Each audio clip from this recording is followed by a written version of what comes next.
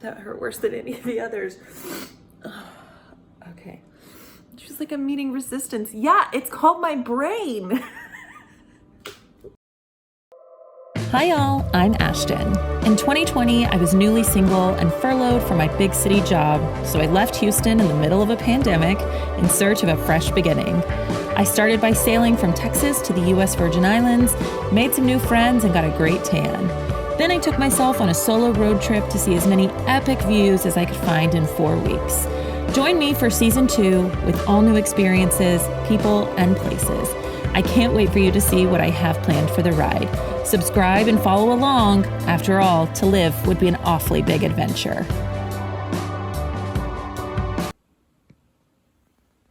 All right, it's 3:45 in the morning. I'm trying to be quiet because everyone else is asleep.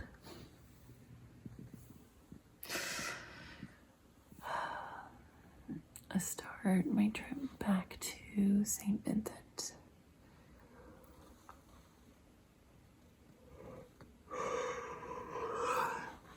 Today. Really tired.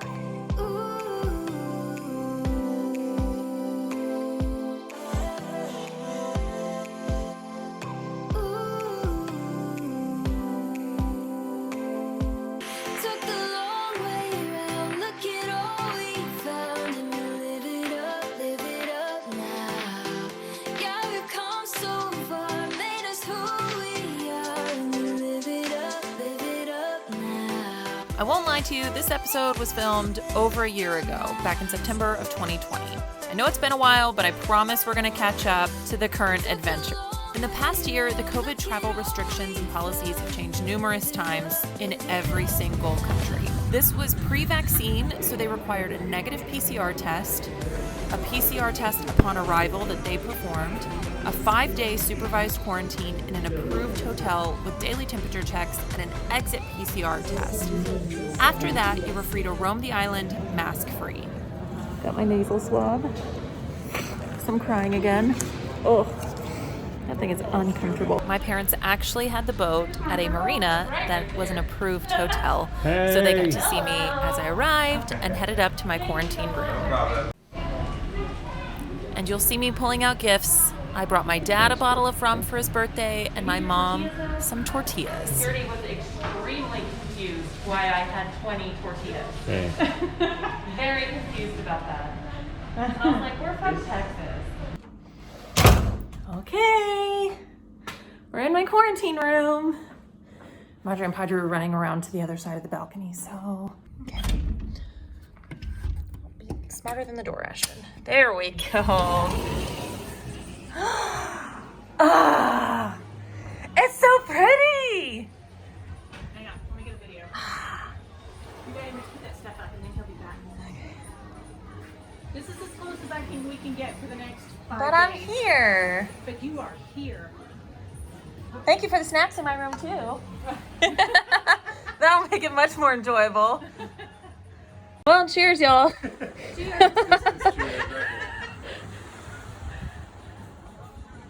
Okay, I chatted with Madre and Padre a bit from the balcony, plenty socially distanced and quarantined. I ordered my first meal in quarantine. You guys, first of all, they gave me a menu that was like delicious. Also, this is like enough food for 3 people, but it smells so good. So I think this is kingfish.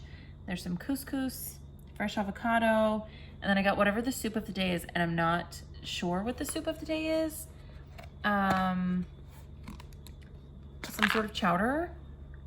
It smells so good. I'm so excited about it. I also didn't eat much today on the plane or in the airport this morning because I had really quick layovers. So yeah, I'm just gonna hang out in my cute little quarantine room for 5 days. Probably will spend a majority of that out on the balcony, just enjoying the view and the sunset and get to actually like relax. Don't lie, I'll probably spend most of it like editing videos because I have a lot of those to do from the road trip. But I'm super excited. I'm really tired, so I'm gonna eat and then go to bed. It's only 6:45 here and like it's dark. So the sun started setting at like 5:30, 5:45. It's really early. So I feel like it's like 10 p.m. So it's my first night in quarantine, but also my first night on St. Vincent, and I'm very excited to be here for that. Gonna enjoy some dinner now. Good morning from paradise. It's technically day 1 of quarantine. Yesterday afternoon didn't count. So I've got breakfast. I've got a rainstorm. It's raining. But it feels great. It's gorgeous. I didn't order coffee because there's supposed to be, my mom left coffee in the room, but she didn't leave me anything to make the coffee with. But their boats just ran around the corner. So I've already sent her text like, I need coffee, it's necessary. I just answered the door. The best part about this quarantine is that my parents are down on their boat, like just within walking distance. So this morning I needed coffee. So they brought hot coffee. They took it to the desk and then the desk brought it up with like their whole PPE on. And this is my Texas brand of hot coffee. So it's fantastic. Something to make my own pour over coffee. A cucumber. I love cucumbers. Oh, probably should have wrapped that. A knife to cut the cucumber. A few apples and a power strip. Because everything here is a different kind of European outlet that I don't have a converter for. Cheers for hot coffee. This is the best way to quarantine. Highly recommend it. You've got a view. You've got people down there that can bring you all of this stuff from your actual home. Today's gonna be work day. I even made my bed. Look at me go. So it's 6:30 at night here. It is pitch black. Sunset's super early here. This morning, they just came and took my temperature. Told me on Wednesday I'll be getting another nasal swab. And then if it's clear, on Thursday, I get to go. So coffee situation, much better this morning. I've got my little pour over tool. Here we go. Got my little pour over tool, me water, and we will have good coffee, non-instant coffee. And I ordered some breakfast, which should be here soon.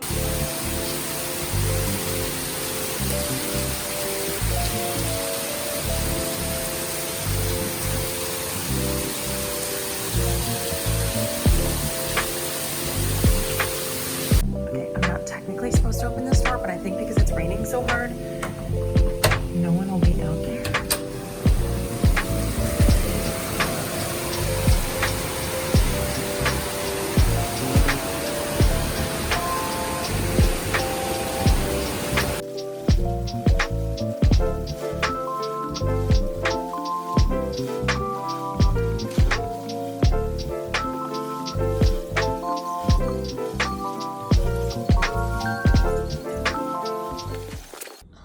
Tonight's dinner.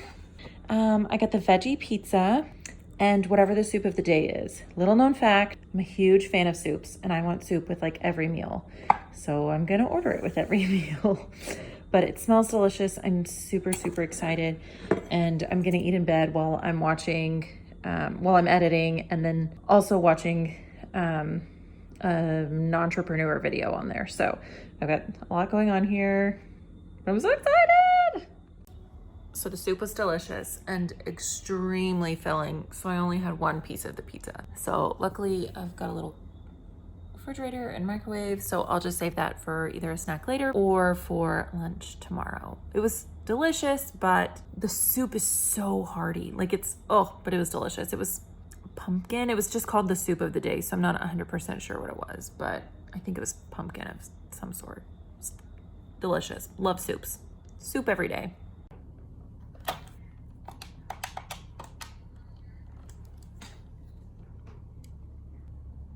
Good morning. I'd like to order some breakfast, please. Can I do an order of the 2 eggs, any style? Can I please get those over medium? And then bacon and 2 orders of the fried plantains, please. No, I've got that in the room. Thank you so much. I really appreciate it. So yesterday was kind of an off day. Raining. I did some yoga. I just rested. My body just felt like rest and my brain needed rest. I did not get the videos edited that I wanted to yesterday. Luckily, I still have 3 more days of quarantine. 2 more days of quarantine. 2.5, depending on when they call me and tell me my test was clear and I can go. So anyways, I just rested yesterday. And it's such a nice room to rest in. And actually today it's really hot today, but ooh, that's messy. I dumped everything out looking for something. So yesterday it was like maybe 75 degrees. So I got to really like sit outside and enjoy that most of the day, which is what I did. Today it's like 95 and there's not like any breeze. So I'm inside working. I just ordered myself a Caesar salad for lunch. I've gotten my temperature checked today. They let me know that tomorrow morning I get another nasal swab. Not looking forward to that. All right, tonight's dinner in bed. That's just what you do. Has Grey's Anatomy, always. There should be a game for like how many times Grey's Anatomy is mentioned in my vlog. Working on a video, and I got the soup of the day, which looks like another chowder. I haven't opened it up yet. And it's so pretty. Okay, but I'm not gonna be able to eat that in bed because that's gonna get messy. But it's so pretty. Yay. Okay. Lift your head back, please. Back. Lift your head back. Good. Sorry, I'm meeting resistance. That's it. Oh. You okay? Oh yeah. Woo. I see it's later this anyway. Perfect. So as I said, check-out is at 12 tomorrow, but by 11 we usually know. So Okay. you'll be able to call to let you know. Okay, perfect. Thank you so much. Have a good day.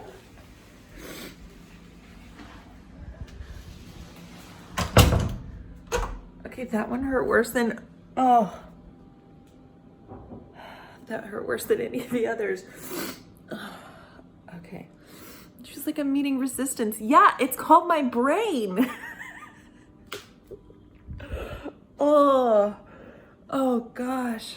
Okay, that was my last one for a while. Oh, holy moly. I'm out of quarantine. I'll keep this off when I talk. It's just Marjorie. I'm out. Verano's. Come on. Give me some light. There we go. There she is. So I'll get on my bags, put on her. We're gonna walk around, gonna have some lunch, and it's thundering, so I don't know if we're actually gonna hit a beach or a pool, but I will not be in my room. She will not be in her room. I will not be in my room. Although my room was fantastic. Fantastic. 10 out of 10 stay. But yeah, so now I'm just gonna explore and have some lunch. It's so pretty here. I'm home.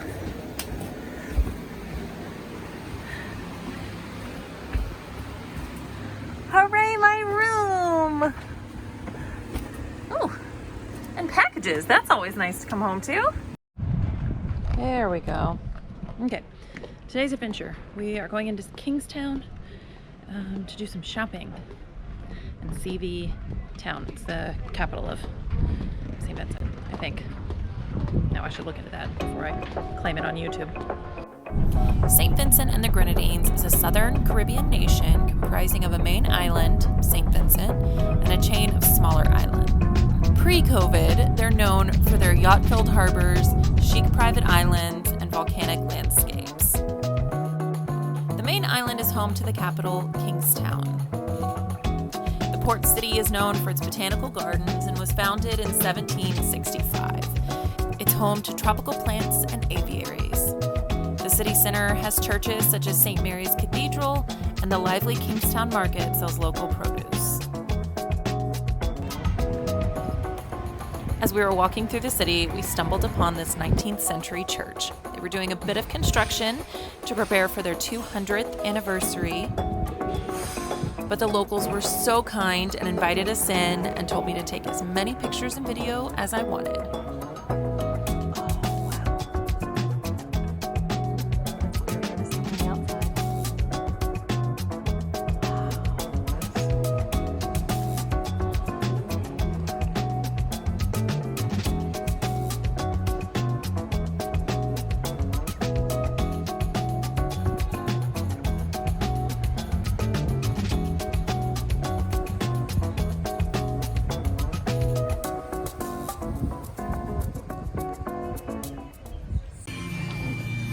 Said that was turkey.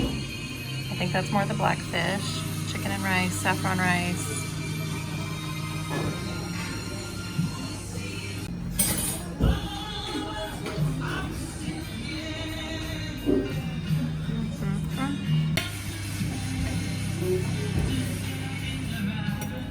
I'm gonna try this. It's like dirty rice. Yeah, that's good. So we stumbled around this little like unlabeled place. We found it on Google Maps, but it didn't have a name outside. Just some local food. It was delicious. A very nice stop.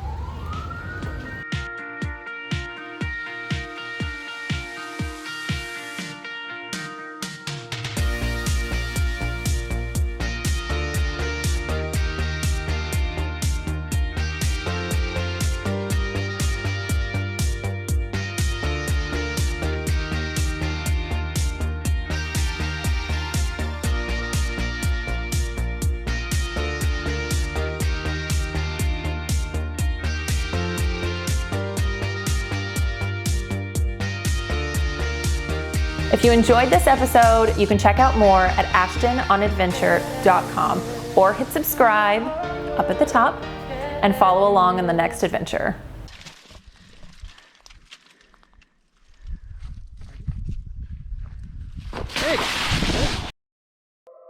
Hi y'all, I'm Ashton. In 2020, I was newly single and furloughed from my big city job, so I left Houston in the middle of a pandemic in search of a fresh beginning. I started by sailing from Texas to the US Virgin Islands, made some new friends, and got a great tan. Then I took myself on a solo road trip to see as many epic views as I could find in 4 weeks. Join me for season 2 with all new experiences, people, and places. I can't wait for you to see what I have planned for the ride. Subscribe and follow along. After all, to live would be an awfully big adventure. Oh, hi, fishies.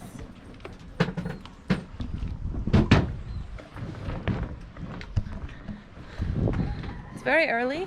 The roosters are cawing, whatever it is that the roosters do, at the appropriate time this morning. Typically, they just do that all day, though. It's another adventure day.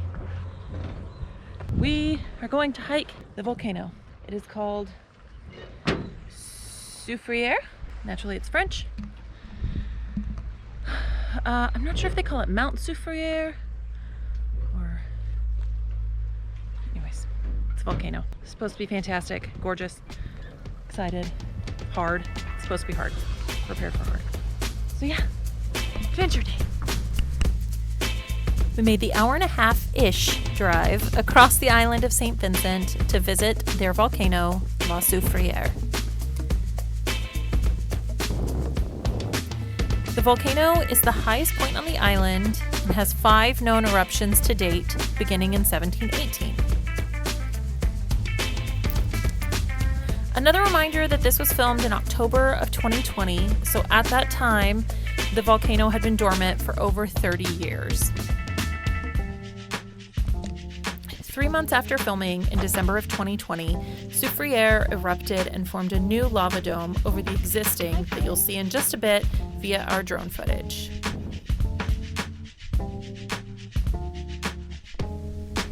Did you find that? Oh, Glenn brought them out. Mm. There's a tree right down there. Oh, got him from a tree.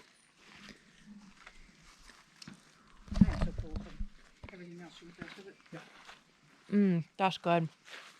I like guava.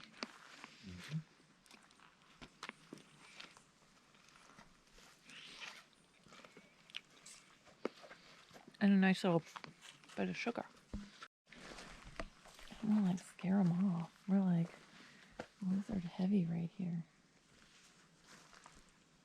Big eyes.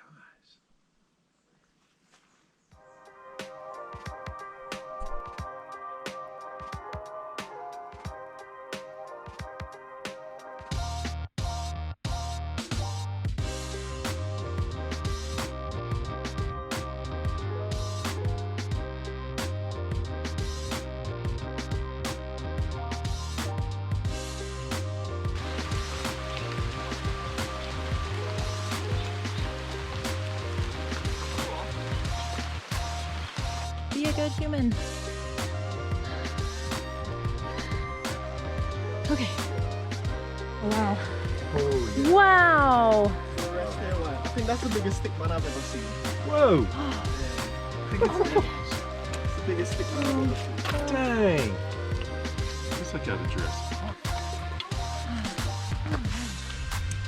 So this does have some water running down it. But when it's pouring, I usually take that. The trailhead to the summit is about 2.5 miles, but it's mostly stair steps up and is quite the climb. We explored this waterfall spot that's about halfway up the trail for a cool down and a change of scenery. That's cool. Oh, look, there's one more down there. Yeah. You've got... You could spend a day just here at this.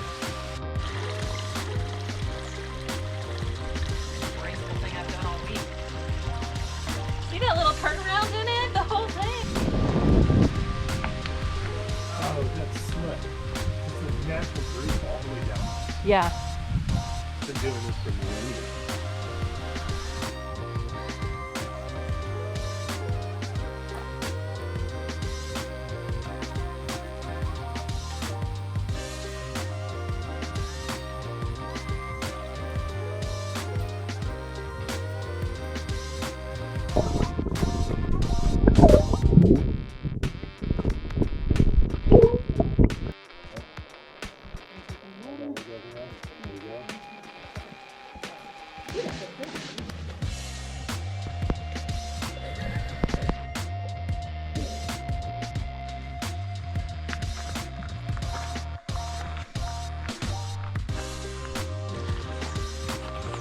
Oh, that's a small one. Yeah. Oh, wow. Those are the clouds. Move a little faster, bro. What do you think? There's...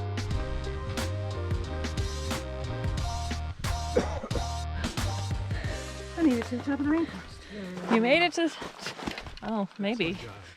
I don't fall. Out. We can see the tops of trees.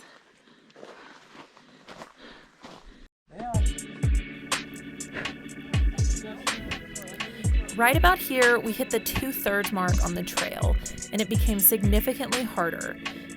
Basically, there wasn't a trail anymore.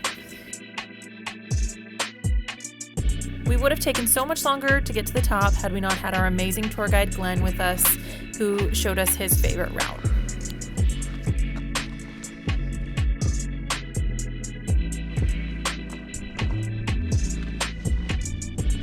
Fog moving across. Or clouds, I'm not quite. Okay, in the words of Glenn, we're almost there.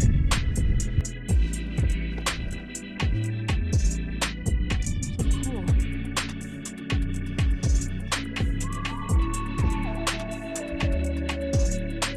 That'll hurt.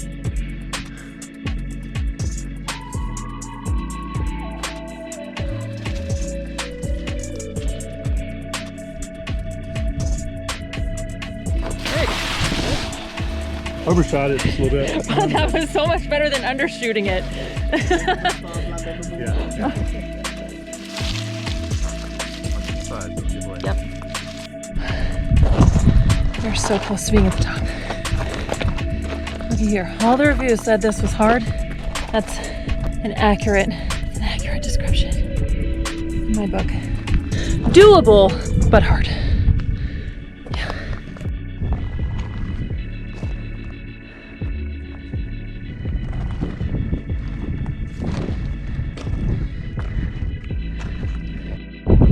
Is this it?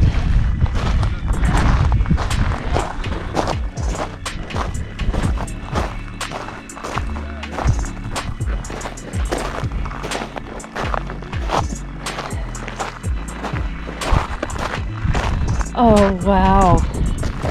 Oh. Holy crap.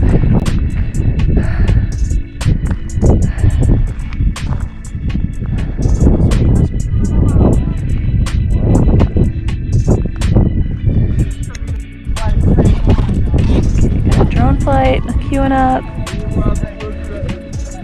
Got some clouds rolling in. Over here, and it's so pretty.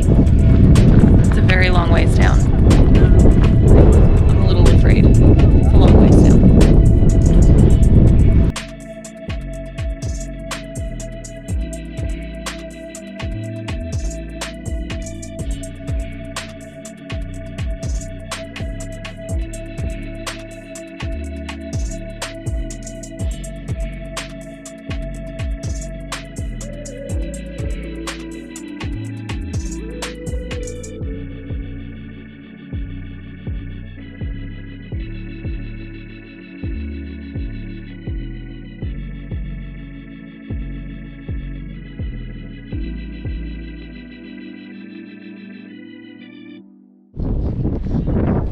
Alright, final view. We're heading back down. Okay. Now, back down.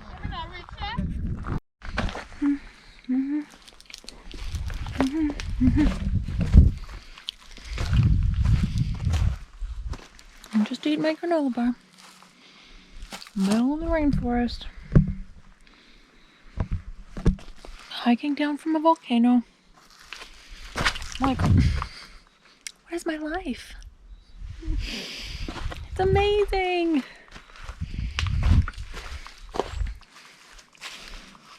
Although this is very precarious.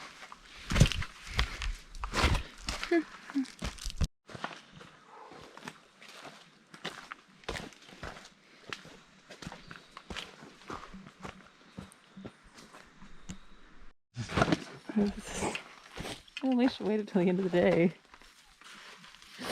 Watch out, Padre. Ooh!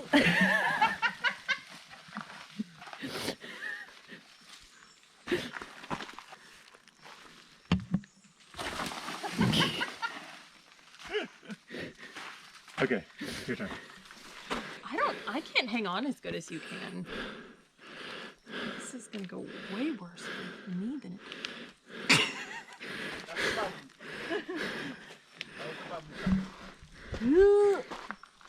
Like, my hands don't even fit.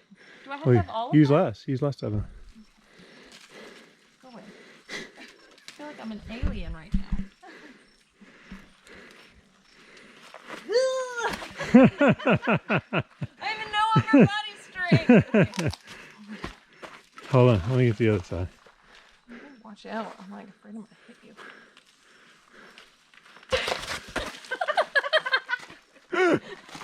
That was tragic. Okay, done. That was it. I had my George struggle. Tarzan moment. I hope you all enjoyed it. Those vines are strong though. Yeah.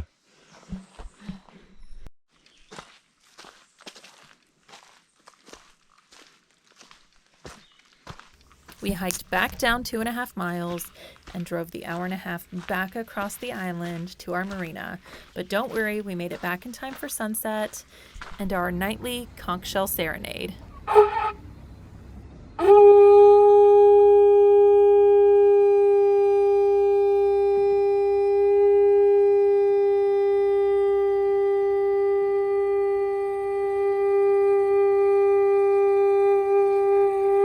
If you enjoyed this episode, you can check out more at ashtononadventure.com or hit subscribe up at the top and follow along on the next adventure. I said, people steal these motors all the time without the kill switch. There has to be a way that I can do this. Hi y'all, I'm Ashton.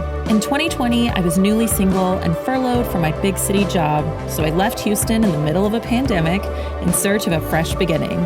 I started by sailing from Texas to the US Virgin Islands, made some new friends, and got a great tan. Then I took myself on a solo road trip to see as many epic views as I could find in 4 weeks. Join me for season 2 with all new experiences, people, and places. I can't wait for you to see what I have planned for the ride. Subscribe and follow along. After all, to live would be an awfully big adventure. There we go.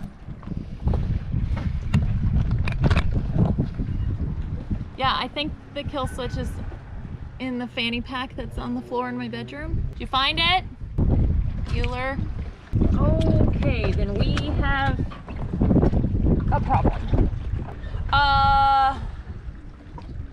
Crap. All right, friends. I lost the kill switch. I sent it out to laundry. So I'm gonna try and makeshift something to hold this out so that it works. I think we are gonna be in business. Okay. We are in business. I am a smart woman and I can do this.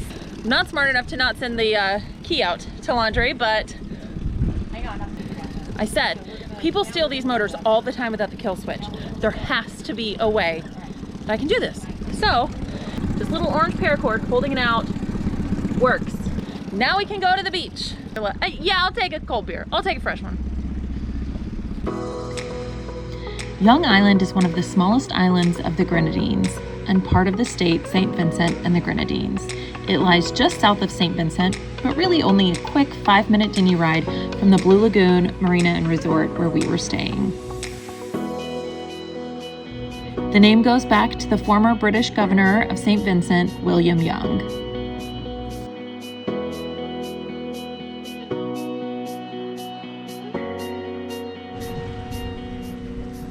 All right, I have lunch at the beach. Well, at the beach from the Young Island Beach Bar. Wings, fries, ham and cheese sandwich. Young Island is 13 acres of tropical gardens, has 29 charming, airy cottages, all part of the resort, where there are also several restaurants and bars available to guests.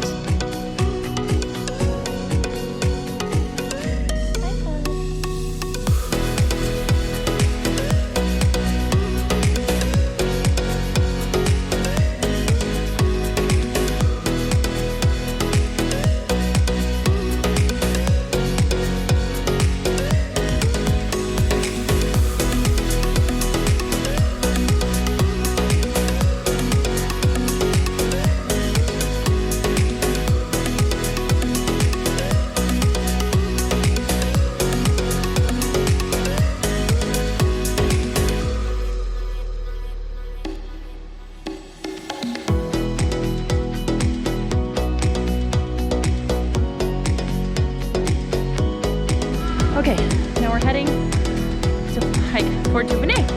Thank you, Neil. Have a good day. This is Fort Duvernay. It was built back in the 1790s and is also known as Rock Fort. It sits about 58 meters out of the sea on the windward side of St. Vincent. And this fort was originally built to protect the colonial hub of Caligua, where sugar was loaded onto ships bound for English ports. We're doing 255 again. All the steps. Did you count to verify that it's really 250? No, I didn't count to verify. My attention span doesn't go that long. Yeah, oh yeah, you definitely want to watch your head, especially up here in some of these other rock spaces. Should also note I'm doing this with 2 rum punches with very strong rum. That's what the rum is called. And at least 5 beer. At least. And like, these steps aren't ADA. Look at these guys. This is like 2 in 1. At least it's not raining.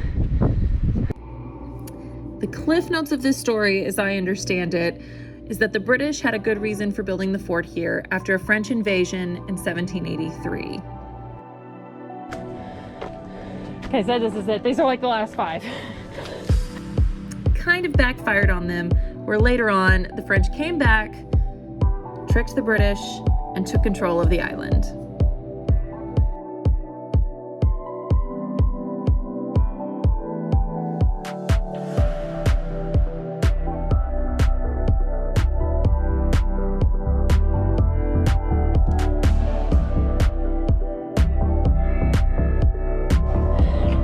with all these little butterflies. Is there a Big, landing pad up there? it's a hat on it. A what? Hat on it? I don't know what that is. There's a snake. Right there.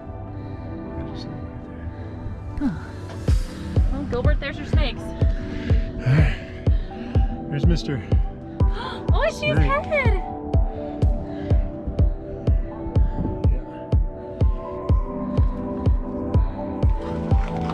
There you go. Although I made the unfortunate decision to do this in flip-flops, I am positive that I can overcome. I was a 4th place rock climber back in my day. There we go. That makes things Yep. a lot easier. Yes! Oh, this is a good spot. All right, it's time for the drone. Drone action.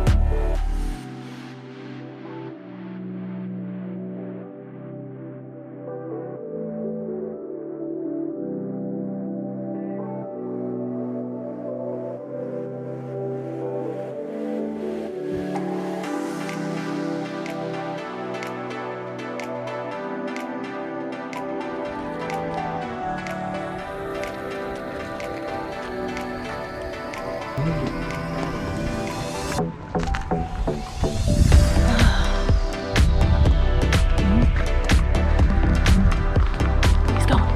Go. He goes.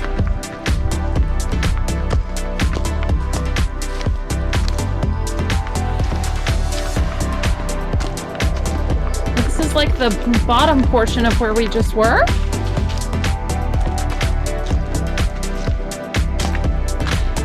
There you go. This is such a hidden little gem.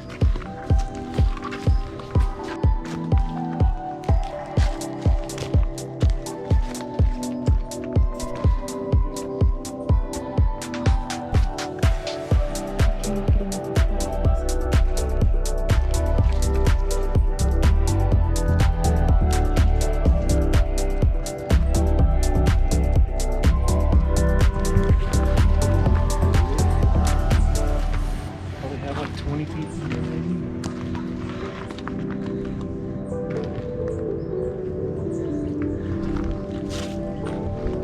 Clearly that tree was not there in the day of.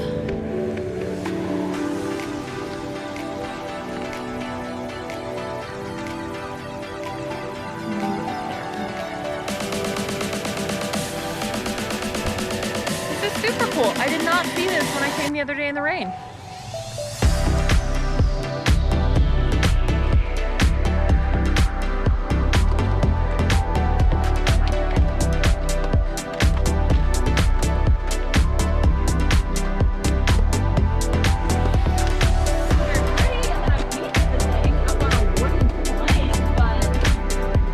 Got here and installed that.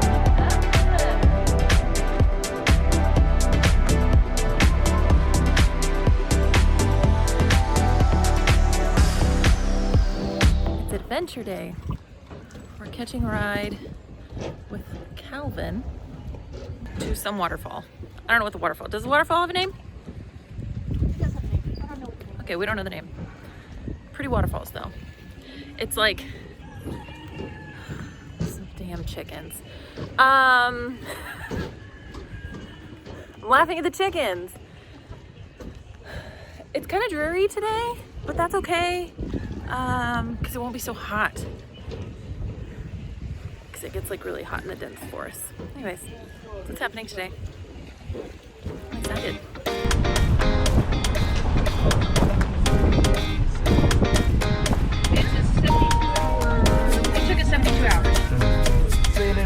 Right. That was Mother's Day. We got to make a few different stops on our way over to Darkview Falls, and our first being Fort Charlotte. Fort Charlotte is a British colonial-era fort built on the hill overlooking the harbor of Kingstown, St. Vincent, where we were a few videos ago. You can check out that video here at the top.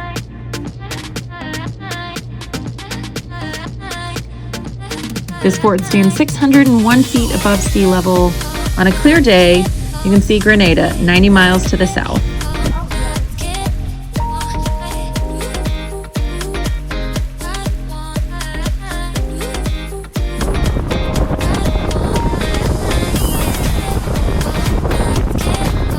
Our second stop was quite a treat for this Disney lover.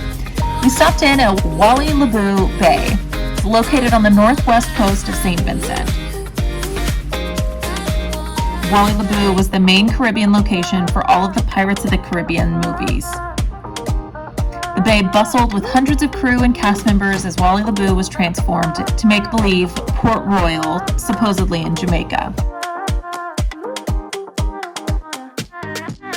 This bay is really noticeable if you go back and watch the first Pirates of the Caribbean. They make this where the pirates come in and storm the city.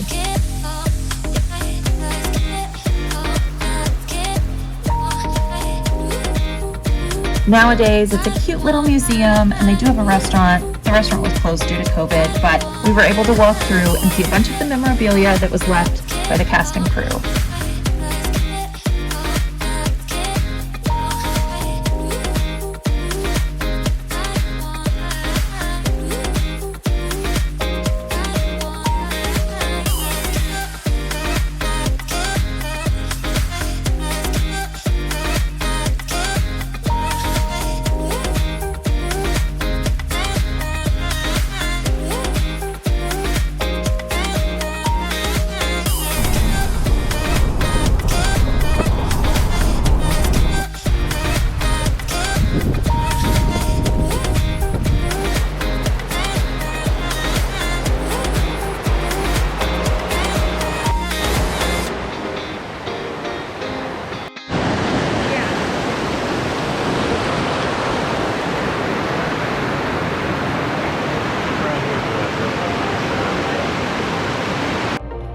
After we finished with our first two adventures of the day, we headed off to Darkview Falls.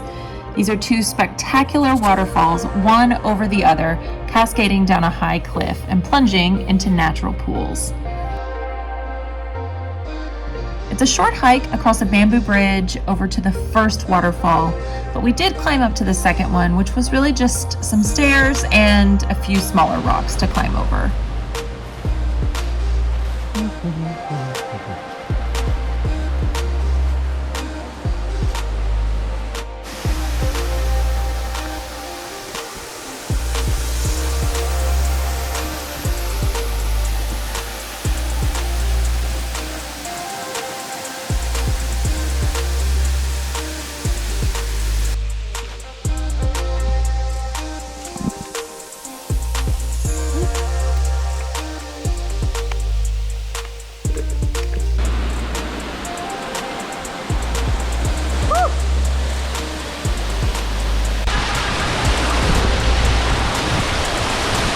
It had plenty of rain, so the water was very cold and pelting, but felt really good in the rainforest heat.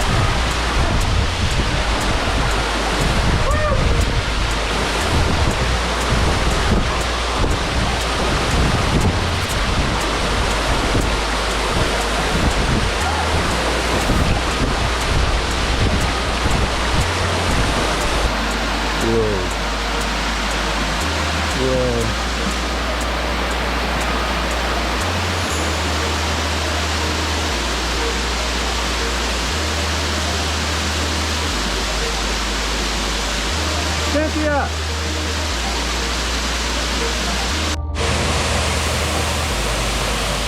Darkview Falls is in a national park on St. Vincent, so it is $5 Eastern Caribbean money to get in, and it is open from 9 a.m. to 5 p.m. Took us about an hour and a half drive from Kingstown to get here.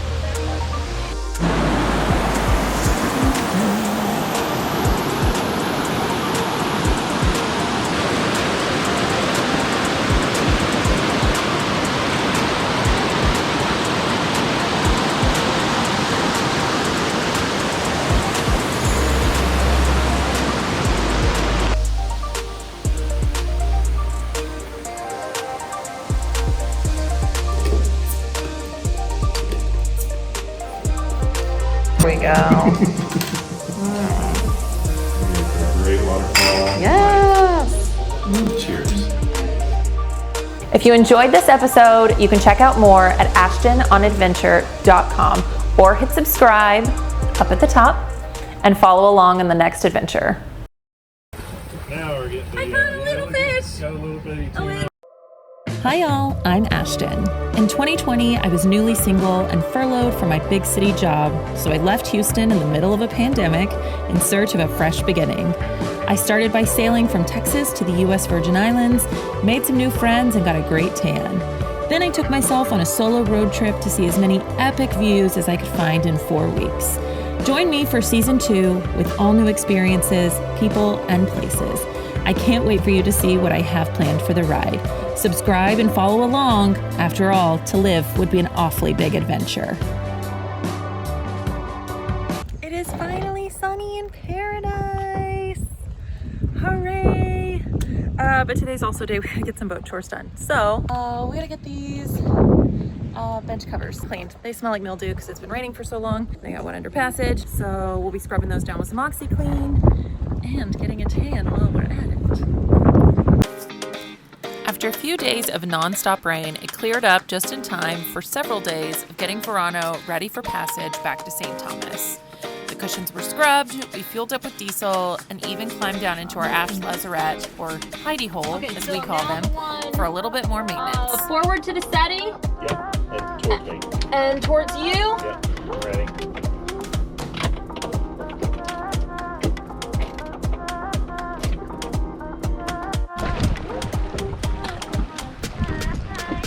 That's the gross part.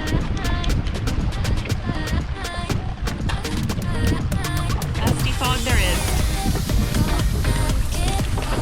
Very ladylike.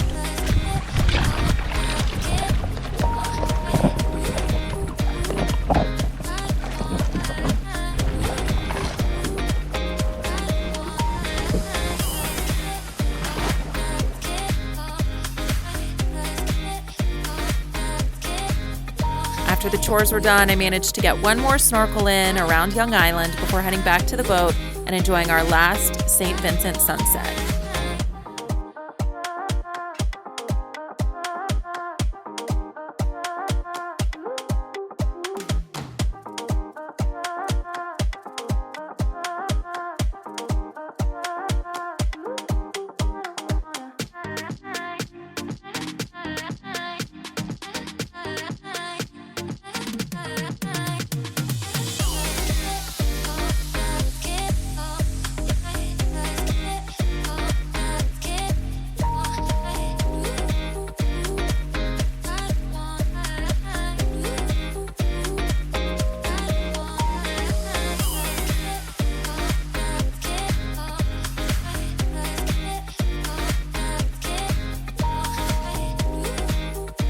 Get airborne, and then I'll position going back over here. Okay. And then I'll come back here and start walking and off the We'll do a walk up. Yep. So nervous.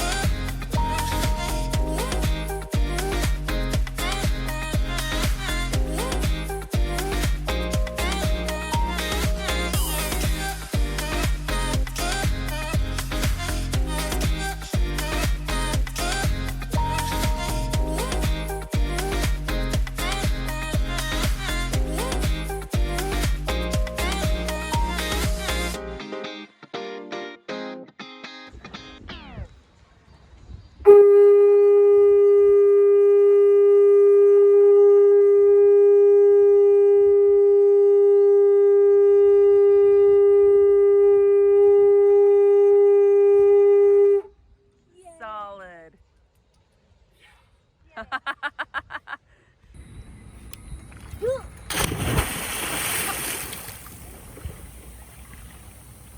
Clearly I make the cutest noises when I jump off the boat.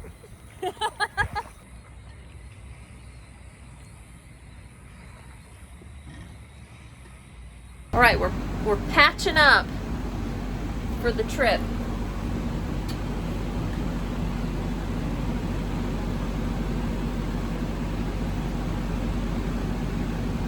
Put a piece of tape on there. This is a new method of, Making sure it stays. well, this is also a new method of anti-nausea for me. So I haven't used this since I was a kid.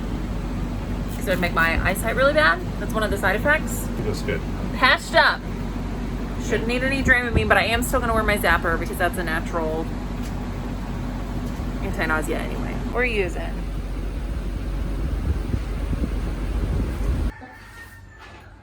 You go to the doors, your passports and clear when you go.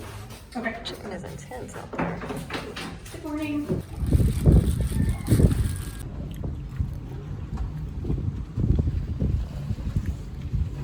One of the locals that's been helping with our laundry brought us fresh bananas today. But you can't have bananas on a boat, so we gotta eat them all real fast. Them's the rules. After checking out at customs, we hauled the dinghy motor and dinghy back up on deck for the ride back.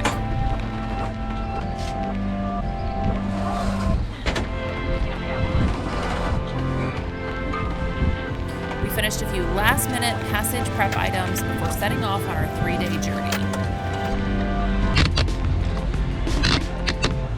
So no back way today for this trip. The weather routers think it's better for us to leave today and head back.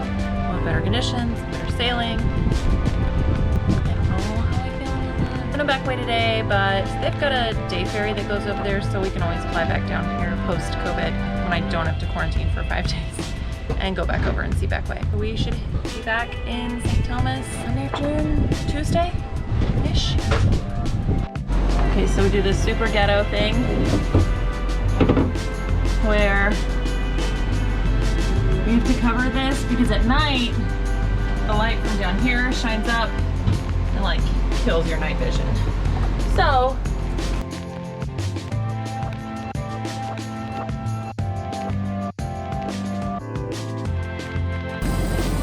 when you're ready to sail, choose.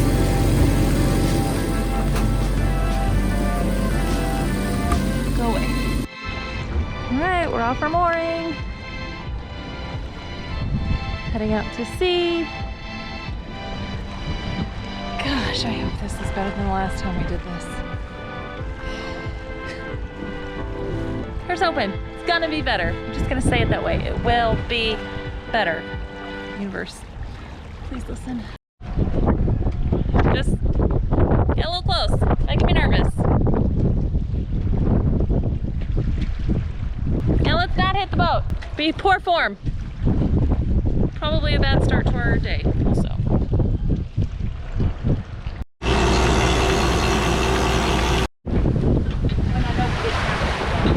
Alright, we got our sails out. Making 6.5 knots.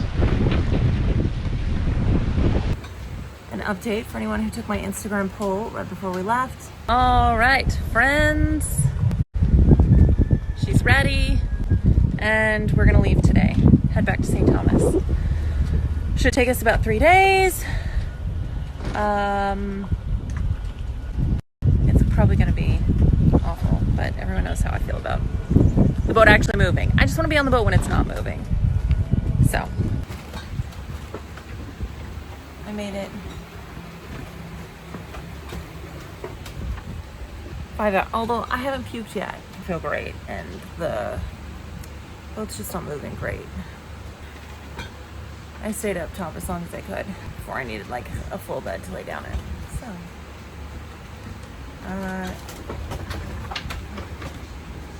gotta try and get some. It's like nice 6 to 8 foot seas. Well, they're catching us on the side, so we do this like fun little roll thing. It's just really. Ugh. So anyways, I'm gonna try and get some sleep before, I think about 4 hours before my 8 o'clock shift. Good morning. I have the sunrise shift today. Let's see over there. It's getting ready to come up. We had some squalls come through last night. One of them, we had 30 knots of wind, and we had to reconfigure sails at that point. We were just way overpowered for it.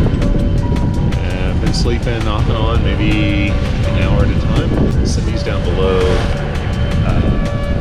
getting a good sleep. Once she is rested, then I'll go down below for a good sleep. Ashton had a couple hours on watch, which really helped us out. Got to get some sleep while she was doing that. We have turned, so we're almost a direct run line to St. Thomas this morning. We did that right after we got to Martinique, and we got the wind shadow, the wave shadow, and then went ahead and made the turn. So over the course of the day, the wind's going to keep dying, the waves are going to get flatter and flatter. I'm going to put out sail now to see if we can at least sail part of that time. So we'll see how it goes.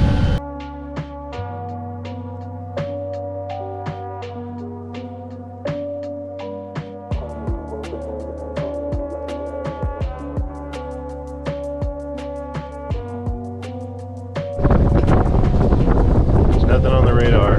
It's just wide open out here. Zoom out. Martinique. Dominica.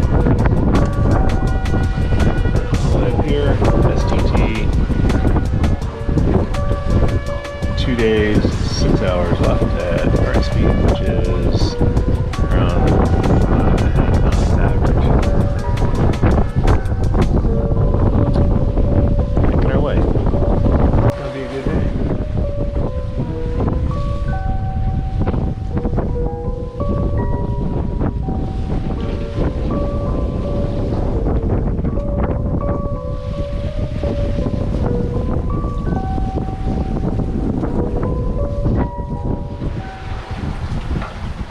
I got a tuna! I can't, someone's gotta get the camera. I don't know that that one's big enough to keep. No, but I'm taking a big picture with it. Wait, come back around, come back around. Now we're getting I got a little fish. Got a little bitty A little. Yeah, We're gonna throw him back, yeah. but okay. Okay, here we go.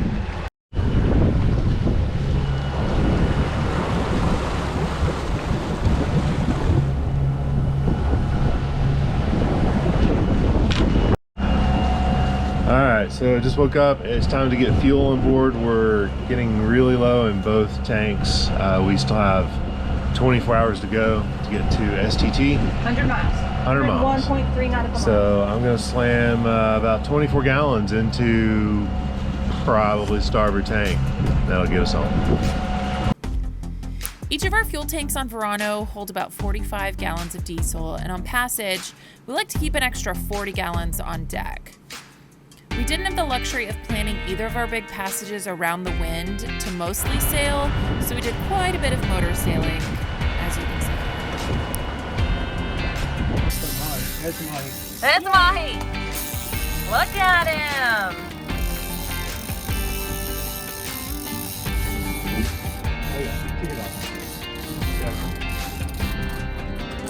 Calm down, bro. Calm down, bro. We got Mahi.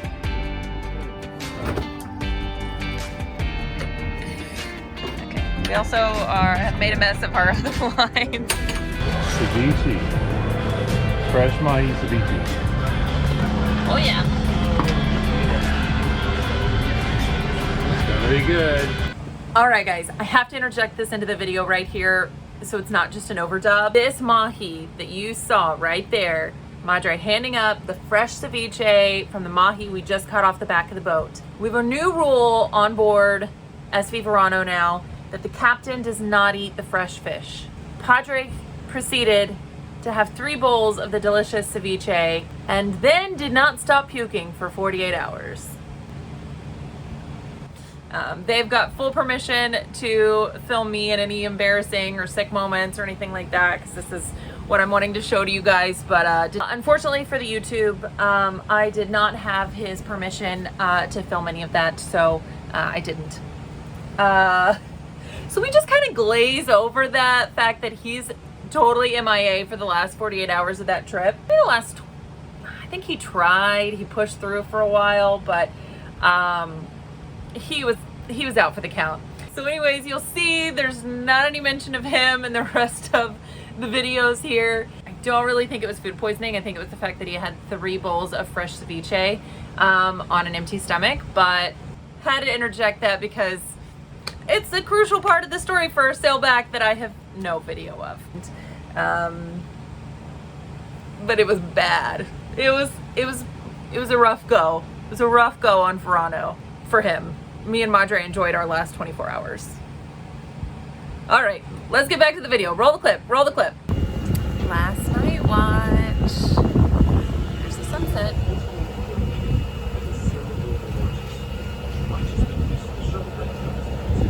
Just me up here right now. Watching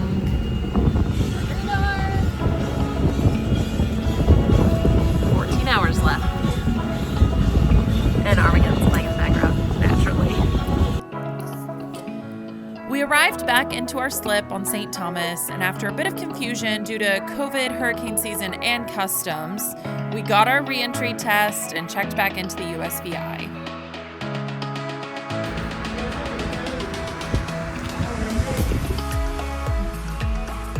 All in time to enjoy happy hour at one of our favorite bars, the Island Time Pub. If you enjoyed this episode, you can check out more at ashtononadventure.com or hit subscribe up at the top and follow along on the next adventure. Feeling very like Langolier-ish right now. Look, if you get that, like you're a real sci-fi person. It's like in 30. Hi y'all, I'm Ashton. In 2020, I was newly single and furloughed from my big city job, so I left Houston in the middle of a pandemic in search of a fresh beginning. I started by sailing from Texas to the US Virgin Islands, made some new friends, and got a great tan. Then I took myself on a solo road trip to see as many epic views as I could find in 4 weeks. Join me for season 2 with all new experiences, people, and places. I can't wait for you to see what I have planned for the ride. Subscribe and follow along. After all, to live would be an awfully big adventure. Hi friends. Today is Super Bowl Sunday, February 7th. It's like 1:30. I have to leave in a few minutes to go to work. 2 days bartending and 3 days managing at a little restaurant here in the marina that I live in. So it will be another 6 months before you see this video, but I'm taking it because I did my hair last night. Like, I straightened it for the first time in 6-7 months. Not that my curls are not beautiful, but there's just something about a nice blowout. Anyways, I had this conversation with my dad yesterday, but this doesn't feel like home yet. Maybe it won't. Maybe it won't feel like home. I'm trying to figure out why that is. Maybe it just doesn't. I'm not ready to stop and slow and settle down. And so this video that I'm taking on February 7th will be going on my Europe adventure video, which I'm hoping to start after David's wedding. He gets married July 10th. Hoping to leave sometime after that for Europe. My hope is, mind you, there's COVID and vaccines and everything's still in lockdown, so it's a little up in the air. My hope and dream is to start at the top and work my way down. There's a lot to see, but I kind of want to start with the big stuff that everyone does. The more touristy stuff, probably. Scotland, Ireland, UK, France. I want to spend a few weeks in France. I need to do more time in Paris because that's where my heart is. And then do some of the south of France. And so France is a big one. And then down to Italy, Greece, Croatia. And then I think from Croatia, I want to hop over to Bali. Spend like a month in Bali. So right now, I'm hoping, putting out all the hopes and dreams, that that's possible in 4 months, 5 months, or half of February, like half. I don't know how to do a half. February, March, April, May, June, July.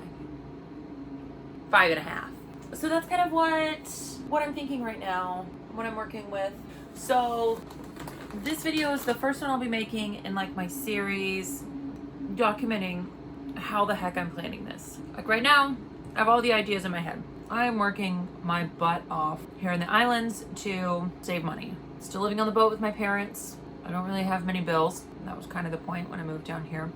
So I'm working 5 nights a week right now, working my butt off for that, putting just about everything into savings. I'm trying to sell merchandise and put out videos so that I can get to a monetization point on YouTube. By the way, is 1,000 subscribers before you can start monetizing. I have like 140. 1,000 people have to actively watch my stuff. Anyways, that's where I'm at right now. That's what's happening. This will eventually make it to the beginning of some video where I'm starting a really cool adventure. I'm gonna try and do that adventure more in real time than I've been doing here. Like I'm like 4 months behind. It's February, beginning of February, and I just put out my video from last September. So I'm a little slower on editing, and because I want them to be perfect, and I spend too much time on perfection. But I'll do my best to, I mean, I'm starting 6 months early, 5.5. So that's kind of the plan right now. That's kind of what I'm going for, I'm working towards. So I'll be taking you along on the planning portion of the adventure and how I'm doing that. Kind of going back and forth with, do I plan out the first few weeks and then wait till I get there to plan and see what I want to do and where I want to go, and if my plans change, just kind of fly by the seat of my pants, or that phrase? There's a lot of questions, but those are what I'm working towards. And if you're seeing this, it means I've accomplished it, and I'm going to Europe and Bali. Oh, Bali. In theory, if this works out perfectly, 2021 is the year Ashton flies around the world. Not in one whole go, but if I go to Bali, I'm already that far over. I might as well just fly through Japan and then through LA and then back down to St. Thomas if I come back here. You never know. So I will have flown around the world by the end of this trip, which is super cool. And I love it a lot. Okay, so that's the goal. 2021, see all the things, fly around the world, go all the places. Yeah, the year Ashton flies around the world. Pretty darn good, right? So it's February 12th. Apparently Bali's borders are closed too. I just don't know what to do. Like I feel like I need to wait it out.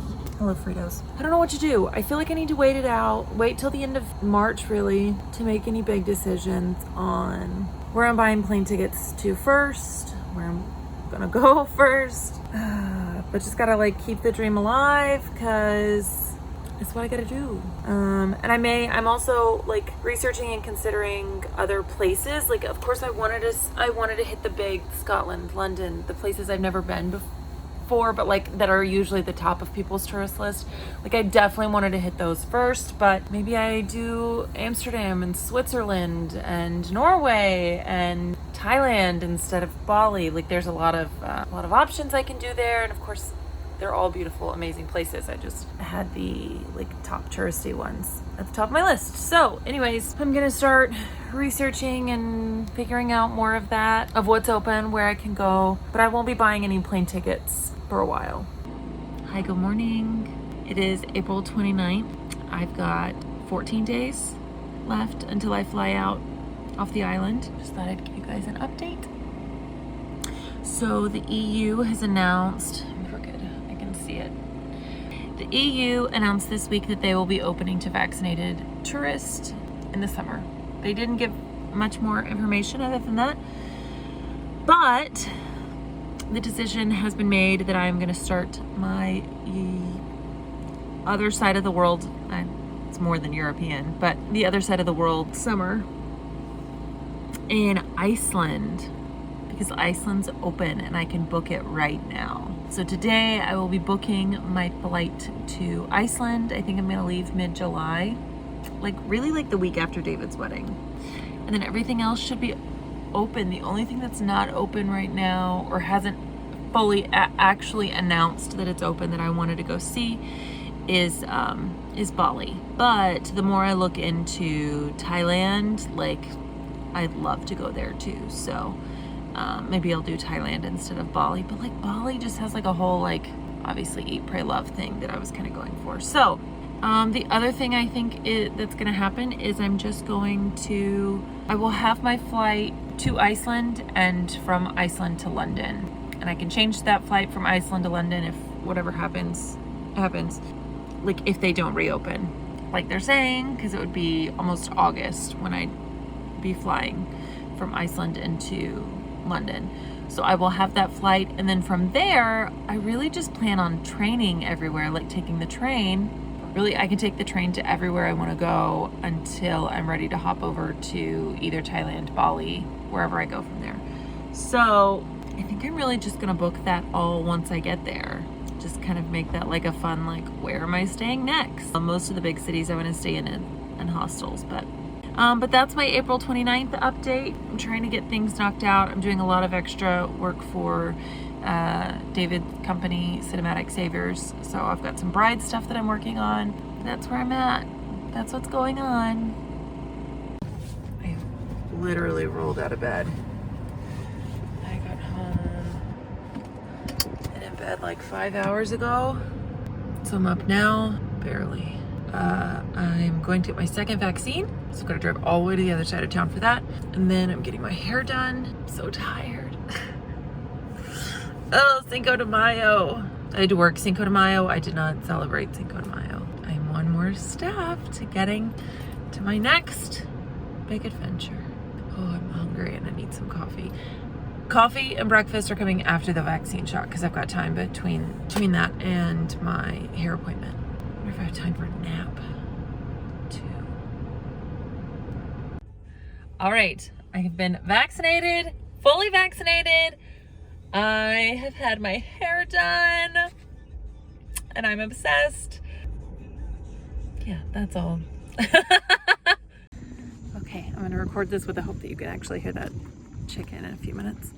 I just finished my last shift. Yeah, it's midnight. The roosters are still cock-a-doodle-doing.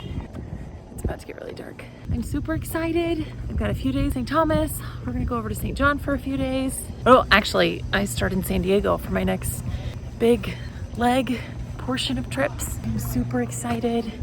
I'm a little sad. I fell in love with so many people there. I think that's like the curse of being adventurers, that everywhere you go, you fall in love with these awesome people and great unique souls. So I'm super excited about it. But yeah, here's the next one. Okay, back again with another packing up my entire room for like 5 months. So we've got the pack up pile. This is the taking pile. This. These are clean clothes that I need to figure out what to do with. This is not taking, needs to be stored somewhere. This is a donate pile.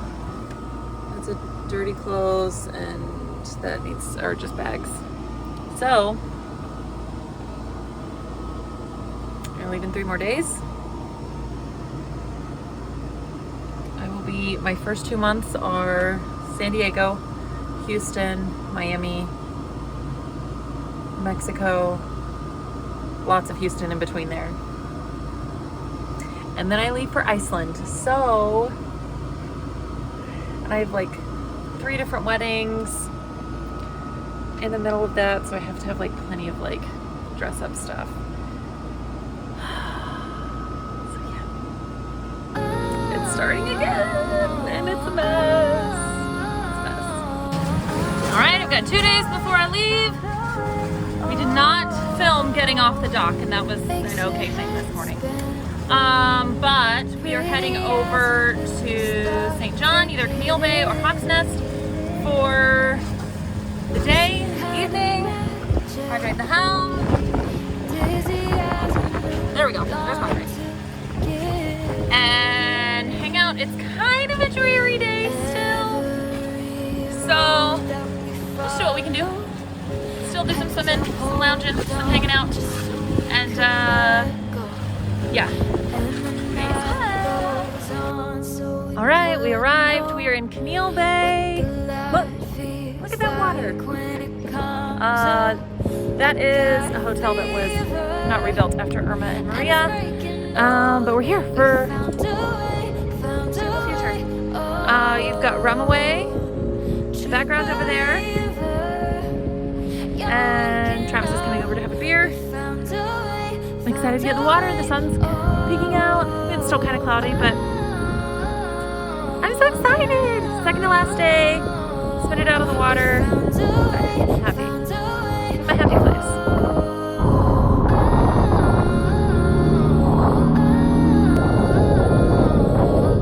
We found a way, found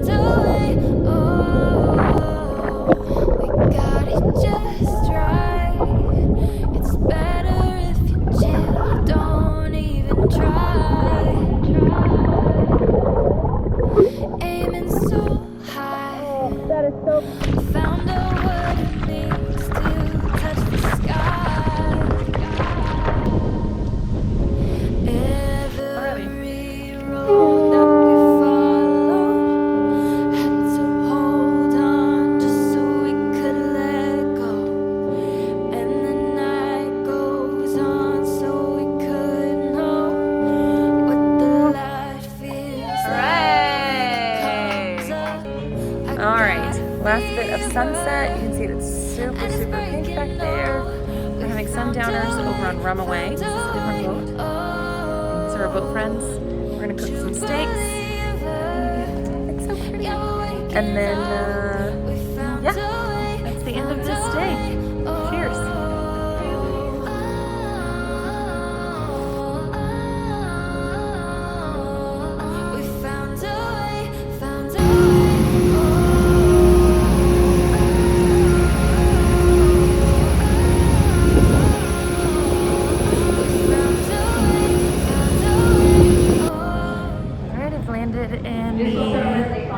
Miami airport. I've got like 7 hours until my next flight. I'm going to look for a makeup store and then head to one of the lounges, I think, to hang out for the next 7 hours until my next flight leaves.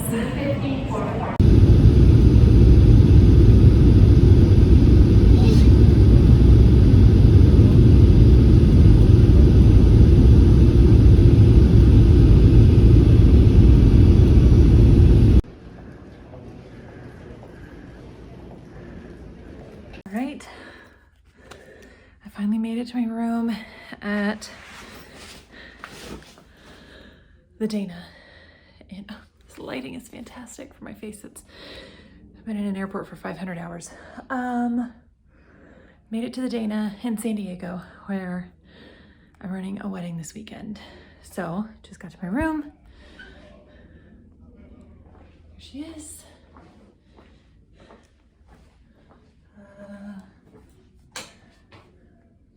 Oh gosh, that's bright. Yeah, just a nice room. Refrigerator. He said there was a microwave in here. I don't see a microwave. That might be an issue. Because I just bought Easy Mac. Ah, there's a microwave. Okay.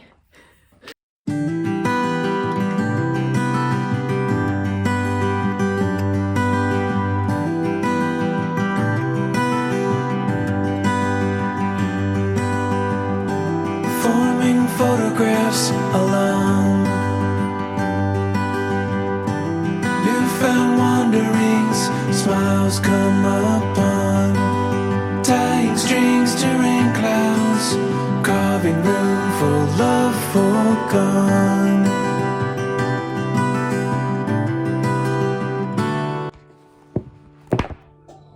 I didn't really do much filming the last few days. So here's the recap.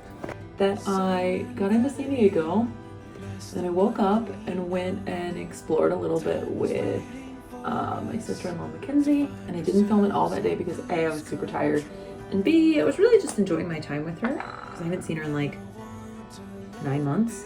Then I had the wedding yesterday, so the whole reason I flew in was I was coordinating a wedding for my brother's wedding company. If you're getting married and need a videographer, photographer, or coordinator, Cinematic Saviors. He's awesome. I'll do another video about him. I had like a 13-hour day with the wedding yesterday. So I woke up this morning and like everything hurt because the process, or the place we were doing the wedding, the resort, is like massive. It's like spread across, so like there was a lot of walking, and so I had shin splints and everything hurts, and it's yeah, fun. So I got up and had breakfast and then went back to sleep and then got up and just kind of been hanging out in the room all day, which is kind of a bust, but it was a very, very long day yesterday. So it is, it's like 3 in the afternoon, I think, which still, even a few days later, feels like dinner time on the islands. Like, even though it's only a 3-hour jet lag, I didn't really have lunch. I'm getting dressed a little bit, looking decent, and I'm gonna head back down to Coronado and have some sort of like happy hour, early dinner of food on the beach, if I can find it. So anyways, getting dressed now, going to Coronado. That's the tea.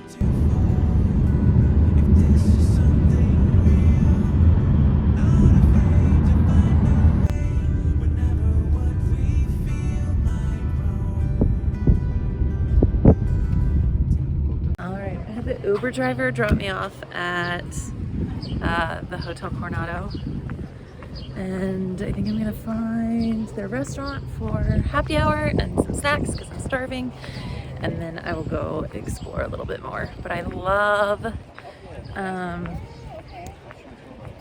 this is modeled, well, it's not modeled after, the Grand Floridian is modeled after this hotel. And the Grand Floridian is amazing, and it's Disney, and I love Disney, so yep, I love that.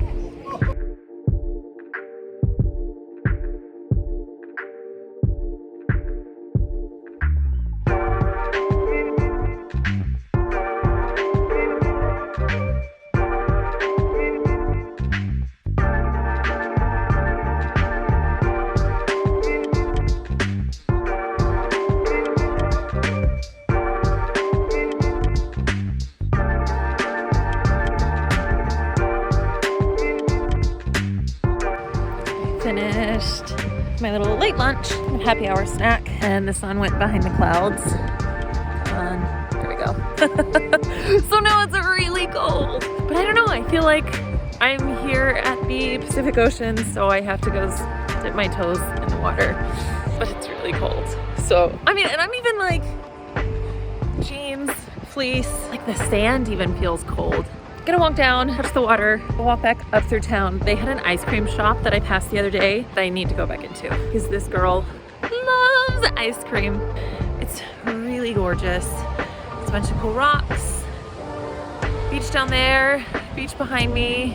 Just a nice little afternoon, and then I'll head back to, I guarantee I've got to head back to the hotel once the sun goes down because it will be too cold. It will be, guarantee it. I have my camera set up over here. I'm like so scared it's gonna be so cold. Okay, here we go. It's so cold. It's very cold. I still need to shoot some pictures. People are walking by and watching. It's fine. Just be yourself. As my memo would say, they're not gonna buy me anything, so it doesn't matter. Although I also wonder what that means if they will buy me something. Emma, I need some clarification on this phrase. Thank you.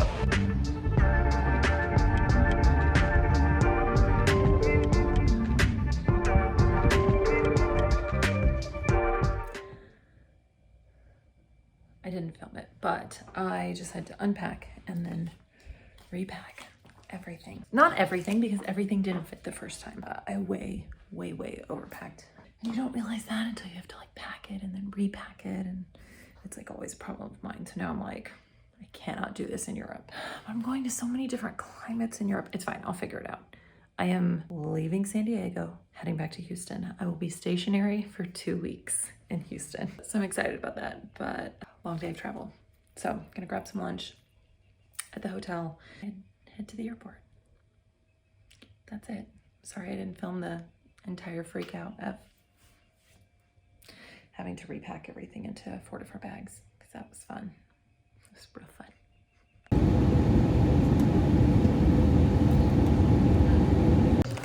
So I flew first class from San Diego to Dallas, and they gave me like a soggy turkey sandwich. I was grateful for anything, but I could really only stomach like half of it. I landed in Dallas for my last flight from Dallas to Houston, and I like sprint across the airport only for my flight to be delayed. The only thing that's open was the pretzel place, and they have, there's like not even anyone at my gate. Feeling very like Langolier-ish right now. Look, if you get that, like you're a real sci-fi person. It's like 10:30. Anyways, pretzels is going to be my dinner because it's the only thing open in the entire airport. What the heck? Okay, I gotta go figure out which gate I'm at. It's 12:45 and I'm just now getting on a plane because our Ursa was broken. I'm tired. It's a little gross.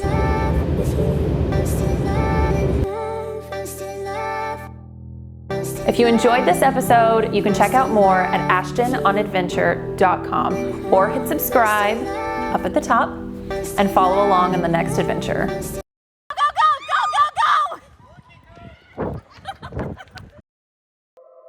Hi y'all, I'm Ashton. In 2020, I was newly single and furloughed from my big city job, so I left Houston in the middle of a pandemic in search of a fresh beginning. I started by sailing from Texas to the US Virgin Islands, made some new friends, and got a great tan. Then I took myself on a solo road trip to see as many epic views as I could find in 4 weeks. Join me for season 2 with all new experiences, people, and places. I can't wait for you to see what I have planned for the ride. Subscribe and follow along. After all, to live would be an awfully big adventure.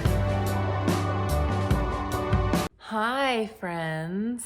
It is the Saturday of Memorial Day weekend, and I kind of intended to work all day, and then I started feeling a little lonely and then I wanted to go out and do something. Since it's the Saturday of Memorial Day, everyone already has plans. I didn't really want to get a sympathy invite from anyone. So I'm gonna go have my own adventure. So literally I got on and Googled what's happening in Houston today and made it to the Downtown Houston website. Props to them. They do a really good job with like listing out everything. Everything from, there was yoga this morning, there was Tai Chi. What I found that I'm heading to is an outdoor like sidewalk art festival, sidewalk chalk art festival. There were a lot of words in there. My hat is like bent from traveling. It just, it just is what it is. It is what it is at this point. So yeah, I got dressed. I'm about to call an Uber, go see if that's any good. If it's not, there's still plenty in downtown to do. So I am going to go do that. I've packed up my camera. I'm breaking in some new shoes today for the Europe trip. So I also need to be walking around for that. So yeah, let's go have a little mini adventure. It's just a nice little evening, a little solo evening. I know a lot of people are always really like, oh, I don't have anything to do, so I'll just stay in and order pizza. I very well might make it back to that point this evening because I really want to come back and watch Cruella de Vil. But it's only like 5 o'clock in the afternoon. I'm not sure where that falls on the scale, but so yeah, I'm gonna go do something beforehand. I wanted to get out of the house. I wanted to go see something cool, so I'm gonna go do that. It is Houston, so it is 925% humidity, but it is also the first time it's been sunny in like a week and a half that I've been here. So I have to. Like, my tan is fading. I'm not gonna get a tan at 5 p.m., but I need the vitamin D. I run on vitamin D. So I'm sure that this hair will not stay pretty for long. It will go up, and that is fine. Let's go have an adventure. Let's go see what's up. All right, well, the Uber driver had no idea where to drop me off. So I'm just gonna walk in downtown for a bit. Why not? All part of the adventure. We'll figure it out. We'll find something to do, I'm sure.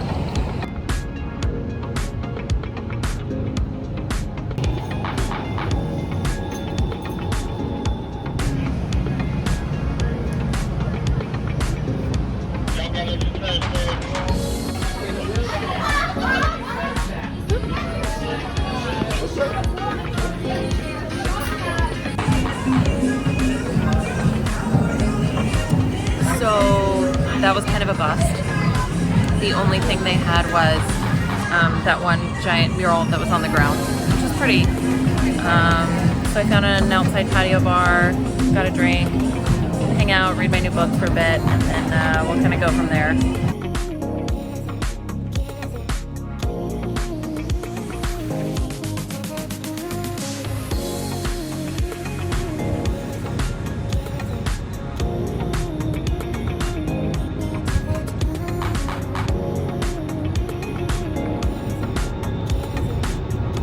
Remember my very first episode?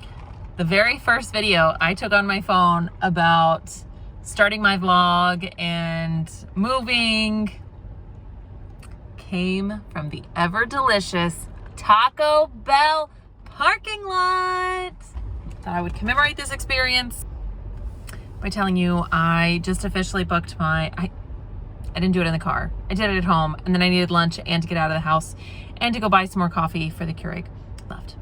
But I just bought, I'd already purchased my tickets, my plane tickets across to Iceland, because Iceland's where I'm gonna start. But I just went ahead and pulled the trigger, booked my hostel for my first 3 nights in Reykjavik, and then I booked my camper van to spend 5 days basically circumnavigating all of Iceland. So I'm gonna stock the van of food and everything and then just go see as much as I can see in 5 days. I read that like if you do the circle, it's the ring road, I think is what it's called. If you do that in one go, it takes 17 hours to do one go of it. So I think 5 days will be fun for me. I don't know, it's really cool. This is like a whole thing. Looking into Airbnbs and hostels and all of the different like tiny towns there.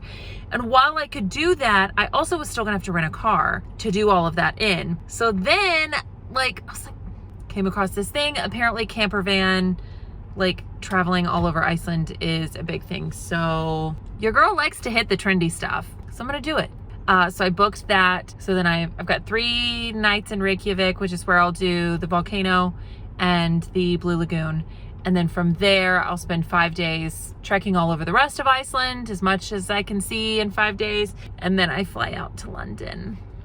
But as of right now, which is Memorial Day weekend, the EU hasn't exactly said when they're going to open up. So that flight might have to change and I might have to go straight from Iceland down to Italy. Yeah, I think I would go to Italy. Because right now, Italy, Greece, Croatia, all open, all on my list, but I'm not sure where I would fly to first if I cannot fly straight into London, or if I can't see London. So yeah, big day, celebrating with some ever delicious Taco Bell, where all the big decisions are made. I didn't have to make any decisions, thankfully. I don't know what else to say about this moment. I just wanted to commemorate it. Thanks for coming along on the journey with me, guys. I miss Taco Bell being on the islands. I hadn't originally planned to vlog this entire week that you're seeing here, so it is a little bit more random, but it kind of just fit the story and helps you guys understand exactly what all took place before I left for Europe. I spent a few more days in Houston and had a super fun photo shoot with my brother. Then I headed down to the beach where I grew up in Galveston, Texas for my cousin Kristen's bachelorette party.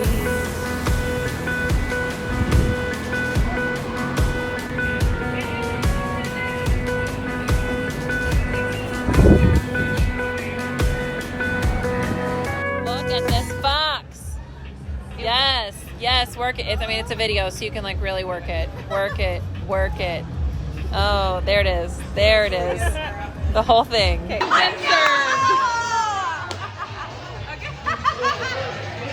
You're not even taking the knee.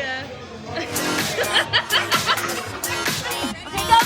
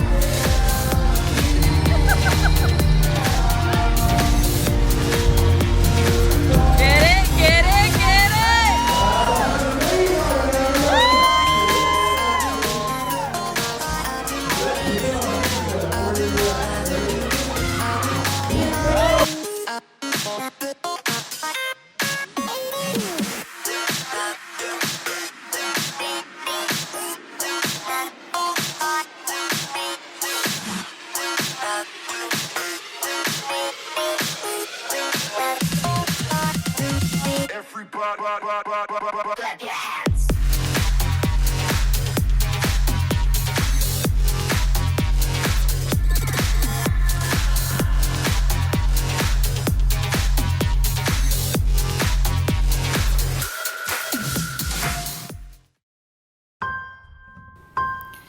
In between Kristen's bachelorette party and her wedding, I celebrated my 32nd birthday with some balloons,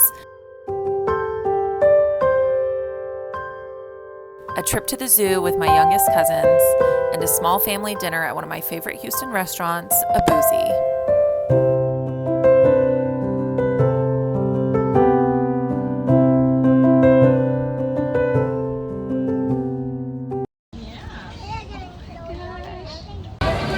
Say hi, Giddy.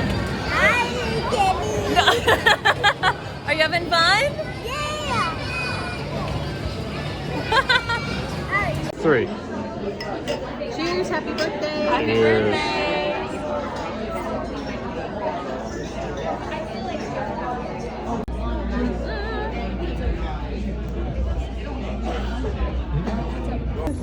Happy birthday, dear Ashton.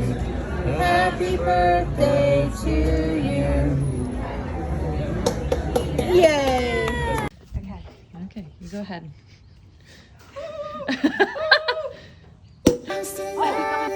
That was not nearly Finally, it was time to get this girl married. Kristen and Dan celebrated their wedding in East Texas. I've got a few clips that I took on my phone, as well as a few clips from my brother's wedding company, Cinematic Saviors. It was a gorgeous, gorgeous wedding for a gorgeous couple.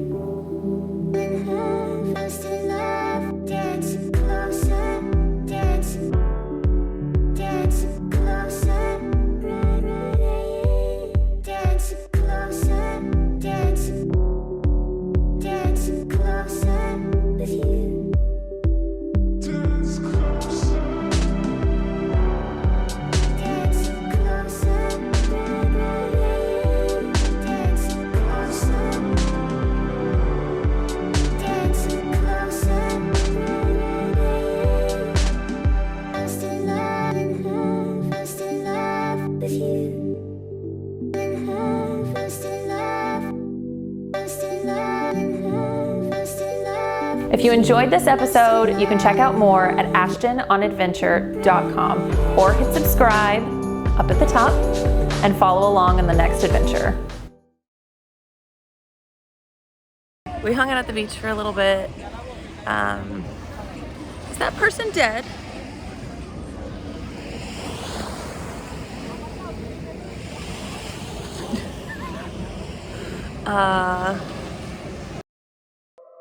Hi y'all, I'm Ashton.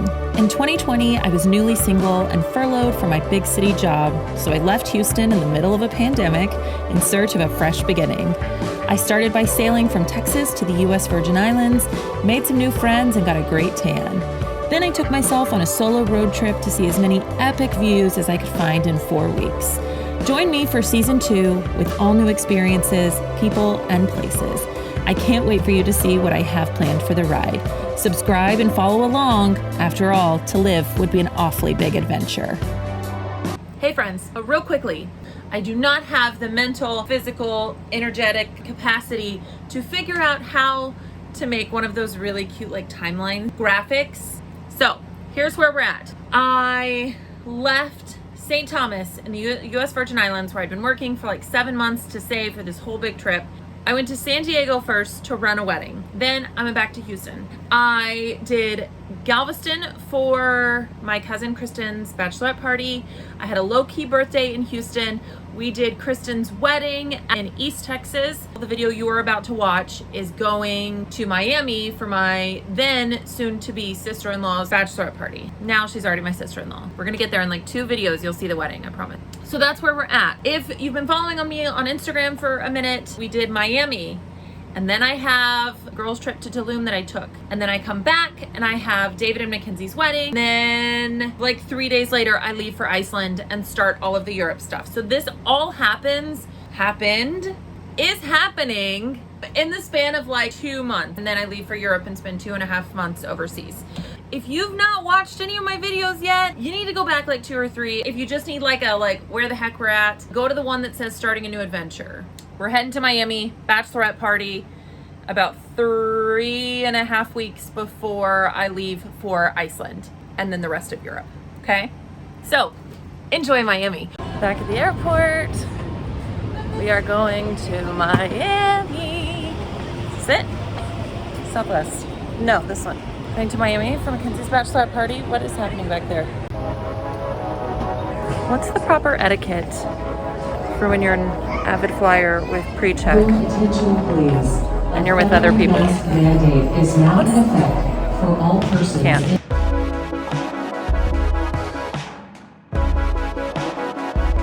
I asked what the etiquette was.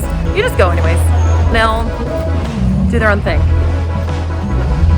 love this airport. This is cute. Live music at the airport?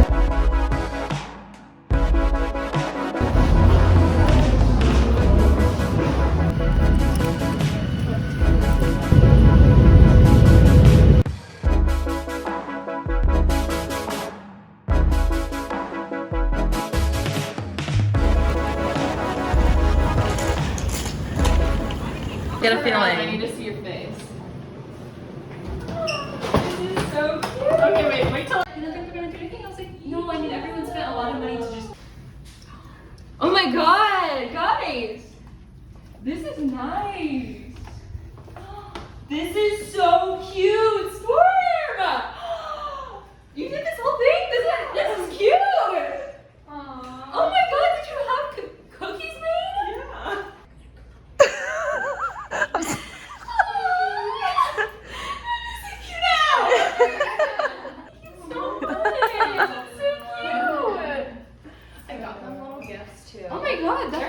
Yeah. Isn't it? Oh my god! Aww. Oh my god! Oh wow. Thank you so much. You're shaking. Aww. It's so pretty. It's so cute. I'm so excited. Thank you so much. Of course. Aw, thank you. I literally been so hard not to tell you all of this. So cute, bro. Thank you so much.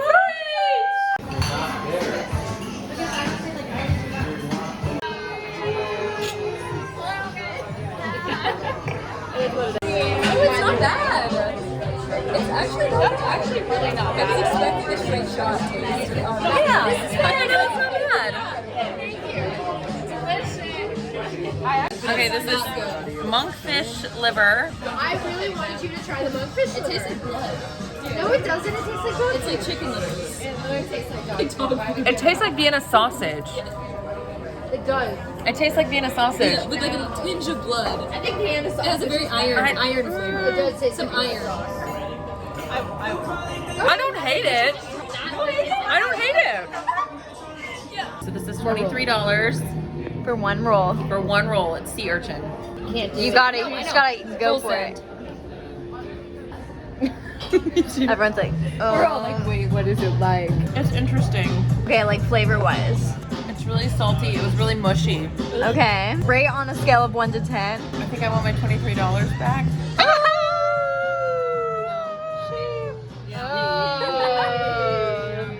Upsetting, but look how good that looks. Okay, bye. Thank you so much. I shot it. Okay. Why'd you Oh yeah, this is professional. This is so much better than I would have done. Good morning. It's day 2 of Miami. The sun's finally coming out. The other ladies are there. I'm getting caffeinated currently so that I can function with the youngins.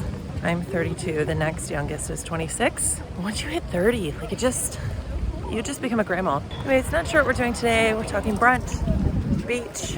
We have dinner tonight at the Versace Mansion. I'm super excited about that. But yeah, we're just gonna explore a little bit around our little like hotel area, this Ocean Drive.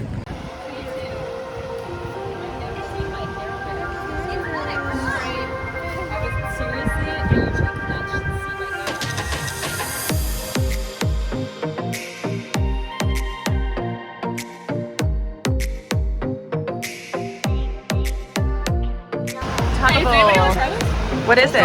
Oh, that's this. Nope. It's really good. Oh my god.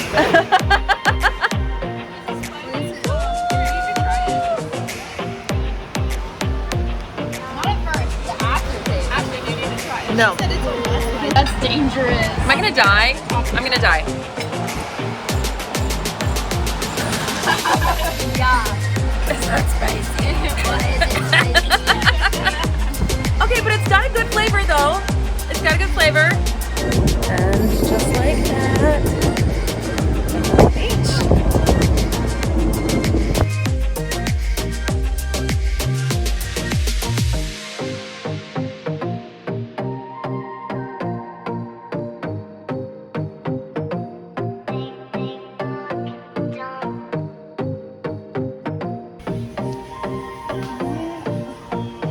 out with him.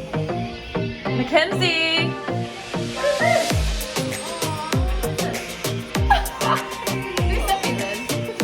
They're from David.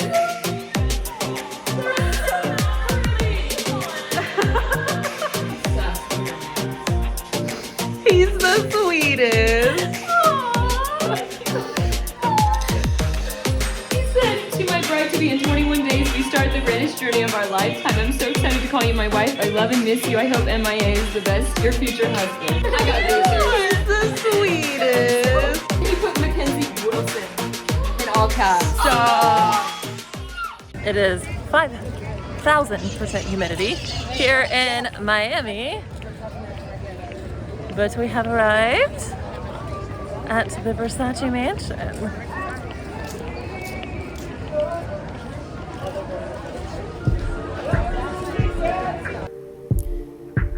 Formerly the home to fashion icon Gianni Versace, the mansion on Ocean Drive is now called the Villa Casa Casuarina, and its rooms were turned into hotel suites, and the pool deck turned into a restaurant honoring its late owner and designer following his murder on the front steps of the mansion in 1997.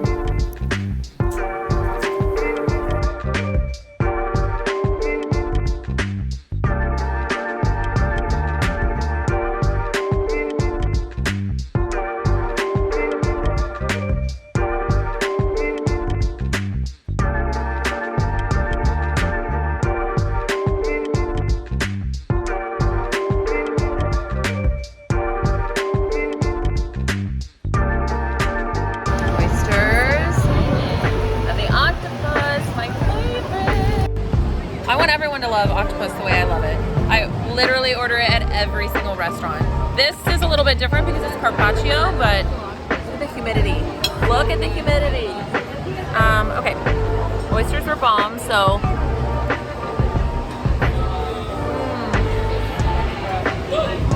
That's so good. The little mango tomato. Okay, I was thinking about getting that one. Do we need it? Oh my god, I'm so envious of your dish.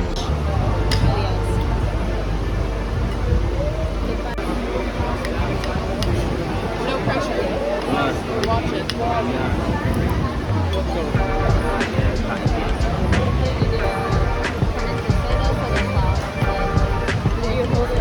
Oh my gosh.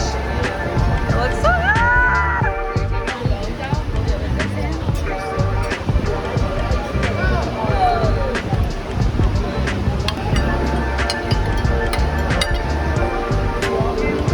Look at that perfection. Perfection. I know, I'm so excited.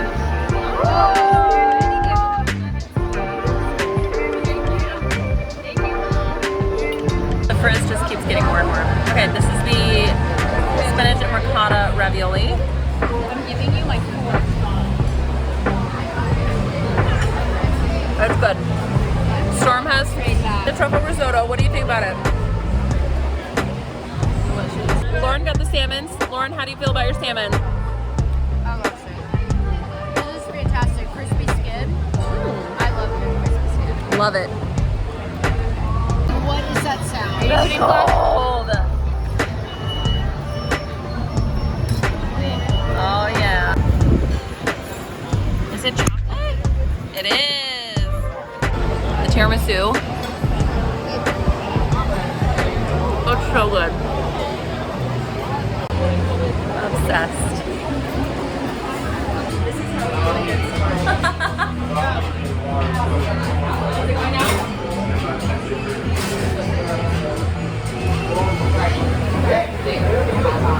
Can't do it in one go. Can't do it in one go. I applaud you, Storm. I applaud you, but I can't do it.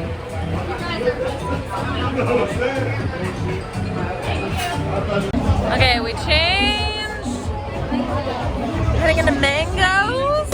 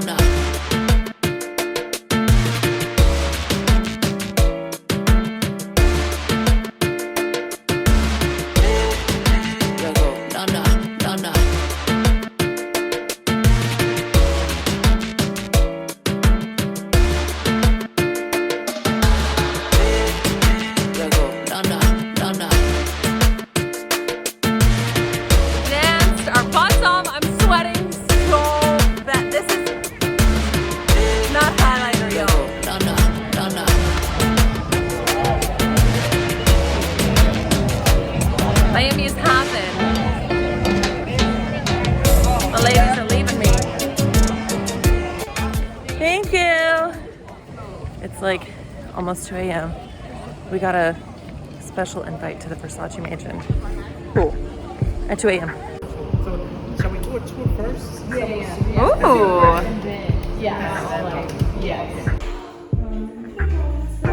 That's Madonna's bathtub.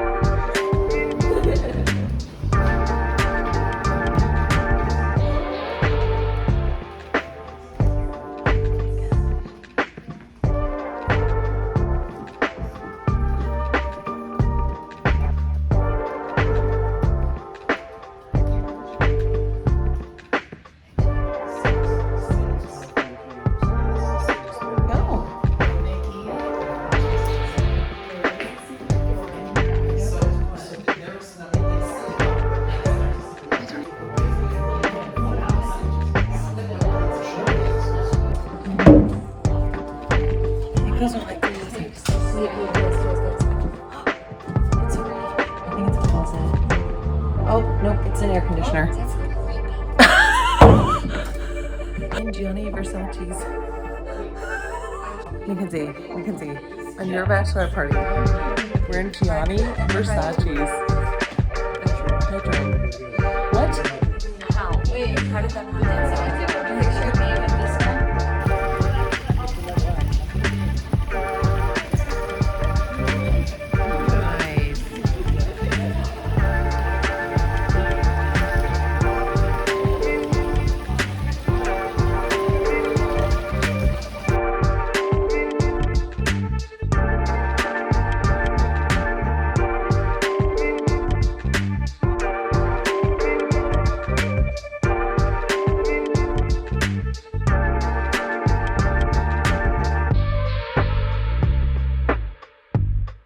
It's 4 a.m.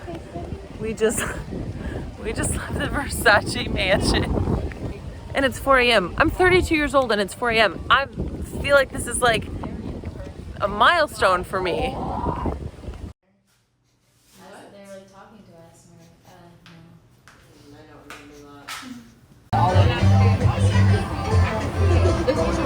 Good morning. We alive. Well, some of us are alive. Some of us are alive. One is down. One is down for probably the day. I don't bet she makes it through the day. Not makes it through, but makes it through anything. Yes. She's not gonna die. She will not die. After brunch, we went back to the Airbnb and did nothing for 4 or 5 hours. Now it's like 6 p.m. We're heading over to Little Havana to find a Cuban sandwich for dinner. And then we have reservations at Live nightclub tonight. So your girl's got a rally. We're just gonna go explore a little bit. It's fun getting to explore with people sometimes. This trip does not fit my normal niche?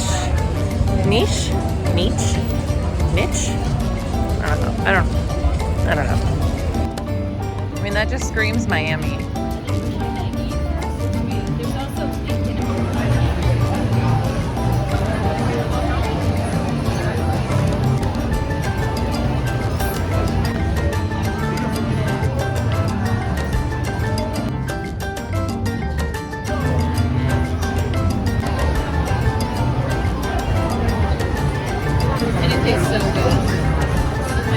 I know that they're so mean. They're like this. Oh my gosh. Okay, thank you. Okay, and then we got a sandwich over there. And the chicken. And then the shredded. Made it to Live. blackout. Look at that blackout.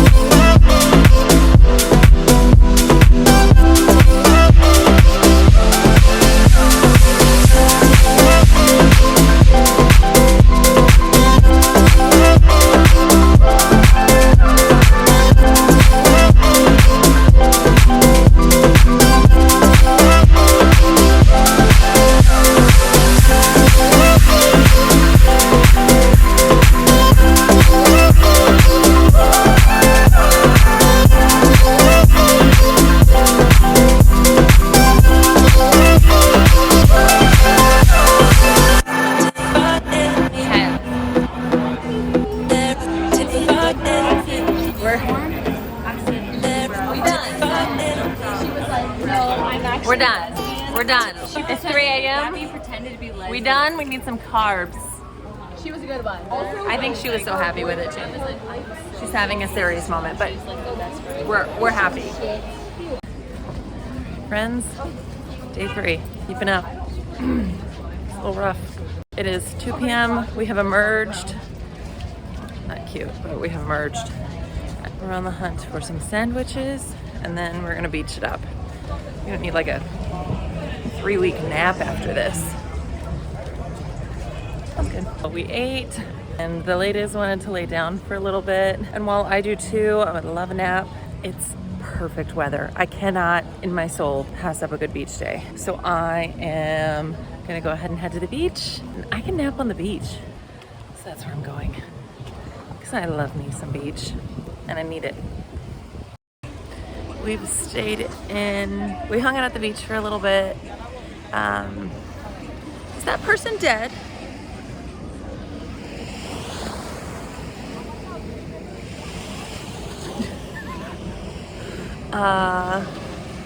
Went back and took a shower and napped a bit, and then we came back to the beach for sunset because we were all hurting just a little bit, needed a nap.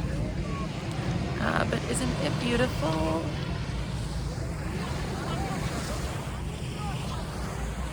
I think so.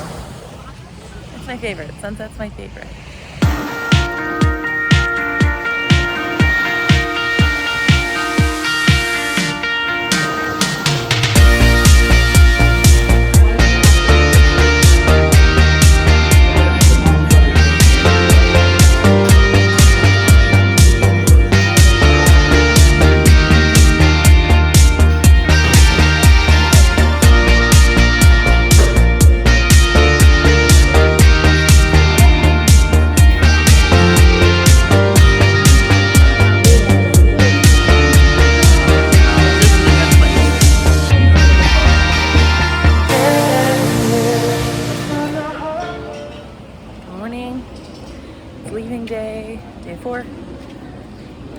few hours before our plane, or before we have to head to the airport, so we will be getting Starbucks first and foremost.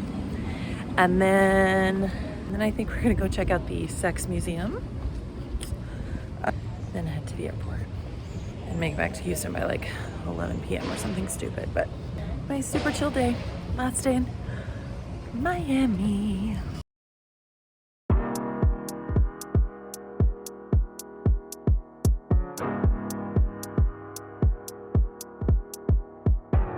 Probably can't show you much from the erotic art museum. But now we just got a text that our Southwest flight was canceled. Like straight up canceled. Not delayed, nothing, straight up canceled. And the website won't work to get us rebooked. And we've already checked out of our Airbnb, so travel woes. It's gonna be an adventure, that's for sure. So now I gotta go figure that out, how we're supposed to get back tonight, and or if we're staying in Miami one more night.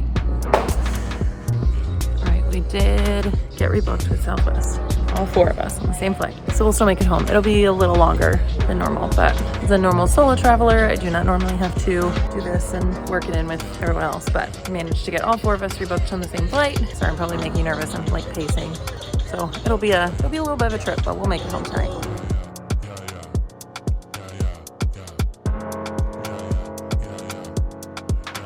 Okay, we were in the wrong terminal for the MX Lounge, so we had to walk quite a bit. So I think we made it. Now we're gonna grab. I love the view here. We're not good actually with things. But it is in Concourse D of the Miami airport. And Southwest flies out of Concourse C, which we're not connected. And the airport should fix that, but it is what it is. We made it. We'll grab, enjoy some vino, and then head back over to our terminal.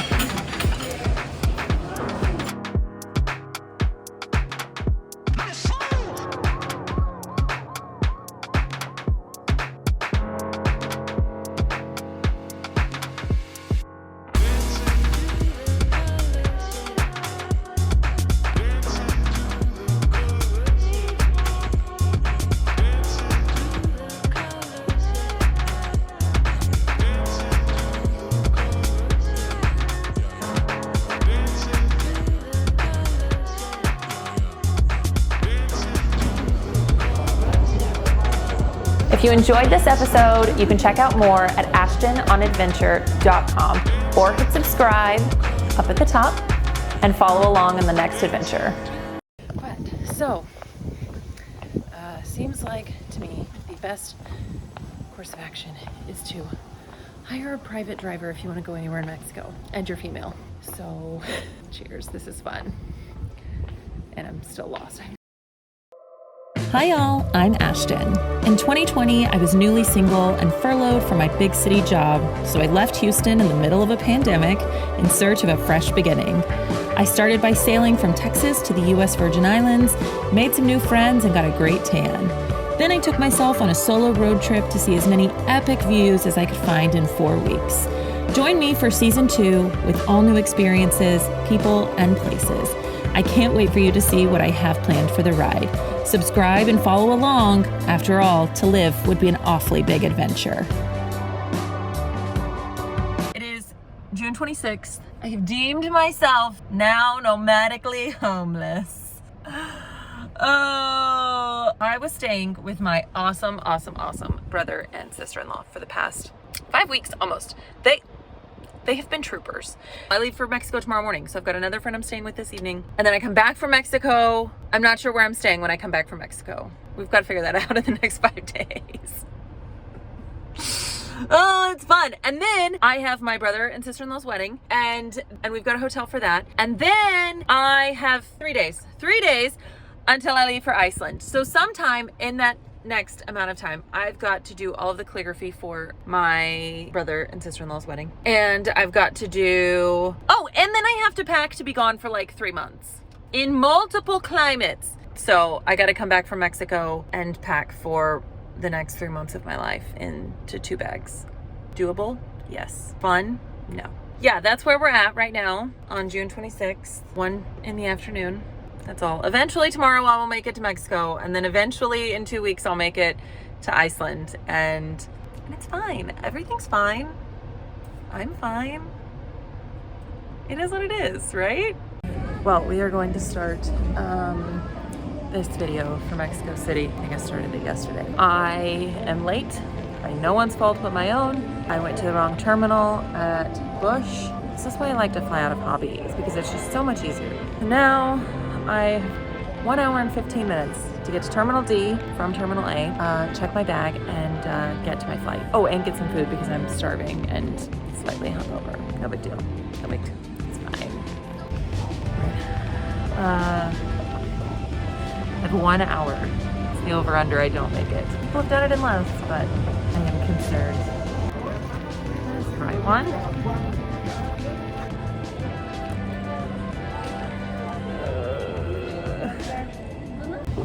Update, it's 10:20. We're already boarding. There was no one in security, but of course, everything on my body set off the alarms, and they had to check my bag. Through the machine that shows a picture of me with all my clothes on so I can get to my flight and get to freaking Mexico.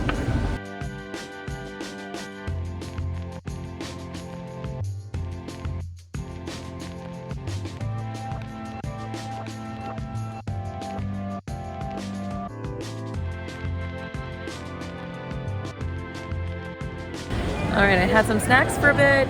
I'm in the wrong terminal now, naturally. They're coming to pick me up, and then we'll start our, I think it's like an hour and a half trek from Cancun to Tulum. I'm here! Hola! Okay, it is, what even time is it? It's almost 11. We have finally made it to our resort. I've made it to Kali and Megan, Lady Hanson's. All right, good morning. It's not morning, I think it's noon. No, it's only 11-ish. My hat did not really survive the... Anyways, we've gotten up, we've scheduled our COVID test, scheduled our departure taxi thing back to the airport, and now we are gonna go enjoy, like, look how beautiful this is. We've got one more meeting with someone on the property because we are really here because Megan is teaching yoga. And we're just her yoga groupies. He's so big. Hi, bud. Oh, my hand is shaking.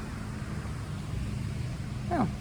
So a little later, we want to catch a cab into the city, into Tulum proper, go take all the Instagram photos, go to the markets, but we're in Mexico!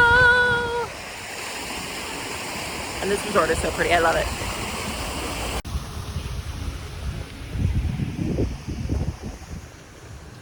What do we see?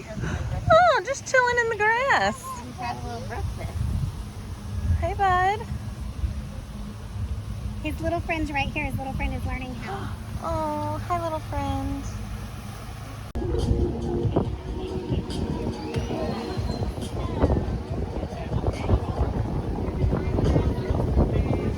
Mucho tequila. Y two tequila shots. Gracias.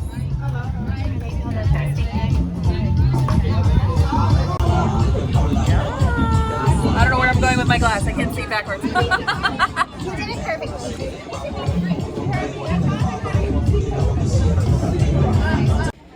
Okay, we had our nice little pool day. We've showered, gotten dressed. And we are gonna head to town for the evening. There's the line.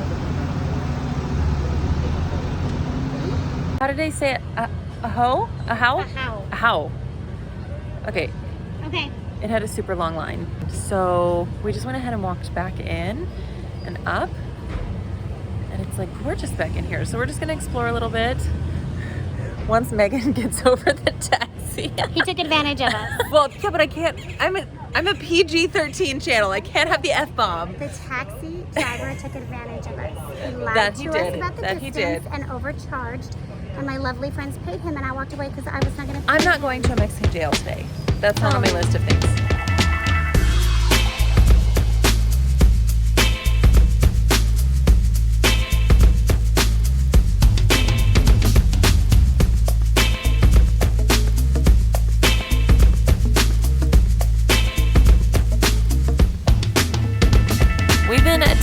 to wait for the crowd to die down at the bar behind the house sculpture.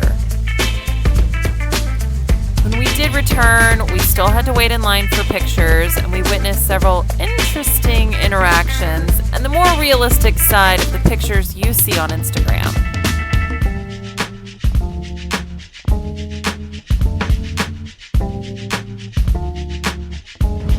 Alright, these lovely ladies let me get my photo at how? I still feel like I'm saying that wrong. But it was a mess. I knew it would be a mess because I had seen the Instagram post that said, show up at daybreak if you want to get a good picture. But like, oh, that's a hostel.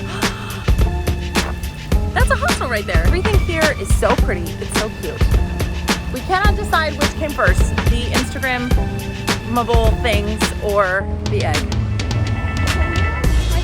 Tulum or the Instagram, or if Instagram made Tulum famous, we're not sure, but one of the two. It's very Instagrammable. It's very, very pretty, and I mean, everything is stunning and gorgeous.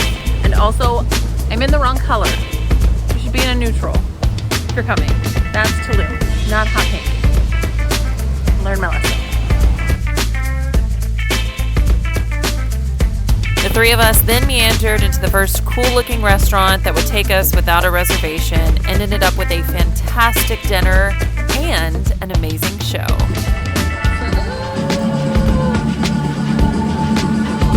I'd love for you to hear us gushing about all of this delicious food, but the restaurant had a live DJ and all of this audio has to be taken out for copyright reasons. Just know that Chambao Tulum did not disappoint on flavor and its unique style.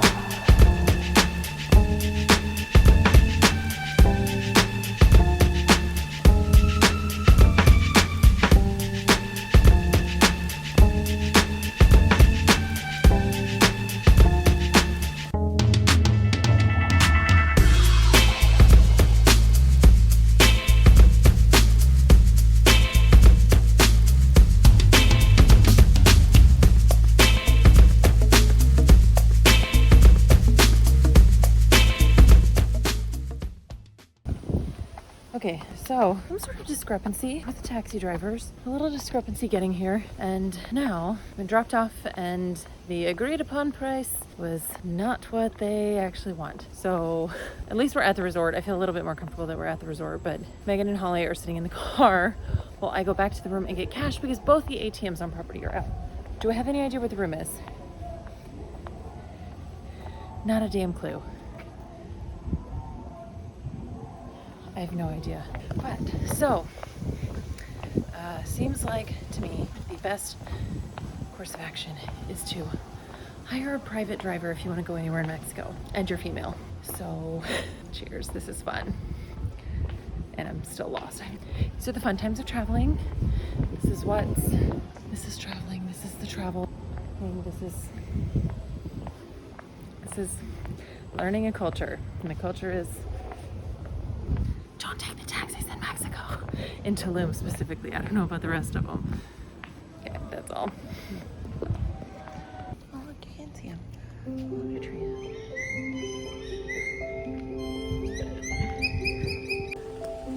Good morning. But I am up. The whole reason we are on this trip is that Megan is teaching yoga this week at the resort. So I'm up for 9 a.m. yoga. We're gonna go do some morning yoga and then work for a few hours, and then we're gonna head off. We've got an excursion to a few different cenotes today.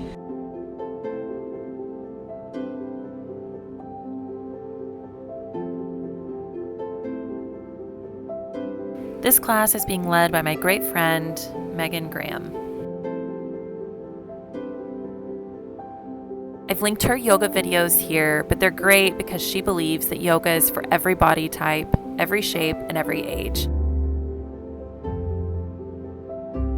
She meets people where they are in that very moment and helps them accomplish their mental, spiritual, and physical goals. You can also check her out on Instagram at everybodyyoga.with.Megan.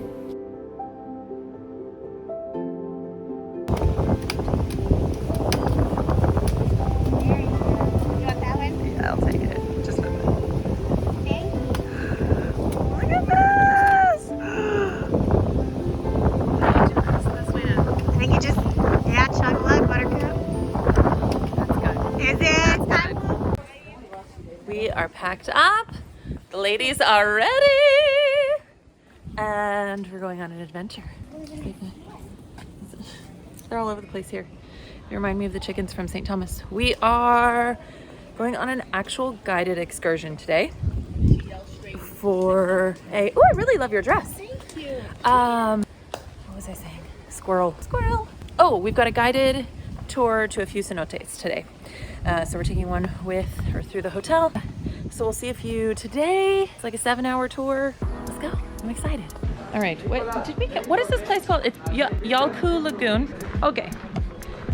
Esta aquí.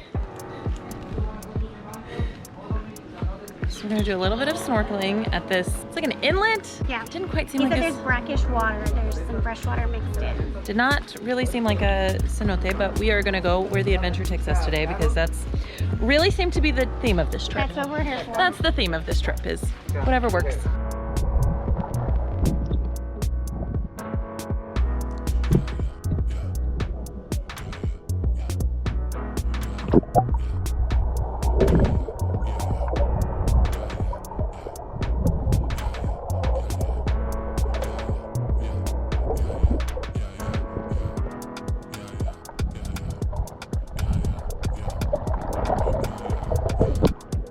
That's amazing. He said now it's time for the Mayan sacrifice. Okay, we've made it to cenote number 1. This one has zip lining and a big jump. I'm gonna get over my car sickness. Wow. The car sickness was a little, ooh!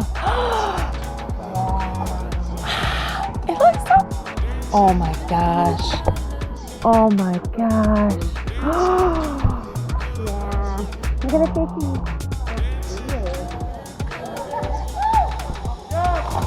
Oh god. And then you know.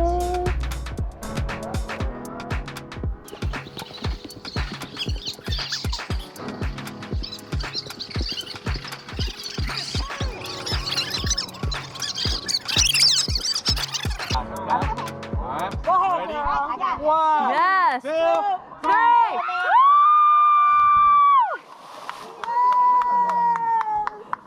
Yes, girl. Yes. Conquering those fears. Maggie, how'd you just do that so quickly? You just gotta run and jump.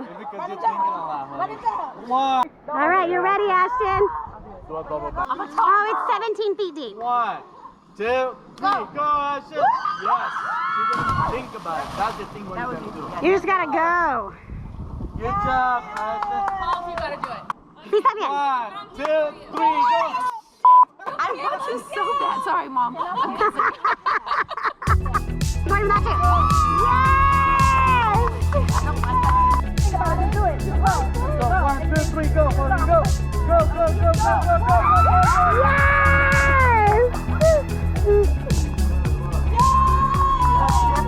Are you alive?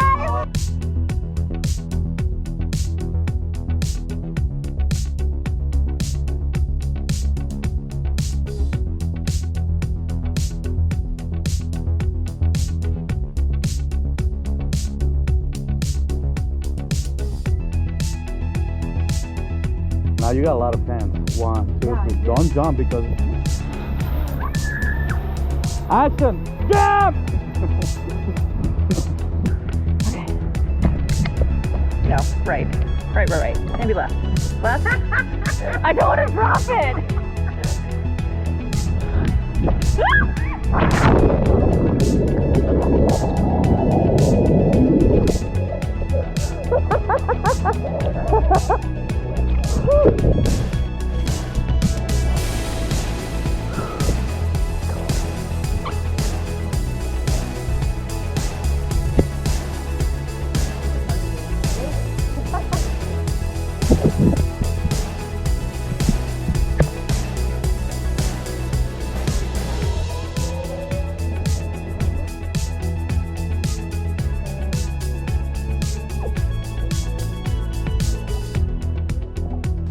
Going to the restaurant first.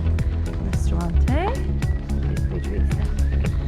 So we will eat whatever's on the menu, and then we're going to the cave for the last one. So excited! Okay, so pollo, cochinita, said it right. Rice, frijoles on tortillas, fresh tortillas, fresh. Sí, es un jaguar. Es un big cat.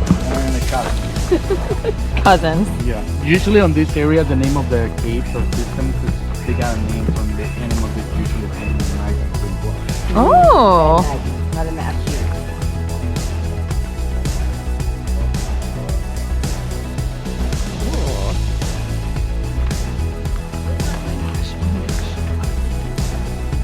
Wait, are we coming back out this direction? Do we come this way? Oh. Oh, I see. One in, one out. It's like gonna be most of my videos gonna be super dark. Be excited. Oh, it's refreshing. It is refreshing. Refreshing is accurate. Oh, now I see why you jumped in.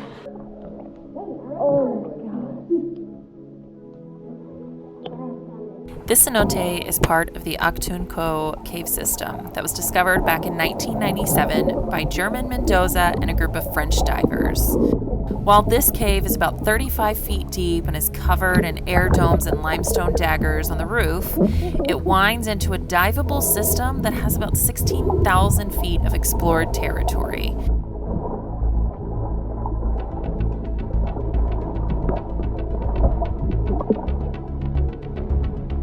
This cenote was so magical and was by far my favorite stop of the day.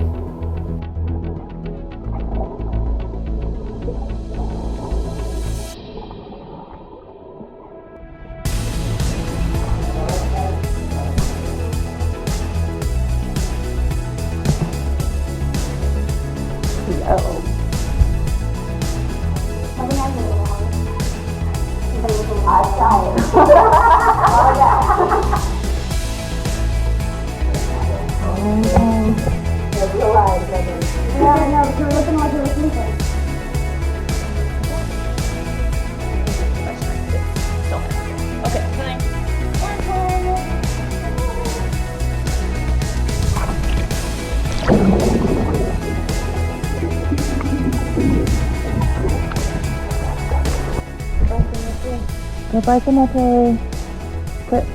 ¿Cueva de Puma? Cueva de Puma. So magical. Okay, so this is where.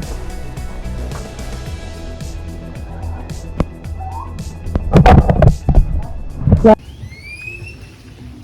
So rainy.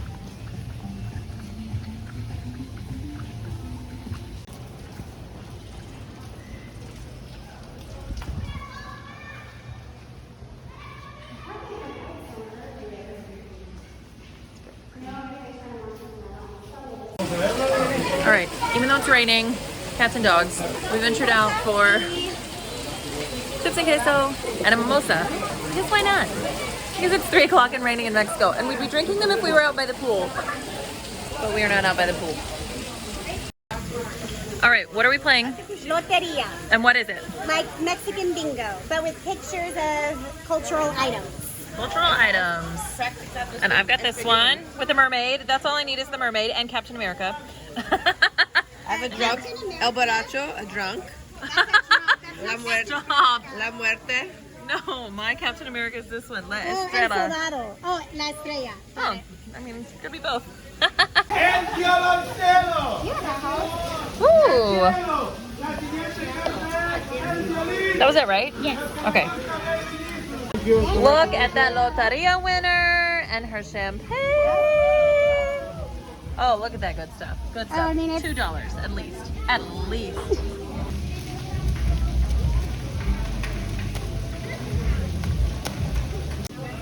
I mean, might as well. Para abajo, para el centro, para adentro. También Marco, Marco y Marco. Dos Marcos. Dos Marcos. Okay, well, I said I wasn't. Yes.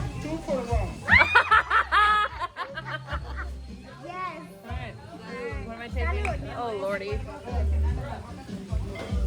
Oh, that's good. It's good. Oh! Fresa. That is good. Yeah. This is the content I really need, is Megan chasing the the lizard. All right, we came to the Italian restaurant that's in the resort. Oh, look at this beauty. It is raining. We are out of dress code, but they let us in anyways. And we're digging in on some carbs and Italian food.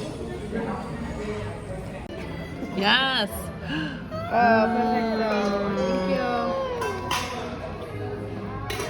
Okay.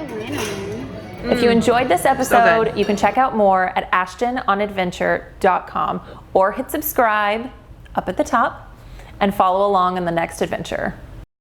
All gotta be, that's the biggest thing I've ever seen in my life. I can't go in there. I No. can't go in there or we have to check out. Oh my god. It's massive. No, turn it off. Turn it off. Nobody wants to. Hi y'all, I'm Ashton. In 2020, I was newly single and furloughed from my big city job, so I left Houston in the middle of a pandemic in search of a fresh beginning. I started by sailing from Texas to the US Virgin Islands, made some new friends, and got a great tan. Then I took myself on a solo road trip to see as many epic views as I could find in 4 weeks. Join me for season 2 with all new experiences, people, and places. I can't wait for you to see what I have planned for the ride. Subscribe and follow along. After all, to live would be an awfully big adventure. All right, continuation. Done my work this morning. Oh, Abuelo is back. That's Abuelo. It's always, literally always right here. Ooh, and Abuelito? Is that how you say grandma? Pardon me. Oh. And Tia, we've got them all the lizards today. Oh my gosh, there's another one down there. Okay, not squirrel, iguana. Today's adventure is going to be fun and a little scary. Today we are renting a car and driving through Tulum to go see a few more cenotes and to go back to town because the taxi drivers monetarily took advantage of us last time, the fact that we were women. So we are renting our own car, driving in Mexico. If anyone remembers the learning how to drive on the islands. Mind you, this isn't on the wrong side of the road, but it will still be a grand adventure, I'm sure. Especially because I don't know jack about kilometers and speed limits and all of that. Fun, it's fun. De eso, más un 30% que queda como garantía. Okay, so we're at Dos Ojos, which is apparently tres cenotes. It was like one big package or just see one. Life jackets are included, cash only, which we probably should have prepared for, but so we will go see the Dos Ojos. Is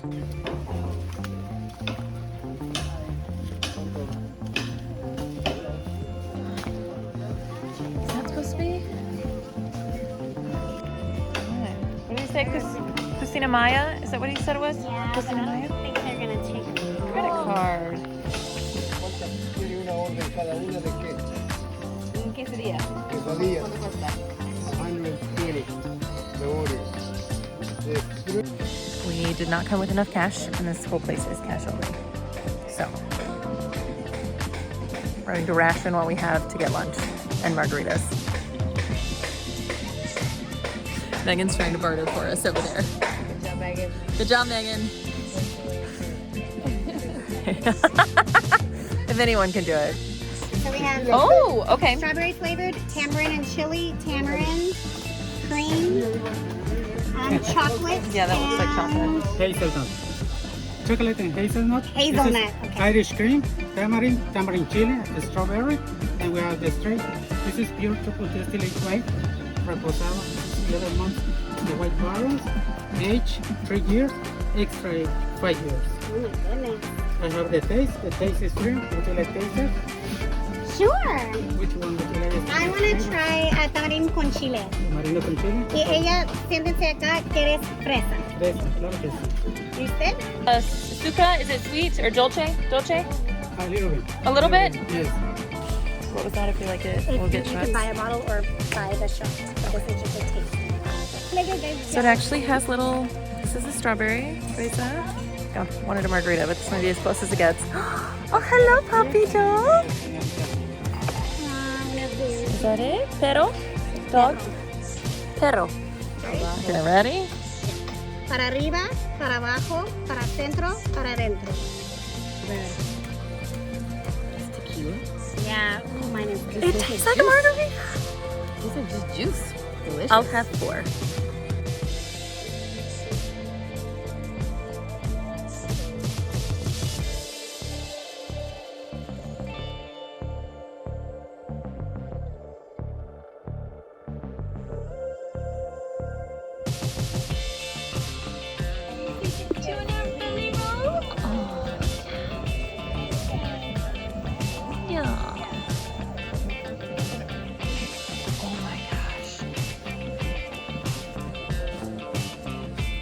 A little bit of spice actually, but not much. I don't know what it is. I'll make it through. There's a salsa inside. Thank you. Gracias. All right. Now we're gonna go cool off in sun a bit in Dos Ojos cenote.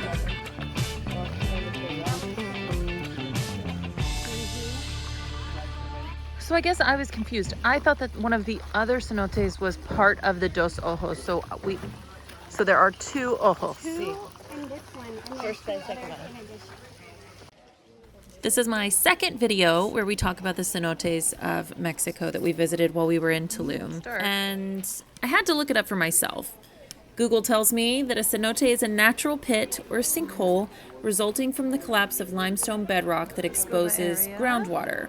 The regional term is specifically associated with the Yucatan Peninsula of Mexico, where cenotes were commonly used for water supplies by the ancient Maya and occasionally for sacrificial offerings. Not my cutest look. It's okay.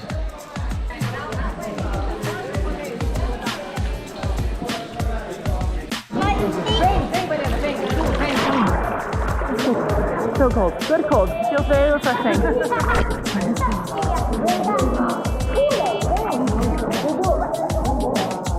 It looks like something out of like Pandora.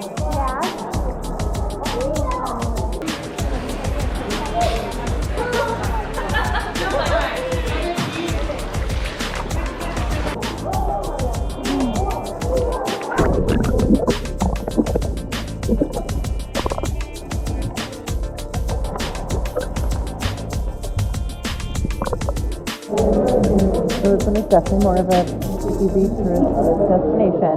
We only paid $20 to get in, so this is what you'd expect for that. There's a ton of people here.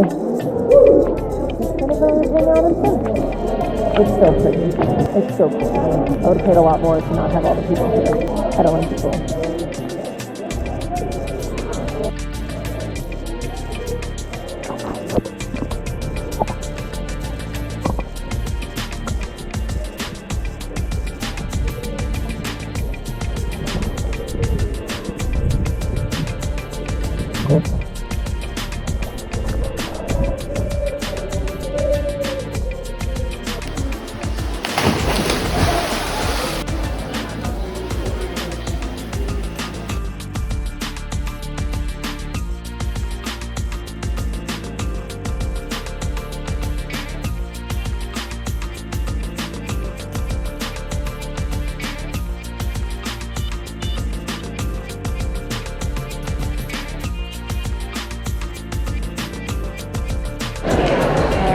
This is a second eye.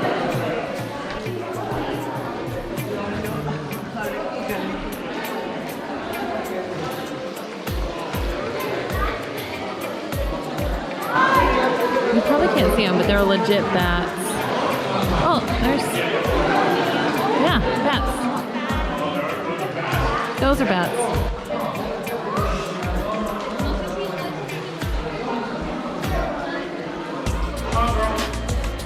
Okay, time to get cold again.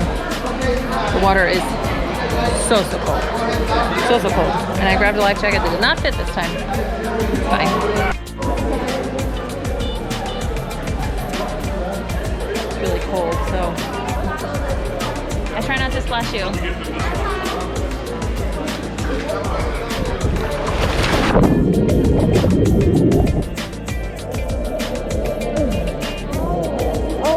Much better. It's faster that way. Woo!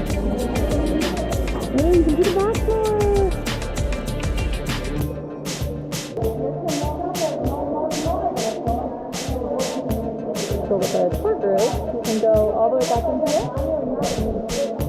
You can go all the way back up in there. Okay, so we think this one is actually crescent shaped. And we think it goes all the way. This is where we got in.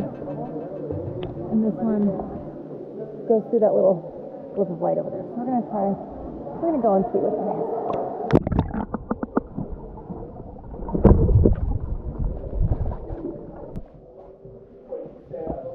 This is magnificent.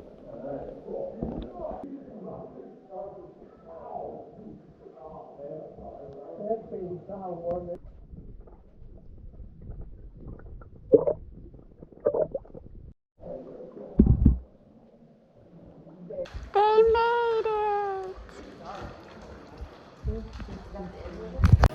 Let's see what this is. Dry cave.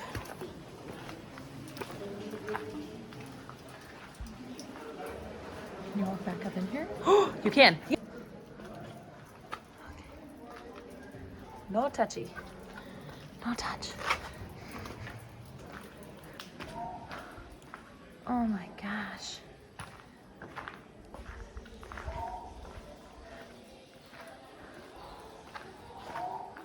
Oh! Look at all the, well, that's bird, but bats. By the way, very, very low clearance. Oh my gosh, this is magical. It's magical. Okay, there's no one down here, and it's utterly magical. It's so quiet. I'm obsessed. It's so pretty.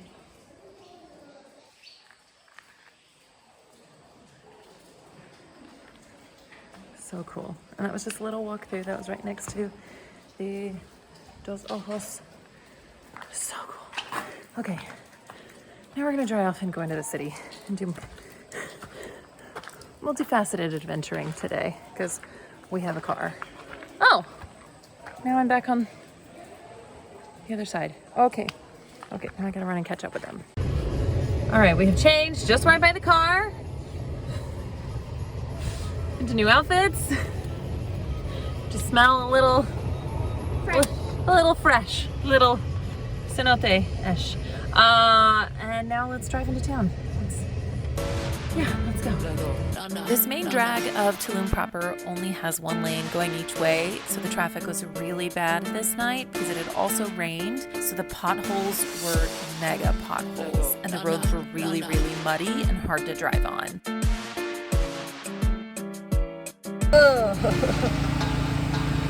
The bottom is where the tequila is.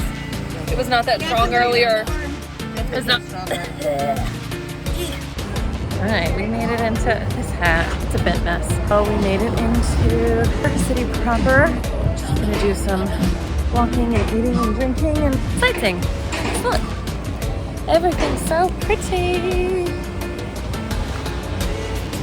So yeah.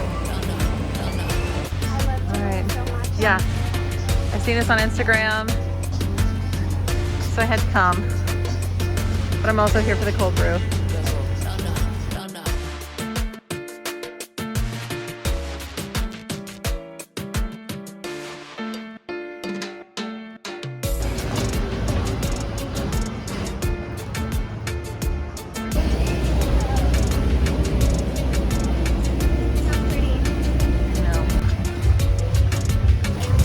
A muddy, muddy mess.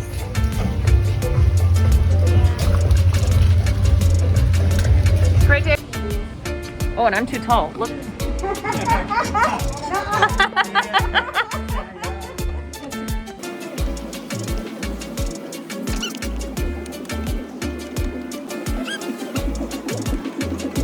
many stairs.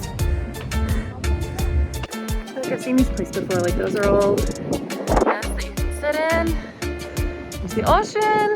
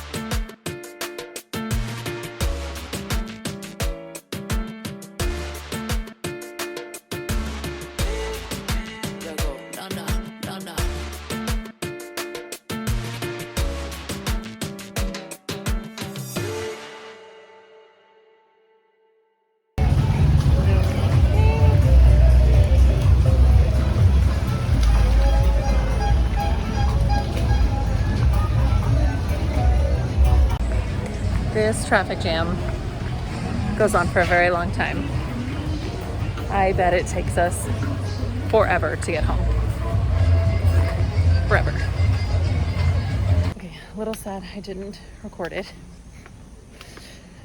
We got to the gas station to fill up the rental car and went to a really popular one. And they tried to tell me that the credit card machine wasn't working and we had to pay cash. Mind you, we don't have any cash because all day long it's been, oh, we only take cash, we only take cash. So we just sit there and be like, I don't have any cash. Like your credit card machine, it was obvious that he was like trying to lie to us. Just, God, it sucks so much that they like keep trying to like swindle us and like hate that. And like, we know we're being taken advantage of. Yeah, so basically, and he tried to tell us there was like an ATM around the corner, and I said, no, that's the only card I have. It's like, well, my machine is broken. That's all I have. I said, the cenotes took my cash. That's all I have is that card. And he was like, it's not an ATM card. And I was like, no, it's a credit card. That's all I have. And finally, after coming back, he came back again, tried to show us that the machine was broken, and he had just really taken the battery pack off of it. And then I said, I don't need a receipt, but that's all I have. Take it or not, that's it. And then lo and behold, the machine was magically fixed. So really just spent all day long. It was like that with the rental car situation. It was like that with the rental car. All of a sudden had all of these extra fees on it. One thing after the other with Mexico. It's just not, it's beautiful. It's been double or triple the amount if they would just not try and scam us out of everything. But that's what it feels like. It feels like everything's a scam. Everyone's being swindled. I don't know if they do it to the men because we're 3 women together or what, but it's been a pretty negative experience. That portion has been a pretty negative experience for Mexico, and I would definitely warn others about it. Man, literally every day, every time we leave the resort, we've been swindled in one way or another. Just stick to your guns, I guess. That's the best I can offer, I guess. Tyler, like, please get the video. Where's the video? I'm doing it. I'm Give me doing the it, camera. but I don't want to go in there. That. Holy shit! All gotta be. That's the biggest thing I've ever seen in my No, I life. can't go in there. I can't No. go in there or we have to check out. Oh my god. It's massive. No, turn it off. Turn it off. Nobody wants to. I don't know that I can go over the bar. I can go over the bar. But if you pull the towel down, it's not gonna hit it, right? Yeah, but I don't know if it's gonna.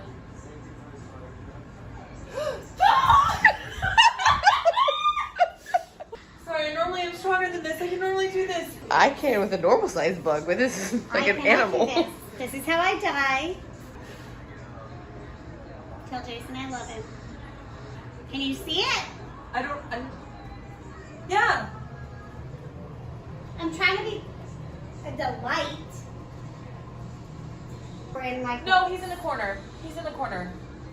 Okay, don't move anything. Just don't move anything. Don't move anything. Don't move.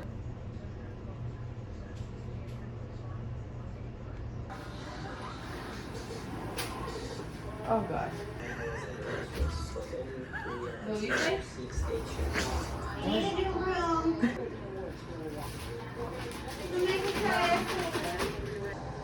Still got my shoe. In case he crosses the threshold. He's there. What is there? He's still there.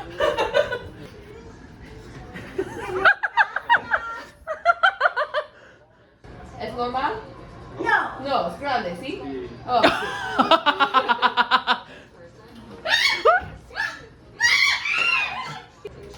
Muerte? Did you get it? Oh. It's muerte or morte? Muerte. Muerte. That's muerte. No, that's just a leg. Oh god. Oh. Is it dead? It's dead. Okay. It's dead. Muchas gracias. Muchas gracias. Good morning, friends. My last coffee run of this trip. I head to the airport. I grab coffee, head to the airport. It's like an hour and a half ride to the airport. And then I should be back in Houston by 7 p.m. Excuse you. And then it's adios, Mexico. If you enjoyed this episode, you can check out more at ashtononadventure.com or hit subscribe up at the top and follow along in the next adventure. Y'all, I can't with the fly. I'm just trying to have a moment and the fly. Hi y'all, I'm Ashton. In 2020, I was newly single and furloughed from my big city job, so I left Houston in the middle of a pandemic in search of a fresh beginning. I started by sailing from Texas to the US Virgin Islands, made some new friends, and got a great tan. Then I took myself on a solo road trip to see as many epic views as I could find in 4 weeks. Join me for season 2 with all new experiences, people, and places. I can't wait for you to see what I have planned for the ride. Subscribe and follow along. After all, to live would be an awfully big adventure. Okay, nice little travel update, because I did not update once I landed from Mexico, I don't think. In the last 2 days, I've had a lovely case of Montezuma's Revenge. Not fun. I believe it came from the last day when we were drinking the rum at the cenotes, and they gave us ice. It was probably a little sketch.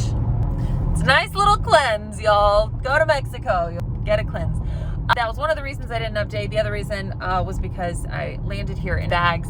My bag did not arrive. I'm always a lot hesitant to check my bag, but when I needed to, I could get like my protein shakes down there, and the amount of stuff that I took for photography, I needed to. Anyways, did not arrive. So I filed claims. I emailed all the people, like zero communication. I even filed a claim with American Express. They were fantastic since Aeromexico was not replying to any of my anything. Like there was zero communication with Aeromexico. So I got American Express involved. They couldn't get in touch with Aeromexico. Like, it's only been 2.5 daes, but you just got to be diligent about that. Like, you've got to be on top of it. Like, I couldn't just sit around because I leave in another 10 days to go to Iceland. All my stuff is in there. Is it like, oh yeah. So anyways, finally today I found every email I could find for Aeromexico and just started sending emails. What I think triggered it is they sent me a survey in my email this morning about how my experience was, and I went through and rated every single button a 0, and in every single comment box I could leave told them I hadn't heard back from them, I hadn't had any communication, I lost my bag, my whole life's in this bag. So, and then conveniently 2.5 hours later, which is how long it takes to fly from Mexico City, where my connection was, to IAH, I get a call that all of a sudden my bag has been found. That wasn't even Aeromexico, that was Lost and Found, is run at Intercontinental. So I got a call from Bush. Still have not gotten a call from anyone at Aeromexico, like headquarters or customer service or anything like that. But it's fine. I am grateful I've got my bag. Now I am just driving around trying to find parking at the airport so I can just walk straight into the terminal. I hate this airport. I loathe this airport. Houston, IAH, Intercontinental Airport, horrendous. And it's almost a lot like 45. It has never not been under construction. I'm not being negative anymore. I'm being grateful. I'm being happy I found my bag. Gotta find parking, and then I have my bag. Hakuna Matata. That's all that needs to be said.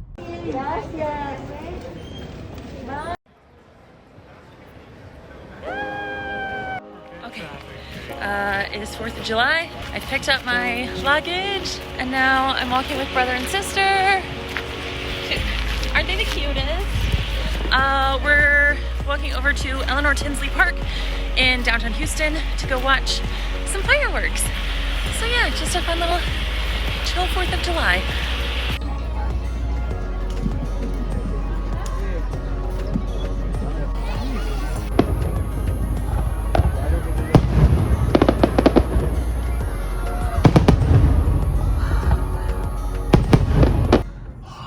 I'm so sweaty. I kind of miss coming to you guys from my car after the road trip. There are so many car chronicles. Okay, it is Thursday, July 8th.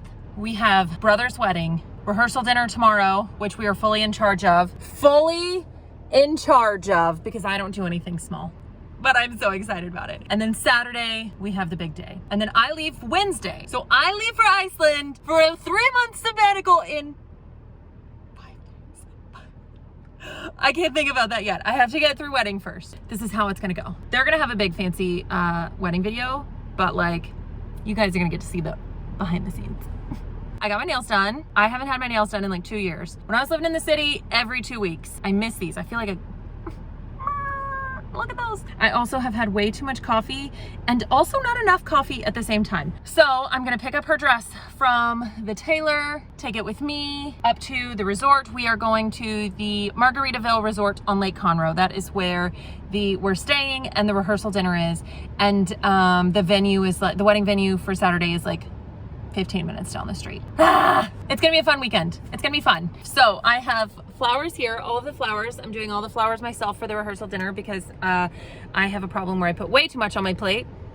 Okay, back here we have, back seat is all wedding stuff. The back there is just about literally everything I own. All of my clothes, all of my suitcases. There's a fly in here. Everything, which I have to condense down to 2 bags to go overseas. It's fine. We're not talking about that yet. We'll talk about that on Monday. Monday and Tuesday, I am staying with my Aunt Angela, and she's gonna help me pack. Yeah, let's go have a wedding weekend for my baby brother. I love him so much. Or maybe I should cry today so that I don't cry Saturday. I love them so much, and I love the woman he is marrying. Mackenzie is, well, she's perfect. I could not have asked for a better sister-in-law. The fly, still.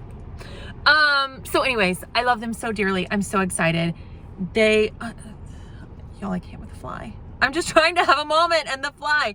Okay, anyways, the fly's telling me I don't need to cry. So I love them. They're perfect. I'm so excited for this weekend for them. And I'm gonna bring you along too. So this weekend's adventure is a wedding adventure. And I'm excited. Okay, let's do it. Let's go.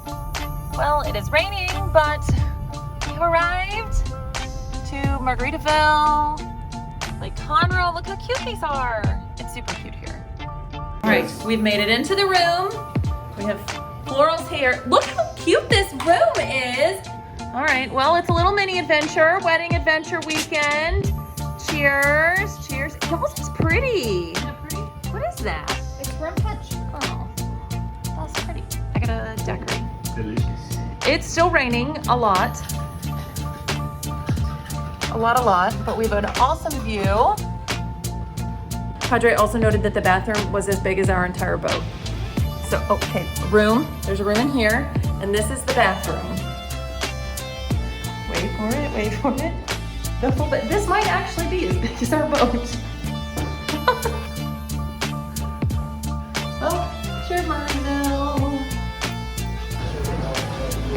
Coffee this morning.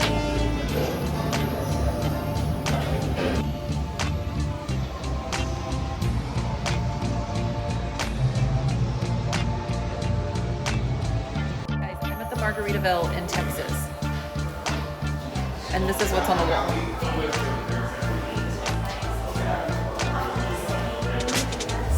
There's not very much sun, as you can see. But myself and the Grams, oh hey Grams, are heading to the pool for a little bit before the rehearsal dinner.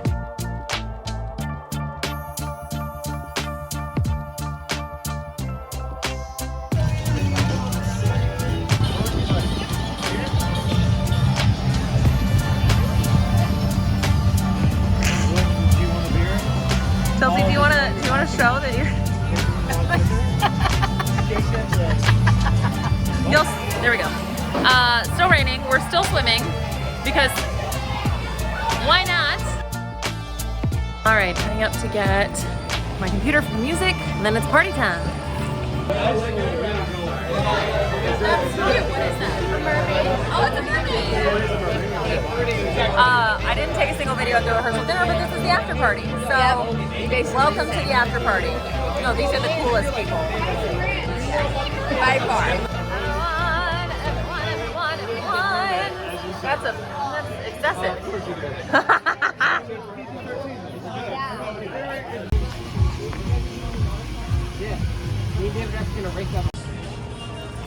Cute. It's wedding day. Did not film nearly enough last night, so you only got like this much of it. I'll try to do better today. We're just waiting for the van. We're heading over to the venue. I've got a cart full of stuff. We've got a car full of stuff. I'm just vlogging. It's wedding day. It's wedding day. Yay. She coming with all her girls and all her stuff. Let's hope I know how to do it. Actually, that one might be a twist off. Yep. Oh, okay. Pop. Wow.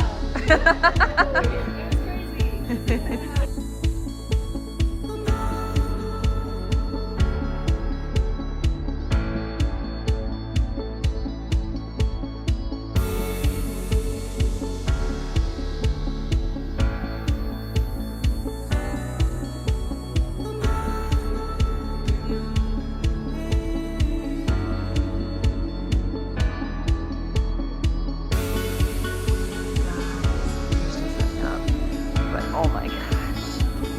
It's so beautiful.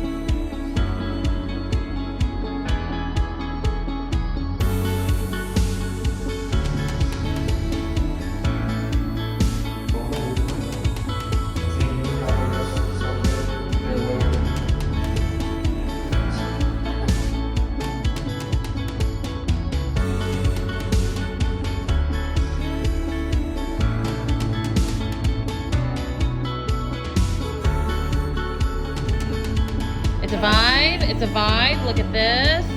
The backlist, yes. The party. What about a piece of video for my vlog? Woo! Oh, the dancing queen.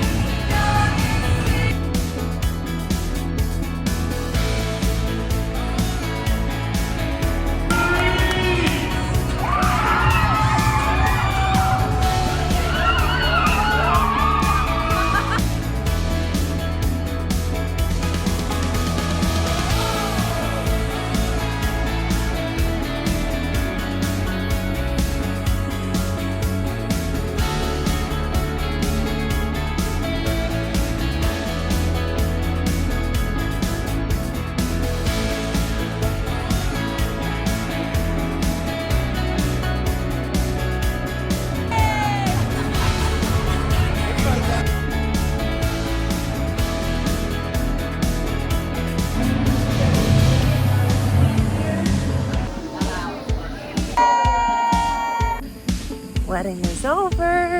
It was a blast. I say goodbye to everyone. So I'm only a little teary. Also, don't have much of a voice. Just walking around the hotel in my jammies, my sparkly shoes. Give everyone a hug just in case I don't see them before I leave again. That's always the hardest part, but okay, until next time, guys. If you enjoyed this episode, you can check out more at ashtononadventure.com or hit subscribe and follow along on the next adventure. Compose yourself. You're a seasoned world traveler, not a hype girl. Hi y'all, I'm Ashton. In 2020, I was newly single and furloughed from my big city job, so I left Houston in the middle of a pandemic in search of a fresh beginning. I started by sailing from Texas to the US Virgin Islands, made some new friends, and got a great tan. Then I took myself on a solo road trip to see as many epic views as I could find in 4 weeks. Join me for season 2 with all new experiences, people, and places. I can't wait for you to see what I have planned for the ride. Subscribe and follow along. After all, to live would be an awfully big adventure. Hello, friends. Okay, we are T-minus 2 days, literally until takeoff.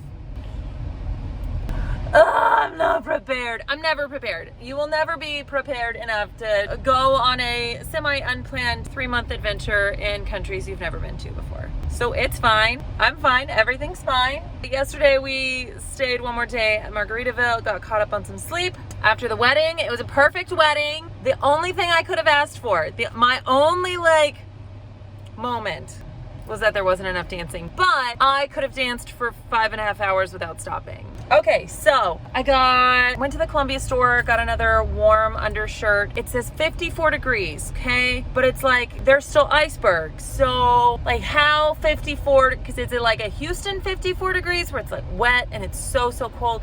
Is it like a Colorado 50 degrees where, I don't know. Heck, it was 50 degrees when I was in Paris and that was still pretty chilly. I don't know. So I am prepared for warmth. I am prepared for, it's cooler. I have to go to Best Buy, get an extra memory card for my Nikon because apparently those are very hard to find overseas if something happens to the one I have. So now I'm staying with Angela for the next 2 days. So I've got to go home, literally lay out everything I have, send back the stuff I'm not taking, send that back to the boat, and then figure out how to pack everything I want to take into my 2 bags. We're gonna film this process also so that you get to see exactly what it is, because I am notoriously an overpacker and I need to not be. So I'm hoping Angela will keep me in the right on this way. She will keep me on the, what do you call it? The straight and narrow. All right, so this is everything I have back in the States. This box is everything I'm either putting in storage or sending back down to the boat. I'm not sure. That's everything I'm taking. This is all a bunch of random stuff and shoes. I didn't actually need those. I'm gonna fit everything into this bag and that bag. And then we'll also be taking that. Gideon, what's happening? Everybody's gonna see my boxes on the dresser. You're moving too. Are they gonna have a steamer where you're going?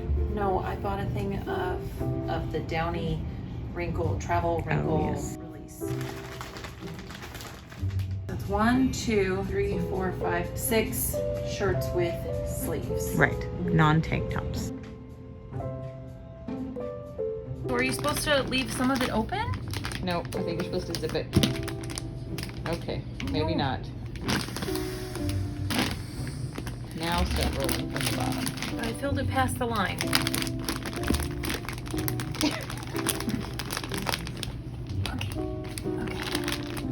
How many dresses is that, Ashton? This is 14 dresses.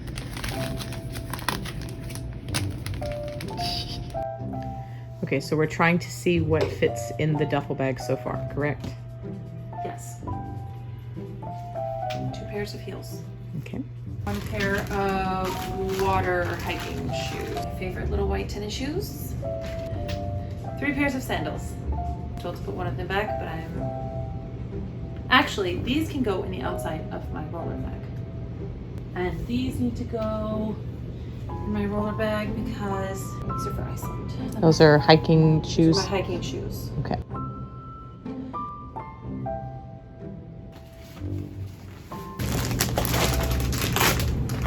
I already hate myself. It's so heavy. It's so heavy.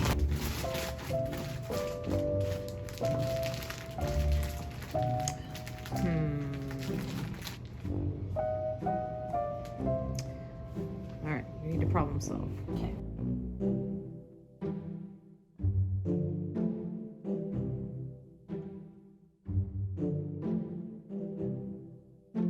All right. It is leaving day. There are toddlers in the back. We have my chauffeur slash hotelier slash packing helper. Yes. The videos for packing will cut off because we reached a moment of panic and no mas. I still have packed way too much. I have way too many bags. There's way too much going on, but it is what it is. I've got my 2 little other helpers in the back. Hey guys, can you say hi to the camera? Say hi. So we're heading to the airport. My least favorite airport of all time. FYI, there's a sign that says the #1 airport in the country, though. I don't know who gave them that, but that's a lie. Maybe it's one of those like world's best dad t-shirts. It's not like they gave themselves that title. That sounds very Houston of them.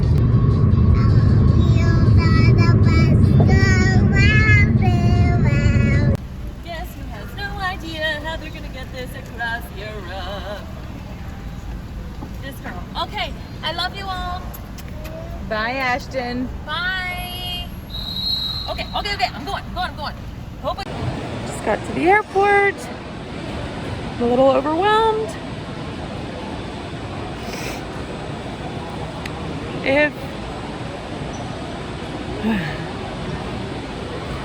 Just know that though it is very brave to do something like this, it is also utterly terrifying. Excuse me. So,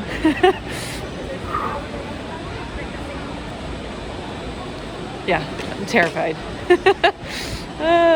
Okay. Whew. Okay. We're good.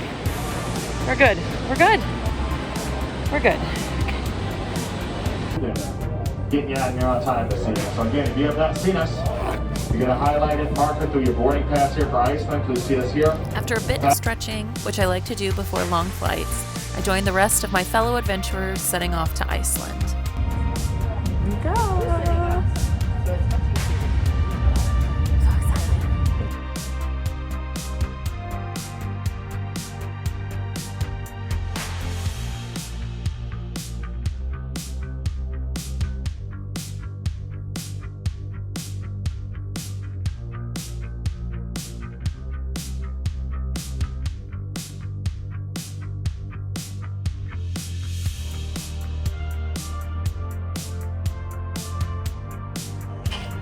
I've got to go through customs. I've got to get something to eat. I'm starving. And then customs and immigration. Then go pick up my car. Then drive 45 minutes to town.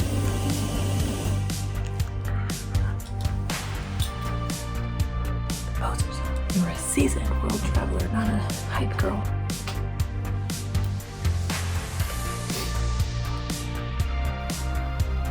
After customs, I made my way through the duty-free shop. I'd heard that the best deals for alcohol are in the airport duty-free shop and that you should do your shopping here, but I was really hungry and a little sleep deprived, so I missed this opportunity and just paid more. For my first 3 days in Reykjavik, I stayed at the KEX hostel right on the waterfront and I loved it. I'll give you a peek at my room in the next episode. This is their McDonald's, I guess?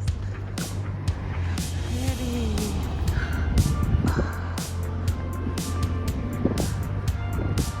That's what we're getting. Go.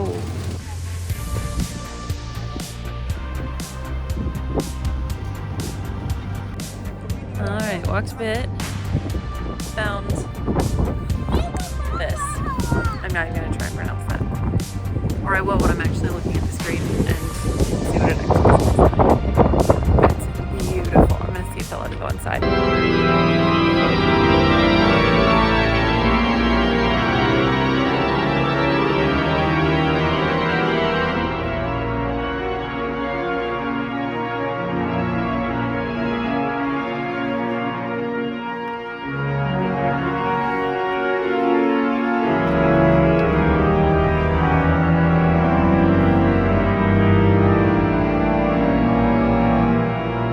Welcome to the Icelandic landmark Hallgrímskirkja. However you pronounce it, it took 41 years to build this Lutheran church in the heart of Reykjavik. Construction started in 1945 and ended in 1986. It stands 244 feet tall and is the largest church in Iceland and also the tallest structure in the entire country. Hallgrímskirkja. I'm going up to the top of the tower. It was almost closed and it was $9. I had to do it. I had to do it.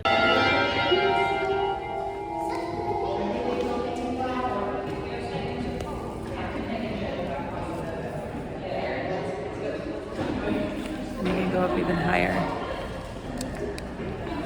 There's the front. I think this is the front of the church.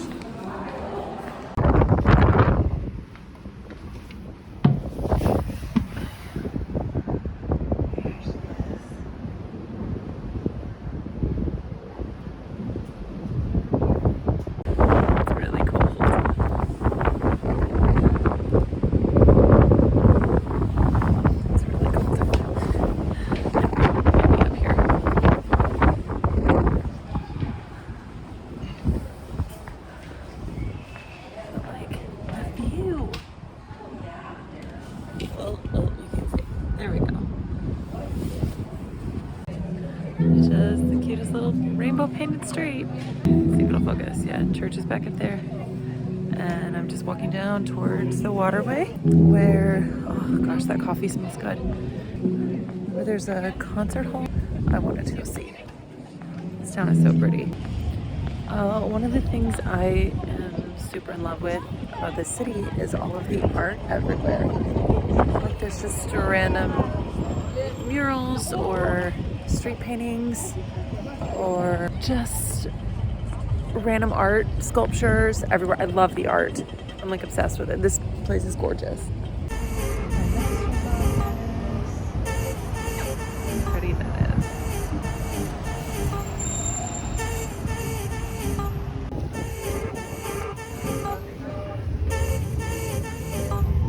I found a street performance. Let's go watch.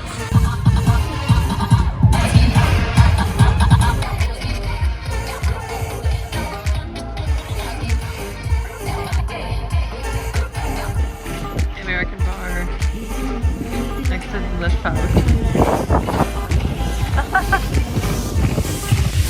This little shop I got the hot dog from, just right here on the corner. What is everything going on it?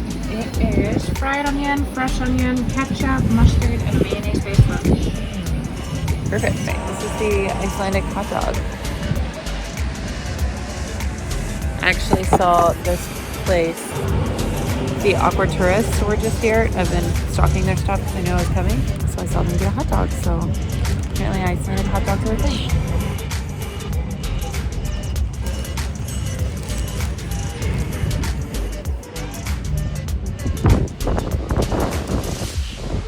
That's really good. Made it down to the waterfront. This is the Crystal Endeavor. And then pilot ships. That's Icelandic Coast Guard over there. Pardon me.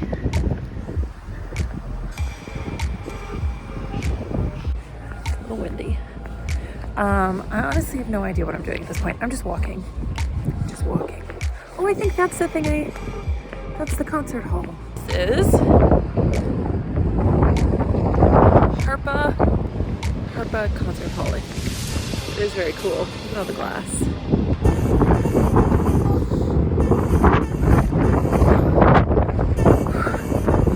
There's a wind tunnel here.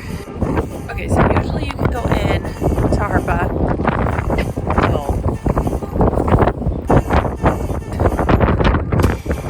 Usually you can go into Harpa and take really cool pictures. It's supposed to be like an architecture. Why can I not say that word? It's supposed to be really cool architecture. Why can I not say architectural? Going on like 3 hours of sleep in the last 48 hours. I'm just trying to stay awake so that I can actually sleep tonight. It's supposed to be a really cool architectural piece in Reykjavik. That's what I'm trying to say. But they are closed for renovations, so you cannot go inside. It reopens on August 3rd, which unfortunately, I think is the day I get to Paris, I think. But it's right on the water. And we'll go see some of those guys. I got my cameraman, so I don't want to venture. It's so windy. I don't want to venture too far from my hostel at this point. I think I'm 2 miles away from it. So I think I'm gonna go back to my hostel. They've got a pub downstairs. The negative reviews of my hostel was that it was a party hostel. So this introvert chose the party hostel. We're gonna say us trying to branch now.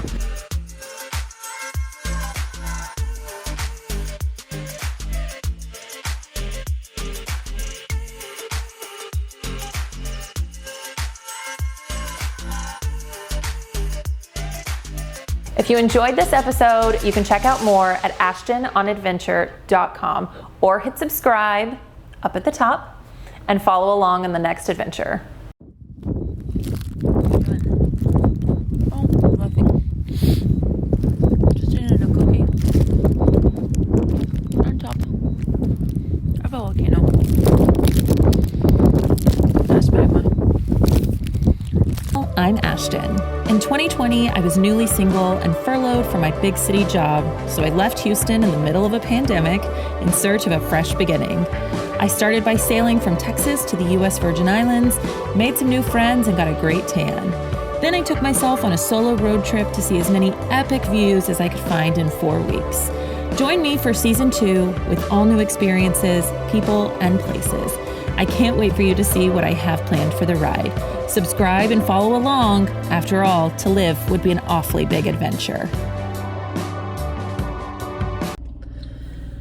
Good morning, friends. It is day 2 in Iceland. We are up. We are running just a little late. It's fine. I just have to be at the Blue Lagoon for between 10 and 11 a.m. I had breakfast at the hostel. I slept in. Way slept in. So today we are doing Blue Lagoon. I'm super excited.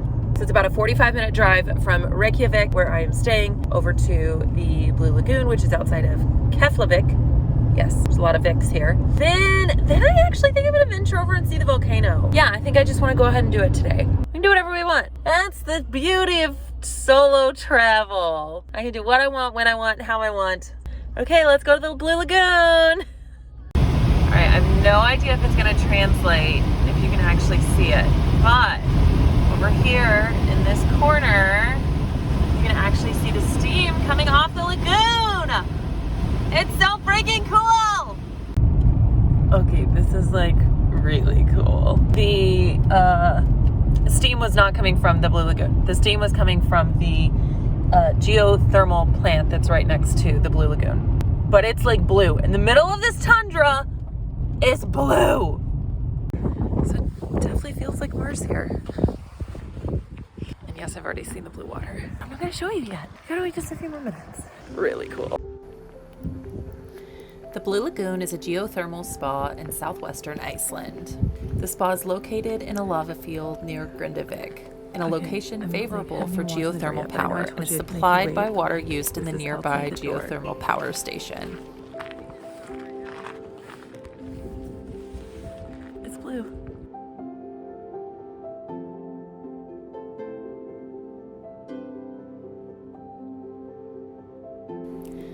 You'll see me showering here, as they require you to take a full shower, even washing your hair, before you get into the lagoon to keep everything nice and clean. The sulfur and the silica are really drying for the hair and skin, so they recommend you lather your hair in conditioner before getting into the lagoon.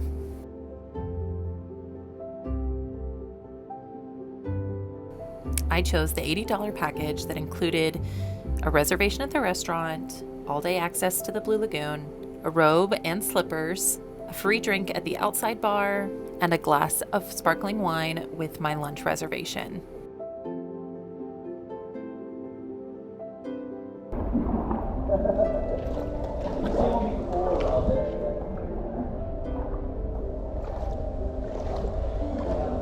The balmy waters of the Blue Lagoon are rich in minerals, especially sulfur and silica, and it is these minerals that give the Blue Lagoon its beautiful milky blue color.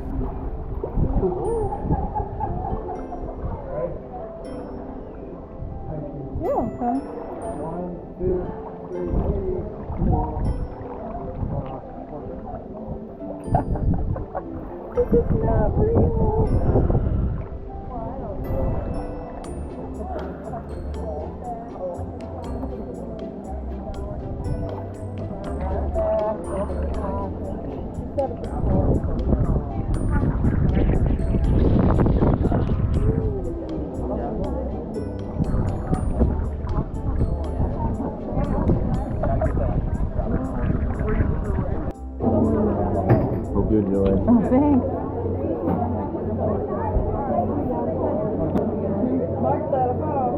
Thank you.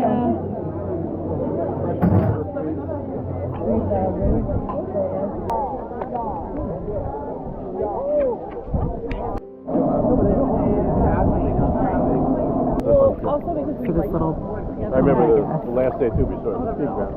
Circulates the water, and it's in much hot. It's like hot tub over here. Everywhere else, it's just like, how to describe it? Just bath water?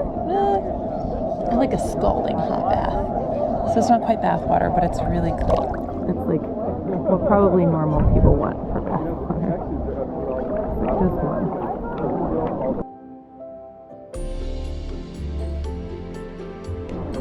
So the other thing that I've seen is that silica in this water is supposed to be really good for psoriasis. I've got really bad psoriasis on my scalp and having a flare anyways. So while they suggested to like put conditioner on your hair, I'm gonna just like dunk my whole head and go for it. Okay. So there is the premium plus 3 mask included. So we will start with the scrub and then add this cleanser and you choose your hydrating mask.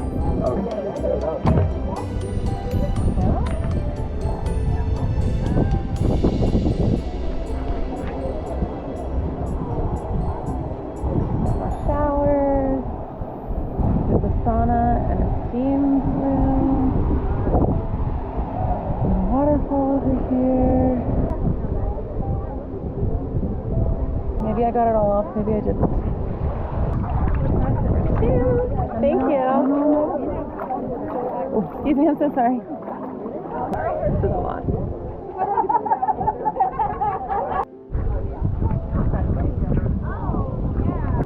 Was it good? Yeah.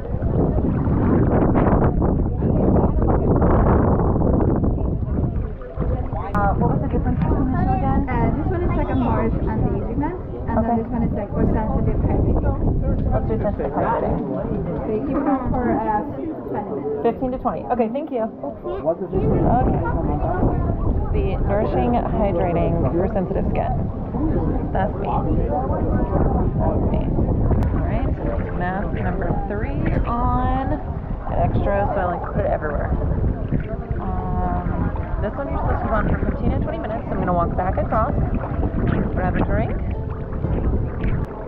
I do have to say, this is one of the places that I think it would be. It's hard to say. I do think this is one of the places that it would be cooler and not necessarily more fun, but it just would be like, it would be cool to actually have someone here with me for this. Like the hiking and the volcano and everything else, like walking the city, like I never really have those thoughts, but this would be cool. And maybe it's just because everyone else is here with someone. But yeah.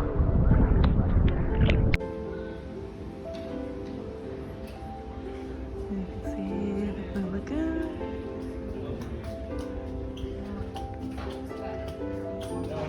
And they said it was totally normal to wear my bathrobe. It may be way too cold to sit out here, but oh, it's not that bad. It's not that bad. Okay, sit out here and read for a little bit. All right, the view here outside is gorgeous. Look at this. Oh gosh, my face out of the way. At first it wasn't bad, but my hair is still wet, so it's a little chilly. So I'm gonna move inside and find a place to hang out for the next 30 minutes while I wait on my reservation. Also, they've turned away like 5 people. So if you're coming to, because they didn't have reservations. So if you're coming to the Blue Lagoon, make a reservation. Ooh.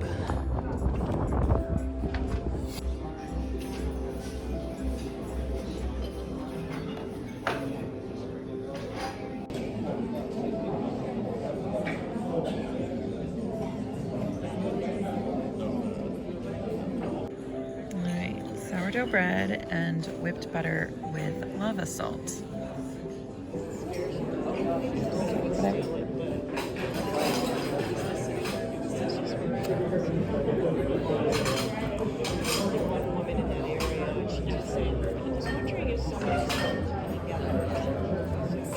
Guys, this is my soup.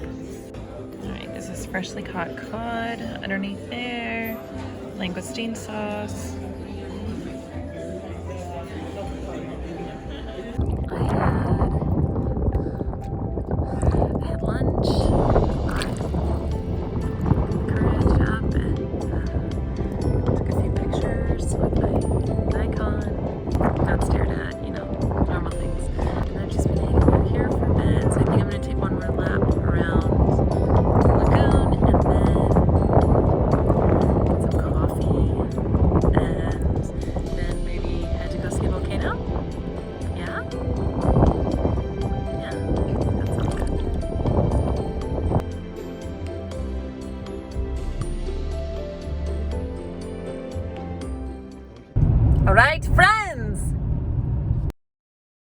That was unbelievable. That was so cool.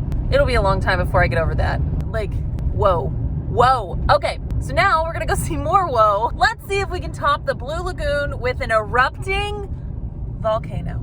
How many adventures can we fit into one day? Well, the answer is a lot here in Iceland, because at 11 p.m. last night, it looks like it was like maybe 7 p.m. Still bright. So I've got time. I've got a cup of coffee. Anyways, I'm going to see a volcano. Let's go see a volcano. Yeah? Okay. Cool. Let's do it.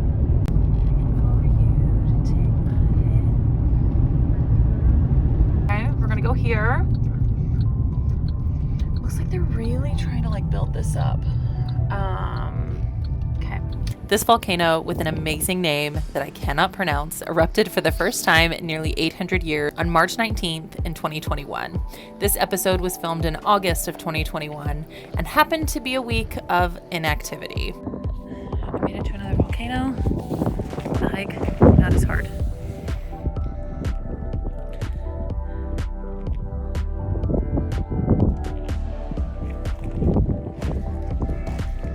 Also, it's not red. It is still a little steamy, so I'm gonna head to the hot part, but it's not red and magma-y as the last video I saw, which is kind of a bummer, but it's okay.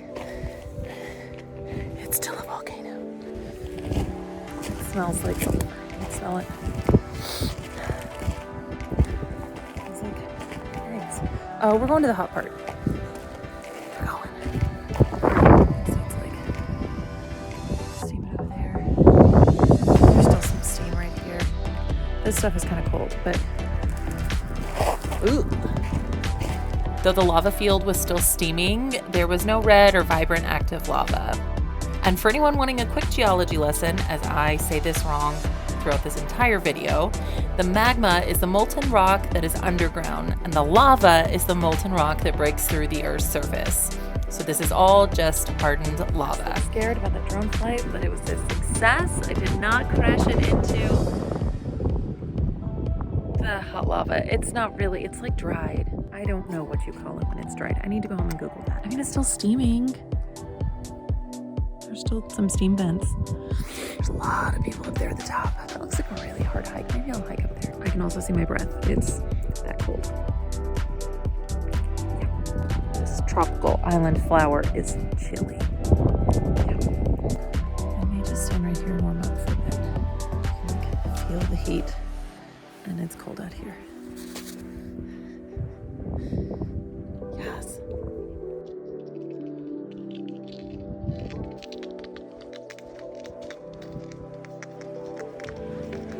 So next, we're gonna come up there, pray for me, and see it from the top. Okay, I'd also like to note that it is 6:30. The sun is up there. Not down there. Up there. So I'm not concerned about time at all. Being too cold. Yes.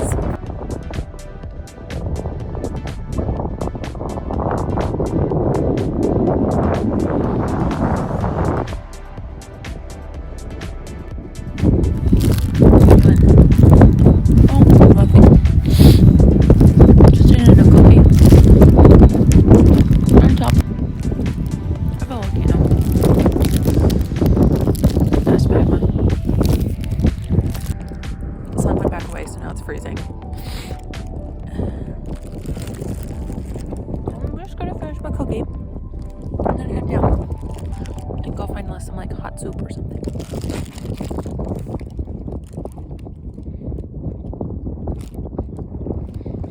Yep, that's what I'm gonna do. I've got a cookie on my face. It is 8:30 at night and I'm considering needing to find my sunglasses. What?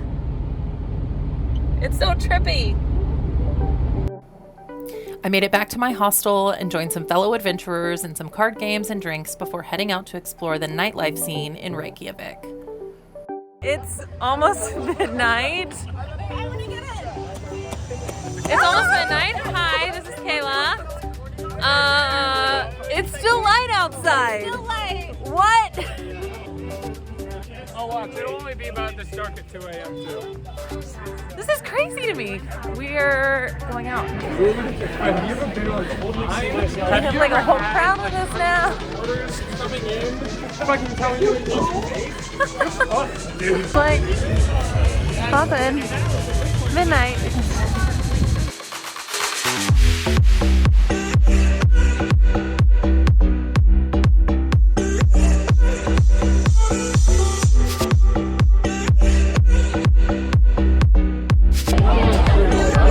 Stripped. Have all my layers.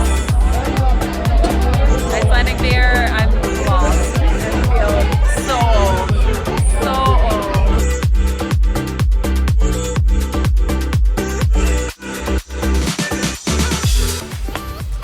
It is 1:30. Still not complete darkness, which is very nice. So I'm walking back to the hostel solo. Still, I've got to go to bed, so I can be up in like 4 hours to go dive the tectonic plates. Yeah, it's good. Good morning, good morning. It is day 3 in Reykjavik. I went out last night, and in an attempt not to wake up all my dorm mates, I turned off the ringer on my alarm so it would just vibrate, and it didn't work. It didn't work. I did not get up and make my already paid for tour of snorkeling the tectonic plates. So I'm very sad, very, very sad. But these are the choices you make when you make friends and party until 2 a.m. in Reykjavik. So because of that, it is almost 1 p.m. I haven't eaten anything. I'm starving. I have a headache. All the classic I went out last night things. So taking myself to a local coffee shop I saw. Gonna do some work.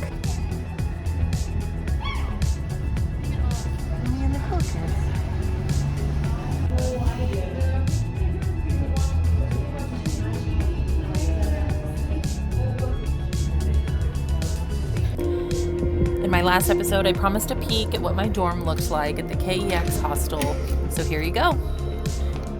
Each floor is locked with a key card, has individual restrooms with showers, and each room has a lock on it as well.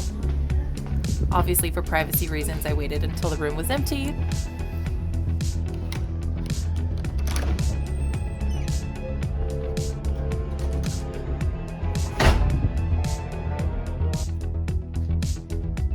This is my room. This is my bed right there. There's nobody underneath me, so I've been trying to organize my stuff. For other girls, there's lockers for everyone. Just keep a lock on it. It's gonna be nice. Okay, it's 7:30 at night. We're still, it'll be like this until 2. And I happened upon a spot that doesn't have anyone in it. So we're gonna take a picture. Okay, so this is what we've got. This is a really good art piece right here on the water. And this is how I'm gonna do it. So just set it up. I've got my trigger. Oh. I've got my thing, and then my trigger is in the bag. And then I just push the button, and it takes pictures. And that is how I get my pictures by myself. This is another big street.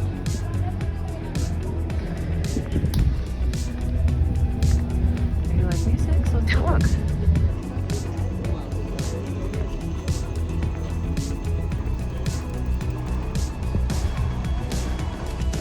Okay, most of the shops are closed. It's okay, I didn't need to buy anything anyways, but on Saturday afternoon, Saturday. Most of the shops are closed, and I'm just trying to decide what I want to eat for dinner. So I'm just kind of waiting for somewhere to call to me and say, I want to eat there. So I'm just walking the streets until I do that, but I'm getting hungry, so it needs to happen fast.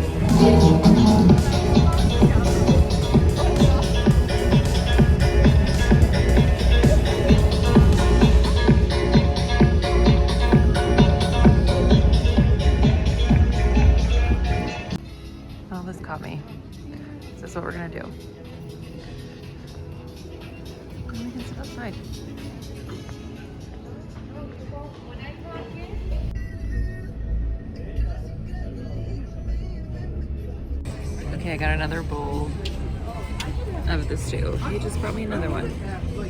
And it's really good. Yes, I saved room for a crepe.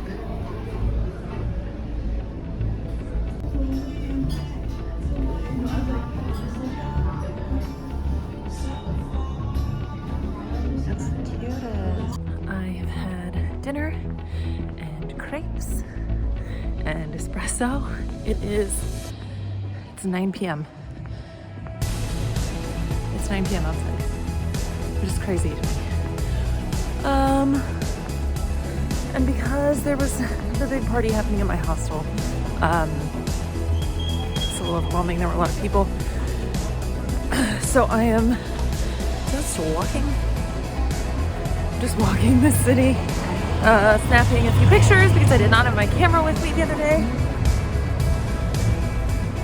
Still hopping. Seems like it's like 7 p.m. here.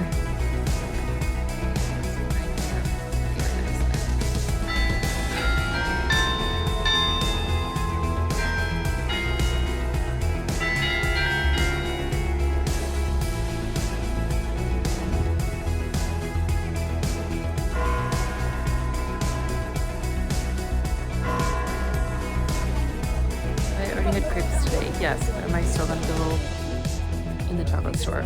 Also, yes.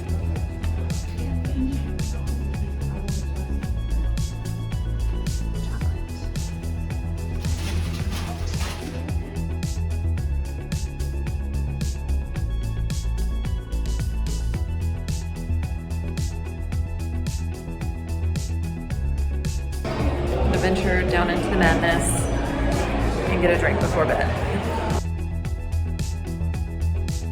If you enjoyed this episode, you can check out more at ashtononadventure.com or hit subscribe up at the top and follow along on the next adventure.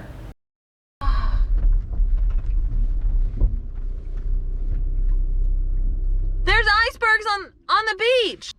I am shooketh. Okay, well, let's not just sit here. Let's go look at it. That person is barefoot. This is the beach, and there are icebergs. Hi y'all, I'm Ashton. In 2020, I was newly single and furloughed from my big city job, so I left Houston in the middle of a pandemic in search of a fresh beginning. I started by sailing from Texas to the US Virgin Islands, made some new friends, and got a great tan. Then I took myself on a solo road trip to see as many epic views as I could find in 4 weeks. Join me for season 2 with all new experiences, people, and places. I can't wait for you to see what I have planned for the ride. Subscribe and follow along. After all, to live would be an awfully big adventure. Good morning, good morning. It is day 4 in Iceland. I think I'm recovered from yesterday. Today's big day. We are picking up my camper van. I have rented a van from Happy Campers, and I will be road tripping the Ring Road. It's one big highway that goes all the way around Iceland. It's the cutest little place.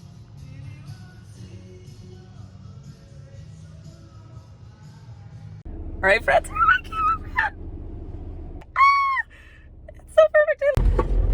And don't you worry, friends, I have yet to get lost, but on day 4, I can't even make it out of the camper van parking lot. It's like a fake road. Why would you have a fake road? Why? Well, grocery shopping, let's go see. All right, this is the grocery store. Looks fairly normal. I just gotta figure out what the heck I'm gonna make. Obviously, literally everything is in Icelandic and very, so you know what, just gonna, it looks like ham, right? Ham is ham.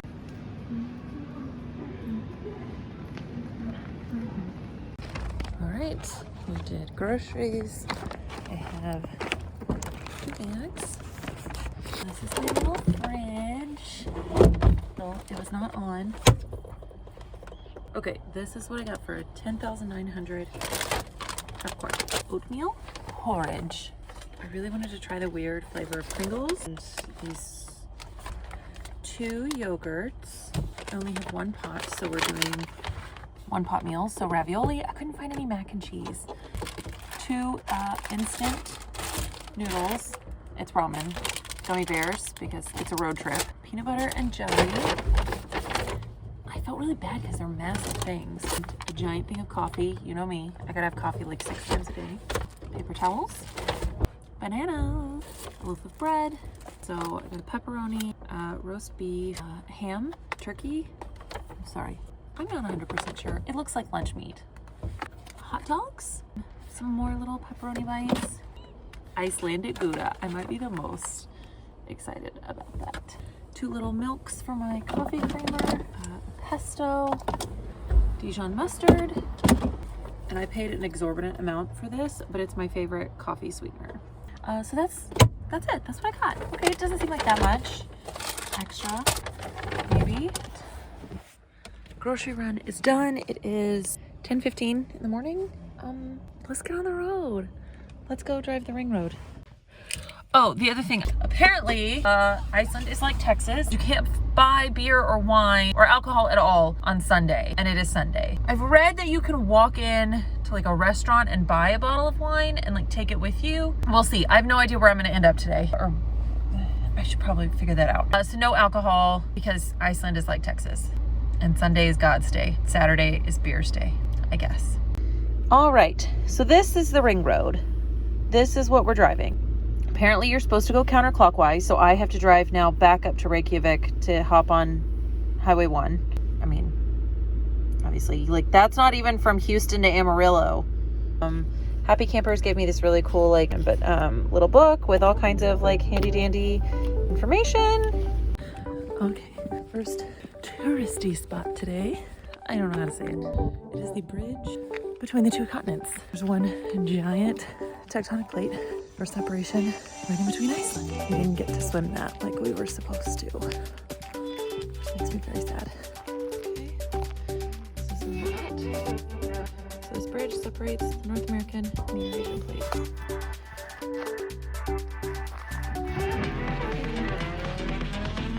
So I'm on the Eurasian plate right now.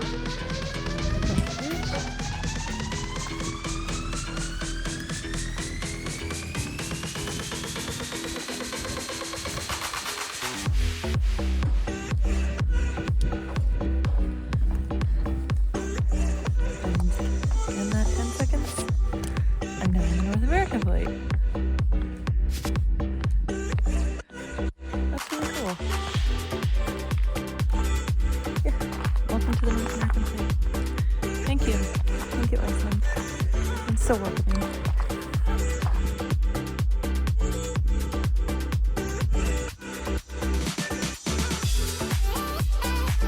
I'm also obsessed with these boxes. Although I said the same thing when I got to Sedona and Grand Canyon. I wonder what Icelandic people would think if they were there.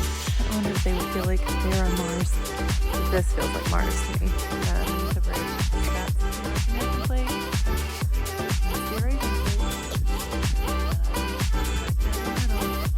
Okay. No coffee. We're driving. We're seeing the world. We're doing it. Oh my god. Oh my god. Oh my god. I see my first waterfall. Oh my god. It's gorgeous. I am crying. It is. Oh my gosh.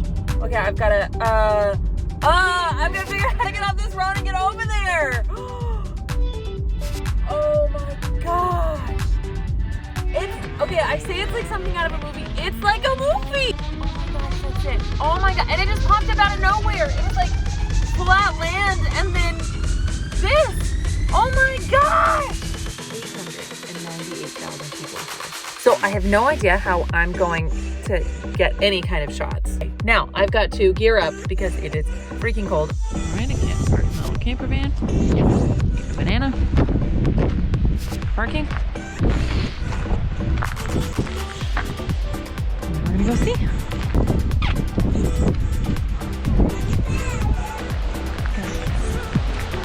So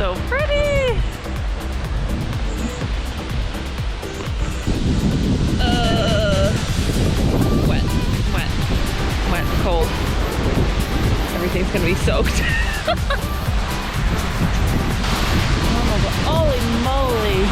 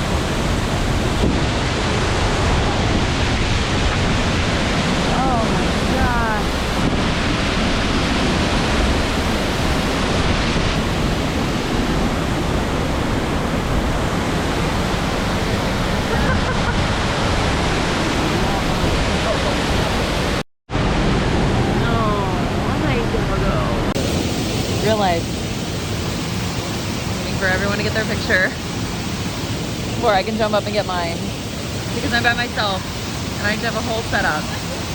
And these people all have people to take pictures for them. And I'm trying really hard not to be frustrated.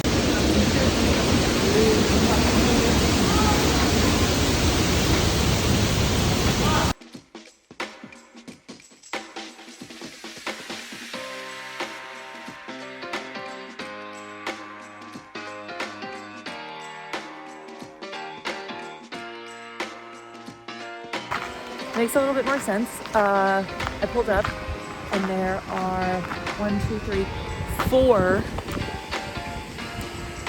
giant tour buses in the parking lot. It makes so much more sense now. Bugs. It's not your travelers and your adventurers. Those are your tourists. Let's go. Don't be those people. Just don't be those people when you're out on an adventure. Wait.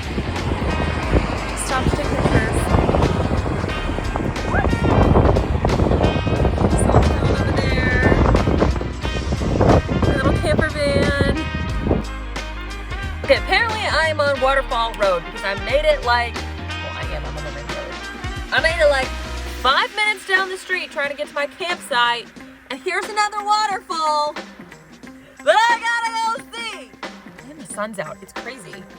Like, that's not what I expected Iceland to look like at all. Okay, so this is the waterfall. This is Skogafoss. I can actually pronounce this one. Skogafoss.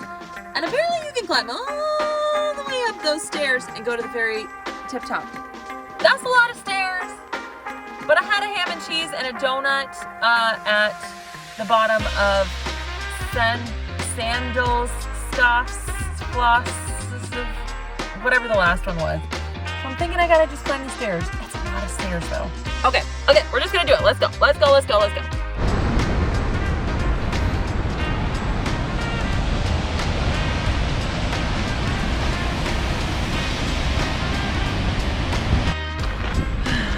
right, we're gonna climb the stairs. I'm gonna regret it. I'll regret it real bad. You only live once. Wait for it. Let's go.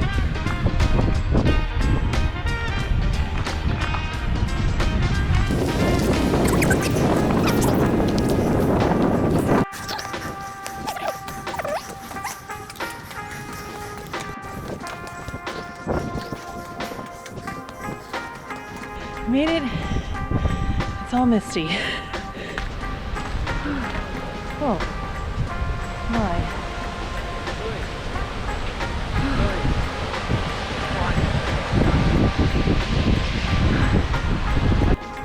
There's apparently like a whole other pathway. You can take one step here. It's not just the rock. Oh wow. Oh wow.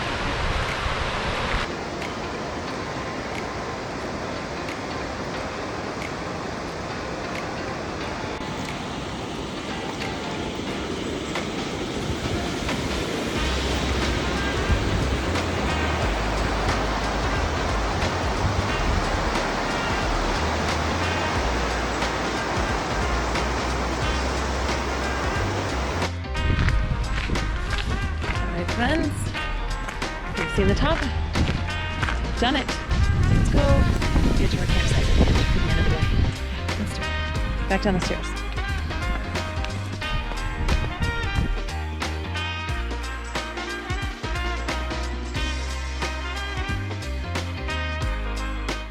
Okay, the wind is really whipping outside, so I'm gonna stay here. This is my campsite for the night, and you have everything from the girl next to me is literally sleeping in the back seat of her car. Campers. There's another camper like mine right behind me. Tents. You have everything at this campsite, but you have to see like what we're in the middle of. So hang on. Oh, and it's 9 p.m. and I still need sunglasses. Set up. So this is my camper van, and this is where I'm staying.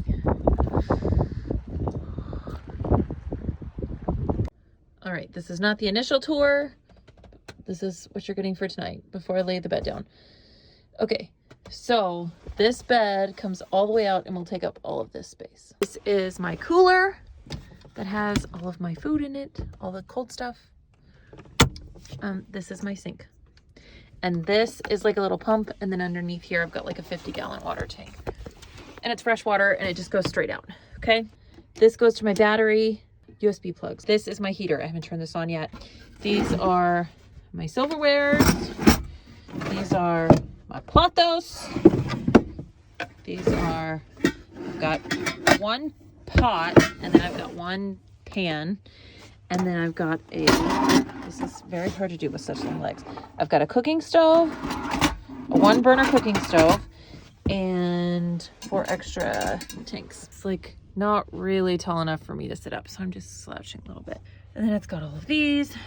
I got enough pillows and blankets for 2 people, and then I've moved all my luggage up to the front whilst I'm sleeping.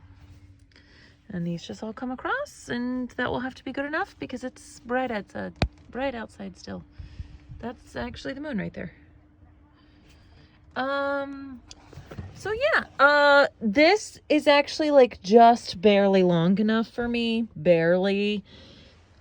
So I don't actually know how 2 people would fit in here. Oh, and the heater's like comes from down here. Oh, and all of this is like storage underneath here. So I've got one of my bags underneath there. So that's my camper van, and I'm just too tired and cold to do much more tonight. I'm gonna make some ramen and probably watch a movie and go to bed.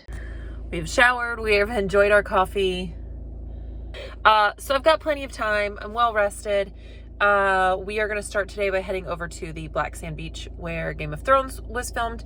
I'm sure there will be 583 million people there, but we have a much better attitude. We have slept. We've had plenty of coffee. Everything is just, we're going to stop and explore and adventure wherever the wind blows us.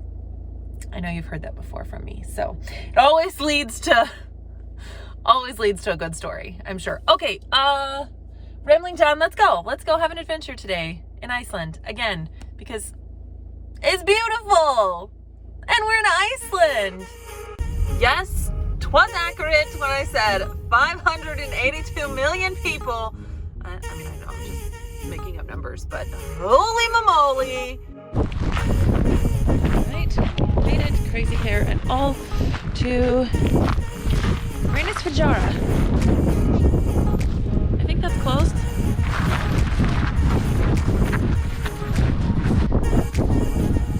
Holy moly, you guys, look at this.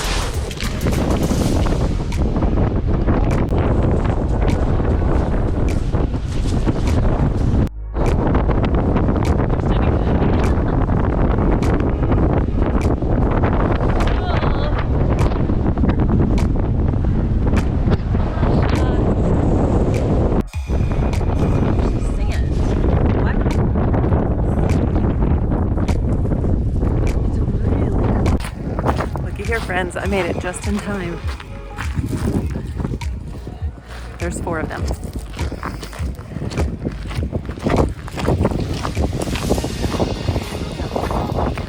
And just like that, the scenery has completely changed and we're flat.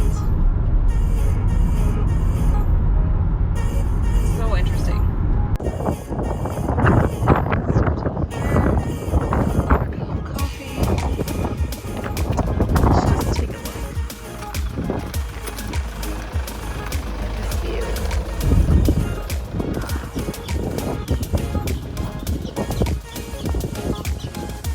Alright, I see a bunch of cars pulled over here. There's been like 3 of them. There's something on the other side of this hill, so we gonna go check it out.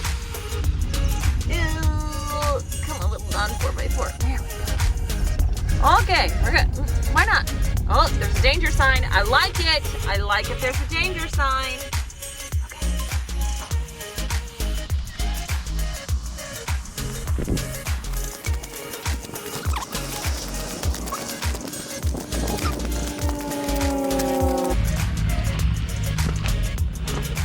Oh my gosh. Oh my gosh. Oh my gosh.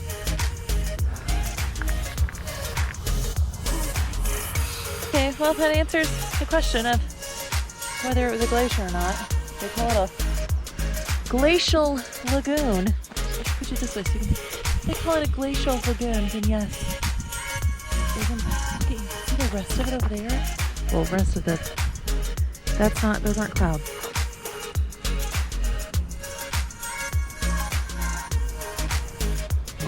Atlanta. Okay, I say fancy bridge. Oh, and this is a one-way bridge. You finally get to see it. So it's one car at a time. No double ways. So you just gotta hope for the best. Oh my gosh. Oh my gosh. Oh my gosh.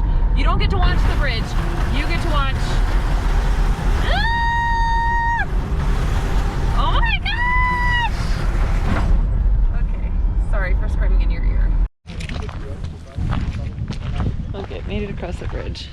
Y'all, this is pretty cool.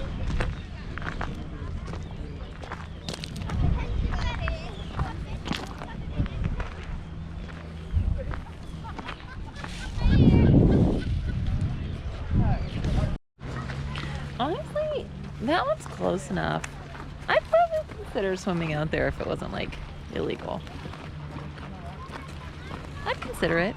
I'd consider it. It's not that far, right?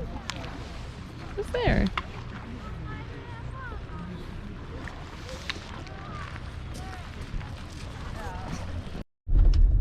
Okay, another stopping point. This side is on the beach side, and it's called Vestry Fulgara. No drones. I mean, anyways. The tour buses are leaving though, so maybe it's cool. I don't know. We're gonna go find out what this is before we go find the other side of the glacial pool. This is on the beach side. Glaciers on one side, beach on the other. Very odd. Very bizarre. Oh, there's icebergs on the beach! Okay. What in... What? What?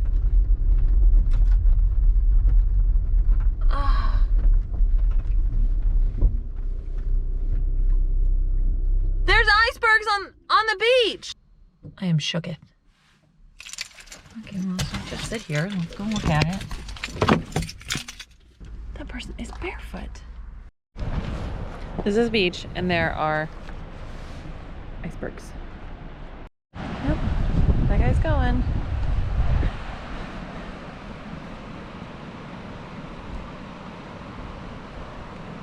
There's an iceberg floating down the waterway at the beach. Goodbye, bud. Going back to your people. These are like real life icebergs, chunks of ice.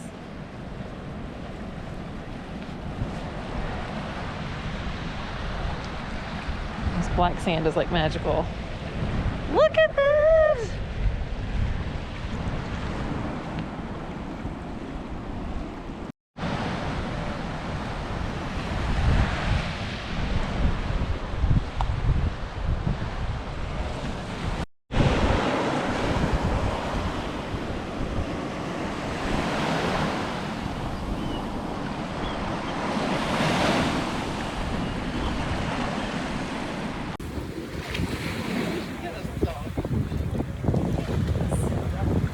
weiß.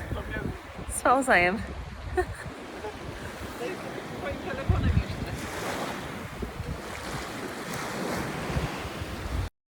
And this sand.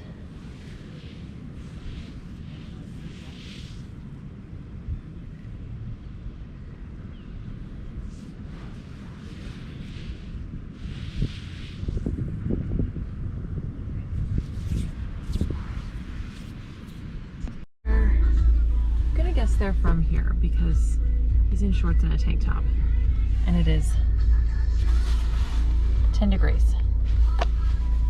Good for them. Ice in summer. Just driving along. Mountains behind me. Look, gorgeous.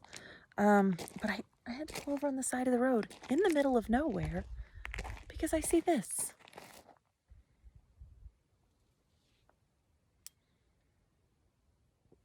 Just a red chair, literally in the middle of nowhere.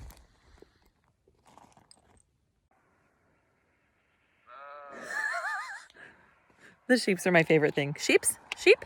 Singular? This red chair, though. I don't know. Okay, so it is 8 o'clock. I've now stopped at 2 campsites and have not had a good feeling. This one actually looks like something out of a horror movie. We're just gonna pull off right here and decide what we're doing next because, okay, if you just like glance in this direction, it looks like I could be in a horror movie. Okay, now this is beautiful. I might have to drive the rest of the way that I didn't want to drive tonight, but I have to find a bathroom or stop on the side of the road. I'm not sure what their laws are here. There's a sheep coming my way. Look at him. Hi, bud. Another RV, like a big RV, just went up there. And I'm kind of curious if they're gonna turn around. Because it was supposed to be this hostel that's made into a guest house that has campground. But there was like nothing up there. Like I immediately was like, this is sketch. We ain't doing it today. They didn't want to die either. I'm not alone. There is an update. Apparently I had the wrong address.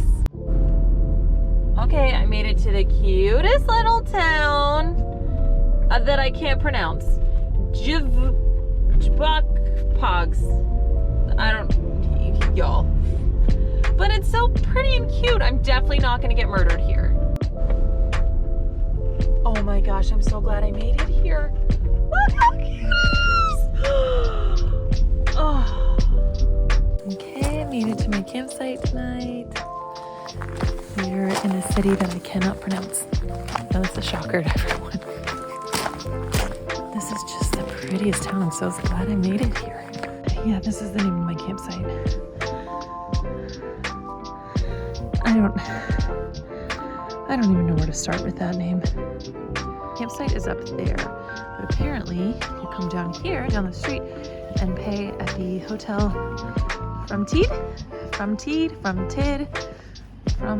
this one. He said I have died. It's a bottle of wine. Be quiet. I'm gonna go check out this sailboat though and see what kind it is to send to Padre. I just love this place. I'm so not upset about the little detour I had to take. I love it. And I love that they let me buy wine. Also, I just switched over to my conversion app and saw that I paid $46 for this bottle of house red. And that was the cheapest thing on the menu. All right, we're cooking dinner. That is a mess. All right, cooking dinner tonight. Some pesto ravioli. I got some little sausages to put in it. Red wine. And apparently I'm very much on European time because it's 10:30 and I'm just now cooking dinner. I have this little background tonight. It's also 10:30 and it's still bright outside. It's just the weirdest little thing. It is unnecessary to put this on a plate. The spoon's so big.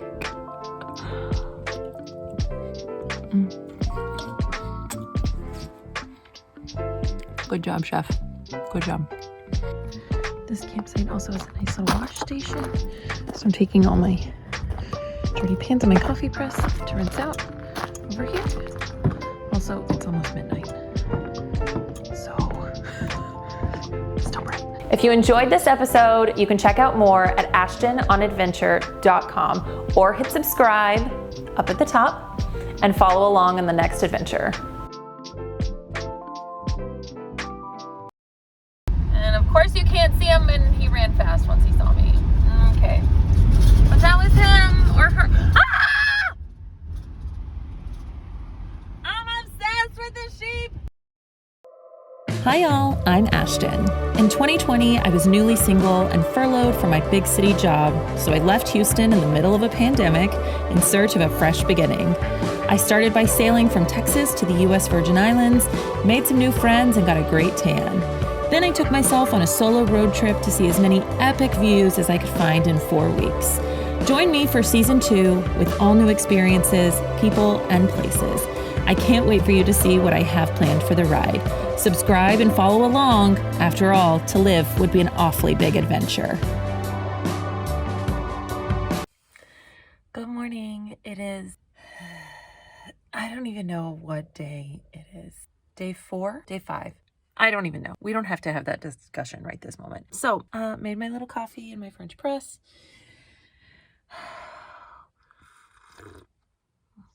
We're going to get going today. I know what I want to do for my first stop. I've Googled a few things along the way. I think I have about 4 hours of driving today. Okay, so I am right here in this town that I cannot pronounce. So my first stop will be up here. This is actually Sejefjord. It is a really popular place where they've got this like rainbow street leading up this church, and it's gorgeous. I'm sure there'll be 100 million people there. All right, so I've got my little like charging station set up here, trying to charge all the things. Everything's being charged. This is my Europe suitcase, so it's not being used, so it's making its way there. This is my photography backpack, so I take that everywhere. My extra jacket is padding this guy, so if I have to make any turns or whatever. Yeah, that's what we're working with right now, and 2 bottles of water on each side. Check out the fog, the sea fog right there. Like, you can't see anything past that, but you can see the line of fog. That's so crazy. Oh my gosh, and such vibrant colors. I literally didn't even make it 10 feet down the street, but this area is gorgeous, so I think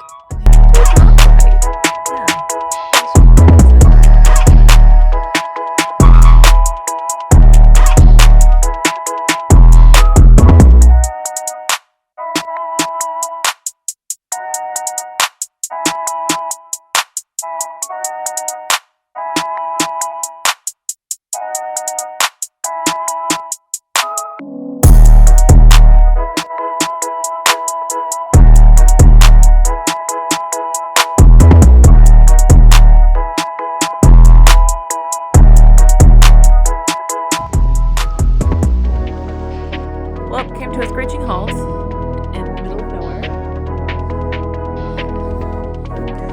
Because I saw this and I thought it was so pretty. I mean, all of it's so pretty, but I saw this.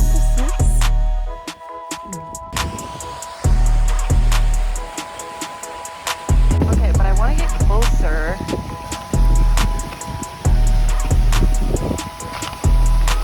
Like, I could probably stay here all day.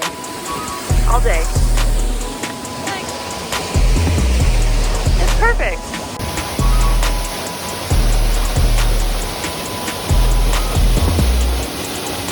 But I cannot stay here all day because this is why I'm so far behind. I'm not behind. I just feel behind because I have so many things to see and do and go and be, and so I gotta get moving. Goodbye, waterfall. I'll see you another time. So I'm honestly really mad that Google took me this way. It was gonna be an extra 45 minutes to stay on the ring road. And Google was like, no, go this way, it's better. And it kind of drives through the countryside, so I was like, sure. It's an entire dirt road, and I am too far in to turn around. It says you can go 80 on this road. No, like, no.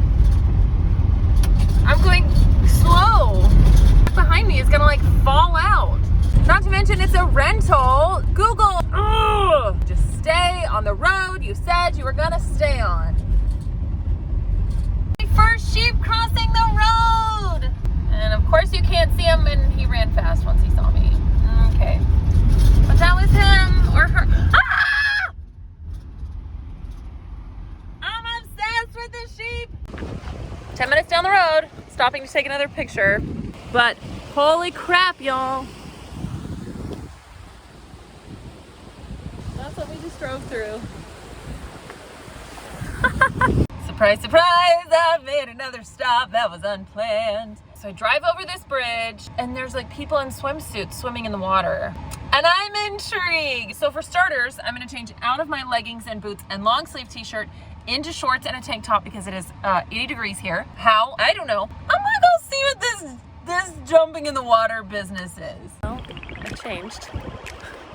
Shorts, flip-flops. I was not prepared for any of this. Okay, so that's where I was driving. This is what I saw. Yeah, this is everyone jumping.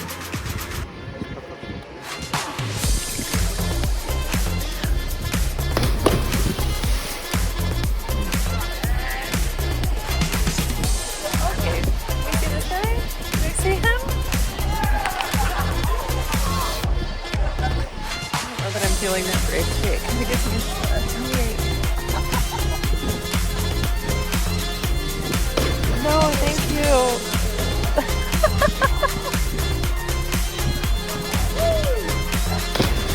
Don't lie, we are like 10, maybe 15 minutes down the road from that swimming hole, and there are icebergs in the water here. Iceland, you are drunk. Okay, I got to my campsite, took a little nap, decided to stay in. Y'all. Sadist Fajardar. It's so comical. This is known, you'll see the pictures for this church that has the rainbow street right here. It's a cute little fishing town, but it's gorgeous. See up there. It also got cold. It got cold very fast. It's like 8 p.m. now. I feel like I need to tell you what time it is because you couldn't tell by the daylight. I'm gonna go get some food.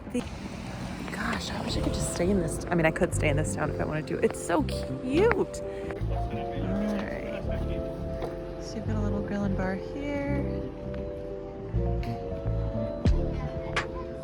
A little nomadic restaurant.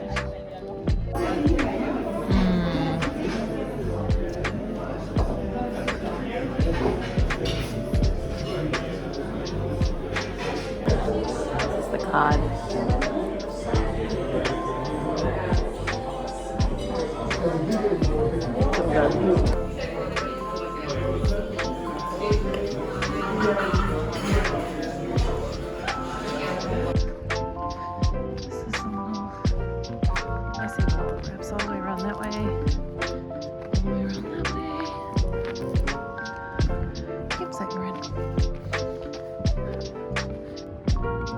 So it's 10:45, and this is a look at how bright it is in my, because it's still full brightness outside.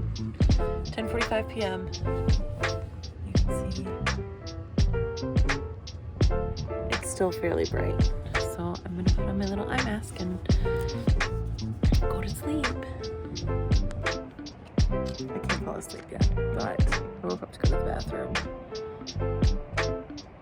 It's midnight here in Iceland. And look at that sky. It's unbelievable here. Good morning. Good morning. I've got a lot of ground to cover today, but I'm showered. I'm fresh. I have on fresh clothing, which was not the case for yesterday. That van life, right? Oh, we're gonna go find fish and chips. I've got to get a picture with church in the Rainbow Street. You got to do it for the gram. I really need like 5 cups of coffee, and then I'll be like ready to go today. Yeah, this is day. Guys, I don't think we should do the day anymore because I can't remember what day it is. Okay, love you. Bye. All right, this is for Stephanie and Gary. There's a cruise ship in port. That's exciting to see. Tourism in general is exciting. A really frustrated day the other day, waterfall. But when they're not kind tourists, when they're pushing and shoving and leaving their trash and that kind of stuff, that's lame. But when they're helping stimulate an economy that's been down for so long due to COVID, and I'm excited that I get to do it too. So.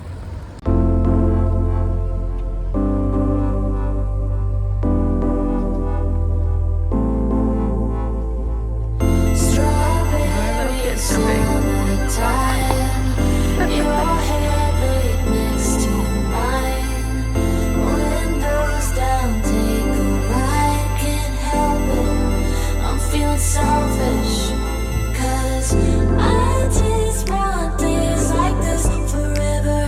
Now I can't pull myself together. Feel like this nicer weather won't last. Goes so fast.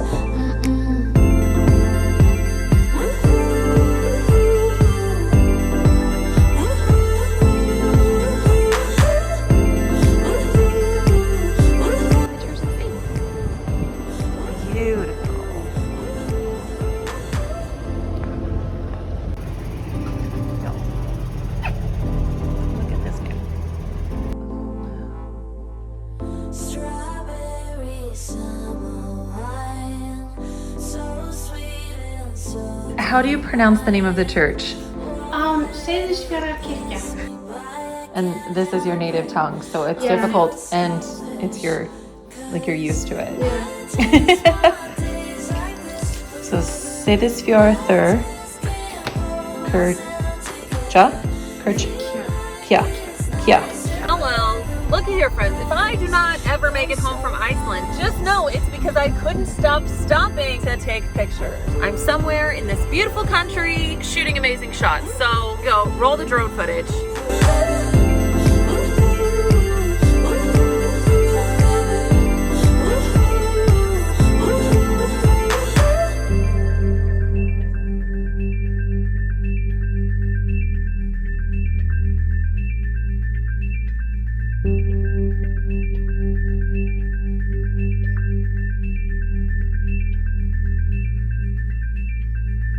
Strawberry summertime, strawberry summertime.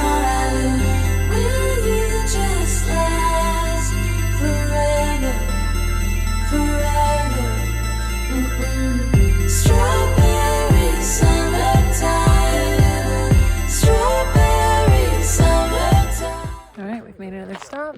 I think this canyon is on Game of Thrones. They did a lot of filming here. Okay, so this is apparently only the lookout spot. You can climb down into the canyon. In the first turnoff I saw that I was like, that might be it, if I'm remembering my article correctly. Look at this place.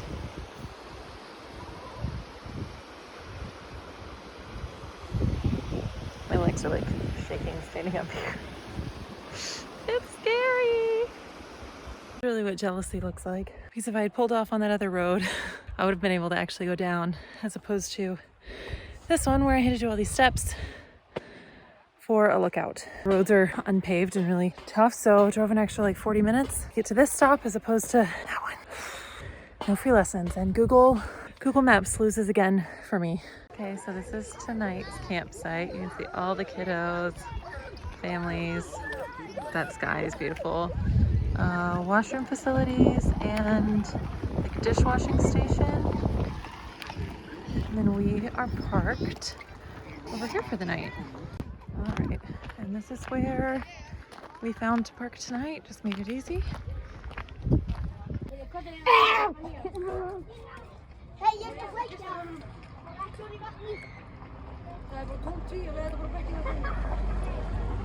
All right, I've settled in for the night, even though you couldn't tell, because it's still light outside.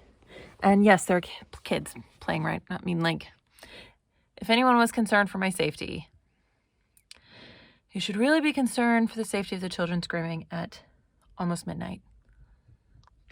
I'd rather have that than like Texas Chainsaw Massacre. That being said, so this is what I'm doing to wind down tonight. Obviously, I've poured myself a glass of wine and kind of had to smuggle it back to the... Yes, all of my SSDs and big giant memory banks are named.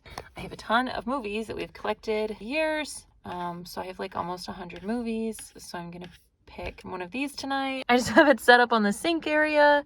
And then this is my bed. This is all my bedding. So there's actually a heater that comes out here that's underneath the bed, but it's really actually not bad today. I mean, I was walking around in shorts. It's like maybe 60 degrees, so I don't really feel like I need the heater. Good morning, good morning. I filled up my water bottles. All the kids are playing. I think I pronounce this Harmar. This campsite is very, very family friendly.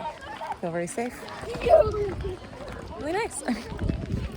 We're all swimming and playing. It's cute.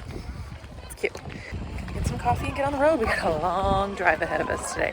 One stop I want to make, and then I want to see if I can make it to the state park, which is a 5.5-hour drive. We're gonna try. All right, we left Hamrar. We are heading, never eat sour watermelons, west. We are heading west. Our first stop is 2 hours and 45 minutes away. We're gonna have quite a drive to see. Did not do a proper gear check before I left the campsite. That was my own fault.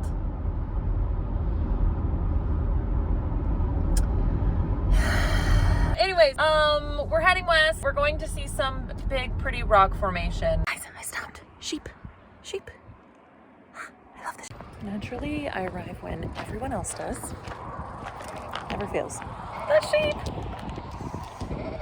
So obsessed. I'm gonna try and get close. They don't like people though. It's just this little like pull off on the side of the road.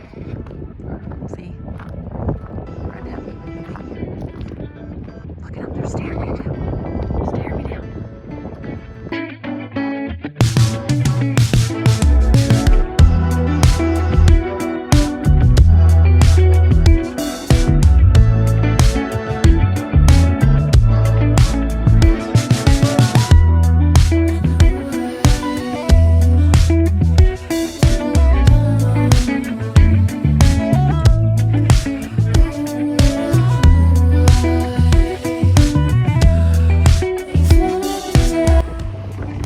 So I had the drone going with my phone, so you couldn't see the sheep with horns. Is that a goat? I don't know. But you couldn't see it almost attack me. And I was like literally running away from the goat, and I couldn't get the drone to like see it close enough because I was just trying to get away from it, because that's all I need is to be like attacked by a sheep goat, a shoat.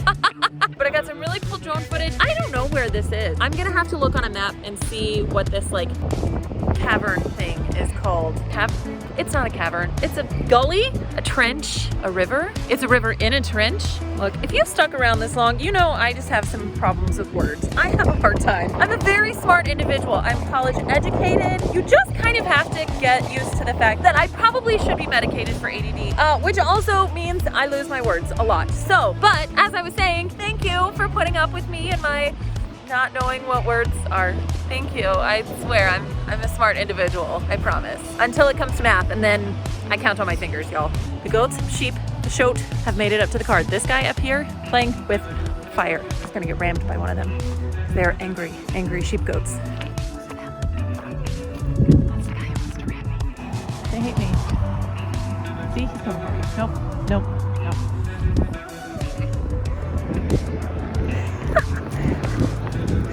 I'm blocked now, don't worry.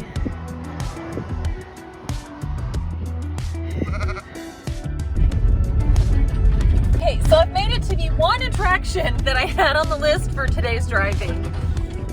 It's another hill. The road is bumpy.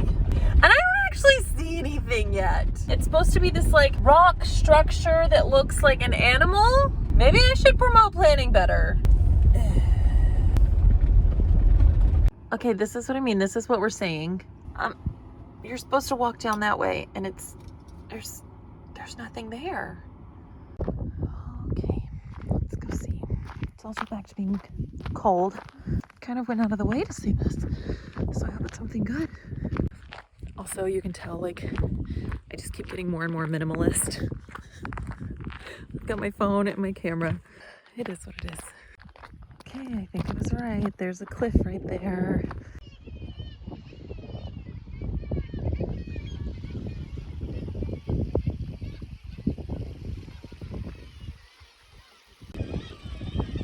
Those birds are intense. Ooh, they're very angry about something.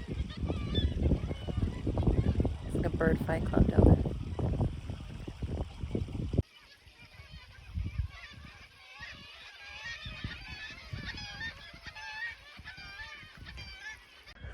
The birds are just cracking me up. So you can walk down. There's a path that goes all the way down there. It honestly looks a little precarious, but I'm not gonna climb down there. I don't think that's what I'm gonna do today. So I've still got another like 2.5 hours of driving, which is also what's persuading me to not walk down there. Because it is, oh, it's already 7 p.m.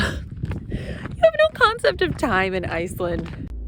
Okay, I'm pulled over because we have some loose horses, and I'm just gonna wait it out because I think they're trying to catch them and I don't want to mess anything up. So I'm just gonna wait. But they're beautiful horses. Like, can I ride one while we're waiting? Please? Thank you. You guys, oh my gosh. Hi, beautifuls. Oh.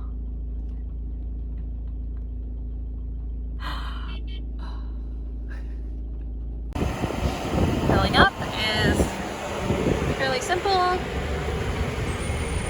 right, guys, we caved. We went to this place and got a pizza for my last night in the van. I still have another hour of driving and did not want the tasteless Icelandic ramen noodle. No, thank you. Pizza smells amazing though. Car pizza is a little, I'm opening it. Oh, it just looks perfect and smells perfect. It's called the Viking pizza, so I don't actually know what it is, but pizza's pizza, y'all. Well, we are in a state park, but this campsite is like empty in comparison to all of the others that I've been at, which is not bad. Not mad about it. It's my last night in my camper van.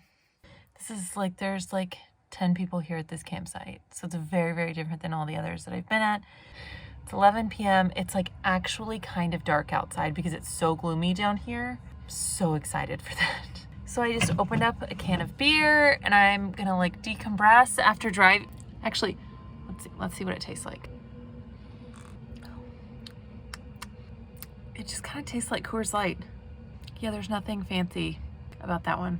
Good. I love me some Coors Light. But yeah, I'm gonna decompress for a little bit because I've been driving for 10 hours today. I'm like tired, but I'm still like all wound up. I've been listening to an audiobook that I hate. Why am I still listening to it? Because I feel like I have to. I'm only like 2 hours out of the book being finished, so I just have to put up with it. But anyways, it's like kind of sad. I really wish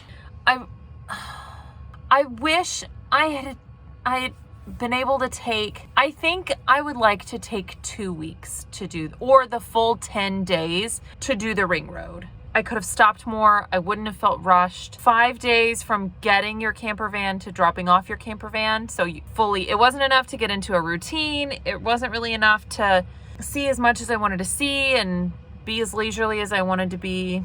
So if I could do it again, I would recommend taking more than 5 days. Is it doable in 5 days? Absolutely. And I dilly-dallied and I could have gotten up earlier, had longer days. I mean, coulda, shoulda, woulda. Because I feel like there's just so much more to see. There's so much more. And I mean, that will always be the case. Always. I've lived in Texas my whole life. There's still more to see. Tomorrow I drop off my camper van. I'm at a hotel for the night so that I can kind of like regroup, reorganize, have a really, really long hot shower, and then wake up first thing Saturday morning and fly to London. We're gonna get to that point though. I'm rushing ahead. We're gonna get to that video, I promise.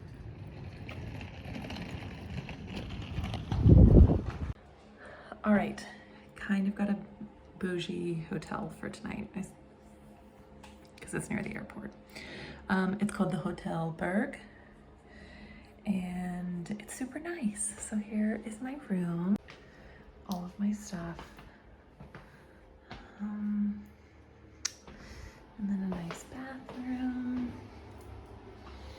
a nice shower area.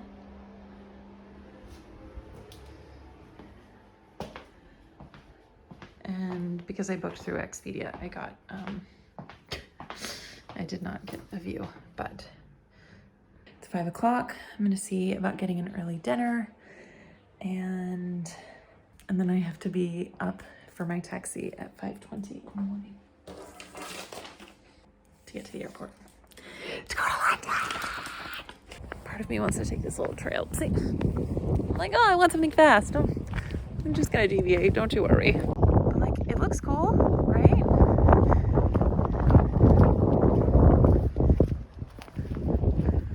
Are supposed to be for this right here. It's called the Giantess Cave. Gigantes, not giantess, Gigantes Cave. The legitimacy of this place is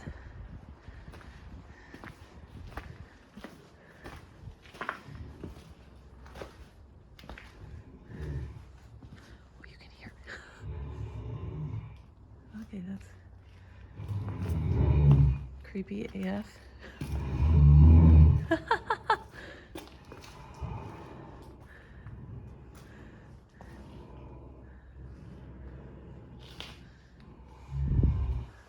Dress.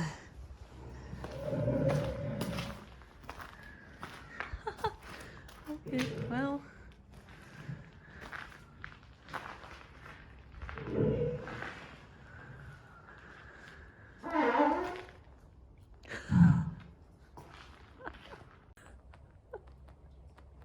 What is this place? I guess she does story time.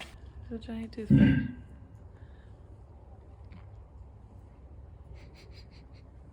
Okay, I can't win this place. Okay. Let's go get some dinner. This is creepy. Alright, this is where we're gonna do dinner tonight, I think.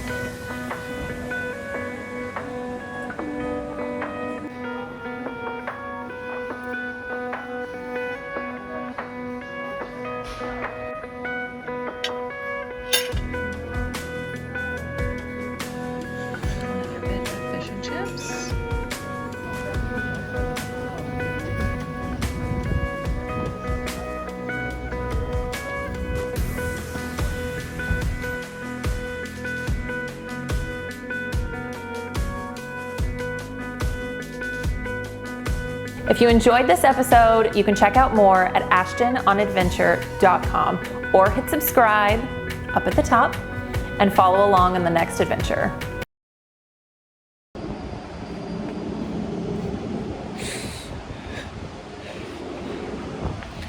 Thank you so much. Now I'm lost in London with all my shit. And everyone's staring at me. It's fine. Hi y'all, I'm Ashton.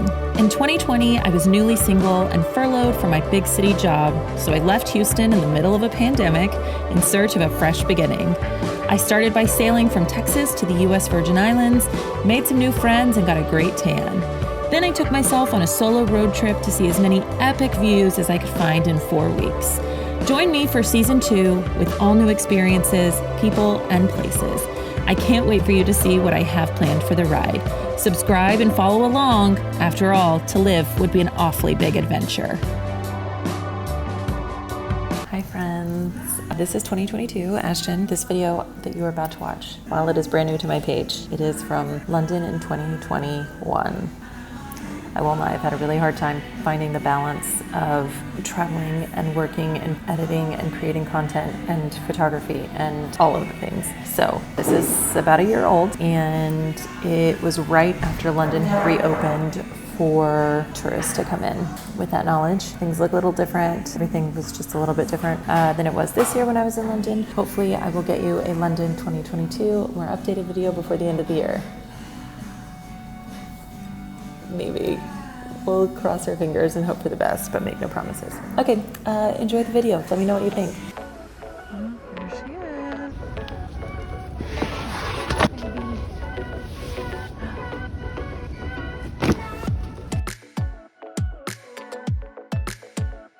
is. This is my bed, so I get to climb up that. That should be fun. And then lockers to lock our stuff up in. That's all my stuff. There's more beds over here. And this is the view. These are what the bathrooms look like. Good morning from London. She's beautiful. This is probably where the video is gonna start because I did not do any vlogging yesterday. It was a little chaotic. I was almost late to my flight because I stood in line for 2.5 hours in Iceland because every flight out of Iceland leaves within an hour and a half. That's a lot of flights. So 2.5 hours early, not enough time. But today, I'm dressed, I'm ready to go. We are just going to hit the ground running on London. It is gross and dreary, which is kind of London, but it's supposed to like downpour later. So I've got an entire bag of rain gear so that I'm prepared for such and can keep moving. So my thought was, since I was so close to Buckingham, I'm just gonna head straight to Buckingham Palace and like just start walking.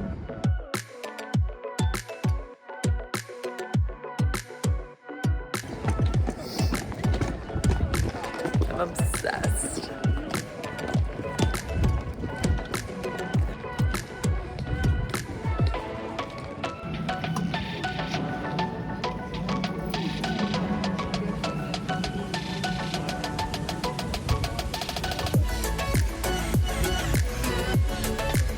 Apparently the changing of the guard has been canceled until further notice. 11:15 and nothing was happening. There was some stomping and gun changing, but that was about it. So no changing of the guard.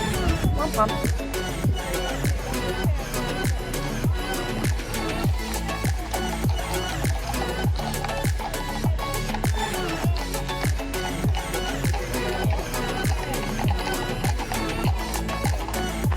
I cannot get over that. I'll be back for at least like 10 times. My other favorite part is that there are actually British people bringing their kids here and saying things like, "This is where the Queen lives." I need to find a way to move here. Yeah, I think so. That's perfect.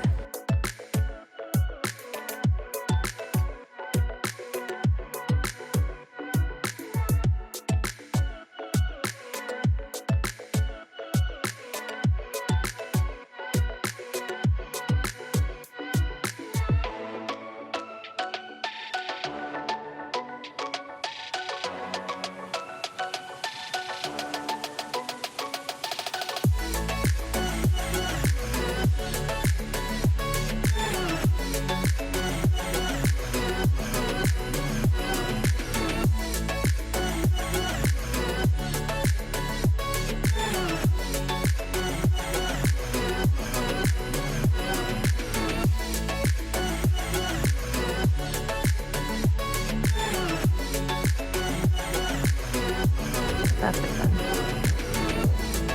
He's under construction.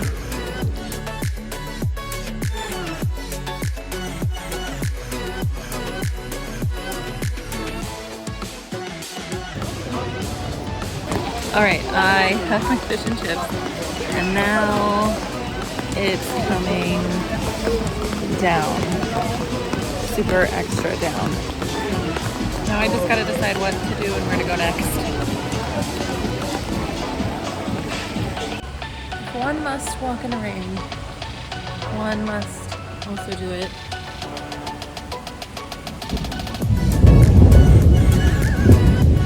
Through gardens. It's just beautiful here. Even in the rain. glad I was prepared.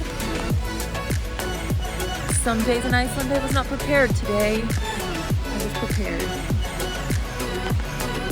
Alright, I was also prepared with my rain boots. Not the cutest look I've ever had, but it's the job done. And just like that, Darth Vader has arrived.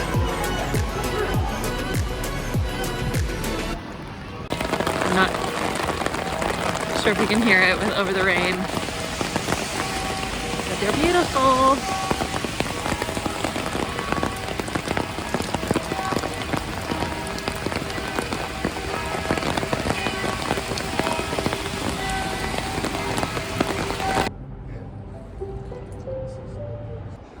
Day 2 in London, but it's not raining. It's supposed to rain all day. All of a sudden it's now not supposed to rain, so. Made it back to Westminster. I've basically done the same 2-mile walk 2 days in a row. So we're now heading down this way. We're gonna go find the National Gallery. It's supposed to be a big old museum. It's Monday, so a lot of stuff is closed. But yeah, that's what we're doing today. We're just wandering. It is what it is today. I started late. It's already 3 p.m. Just wandering.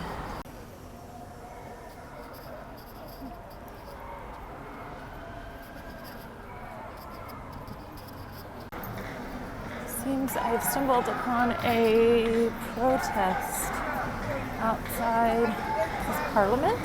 I'm gonna speed up and walk with these other 2 ladies.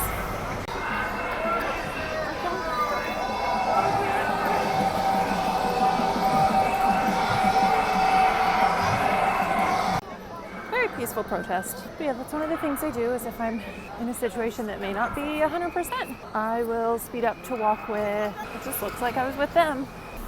Just being extra safe.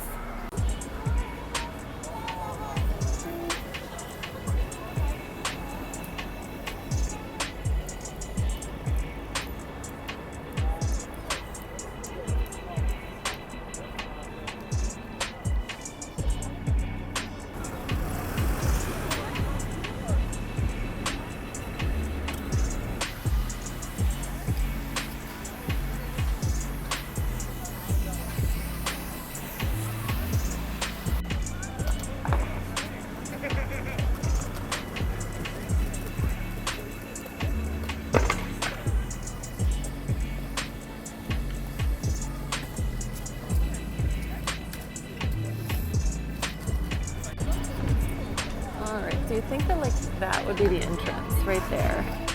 If you'll come to this giant ice cream cone with a drone and a fly on it that I don't really understand. And you come off to the side here is where they have the entrance. All right, something actually went right. Choosing a route.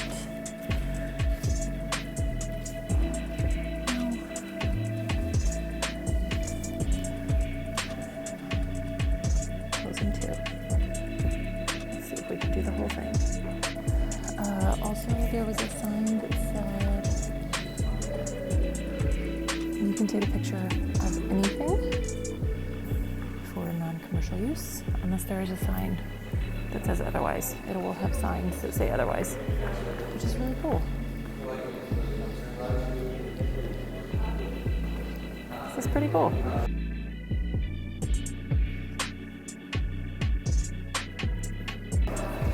Okay, photos are allowed apparently, but videos are not. I don't have videos of the art, and you can just see the ceiling. Okay, this is more my style. The ones I actually got video of, not my style.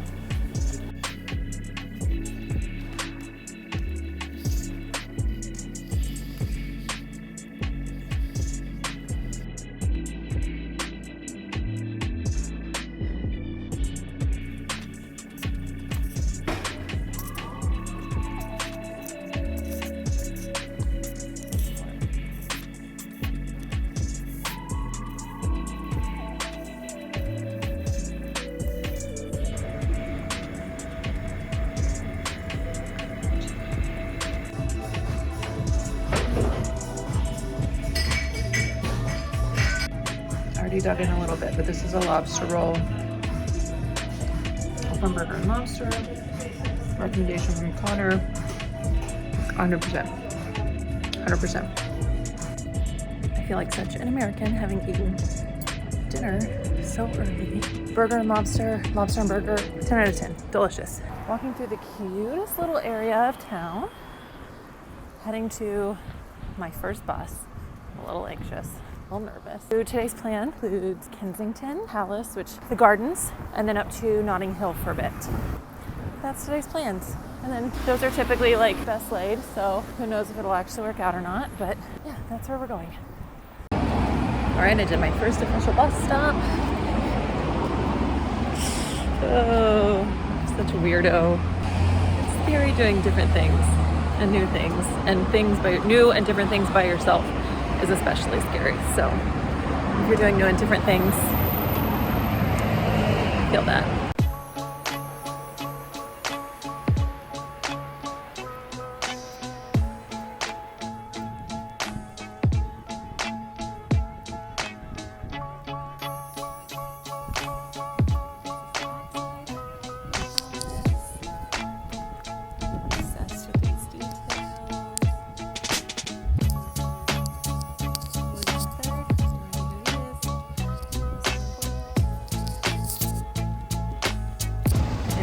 Again.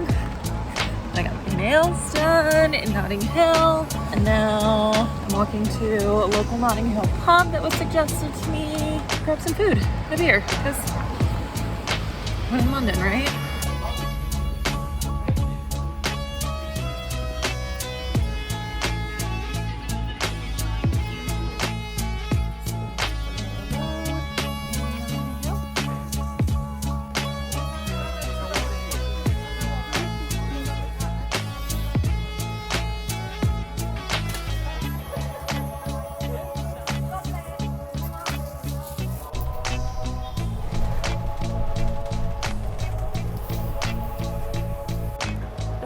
Lit up, but that's Harrods. I arrived in chocolate heaven at Harrods. Literally, it's called the chocolate floor, chocolate hall, chocolate something.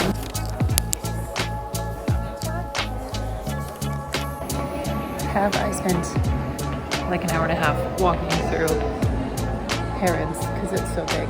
Yes. Want some Valentino? Dior? Yes. Yes, I have. I'm not mad about it. Evening wear. This is what, oh, Marquesa. I could cry a little. This is what dreams are made of. This is what casual dreams are made of. At this point though, I will spend another 2 hours in here, mainly because I can't find the exit. Museums and Harrods. That's where Ashton just gets lost. But it walks you in circles. I found an exit. I don't know where it's taking me, but... Okay, this is... Yeah. Cute, cute. Ooh, gelato.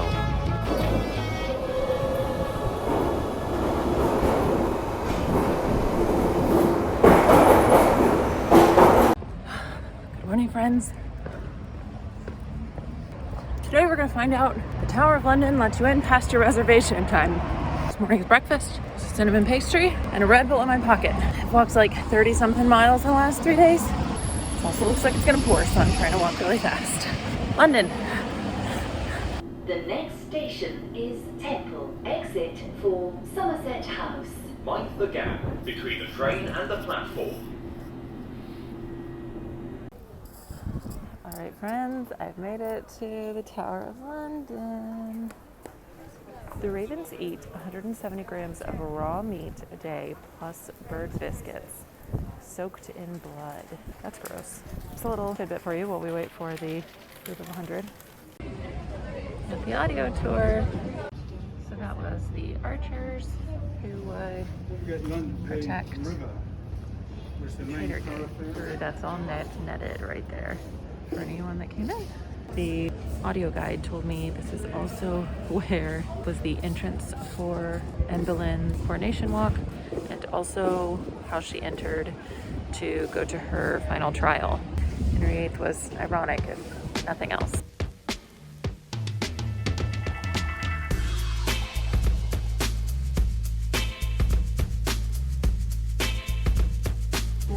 This wallpaper is not medieval. It was put in by, actually it feels more like a fabric. It was put in by Henry VIII.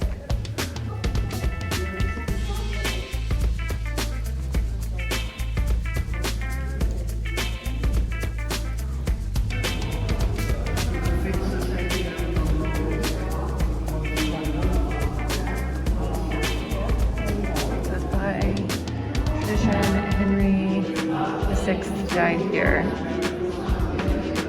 1471. That's census.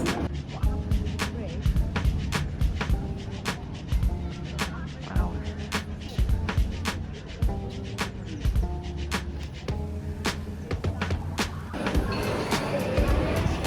We're gonna get some lunch.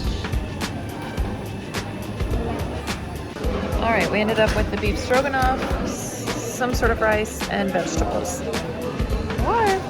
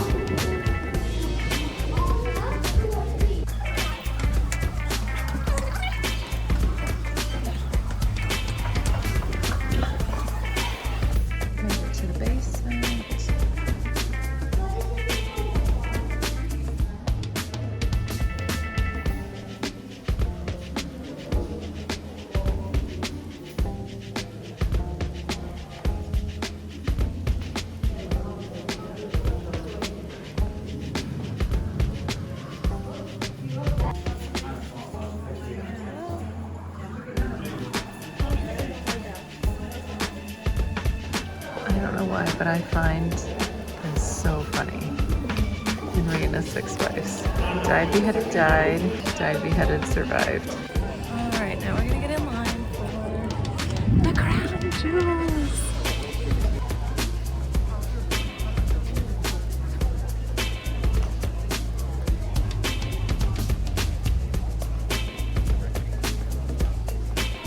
Okay, no video inside.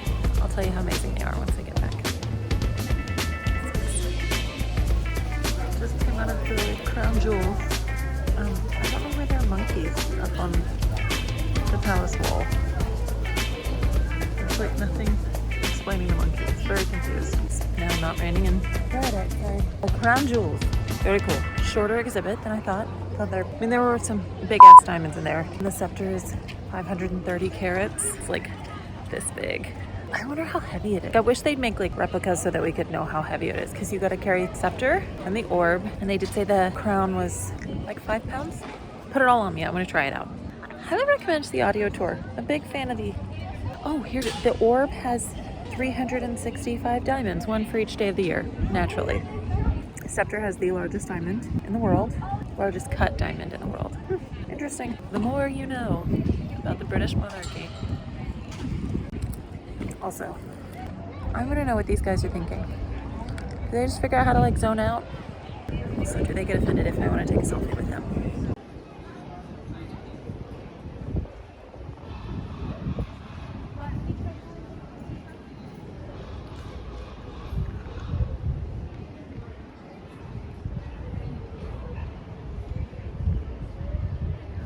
This house over here with the guard outside it's called the Queen's House. It's said to be the last standing Tudor house. Every other Tudor house was burnt down in the Fire of London. So this one right here is guarded by, about to rain really hard. This one right here is guarded by Queen's Guard at all times. I like to put it, we're not tall.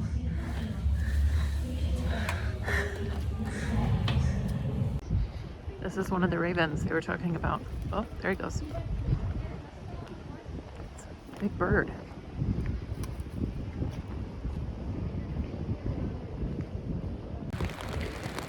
It's raining again at the Tower of London, but it's a little more windy today, so I feel like it's gonna take my umbrella.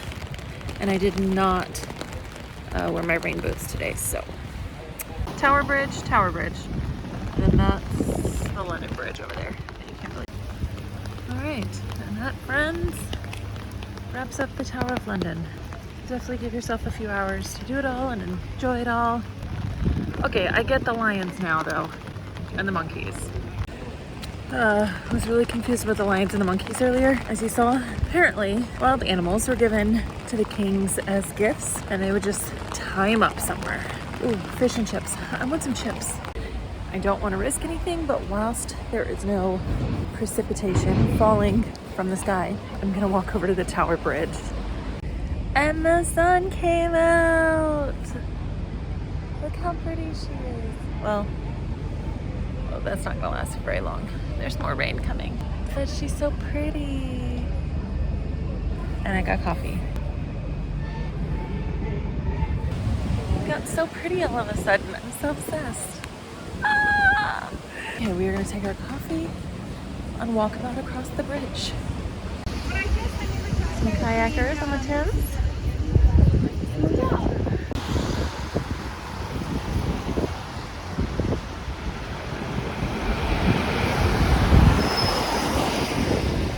All right, I got what shot I could right here. Who knows if it's actually decent, but it's about to rain again, so now I've got to get all my stuff packed up really fast.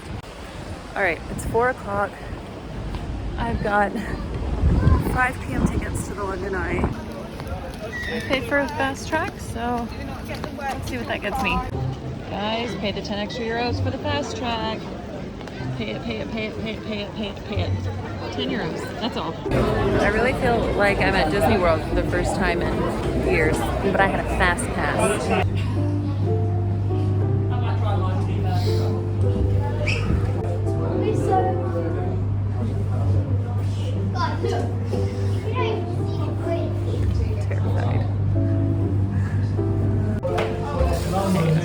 It's really hard.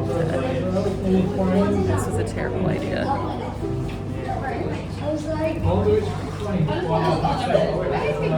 We're not even at the top yet. We're about to be taller than this building.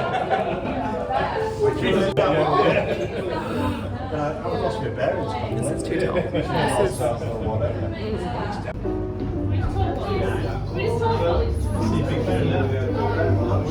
Pretty much.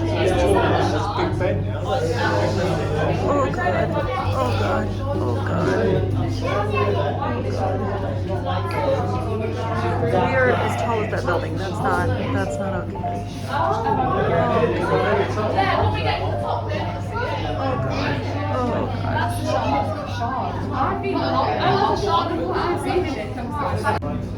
Just about to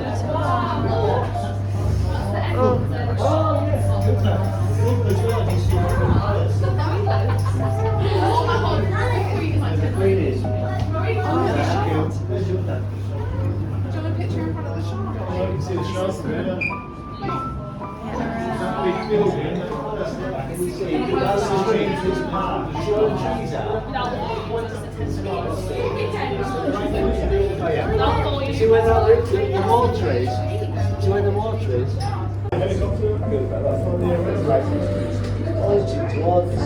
No need to look. No. So high! Oh god, I can feel it moving. I'm gonna... Alright, we're heading back down. Oh god, this is terrifying. This is the other side of the city. There's the Shard. I still have to go to oh god. Thames, Westminster.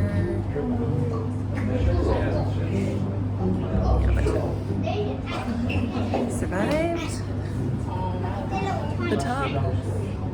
The top was pretty terrifying. You could feel it moving a little bit. Yeah, we made it. Really hard. Okay, I made it off the eye. I survived. I didn't puke. That was too high. When I got to the top, I could feel it moving. I didn't like that. Did not like that. But now I'm making my way to my bus stop to get back over to my hostel. I'll put on some dry clothes because I'm freezing and my shoes are soaked. Oh, and that's my bus. Oh.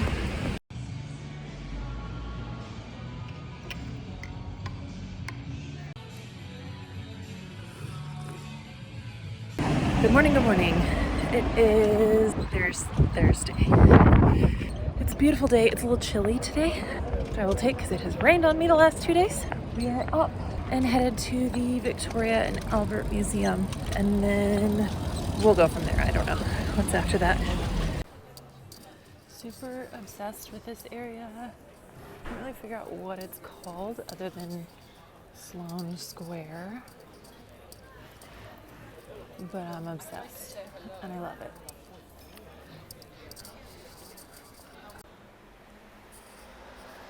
Just the prettiest walk. I just felt called to the cutest little restaurant here. It's a little bougie, but why not? I ordered an oyster starter. Aren't the flowers just the cutest? And then a fish soup. I didn't want to eat like a full meal because that way I can stop somewhere else along the way and have another snack later and try somewhere else. So I'm just having a glass of rosé and enjoying the street. That's the Carolina Herrera store. Chanel's right around the corner. I have no idea what this area is called. Kensington and Chelsea. The borough of Kensington and Chelsea. So, and this restaurant just called to me, so I had to, right? So, cheers. All right, for lunch we got a fish soup with Gruyere. I'm not sure what this is. Another glass of rosé.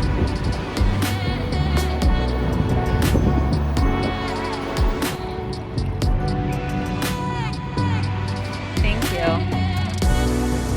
Okay, of course I ordered another glass of rosé and dessert. This is the hazelnut mousse.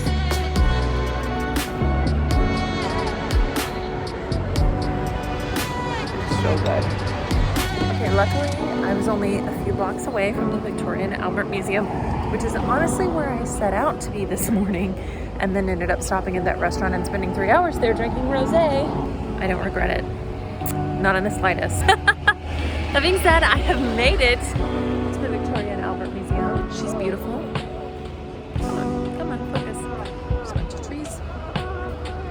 We are gonna head over and go inside and see what is deemed Angela's most favorite museum in the entire world.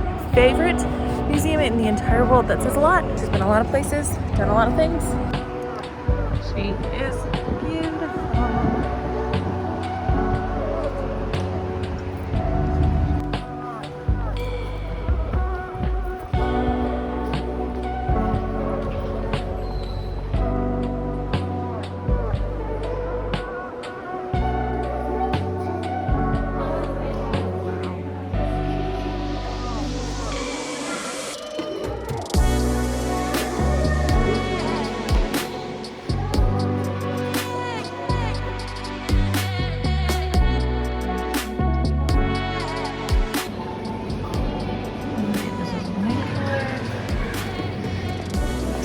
Wine cooler. Really big wine cooler. Would hold a lot of wine. There's a whole room of sparkly jewelry. Y'all.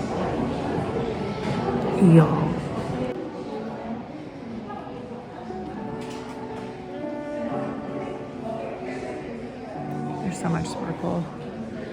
I'm obsessed. This was a bodice ornament? That looks like a crown. That would not fit my bodice. This is it. I love it. One of every color.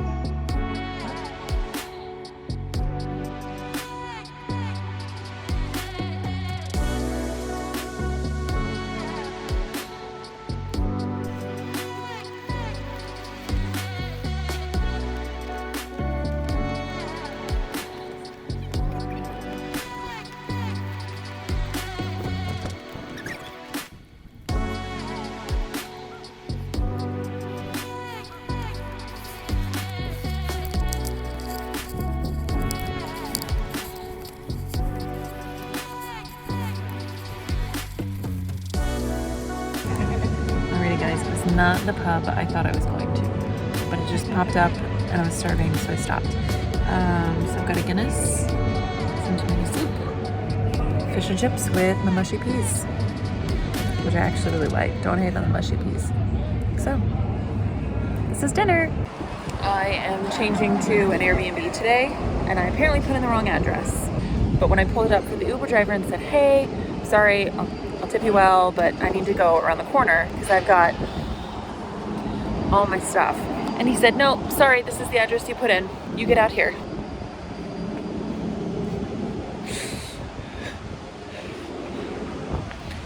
Thank you so much. Now I'm lost in London with all my shit. And everyone's staring at me. It's fine. Pardon me.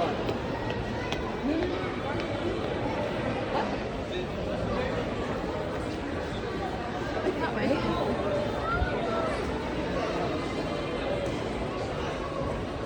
Oy vey.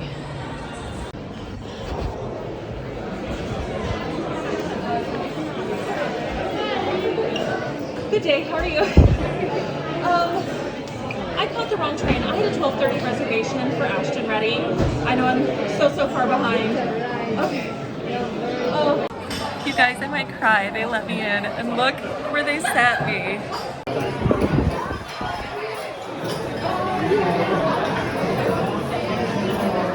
Oh my gosh. Alright, we've got our bread selection. Salted butter, naturally. Oh. Alright, course number 1, steak tartare, egg on top. Look how beautiful that is. Alright, you guys know me. Eggs Benedict, everywhere I go, I have to try it. This looks divine. I'm loving the foliage. I love Eggs Benedict.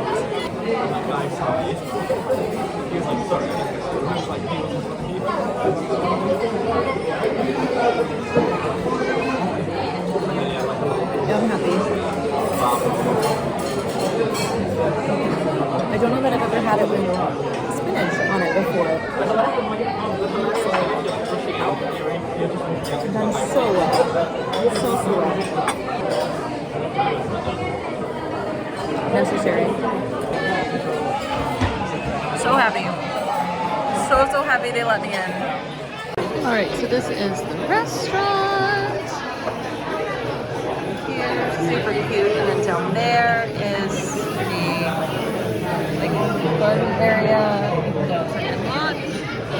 Over there's the Tower of London. Shard is right in front of us. And of course the Thames. And last but certainly not least, creme brulee.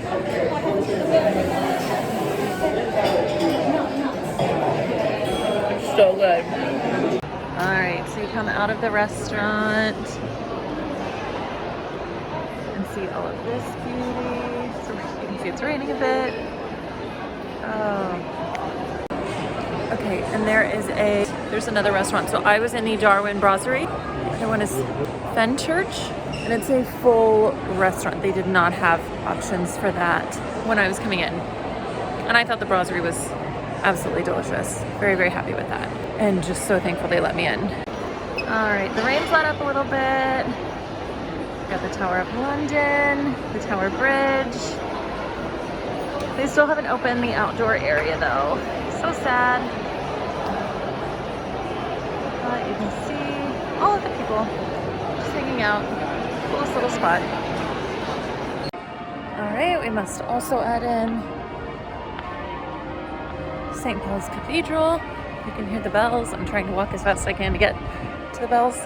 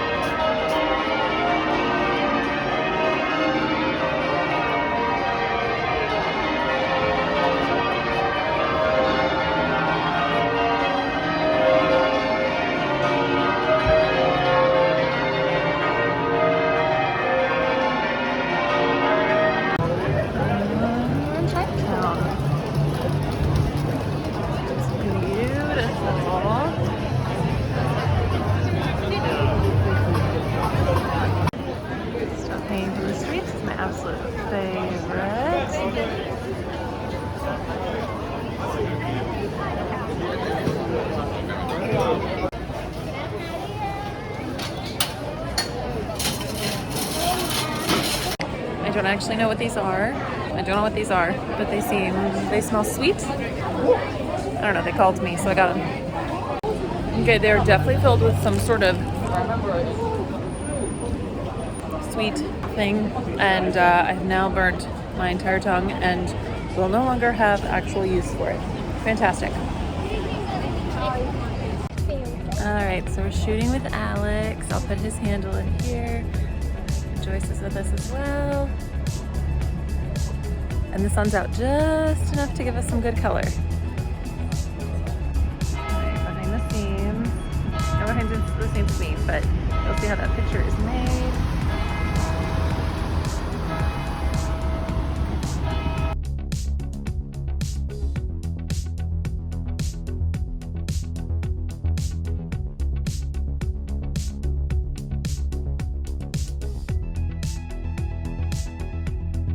Are mostly packed, but we are heading to dinner. Looks much better. Actually, I don't know that I showed it before, and that's okay. But we're going to dinner down there where it says Peep Show. I'm excited. It's not actually a peep show.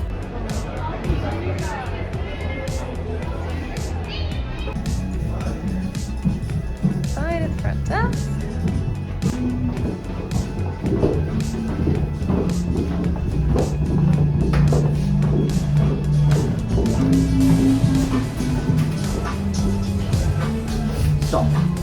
Hi. Perfect, thank you. Yeah.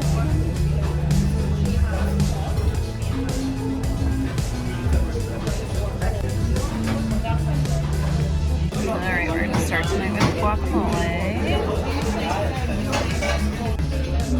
Alright, we are on our second margarita. And we got everything was kind of tapas style. So we got a few. We got the squid, and this is the black mole, truffle and black mole quesadilla. Okay, also got the chicken tamal, which I think is a tamale and chicken. No, not what I expected, but it looks delicious. Alright, today is another travel day. We're heading to Edinburgh today, which I'm a little sad because it is a stunning, absolutely stunning day in London, and the weather's only been like this for me one other day. Fortunately, I am mailing home an entire bag worth of stuff I shouldn't have packed in the first place. Well, that's not true. Some of it was from Iceland. All right, we have all our stuff. Scrolling down the streets of London, way too much crap. We are heading to the Tube, and we'll take that to the train station. All right, I made it to my train station really easily, actually. Only had to ask for help once. Very, very kind gentleman. But they won't announce my platform for another 15 minutes or whatever, I guess. So he told me to grab some food, grab a bite to eat, and then to come back about 10 past, and I'd be able to find what platform I'm going to. Hopefully it's 9 3/4. Just saying. Actually, I wonder if that's here. Stop, you guys. It's right here. I've been looking for this the whole time. This was magical, the way this happened. Okay, no lie. It's right there. No freaking lie. This was... Alright, so we're heading there, and we're waiting on them to announce the platform. Oh, we're moving up. This is a safety announcement. It is not everyone else is waiting. We downsized by one bag. Alright, they announced the train platform, and now everyone's basically just running to the train. They're gonna get their seats? No, I don't know how this works. There are not seat assignments. We do not have first class on us.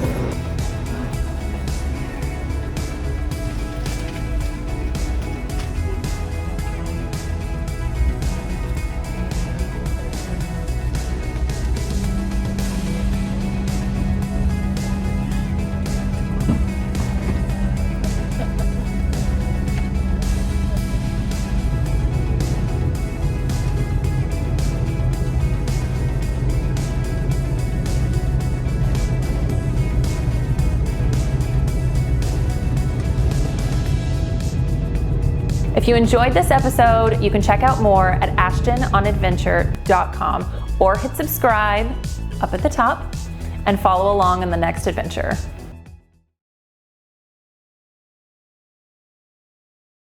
And the castle is up ahead of us, but like the whole thing looks like castle, the entire skyline. And those are just regular buildings that they've built. Sauce sign for fish and chips.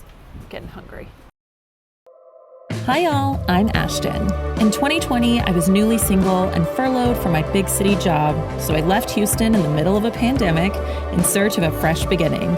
I started by sailing from Texas to the US Virgin Islands, made some new friends, and got a great tan. Then I took myself on a solo road trip to see as many epic views as I could find in 4 weeks. Join me for season 2 with all new experiences, people, and places. I can't wait for you to see what I have planned for the ride. Subscribe and follow along. After all, to live would be an awfully big adventure.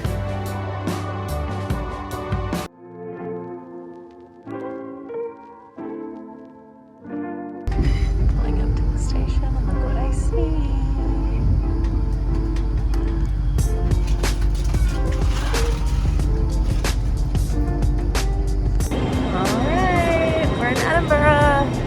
It shows only like a 5-minute walk to my hostel. We need to get out of the train station and then we can make that happen.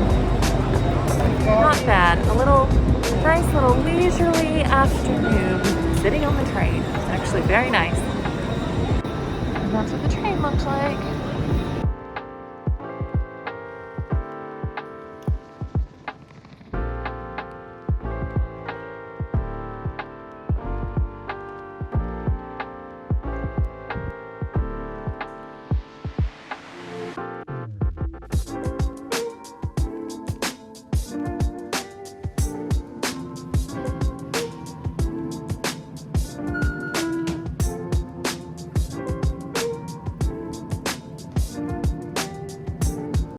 Okay, I've dropped my stuff off. I'm just gonna grab some food, but like, okay, Scotland.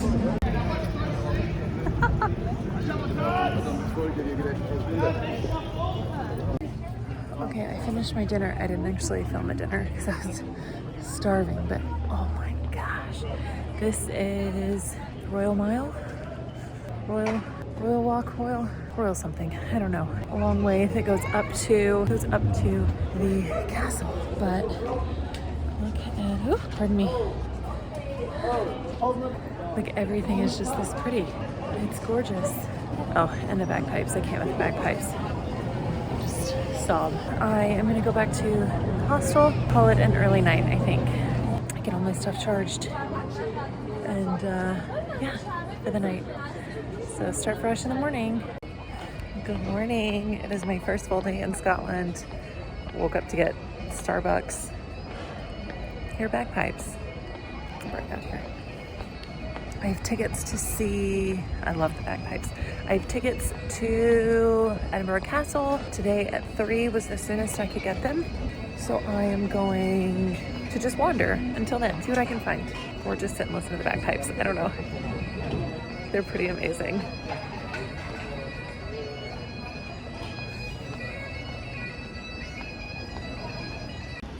People are probably thinking I'm really crazy because I'm like laughing out loud at this. The fam will get it. Family will get it. Oh, another Starbucks. Alright, she's closed today, but we'll come back later in the week for the Queen's Gallery and the Palace. Her Palace. And this is Scottish Parliament. Really an awkward looking building. And then behind it, just pretty. It's all gorgeous. Okay, so apparently they designed it to look like this from the top. The problem is, nobody actually sees it from the top. So instead it just looks gross. Yeah, it doesn't look like that. So I also managed to, misbook is kind of a heavy term for it, but I have 3 days between my last day here and when I check into my Airbnb in Paris. It's so pretty. So I have some time that I've got to figure out what, not a lot of time, but even to figure out what exactly I'm doing. So I'm considering renting a car and doing the Highlands myself. Could you imagine a bed and breakfast in like Inverness? Just call me Claire Fraser. So that's on the thought. I need to figure that out. Figure out what I'm doing.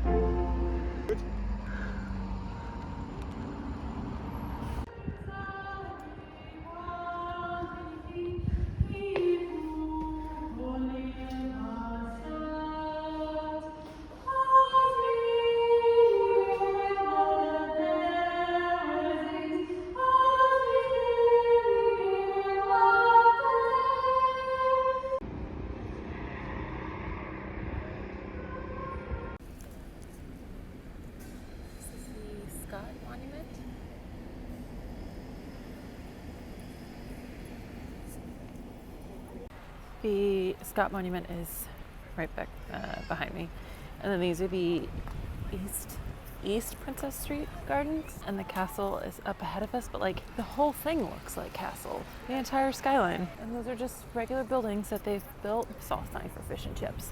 I'm getting hungry. There's Lord Provost Adam Black. Never heard of him. Sorry. Like the entire city looks like a palace. It's not. It's just a bunch of old ass buildings. Stunning. Okay, so all of that city. All of that's a regular city, and then the castle is up there. So I mean, I guess it looks down over the city, but it like that's a big church. But that all looks like castle stuff, right?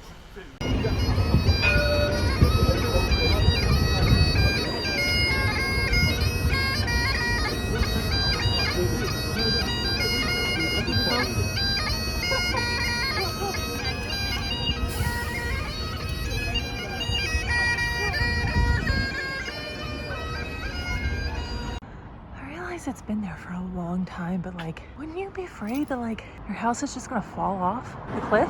I got a coffee, you guys, and more bagpipes, because why not?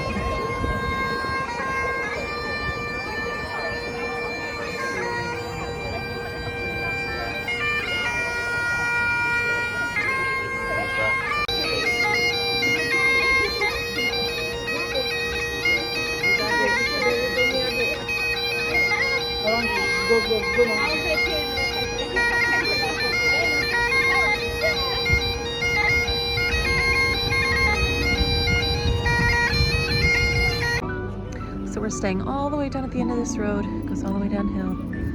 And then this is the Edinburgh Castle. Okay, well, I bought the ticket online this morning before I had my coffee, thinking it was really easy. Apparently it just dropped me to the earliest date available, which is next Tuesday, when I will be arriving in Paris. So I will not be touring the Edinburgh Castle, which is deeply saddening. I'm super bummed about that. Sorry. One of my absolute favorite things to do in cities is find a street artist and purchase some art from them that depicts the area or the city that we're in. And so I purchased these thistles from that gentleman who was painting. I love them. Good morning, good morning. I've got 45 minutes to get over to the pier to check out the Britannica, really old cruise ship. We gotta talk about the coffee, Europe.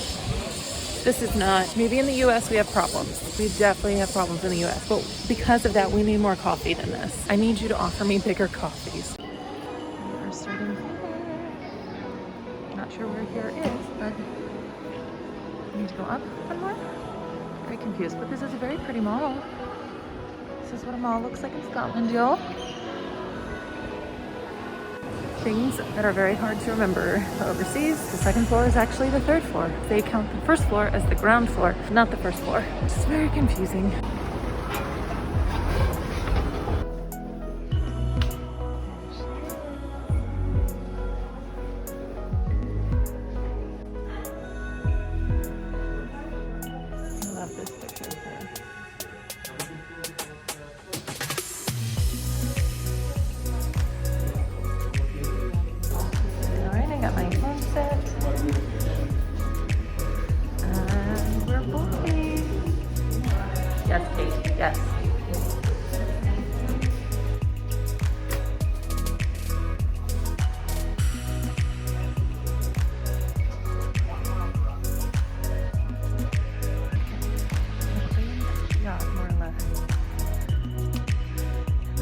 guys right here.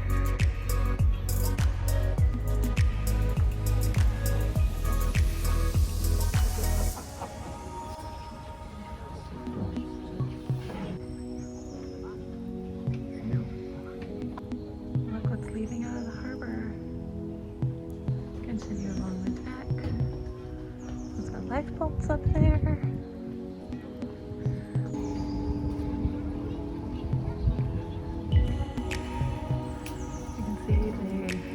Brought the car with them and occasionally brought the Rolls Royce.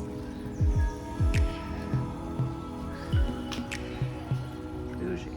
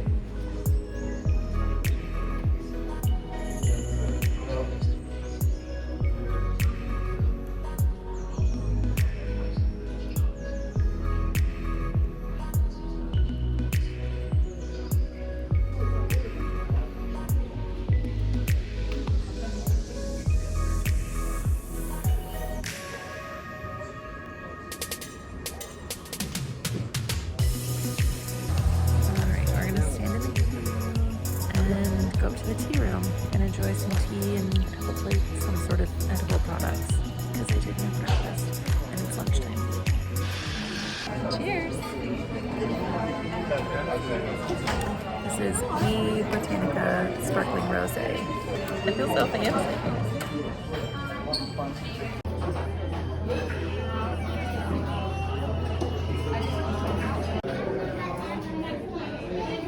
We got the soup. And the salmon. Oh my gosh, I'm so excited.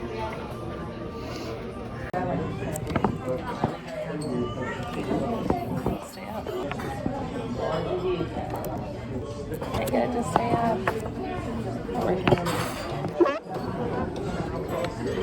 Okay, fine.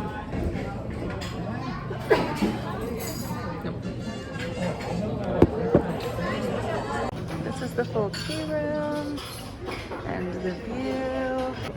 Okay, let's go finish our tour. Oh, it's beautiful today.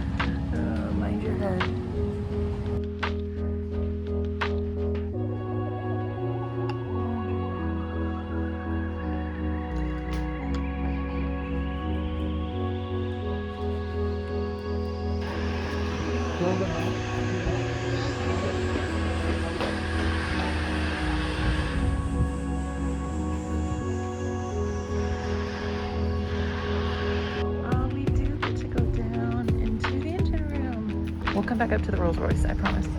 That is the gold stripe, is actual leaf gold. And the Queen wanted to make sure that you couldn't see any rivets along the side of the ship, so you don't see any. And she opted for this blue as opposed to the black, which is what was generally used.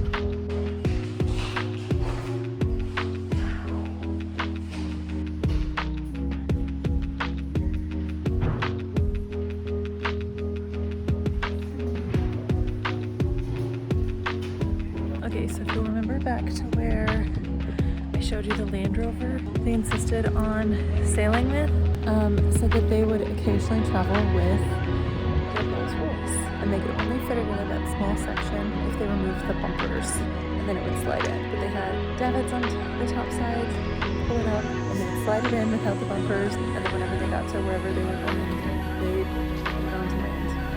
Rolls Royce Phantom 5, first registered in 1967. Oh, this is not the actual photo card. This is a model of the one that she had. The cost when new in 67, 10,793 euro.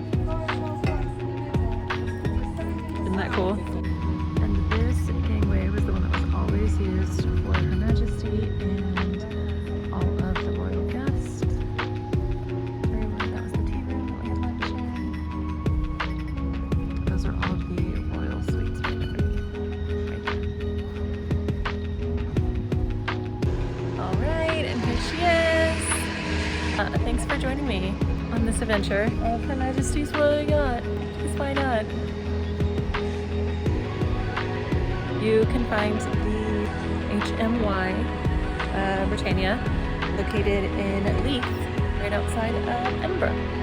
Good morning, good morning. No idea what day it is, but I know tomorrow's my last full day, so we've got quite a bit on our docket today. I have tickets to tour Holyrood, the Queen's Palace when she stays here. And then nothing this evening until the ghost tours, which I don't know that I'm going to be able to take you guys on because it's going to be kind of dark, but if I can, I will. So I think I got the fix on the coffee. You just ask for a triple latte, which very much confused them, but it tastes like it has a good amount of coffee in it. This whole like large latte with 1 shot of espresso in it, it's not doing it for your girl. Okay, so this path brought us to Jacob's Ladder, which really just seems like a whole bunch of steps. Look, if I do not end this trip with an amazing derriere because of the number of steps and miles I'm putting in, I did something wrong. Or I just ate a lot of carbs and enjoyed them and they were delicious and wonderful and it's fine. This was a terrible choice. Awful choice. Okay. And they're not even stairs. That makes it harder. All right, this is our first stop.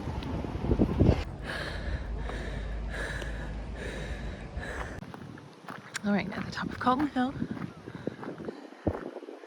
This is considered the Regent Walk, and it's going to take us around, if I read correctly, was the remains of Robert the Bruce, his castle or fortress or something of that nature.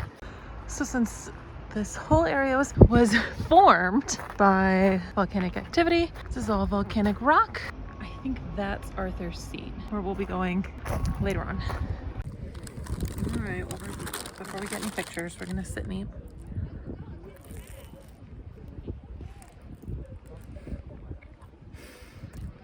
Almond croissant is delicious. View is fantastic. Okay, by the time I make this video, I will figure out what this is called.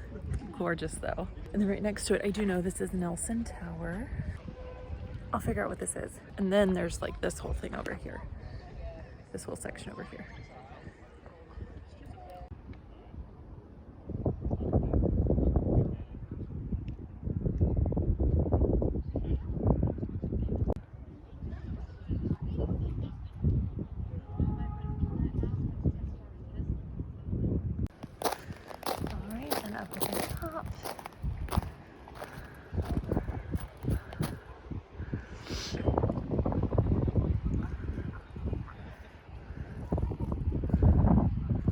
I am so intrigued by this. This is where I'm having lunch, for sure.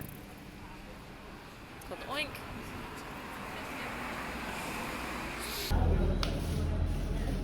Do you want any of the crispy skins? Sure. And is that everything for you? Any drink?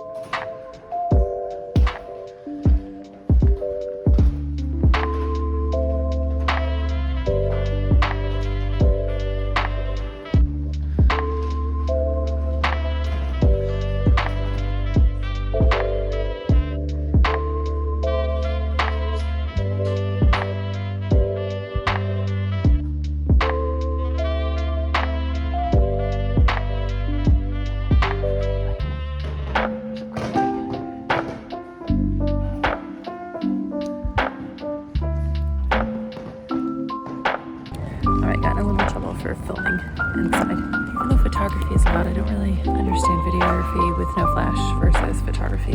Whatever, now we're outside, it's raining. She said I could video outside. So this is the front of the Holyrood Abbey, or the ruins of it. I'm loving this audio guide, because I wouldn't like stop and read everything, just because I couldn't focus for that long. I love having someone else tell me what it is.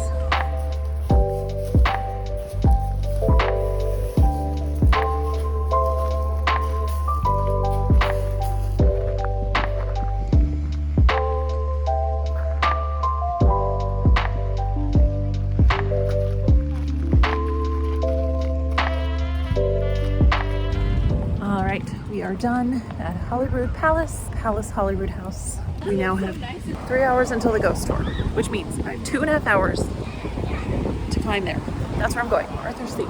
Some guy told me the other day, if you have a nice pace, it'll take you about an hour. I don't know what a nice pace is, and we're not in hiking shoes, but we're gonna figure it out. If we can figure out how to cross the street, it'll be fine. All right, so Holyrood House Palace is right there. You just come right over here, and the start is right down here at the bottom of this parking lot. All right, and just a reminder, that is where we're starting, and that is where we're ending up, which is the entrance, and we're just gonna walk. No idea how far this is. I just know it looks very high and very steep. But we gotta do it. It's like the thing to do. We definitely put something in the Game of Thrones, so I'm sure they filmed here.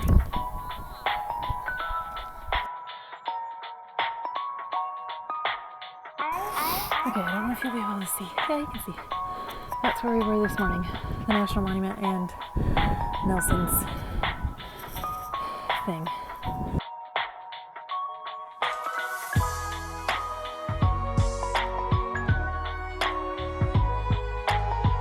Okay, we've gone that far. We've got that far to go. Dying. My shirt is soaked. It's the wrong shoes. It probably wouldn't be so hard if I hadn't walked like probably close to like 80 miles in the last 20 days.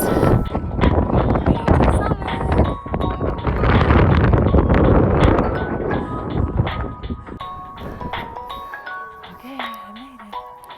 Just on it. 0.91 miles. 42 minutes with some exits. Turn around and check what we climbed for. Alright, we've seen, we've experienced, rained on, now we have to figure out how to get back down. That's my path, and I'm not on it. So it is 5:15. I have my ghost tour. I have to make sure that I get down in time for that at 7. I also just realized that once I climb all the way down to the bottom of this beautiful volcano, I then have to walk up the Royal Mile. My legs are going to fall off today. Because on top of that, I walked, oh my gosh, I'm throwing pellets.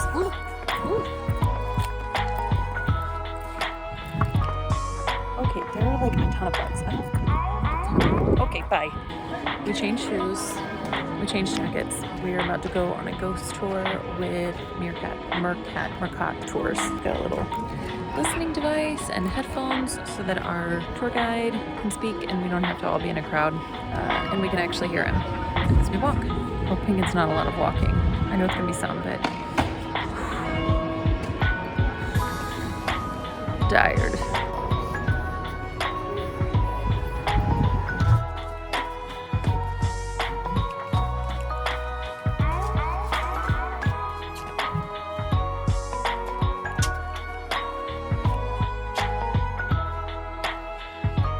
If you enjoyed this episode, you can check out more at ashtononadventure.com or hit subscribe up at the top and follow along on the next adventure.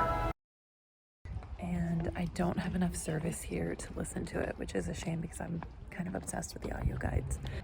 So I'm not able to listen to it. So I'm just having to read the placards like a peasant.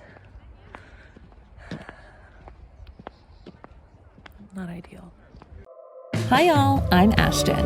In 2020, I was newly single and furloughed from my big city job, so I left Houston in the middle of a pandemic in search of a fresh beginning.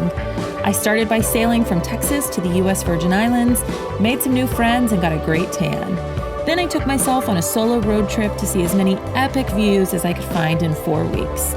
Join me for season 2 with all new experiences, people, and places. I can't wait for you to see what I have planned for the ride. Subscribe and follow along. After all, to live would be an awfully big adventure. Okay, I'm at a red light, so I have a few seconds. Oh, they gave me a Mercedes. Okay. But we are sitting on the wrong side of the car, and we are driving on the wrong side of the road in the wrong side of the car. Okay, gotta go. Bye. 90. Okay, I am going to M90. That's where I'm going. Okay, friends, we made it to our little Airbnb in Inverness. I'm on the cutest street. I am walking to the grocery store to grab something for breakfast in the morning. I also got bitten by something that wasn't human. Okay, bye. Pretty large selection here at the grocery store. So far I have water, bananas, a cup of noodles, wine, necessities. Okay, good. It is not good morning. It is 3 in the afternoon. Enjoyed our morning. And now it is 3:20. The Loch Ness Center closes at 3:30. I pulled in the wrong direction in the parking lot. And then I got really turned around and confused. So I stopped, was like gonna take a breath and figure out where I was and which way I needed to go, because there were like a lot of different things happening. And this woman was apparently trying to pull out. I put it in reverse and backed out so she had plenty of room to exit. Then she yelled at me through the car and gave me the finger as she drove out of the parking lot. So there's that. That was aggressive. Y'all. Okay, I need to eat. So right around there is the convention center. Also where I got yelled at because I came into the wrong parking lot. Such a pretty building. On Sundays it does close at 3:30, and then the lock is just right around those trees. So we're gonna explore this little area and see what's up and over here. For starters, I'm now obsessed with shortbread. I will never not carry shortbread in my purse from now on. All right, also just right off of Nessieland, which was disappointing. Just a little tchotchke shop. Is this cute little area. Look how pretty this is. I almost wish I'd come over here to eat, but I didn't realize that this was over here. See, I should have done more research. I ate at the first place because I was hangry, not because I felt a pull. So I should have known better, but look how pretty. More or less, I want to say today was a bust. But it's not. I just did not realize it was Sunday and did not realize that by taking my time this morning, it was going to hinder what I could do this afternoon because everything closes early. So today, maybe we'll just go drive for a bit and listen to my audiobook, and maybe we'll just do that. Maybe we'll just go enjoy the Scottish Highlands via Mercedes. All right, we pulled off on this little outcropping. There looks to be a little trail over here. The lock is like right there. Thistles. I haven't actually seen these. It does look a little sketched down there, but don't worry. I have eaten a month's worth of shortbread. So if I get lost, I'll be cold, but I'll be fine.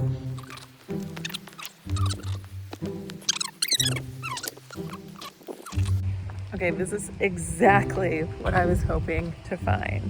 But you guys.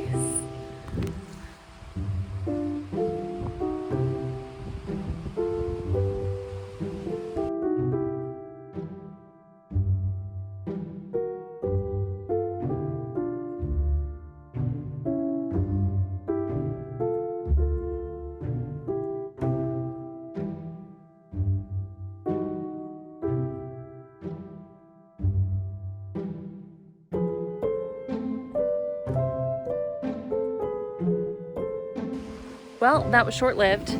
Not even 10 seconds after takeoff. Gust of wind, caught Mr. Darcy, sent him into the trees, and is somewhere down there. I'm gonna hike down there and see if I can find him.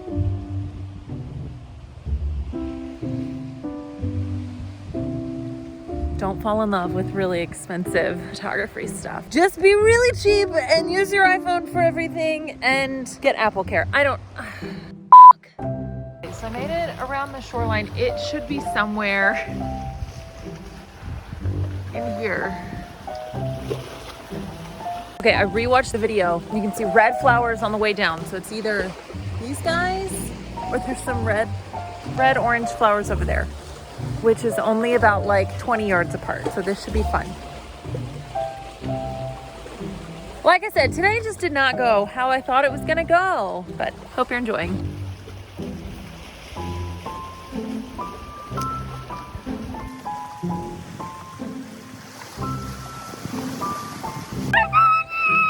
You can see green flashing light. I just have to get over there. And it was under those red flowers, by the way. Come here, Mr. Darcy. We look okay. We're looking pretty good. Okay, with the thistle, but we're looking pretty darn good. I don't know where I'm going, but the drive is really pretty. Bit of a walk tonight in Inverness. How pretty it is. I'm shocked that it's this sunny and pretty in Scotland. I don't know. I guess I just assumed it was like overcast all the time. Isn't she beautiful? All the way around. There's the castle. Okay, good morning, good morning. So we are driving out to the Isle of Skye today. Our first stop is at, it's a castle. The Eileen something castle.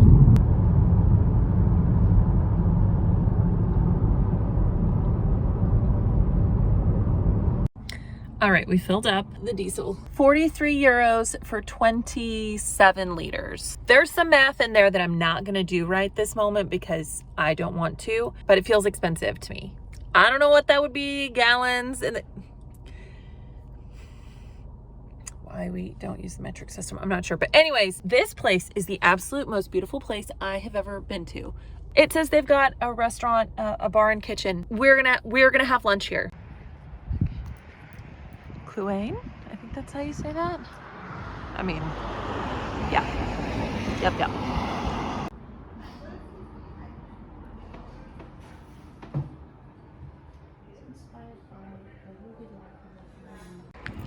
Lunch was delicious.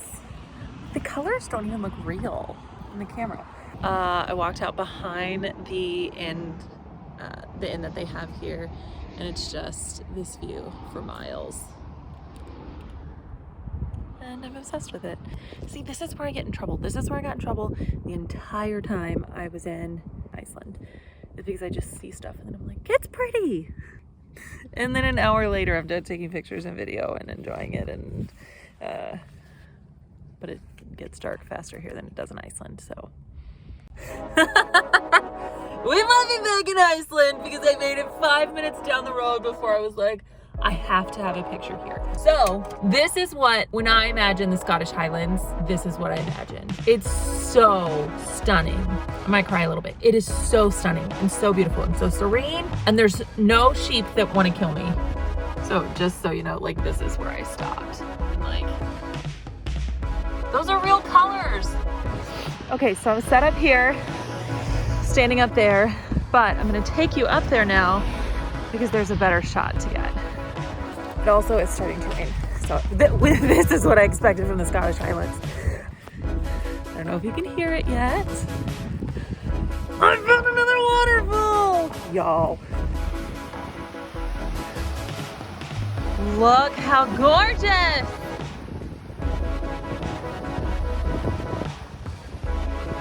And it's sunny over there and raining over here.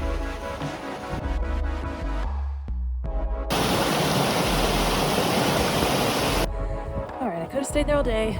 Not going to. Back to the car. And we've got a castle to see. I don't even know if I'll make it to Isle of Skye today because I keep stopping. Well, I found me a castle. It's so pretty. This is Eileen Donut Castle. So So this is how much the tide comes out. Like that's all, you can smell it. Like that all should be water. It's just obviously low tide. I'm just walking around the backside of this castle. It's gorgeous. This is what it looks out onto. Can you even imagine? So pretty. And you can see the tide is coming back in. Or maybe it's going out. I'm not sure, but just watch the waters here. You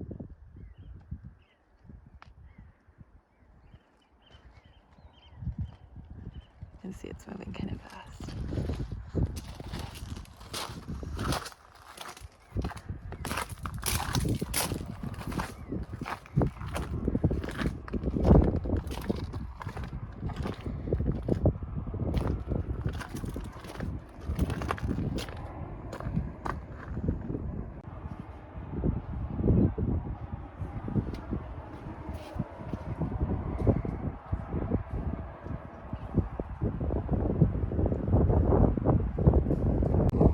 Okay, just had a brief walk around of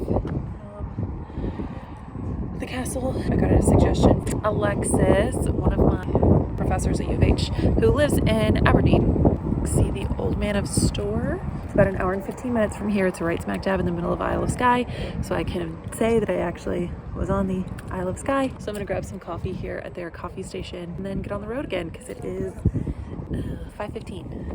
So we're gonna cut it a little close with getting home before dark, but it's fine. The coffee shop was closed, but the gift shop was open.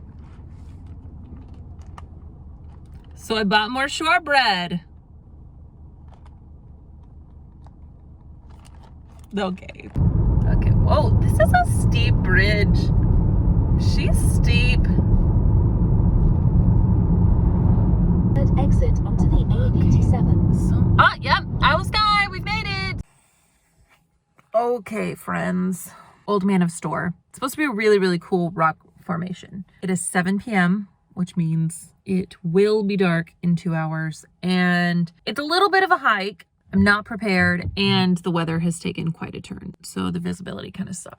So I don't know that I'd even be able to see it up there, and I don't think I'm gonna do it, which is, it's sad. I have a lot of factors against me. It took me a long time to get here, a lot longer than I thought, and the weather was not that bad. We've come up into the mountains a little bit. So kind of stinks that we drove all this way. We, as in me, myself, my camera gear, my shortbread cookies, drove all this way and then are deciding not to do the hike. But I think it's for the best. Isle of Skye, I will just say that you were beautiful to drive. And I'm sorry I didn't get to do any hikes because I took too long eating fish and chips.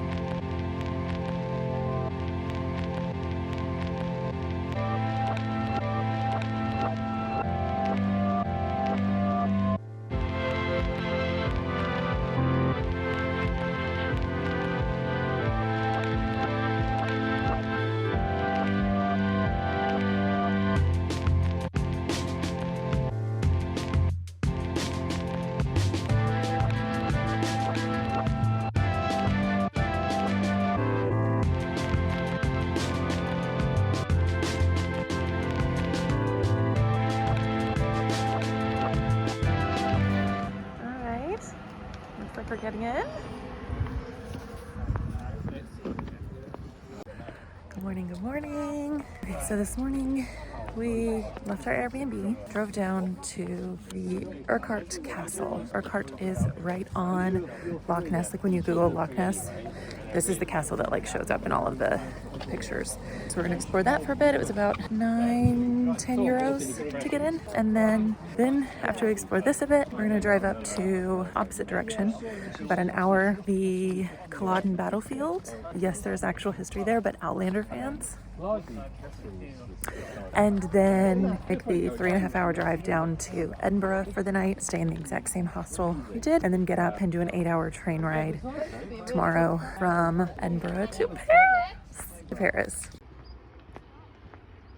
We do have an audio guide, but it's through your own phone, and I don't have enough service here to listen to it, which is a shame because I'm kind of obsessed with the audio guides, so I'm not able to listen to it, so I'm just having to read the placards like a peasant.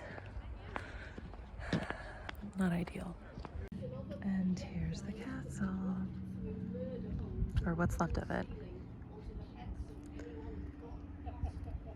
So the castle was destroyed by its own men. This is the Cliff Notes version, let's be real. Castle was destroyed by its own men so that the Jacobites couldn't overtake it and hold it, is my understanding. Or says this thing.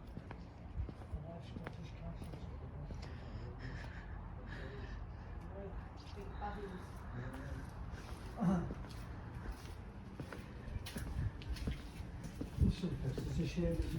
but look at the view. So from the backside, you can see more of the ruins. A little look into the lock. And if you come around here, you've got a full view of the lock.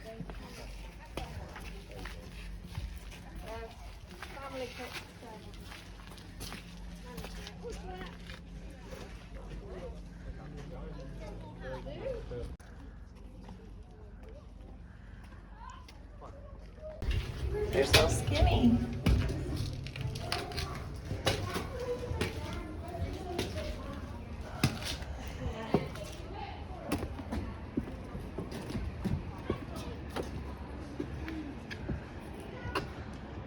The castle, the lock, or what remains of the castle,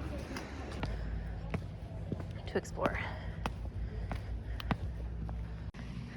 I don't really have any intentions to walk all the way down to the water. I did that the other day when I crashed my drone, but this is the water gate.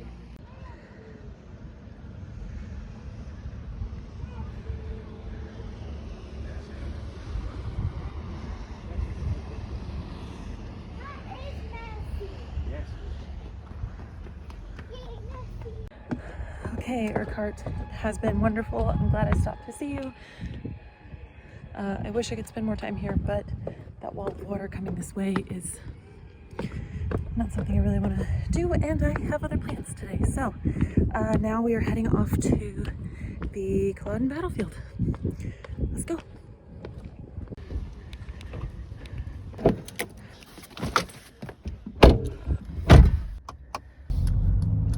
Culloden! Looks like there's a ton of people here, but we're gonna go see what we can see. If there's an hour's worth of stuff to see here, we will stay an hour. That's my max though. Otherwise, we're just gonna roundabout, say we've seen it, move along. And apparently there are two options. You can wander the battlefield for free, or you can go through the exhibition. The problem is that I only have an hour. So we're going with the free option. I won't lie, it just looks like a big old field, but oh, my Scottish ancestors are rolling in their grave.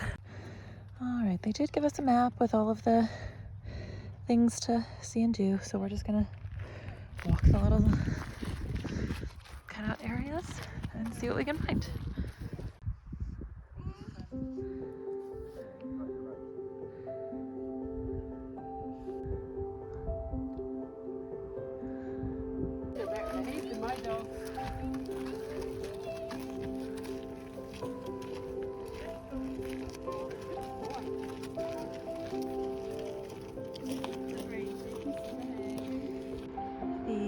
Flags you see way over, all the way down there.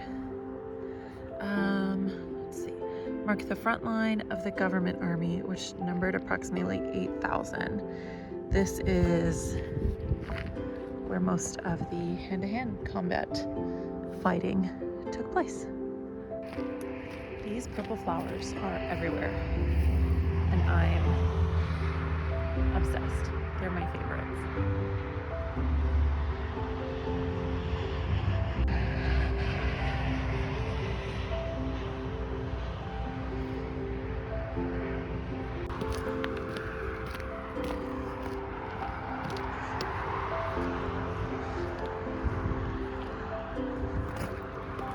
This is the outer ring of the battlefield. It's really just a little nature walk, really.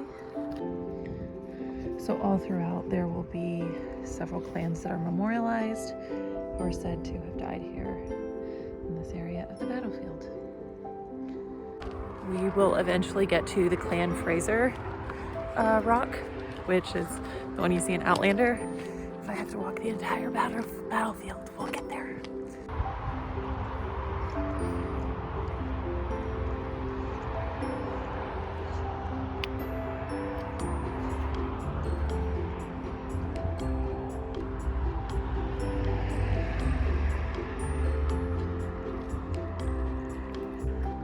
Now we've made it to the line of blue flags, which was the Jacobite line. It's all the way down. The Jacobites had about 5,500, and Charles Edward Stuart was behind these lines.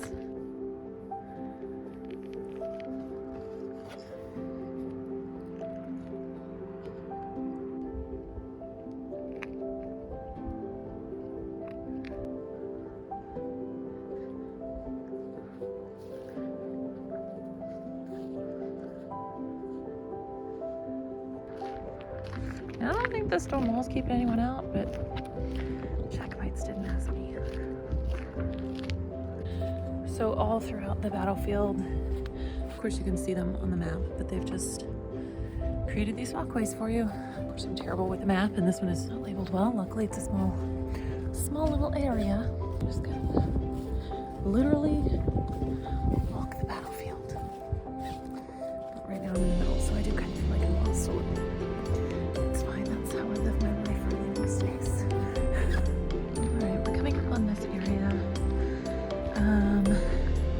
This is the area where most of the mass graves are located. The headstones, there's the Clan Fraser one. Were added in 1881. Remember the traditional burial sites of some of the names and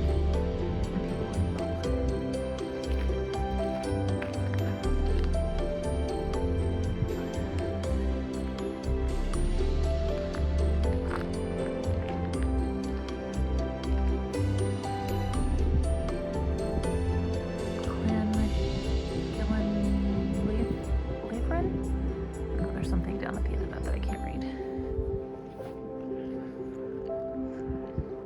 Alright, I can confidently say that I walked the Culloden battlefield and saw all of the murders and get on the road to Edinburgh for one last night. Edinburgh before our train, before we head to Paris tomorrow. Just look how pretty. I have no idea what the speed limit is here. They're like If you enjoyed this episode, you can check out more at ashtononadventure.com or hit subscribe up at the top and follow along on the next adventure. It seems it's going to be a struggle to figure this out, but it is an adventure in its own, traveling during the time of COVID, and we're in Paris. If I have to eat sandwiches that I've made myself every day and drink wine just sitting out on the Seine by myself, that's what we do. Hi y'all, I'm Ashton. In 2020, I was newly single and furloughed from my big city job, so I left Houston in the middle of a pandemic in search of a fresh beginning. I started by sailing from Texas to the US Virgin Islands, made some new friends, and got a great tan. Then I took myself on a solo road trip to see as many epic views as I could find in 4 weeks. Join me for season 2 with all new experiences, people, and places. I can't wait for you to see what I have planned for the ride.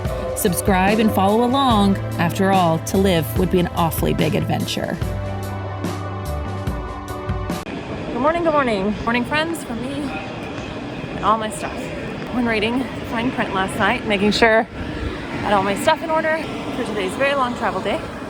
Edinburgh to London, London to Paris.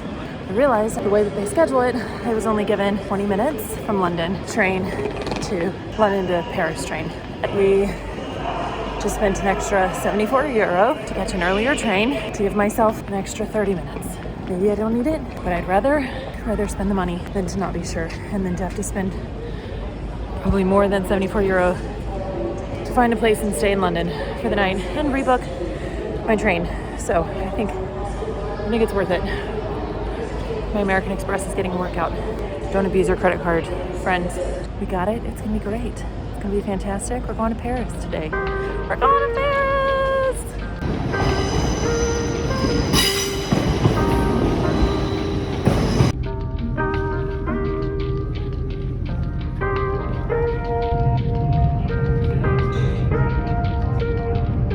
Alright, so Terminal change. That was where we came in for the Edinburgh train. Now we are heading literally just across the street to the St. Pancras station, which does international.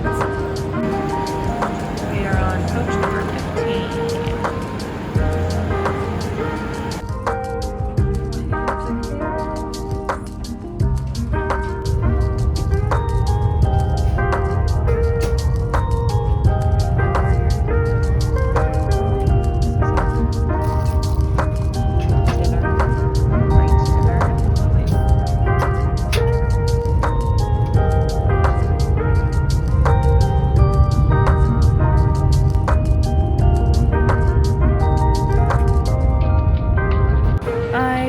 Out of the subway station. You know, it doesn't have elevators, French subways, but that's what I came out to. There she is. Okay, you guys, I arrived. You missed the part where I got to my beyond cute Airbnb. We're gonna do a tour later. It's like 10 o'clock. I'm starving. I do not have there's a health pass that you have to have here in Paris to be able to do like indoor dining, certain other places. Basically tomorrow I'll have to go to a pharmacy and get my COVID vaccine like checked off. So I have this QR code to get into places. That being said, I was very, very lucky. There's a grocery store right around the corner from me. Actually pretty well stocked. So I'm gonna show you what all I got for 39 euros. It's gonna be quite a few meals, so I'm really happy with it. All right, I went easy for dinner tonight. Just boil pasta, okay? French butter. Oh my gosh. Eggs.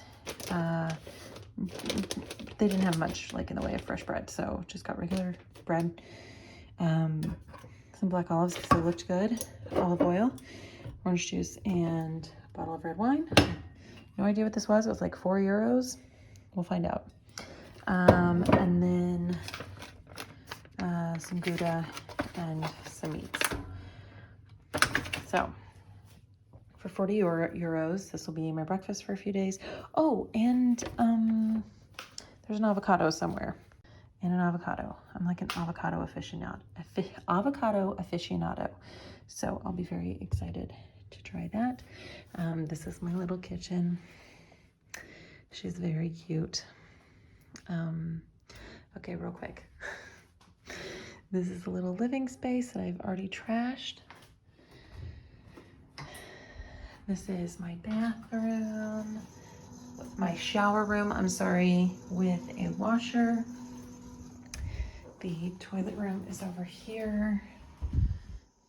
That's my toilet.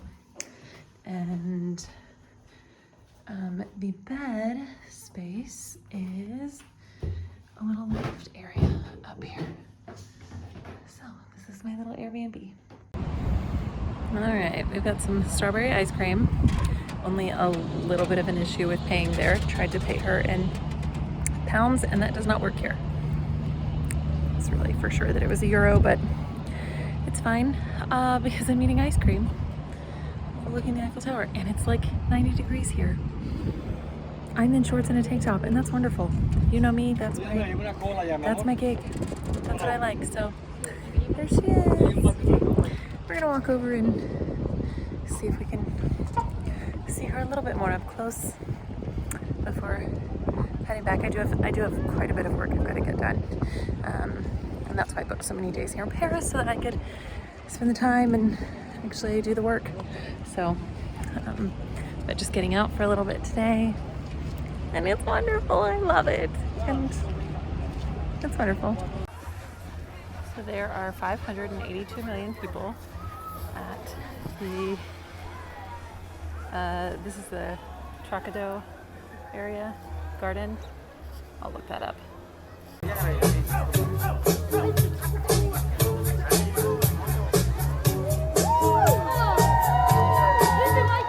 Okay, so so I've been to 3 pharmacies. So I've gotten 3 different sets of information that pretty much all say the same thing, but they've all had like a little twist to it. So the first one said, no, you can't get the Passateer. It's only for French nationals. You have to get a COVID test every 3 days. Okay, well, I'm here for 18 days. That's a lot of COVID tests, but if I understand, so if that's what I need to do, that's what I need to do. Hope for the best. You shouldn't have come is really kind of the gist I was getting from the second one. The third one said they were a lot more helpful. They gave me an email to send my US vaccine card to, that in 5 days I'll have some sort of like tourist QR code that I can use at all these places that I can't even eat in a restaurant right now, which is saving me money. So I said, what do I do for the 5 days? And she said, get a COVID test. You can come tomorrow at 10. So they were at least like the most helpful, but it seems it's going to be a struggle to figure this out. But it is an adventure in its own, traveling during the time of COVID. And we're in Paris. If I have to eat sandwiches that I've made myself every day and drink wine just sitting out on the Seine by myself, that's what we do. I don't necessarily need to see any museums. We'll make it work. All right, we've submitted all of our paperwork, but have not gotten anything back on the tourist version of the Pass Sanitaire. But we left the apartment today. We're out on a walk. Cute little outfit on today. Saturday, so like weekends in foreign countries seem to be weird. So whereas in America, like maybe I'm just not in the right spot. I'm heading over to the Champs-Elysees, so we'll see how busy the stores are. I don't know if I can even get in, but like I've only seen one cafe open and it's almost 3 in the afternoon. So got to figure out how this city works. Because the other day it was like super busy, but today not really. We're just out on walkabout. All right, there she is. Getting a facelift. Just a little work done, just a little Botox. All right, lots more people in the Champs-Elysees. And I guess, I don't know, maybe they don't get out of moving on a Saturday until later. Dior, Blanc, Cartier, all the good places.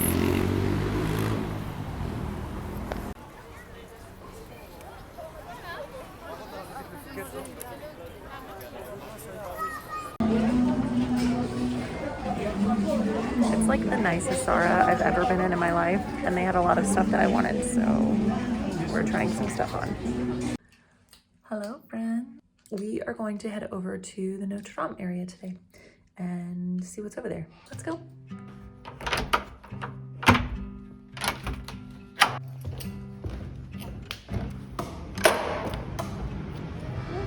There's a little bit of sunshine.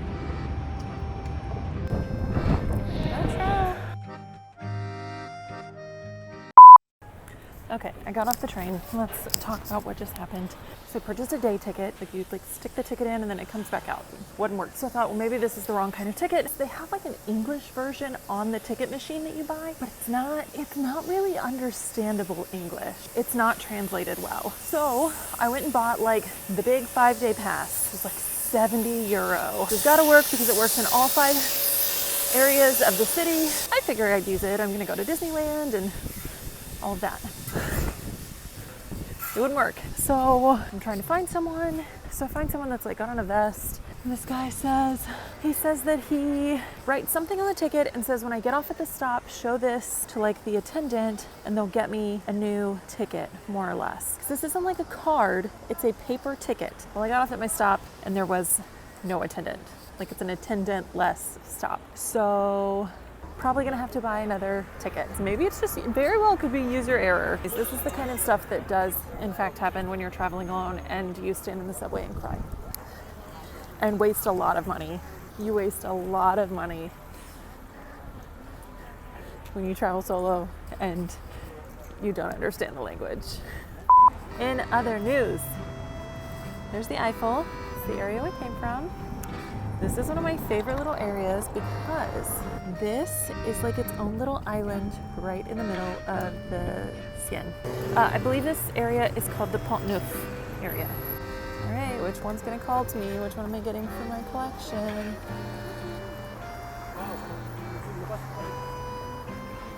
I have something that looks like that. because I don't want that. So they have all these French books.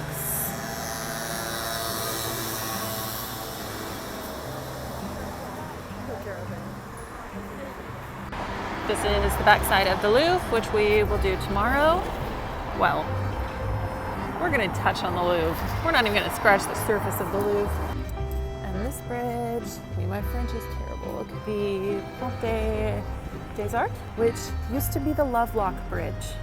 They have since removed all the locks and put up plexiglass because it was so heavy with the locks, it was like breaking. All right, you can see it a little bit better here. So see, just this little jut of an island.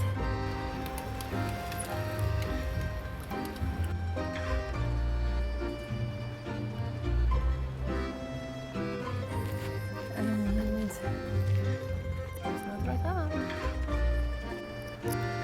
I actually super love this.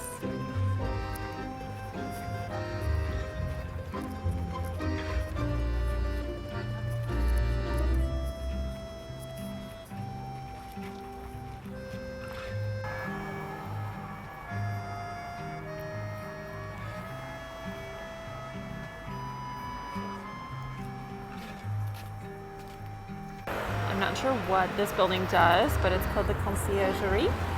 And then right next to it is the Saint-Chapelle, which after I get a snack, I'm gonna go stand in line for. All right, we stepped right outside the Saint-Chapelle for some lunch. This is a salmon club sandwich, classic rosé. Very excited. And this is the one main street on and off the island. And you can actually see, like right over there, is the other side of the bridge.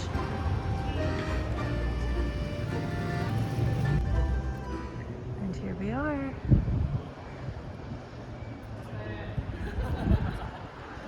If I recall correctly, the Saint-Chapelle is supposed to have like this amazing stained glass installation. And of course the spire.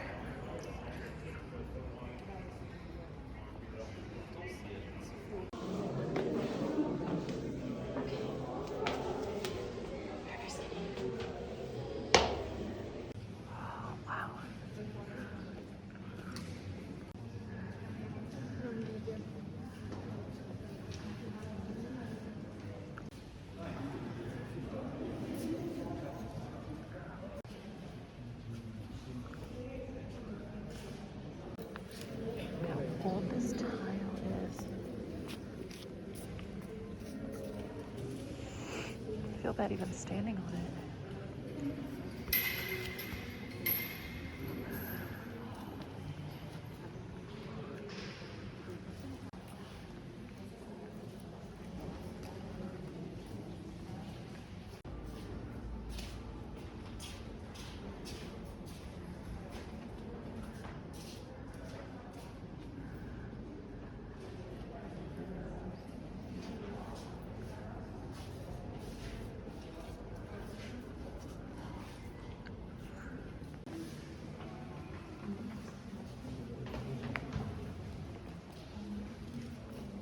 So up close, these are not tapestries.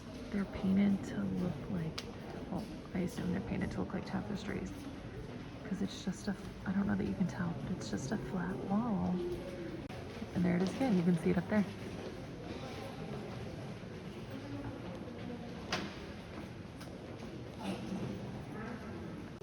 Alright, we're gonna go back down the super skinny. And then down here.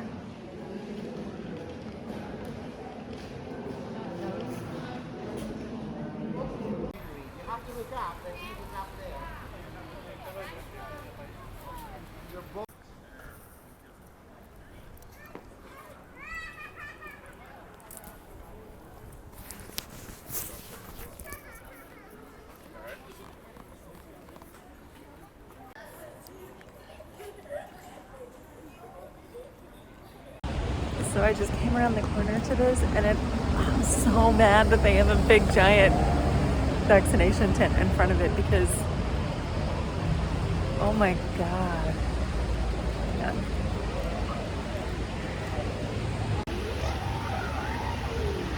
is the Hotel de Ville. Hotel de Ville, probably. Oh, I wish that would go away. Oh my gosh, that's gorgeous. Okay, well, I might get attacked by... Oh, God. Prettiest area over here. This is so quirky and cute. I love it. This is the Little Marais area. And apparently it has killer pigeons.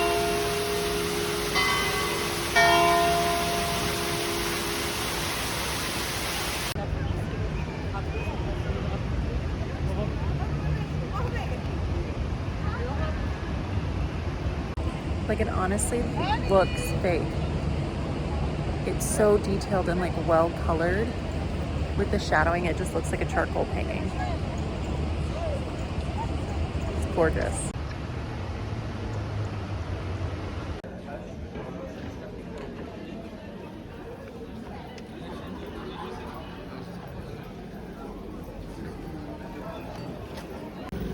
So all in all, this area is the absolute cutest and I love it. Lots of shopping. There was a Chanel and a Pandora, but then a ton of stuff that I didn't, and a Calvin Klein. But a lot of stuff I didn't recognize, so that's really cool.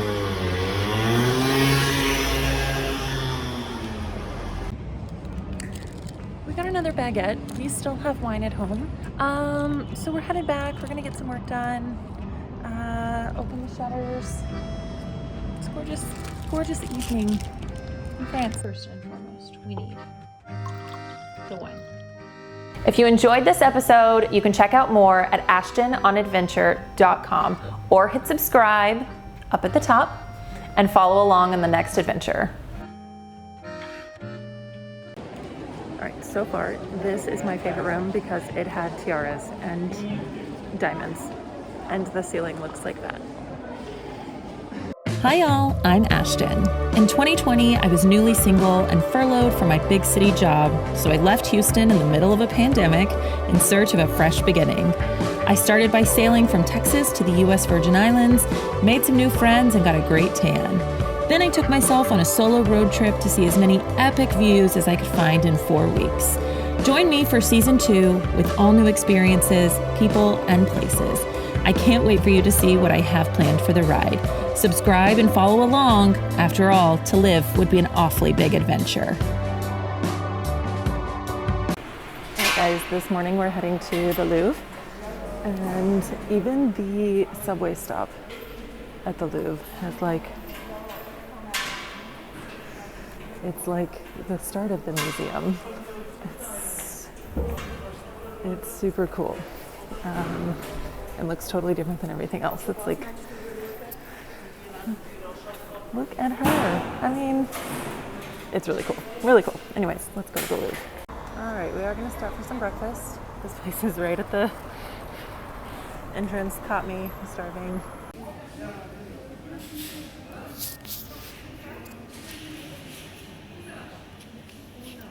All right, for breakfast, we're having this beautiful tart, quiche Lorraine, and I got a croissant for later.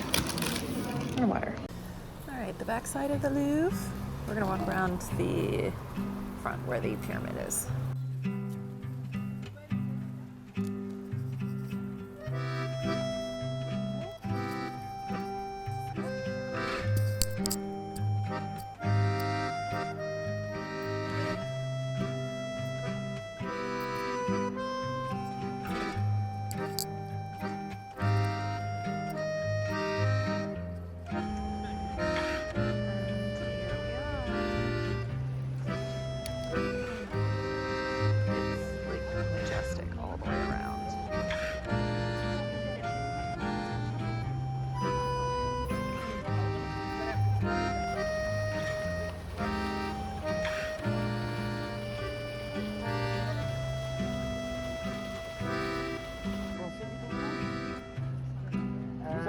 Seulement la porte d'étape.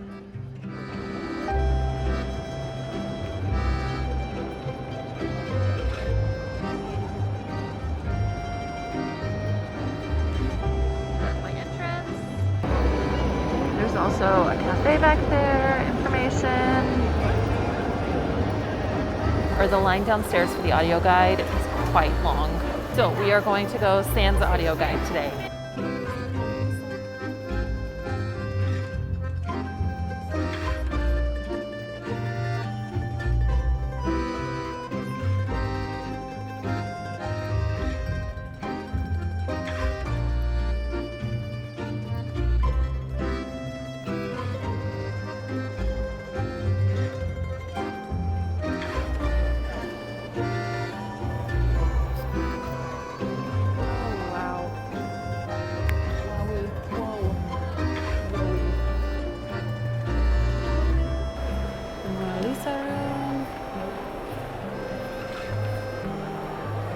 There she is, way back over there.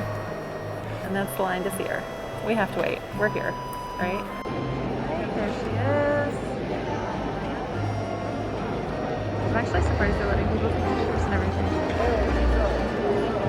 And that is the line, ladies and gents.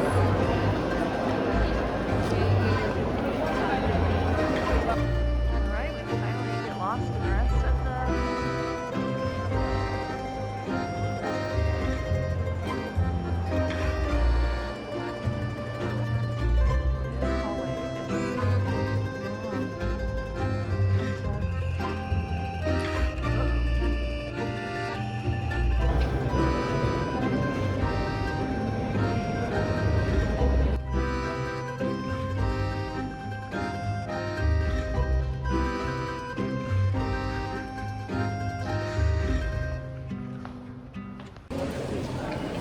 I like this room. Look at the ceiling. Like the video doesn't even do the colors justice.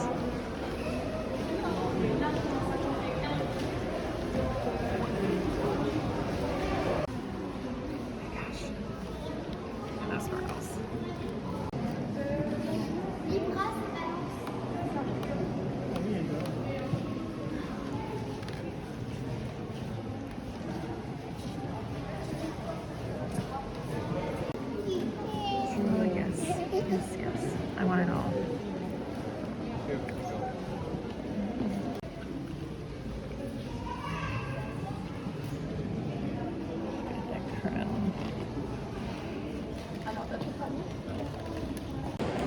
Alright, so far, this is my favorite room because it had tiaras and diamonds, and the ceiling looks like that. So this is my favorite room. It also reminds me a lot of the Hall of Mirrors at Versailles. And just so you know, this is the name of that room that I loved so much. Like, this is the outside of the building. Look at the detailing.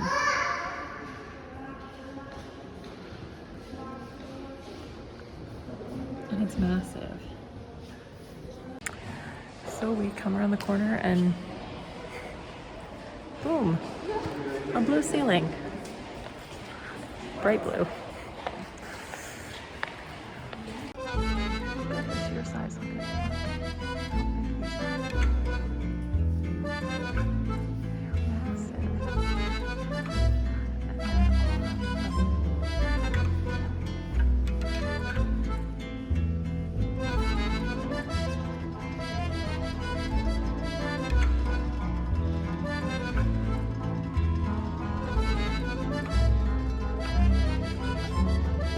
Okay, look, I don't know what this is, but I'm gonna go here because I want to see this.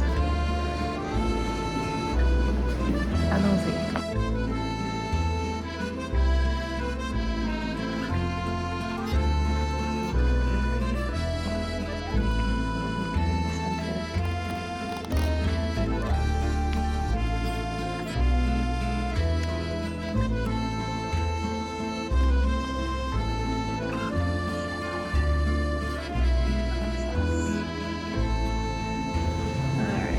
Restorations from Marie Antoinette's room. Recreations? I don't know.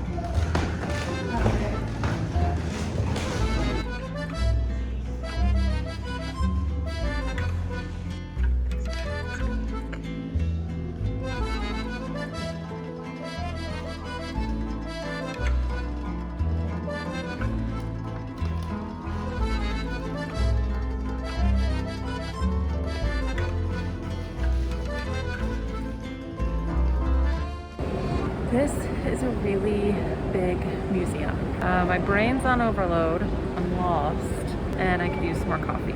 I want to find this room. Like, how do I get here? There's this big, gorgeous. I can't figure out how to get there.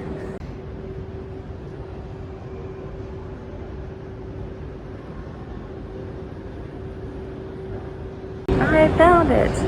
Okay, these sculptures are from 500 to 1850. So, old.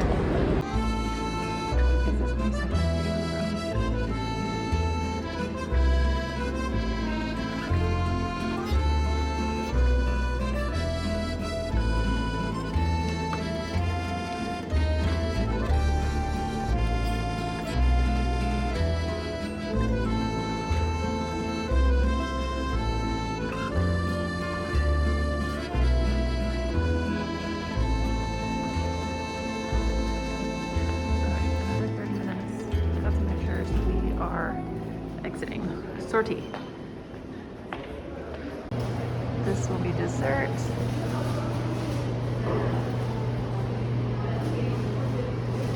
If you enjoyed this episode, you can check out more at ashtononadventure.com or hit subscribe up at the top and follow along in the next adventure. I'm still eating my sandwich, but there's something on fire down there. Like real fire. Hi y'all, I'm Ashton. In 2020, I was newly single and furloughed from my big city job, so I left Houston in the middle of a pandemic in search of a fresh beginning. I started by sailing from Texas to the US Virgin Islands, made some new friends, and got a great tan. Then I took myself on a solo road trip to see as many epic views as I could find in 4 weeks. Join me for season 2 with all new experiences, people, and places. I can't wait for you to see what I have planned for the ride. Subscribe and follow along. After all, to live would be an awfully big adventure. All right, this is the fit.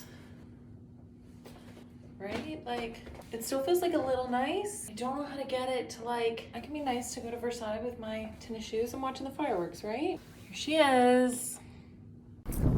We have a very, very special event tonight. Super excited. Versailles. I went to Versailles when I was here 2 Novembers ago, 2019, before COVID. It was my first like big solo trip.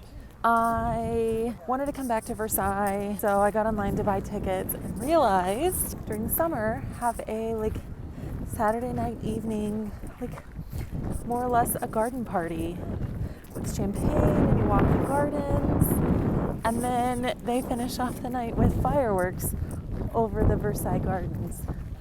So you don't really get to walk the rooms. I could have paid a little bit more to see the Hall of Mirrors, and I didn't. Kind of regretting that now, but so tonight was 50 euros. To get into the garden includes a glass of champagne, fireworks, all of that. So, all that, we are at Versailles, and we are going to enjoy champagne in the gardens of Versailles. It's going to be magical and wonderful, and I'm so excited.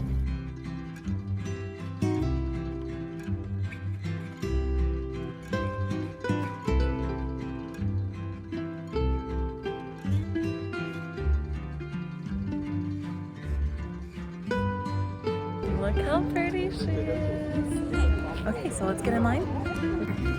In true Ashton fashion, this is not where I'm supposed to be. So I need to go out and around the palace. Do I ever show up at the right place at the right time? No. Still at the palace. Walking out and around that corner and then back from the other corner. She's pretty.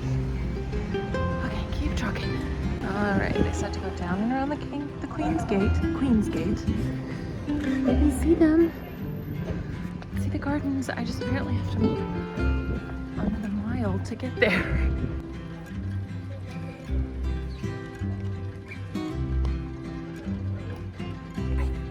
We're heading in the right direction. We're here.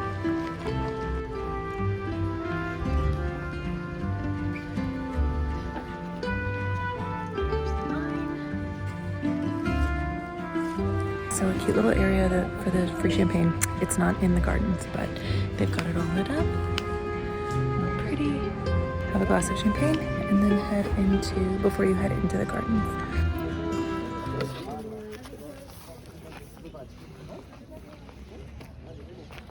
And we're in. Okay, first up, food. I don't even care how expensive it is. All right, we've made it in. We have a sandwich on a baguette, obviously. We have a glass of rosé, and we're gonna go find a place to set up shop. We've got 3 hours in the gardens to walk around, see everything. I have no idea when the fireworks are. It gets dark around 9, so I've got an hour before it gets dark, but the fountains are supposed to have these really pretty like shows and water shows. Oh, I love it. I love it. I love Paris. Gosh, I love Paris. Right at the entrance we have right here. Obviously they've got a show here. This gorgeous fountain. I think there's like 20 something fountains, maybe more. All right, that's the big palace. That's where we're heading. We're going up to the top. So the last time I was here, it was November and everything was dead. And look at all those flowers. Those are all flowers. It's actually the gardens of Versailles. When I was here in November, it was just the dead stuff of Versailles.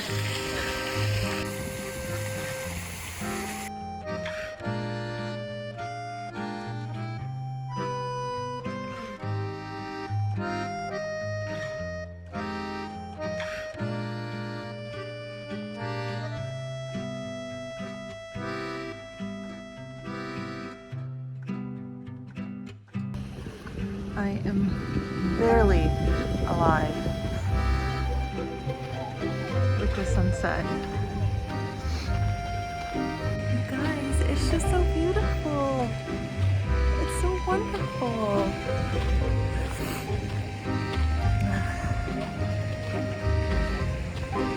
It's so pretty and it's perfect. It's perfect.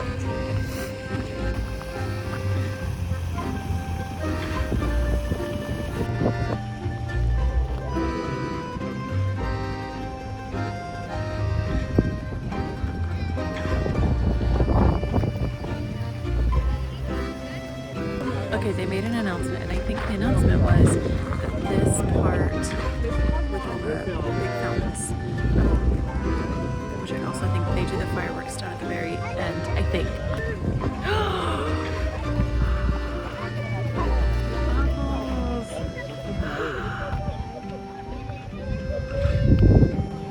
They released bubbles.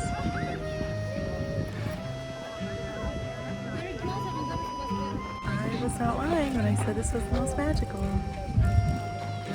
I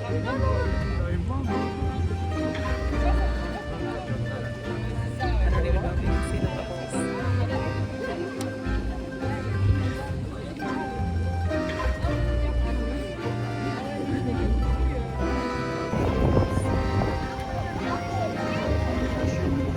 They also started playing music that I'm probably going to have to edit out because it's copywritten. I'm still eating my sandwich, but there's something on fire down there.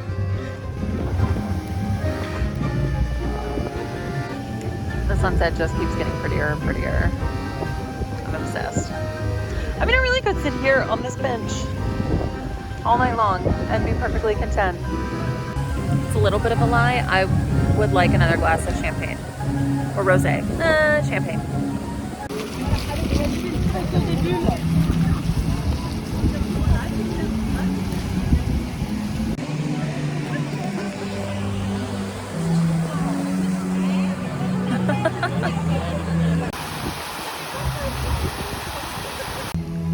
It is just absolutely magical.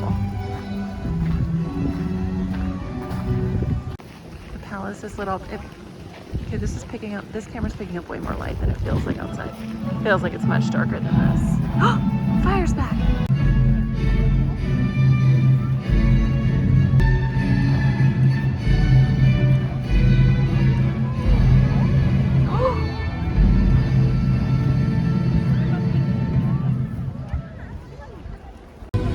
we have about an hour and a half until the fireworks. And I'm gonna come right back up here for the fireworks. I think I'm tall enough, I'll be able to see over everyone.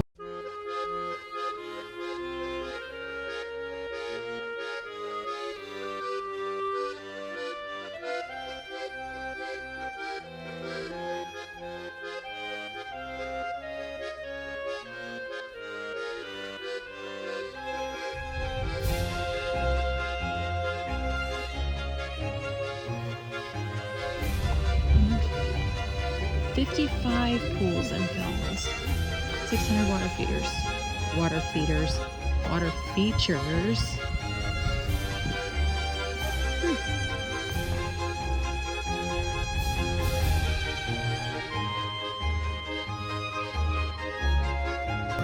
All right, that was Saturn fountain. We're headed to this guy. We're headed there. That was definitely not it because I've ended up back at the front. So champagne, no more champagne is in my future. It's dark and I get lost normally. This is not a good combo for me. But look at this place. Y'all. This is freaking magical.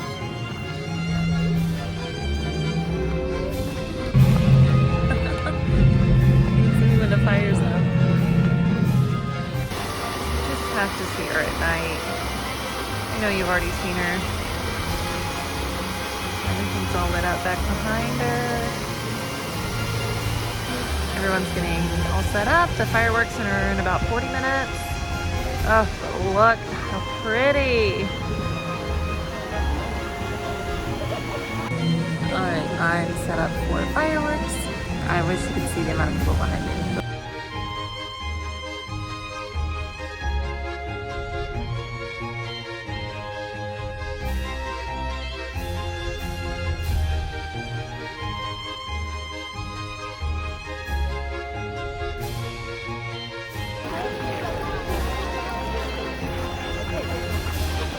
That's pretty cool.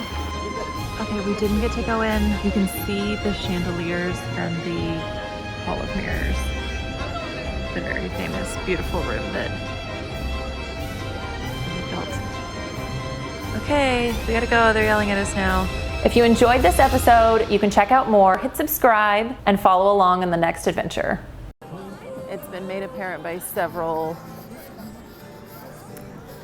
vendors of a certain ethnicity that I am alone, and they have all approached me. So I'm leaving. Hi y'all, I'm Ashton. In 2020, I was newly single and furloughed from my big city job, so I left Houston in the middle of a pandemic in search of a fresh beginning. I started by sailing from Texas to the US Virgin Islands, made some new friends, and got a great tan. Then I took myself on a solo road trip to see as many epic views as I could find in 4 weeks.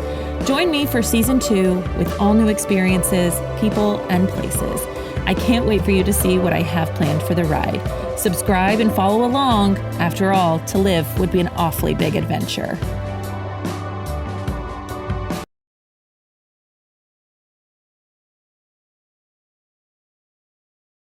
Good morning.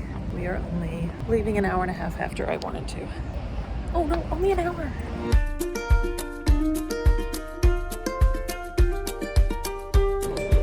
We made it. We're gonna get our health pass checked and then get through security and then get our tickets checked. The overhead speaker just wished me a magical day and I cried a little.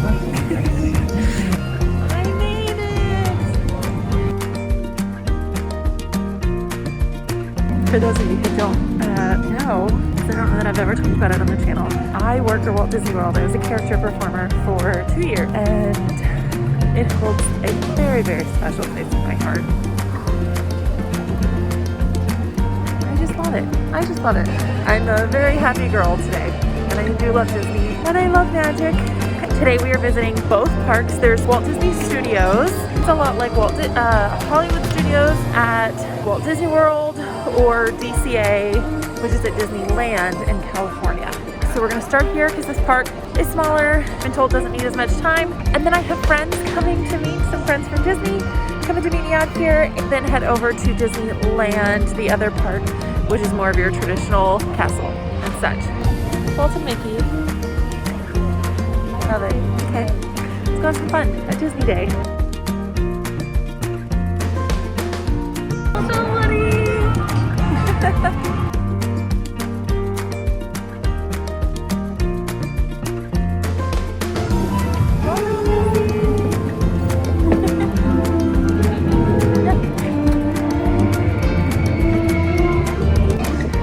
So that's the kind of meet and greets they have now, and I'm still on the lookout for Tigger.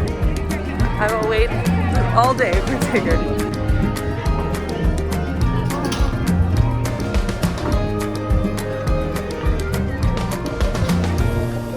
I'm Buzz Lightyear. Everything is assembled and ready for max.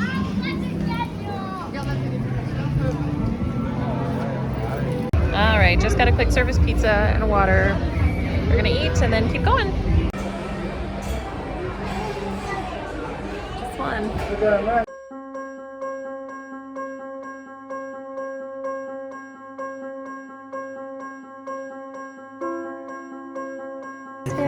Welcome to Arrington. I don't like the cold, it bothers me. You don't like the cold? No.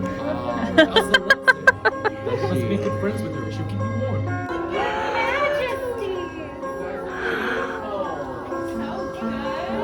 Even better now that we're here in the Ice Palace. Queen Elsa, you outdid yourself. Right, we love going ice skating. You know, Olaf's very good at ice skating too.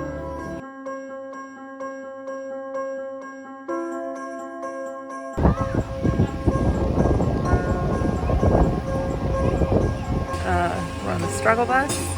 We rode a coaster. We shouldn't have. But if you're feeling nauseous at Disneyland Paris, if you go to First Aid, they will give you something for it and a vomit bag. So now we're heading over to Disneyland Park. Hopefully this wave of nausea will pass because I knew better. I knew better, failed epically.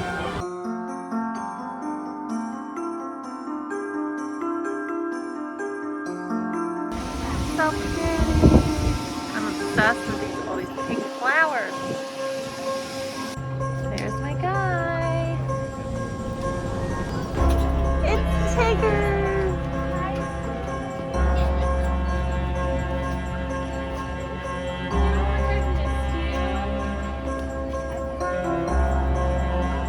I know, I wish I could hug you. Tigger hugs are the best.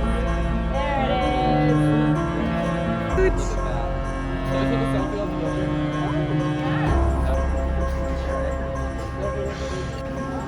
Let's see. Can you see him? Cosmo Rock is up there. And Mr. Smee. Hi, Jack. Looking wonderful, Jack. Drunk as always. Hello, cupping ice smoothie. Wash your hands before. No, thanks though. It's okay, Goofy.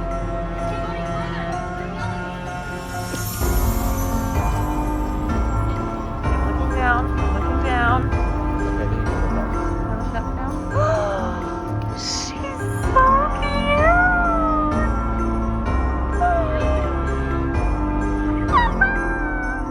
Oh my gosh.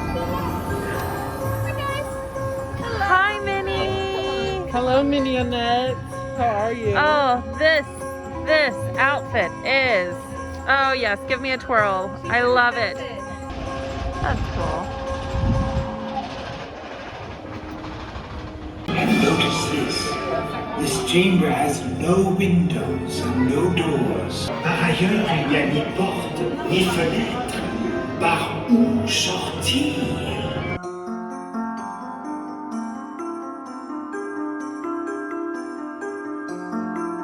Bonjour, nous sommes si heureux de vous voir.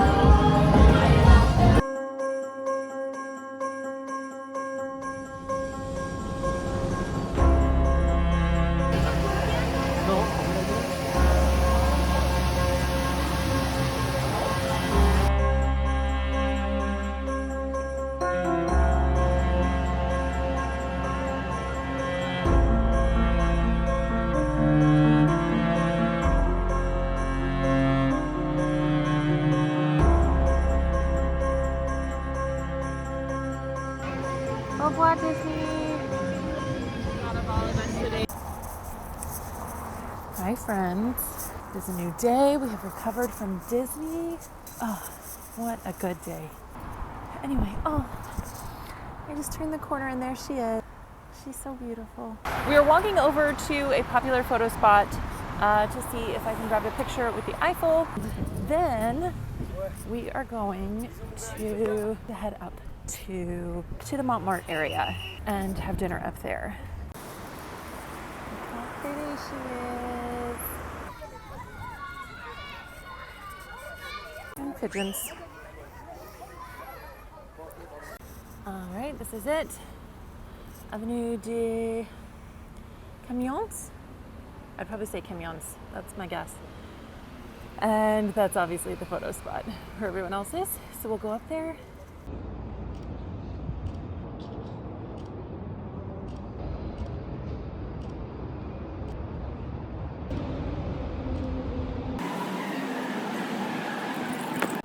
We're gonna take the 6.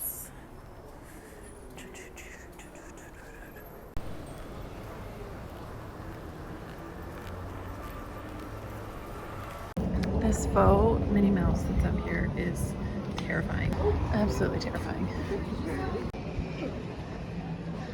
And when you come all the way up that street where Minnie Mouse was, you have Le Sacré-Cœur. I learned this trick that at the bottom of the Sacré-Cœur is actually like a little lift that you can use instead of doing all the stairs. Alright, we're just gonna use this little guy.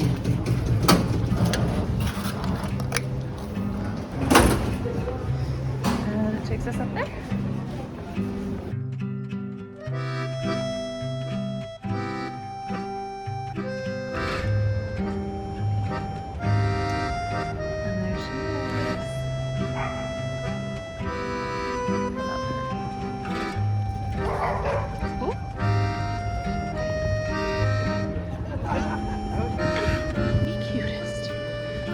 Restaurants and courtyard. I'm hoping we can be in it.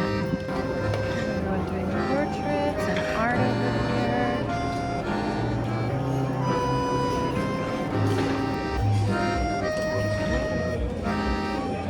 I have a cheese platter, fresh bread.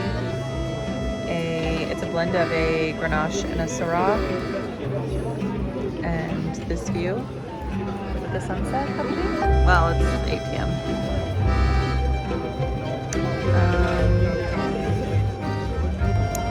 Hey, you guys know the deal. If they have octopus on the menu, I get it. Oh my gosh. So I am gonna have my portrait done.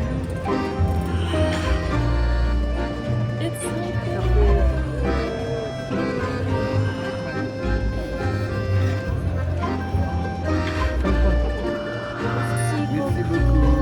C'est magnifique, it's perfect. Merci, au revoir. Last full day in Paris. Okay, I'm grabbing some takeaway food. I'm gonna pack. We've got tickets to go to the top of the Eiffel Tower today, and then we're gonna have a picnic and just sit and enjoy her for the rest of the evening until she sparkles.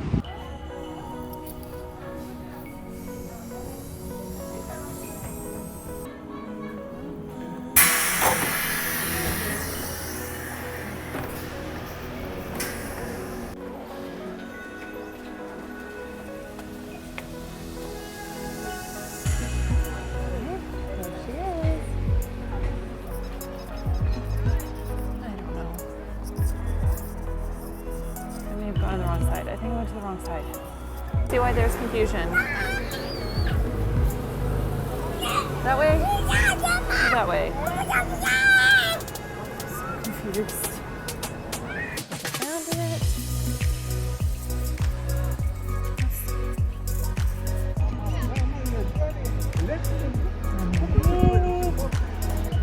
Alright.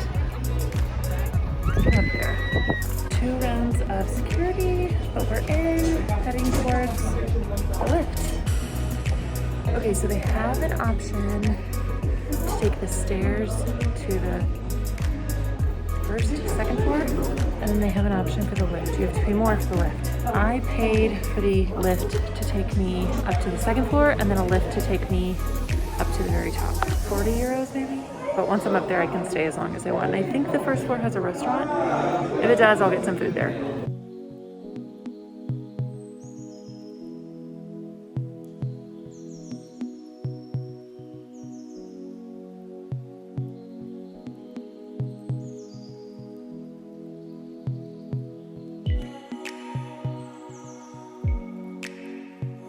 All right, this is the second floor.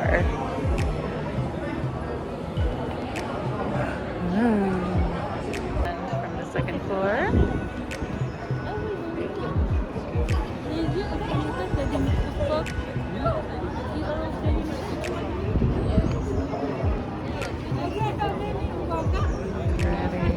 This is what I'm after before I go to the top. Not a full dinner, but I did get a snack, a little mini croque monsieur, and a water.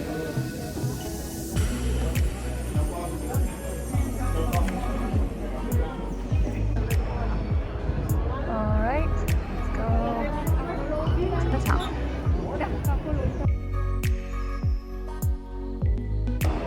So I don't have an issue with heights, but I do have an issue with movement. So elevators don't do well with me, and I'm a little scared to go to the top. But I'm going, just like I did the London Eye, going to the top.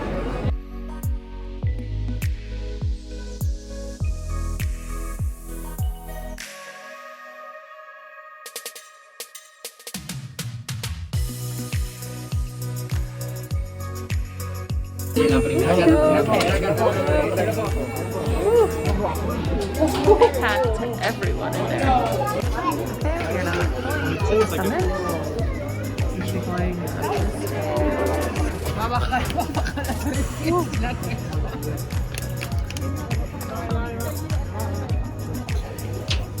Champagne at the top. I think I might have to. Bonsoir. J'aimerais un coupe classique Moët. Oui.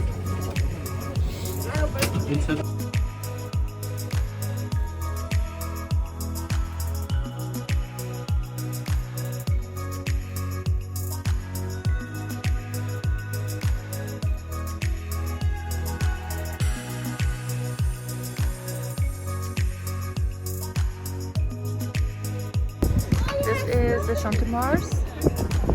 So this is where we'll be this evening watching the sparkle. So we'll be right down there, but looking back up this way. And there's your tip.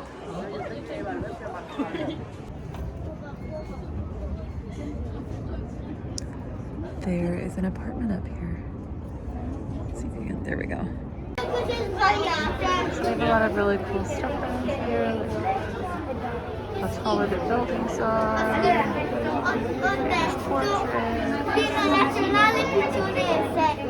Alright, one last look from the second floor. It's windy now. Alright. Beautiful. The line is very long to take the lift down. So we're gonna take the stairs down from the second floor.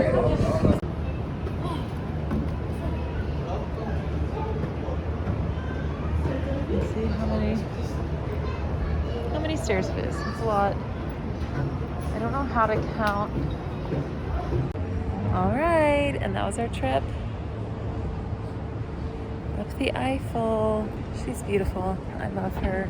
We are going to grab some pictures over at the Bir Hakim. Bir Hakim? I don't know how you say it. And then find a real dinner. I love her. And then set up shop to watch the sparkles at 10 p.m. It is 8:05 now, so 2 hours. All right, this is the bridge we're heading over to. But you may also recognize it from Inception. But isn't it just a stunning night? It's perfect. Alright, so this is probably the party notice, where you recognize. front reception. Gosh, that pink sky is just amazing. And then over here, there she is. I picked up some Asian food from here. We've got some pad thai and chicken and gyoza. And now we are headed to the Eiffel. We've got about 30-40 minutes before she lights up, so we're gonna go pick a spot right over there that looks empty and eat our dinner. All set up.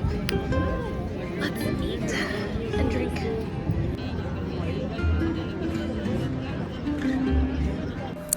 All right, we saw her sparkle. She's been beautiful. I'm actually leaving because I feel really uncomfortable in this park. It's been made apparent by several vendors of a certain ethnicity that I am alone, and they have all approached me. So I'm leaving. And I'll be sharing my walking path home with,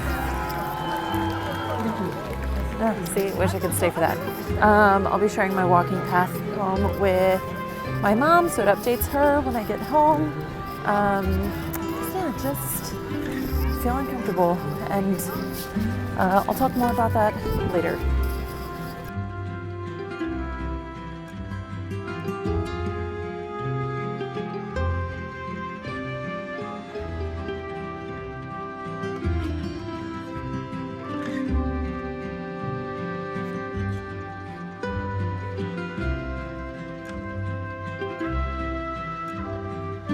If you enjoyed this episode, you can check out more at ashtononadventure.com or hit subscribe up at the top and follow along on the next adventure. Hi y'all, I'm Ashton. In 2020, I was newly single and furloughed from my big city job, so I left Houston in the middle of a pandemic in search of a fresh beginning. I started by sailing from Texas to the US Virgin Islands, made some new friends, and got a great tan. Then I took myself on a solo road trip to see as many epic views as I could find in 4 weeks. Join me for season 2 with all new experiences, people, and places. I can't wait for you to see what I have planned for the ride. Subscribe and follow along. After all, to live would be an awfully big adventure. Good morning, good morning. I have my hat on, and you know what that means. It means I didn't wash my hair, and it's a travel day. So we are leaving our sweet, sweet little Airbnb and heading down to the south of France. We're going to Nice. We're going to the beach. So we have a 6-hour train ride, and it's a travel day with Ashton, so inevitably something is going to happen.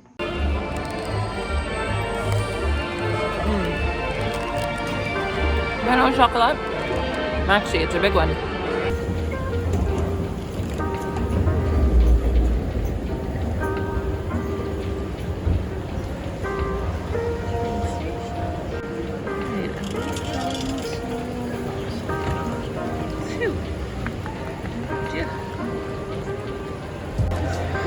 We're going to number 11. Like I said, it wouldn't be a travel day if something didn't go terribly wrong for me. I just had to spend another 99 euros to get onto this train because I purchased the wrong ticket.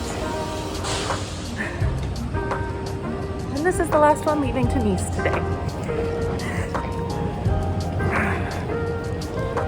I have a whole lot of expletives that I cannot put on YouTube right now, but they're being thought.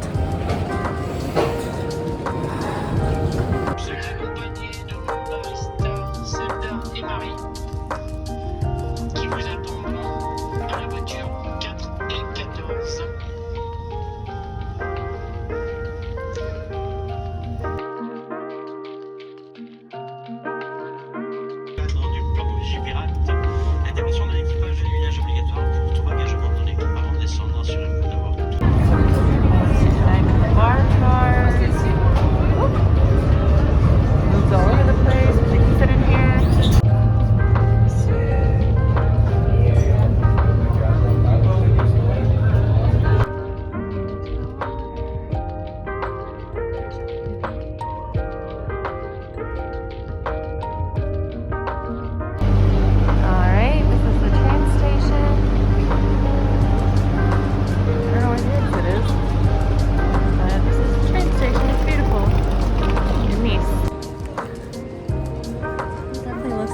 different city here, which is cool.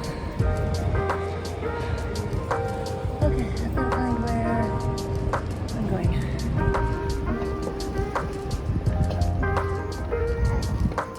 So much crap.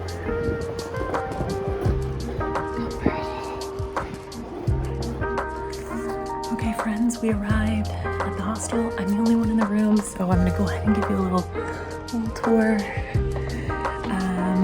I took this bed right here, but there are 8 beds in the room, and then we have our own ensuite bathroom.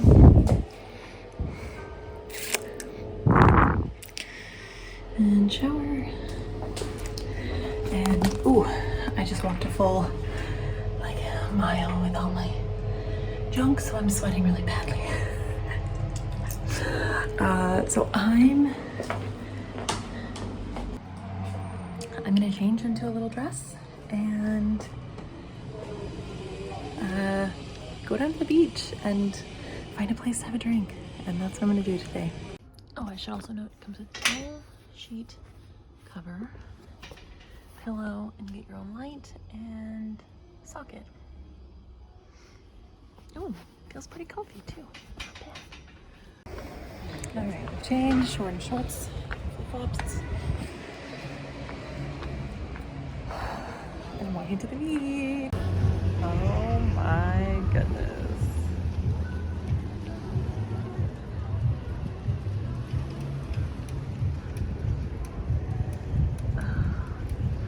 Oh. I'm obsessed. Done and done. There are just all these. It's kind of like the Miami Ocean Avenue. There's the beach.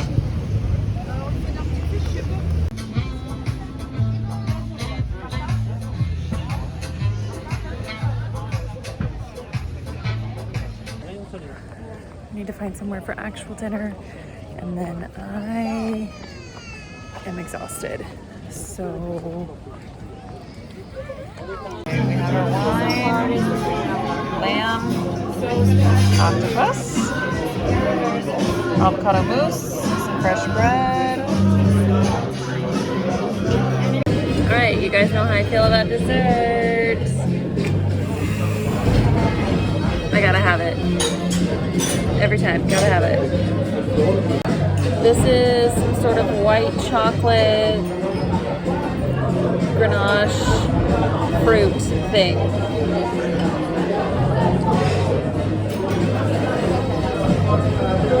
That's amazing. Okay, so it's 11:20. We are back in the room and no one else is. There's a few new backpacks. So I assume more people got in and then went out. So now it's this really awkward thing. It's probably only awkward for me. People who do this all the time are probably not that awkward about it. Do I turn off the light so that I can go to sleep? Leave open the bathroom door so there's plenty of extra light? Or do I not turn it off and just hope they come back tonight? Because that's the thing too, is sometimes they don't come back because they find other places to stay in. This is like a normal hostel thing. It's like, do I turn off the light? So I put up my towel so I at least had like a little extra darkness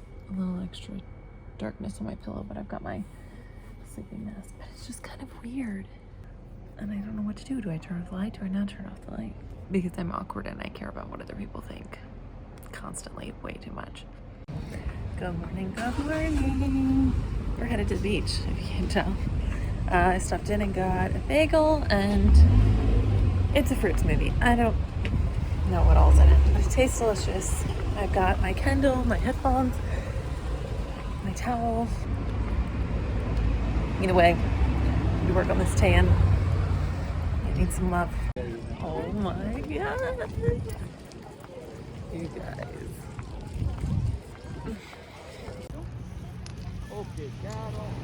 Alright.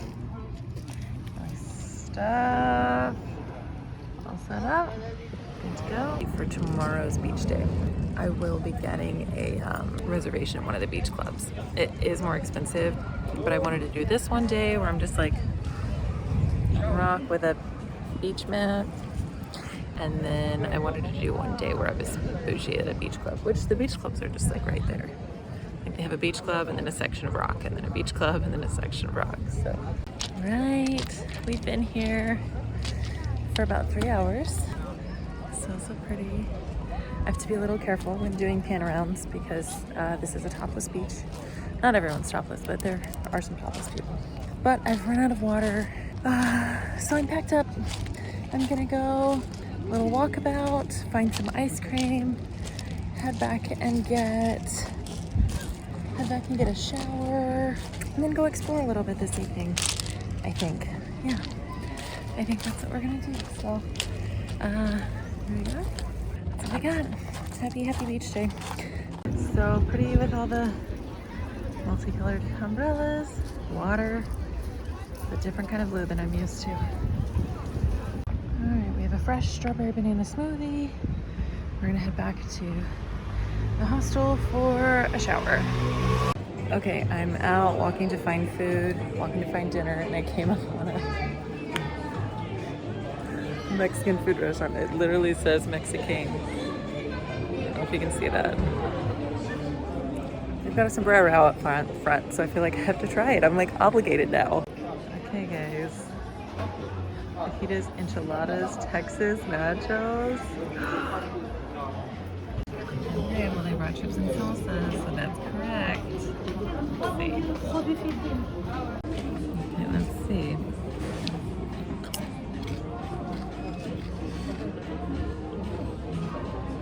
Okay, it's good. It's different, but it's good.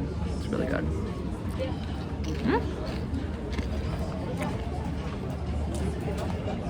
And the margarita.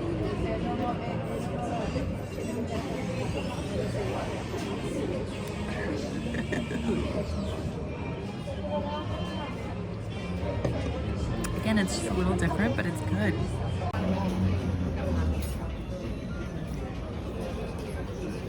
Smack dab in the middle of Nice.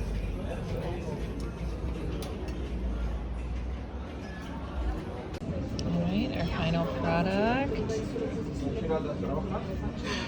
I think these are the Texas nachos, guacamole. These look like flautas, so I don't know what those are supposed to be. Oh, it looks so good.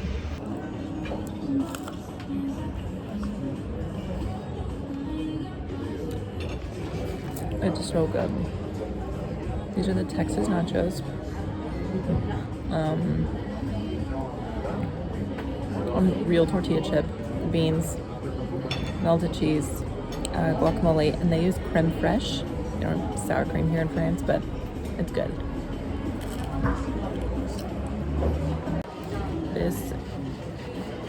This channel may have to become Ashton Goes Around the World to find Mexican food in other countries.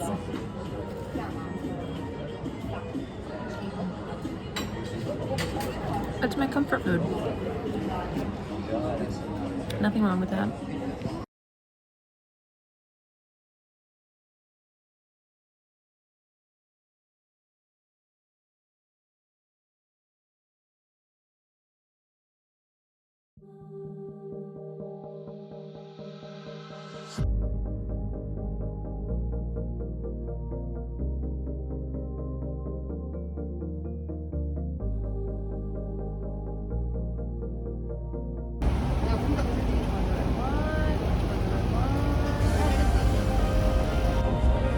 We went with a small cup of the Kinder Bueno ice cream. I couldn't resist. Something like club rave-like is happening over in this park. Do I go? I don't know that I can get in. And just like that, I stumbled onto an electric festival. It's only got another hour left, but I'm gonna use this hour.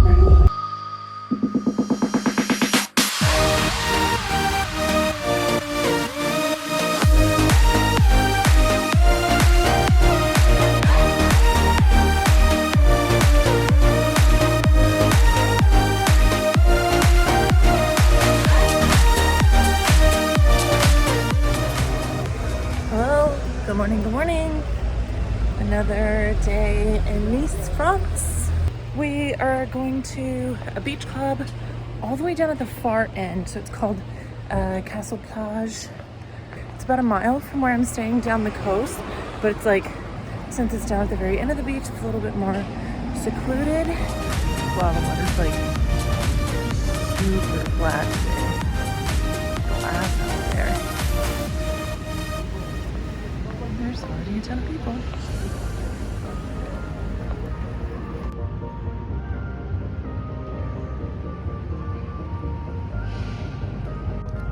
Shall we go?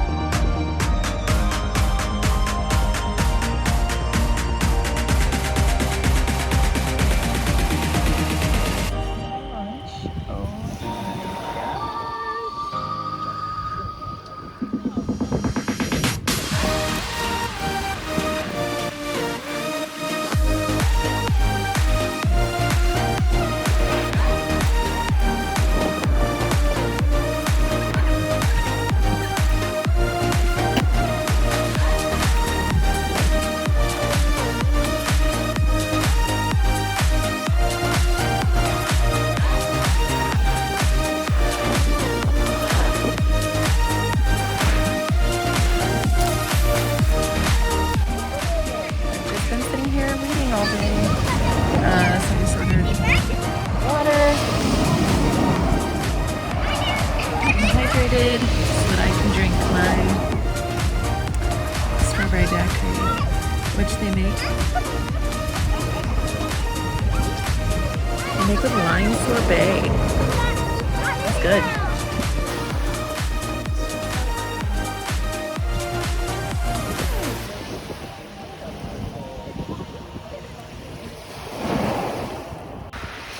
We've got a photo spot up there that I'm gonna head up to, and then there's like another, like, I think that's the castle. So I'm gonna head up there, walk up there for a bit, see if I can find something to eat on the way.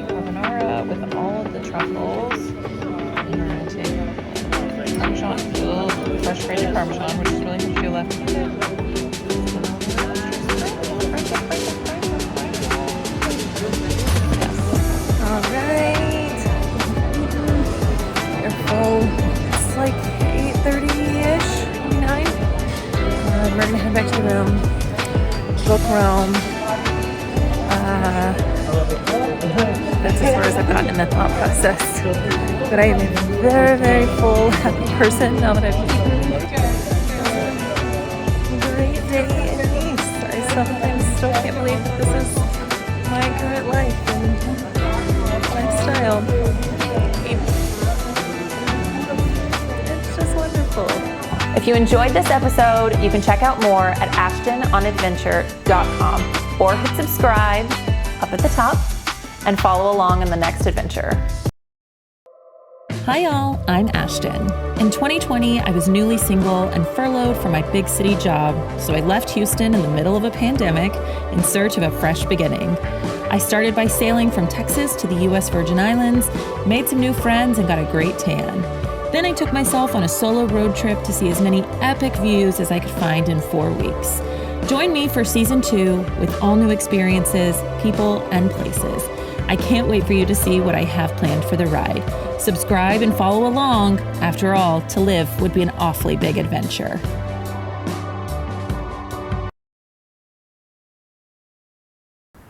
Another adventure day. We are not just laying on the beach today.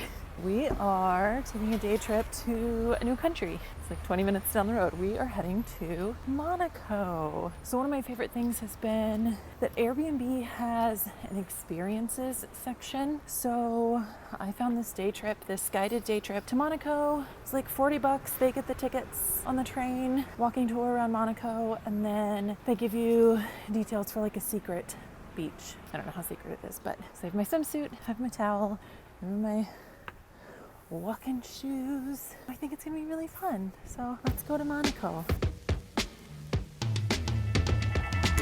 Breakfast this morning is 2 mini beignets, and a chocolate, and a latte. Just ignore the name. It's all over this country.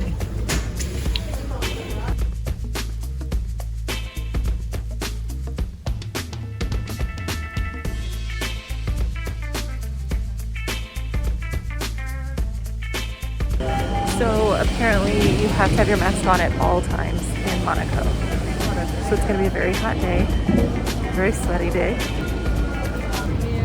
This is Poland.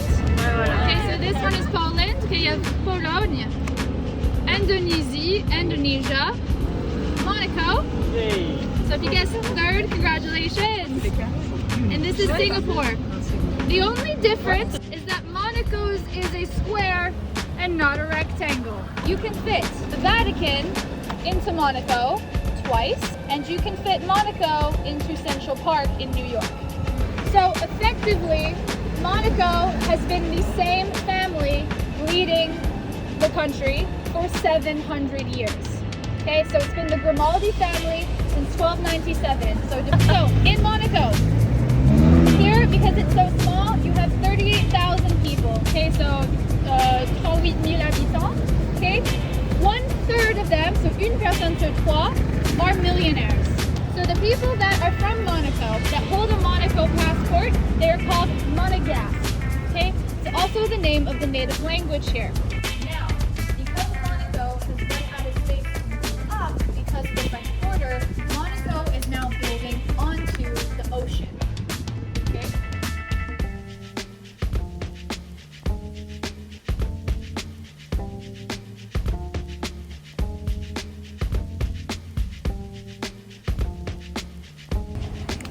And now we get to go inside the Monte Carlo. Oh my gosh, oh my gosh. Okay, so the casino is why there are no taxes, okay? Because there's so much money that comes in and out of that casino. It is ridiculous. Now, when you go into the casino, there's 2 securities. To go through the first entrance, you need your ID. To go through the entrance, to enter the actual salon de jeu, the actual gambling room, you have to show your passport. Because there is one nationality that is forbidden from gambling. First ever. It's the Monégasque. C'est interdit pour les Monégasques d'entrer le casino. Because when Prince Charles built the casino, he wanted the money of the Monégasque people to stay in their pockets. Now, the casino is called Casino Monte Carlo. gets its name, Monte Carlo, c'est Monégasque for Mont Charles. Okay, Mont Charles, Monte Carlo. So it means Mount Charles because this is built on a hill. So he named it after himself.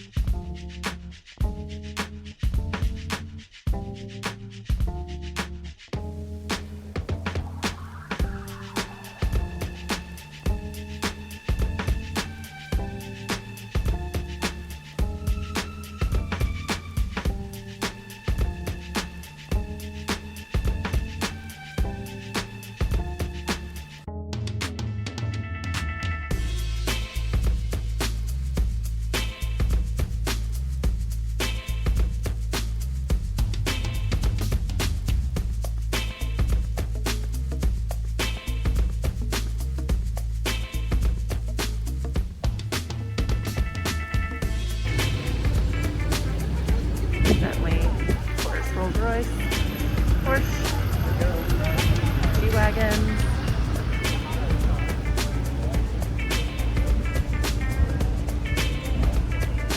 Kind of like the Beam.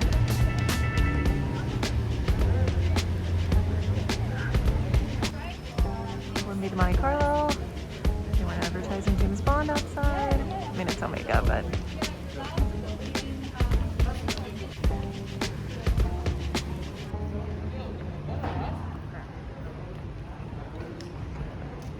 All right, she was saying that this is the secret private entrance for all of the famous and rich people. That's why you can't see through it. And they usher them in to this salon de jeu privé. Yeah, I think so. My gosh, I love Monaco. Dictatorship and all.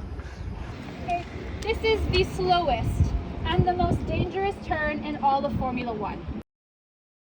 So what makes the Monaco Grand Prix special is that it is a street race.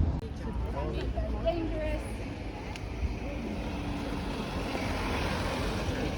So this is part of the Formula One track, and it goes right up there in front of the casino. That's cool. Oh my gosh, that looks delicious. Oh wow. And that is the Hotel de Paris. With that view, I can only imagine.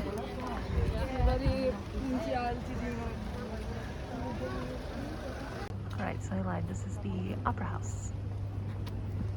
And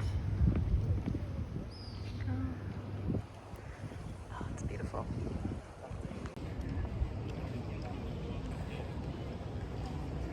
It's so hot, and this is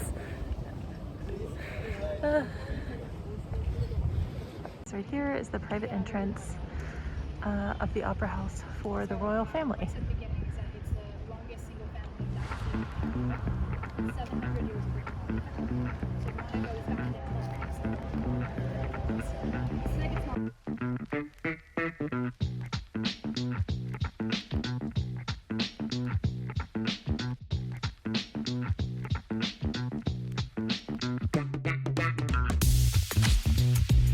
Theatre Princess Grace.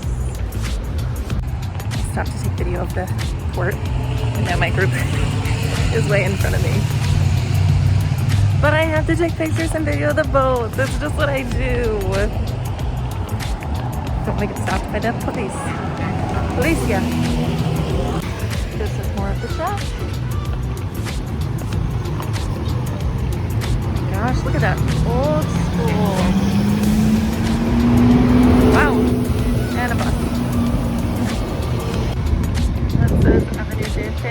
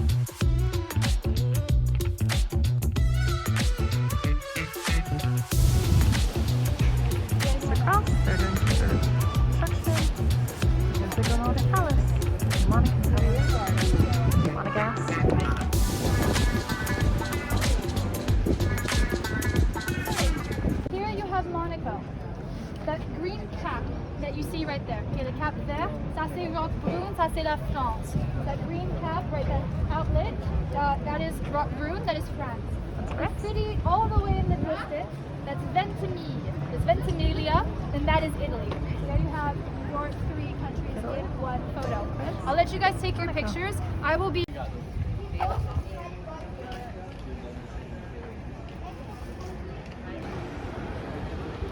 Heading into Old Town. Look to the left, you'll see Francois Grimaldi again.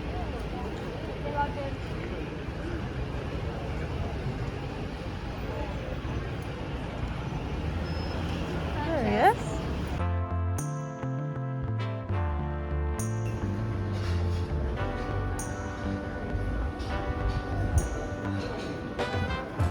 Definitely obsessed with Monaco. It's so pretty. It's so pretty.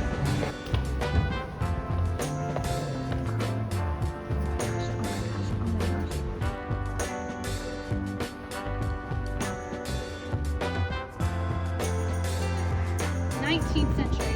Okay? It is built in the neoclassical style of architecture, but it was built in such a way to make it seem like it's a lot older than it actually is.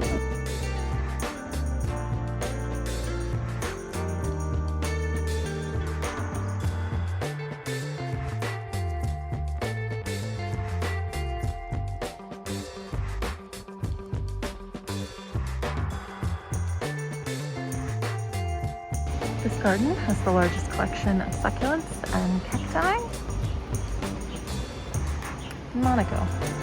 And I guess it's subtropical.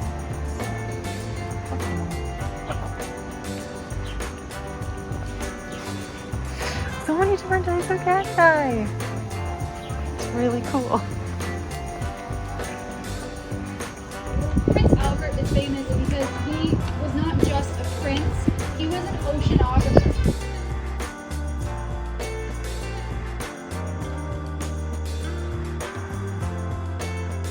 Alright, the tour is over. Now we are left to our own devices in the absolutely stunning, I think, Monaco. I want to find some gelato because it's really hot, and then I'm not sure. Do I go down to the secret beach? Do I go to the museum? I don't know. We got our sorbet. Strawberry, because that's my favorite. So I guess it's like common and normal here to get 2 different flavors when you get du boulet, 2 scoops. I didn't do that. I never do that, so it really confuses them when they're like, you just want strawberry? Oui, I just want strawberry. This street, I'm obsessed. So you can see a nice look at this gown. And that pink one is what I'm trying to... Oh my Lanta. That's what I need.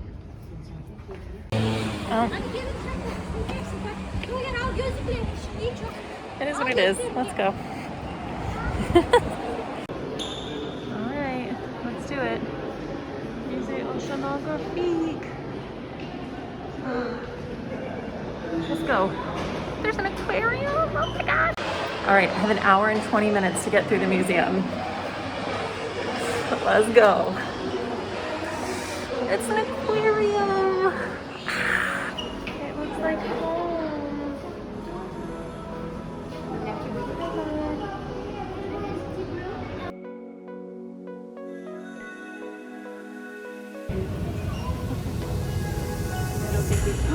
Is that him? Oh my gosh.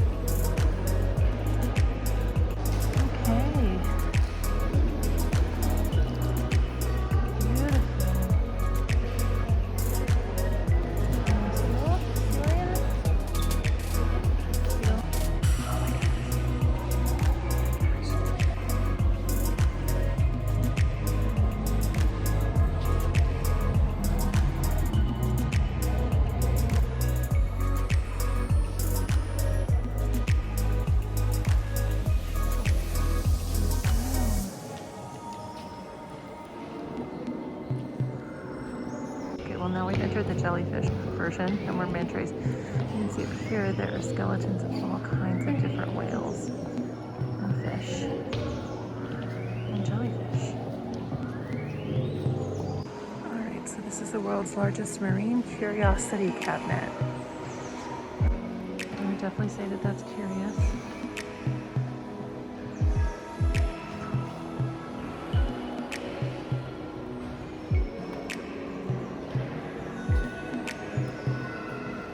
I don't know what the bleep that is, but it's terrifying.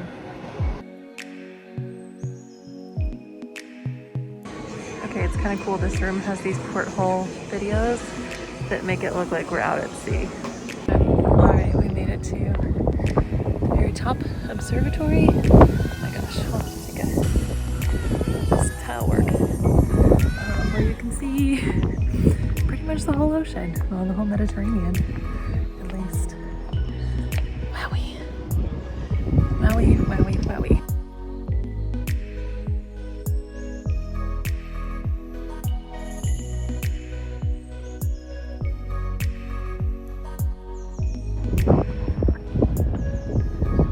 Also, you've got the full view of Monaco over here. Just stunning. All the white boats from Atlanta. And then a teeny tiny little sailboat. It's probably still a 50-foot sailboat.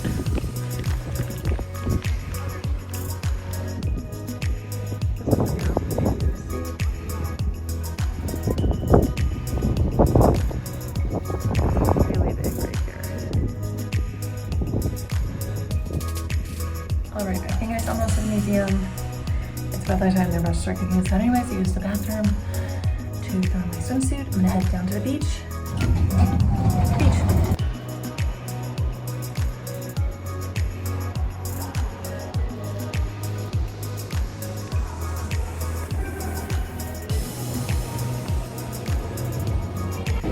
All right.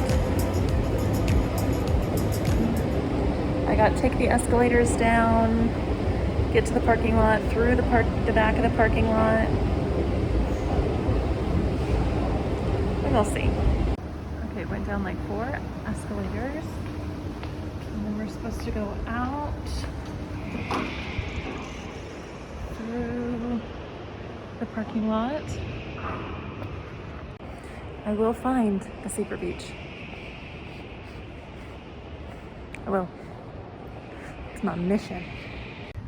Okay, so then through the tunnel and then down the stairs. Well, I came out of the tunnel and I didn't find a secret beach, but apparently you can swim here. My friends, we have changed into flippy floppies and we have found the secret beach. La plage de secret. I don't know what secret is in French.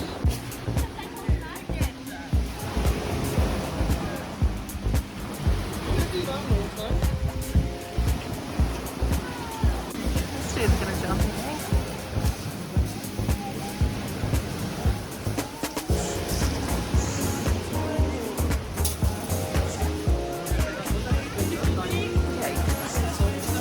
Alright, so the water's really rough. It's bright. The water's really rough, and I think I'm just gonna sit here and enjoy it. I still have a train ride back, but what is it with boys and throwing rocks? So we're just gonna sit here for a bit while these boys throw rocks and yell at each other in French, and then I'll head back to the train station, and then I've got a 9 a.m. train ride out, and there's bound to be some issues with that, so it's not a travel day unless I have a fiasco on my hands.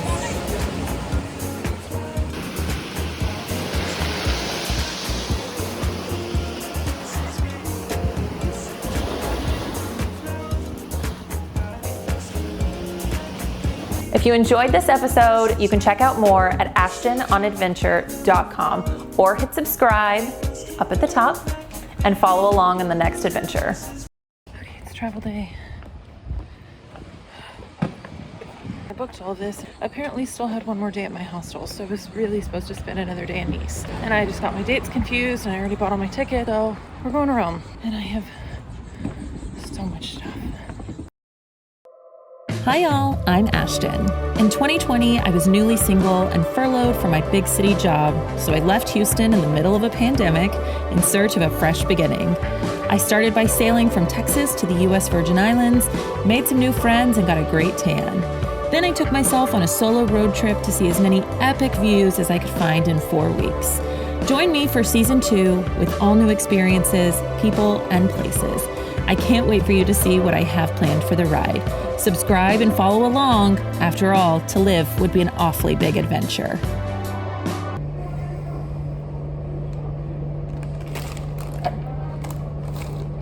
It's travel day. We know that even though I've been a solo traveler, I will be heading into my 6th country after Monaco yesterday. Every single travel day for me is still a fiasco. Every single one. I plan, I try, something always goes wrong. Usually that's an expensive mishap.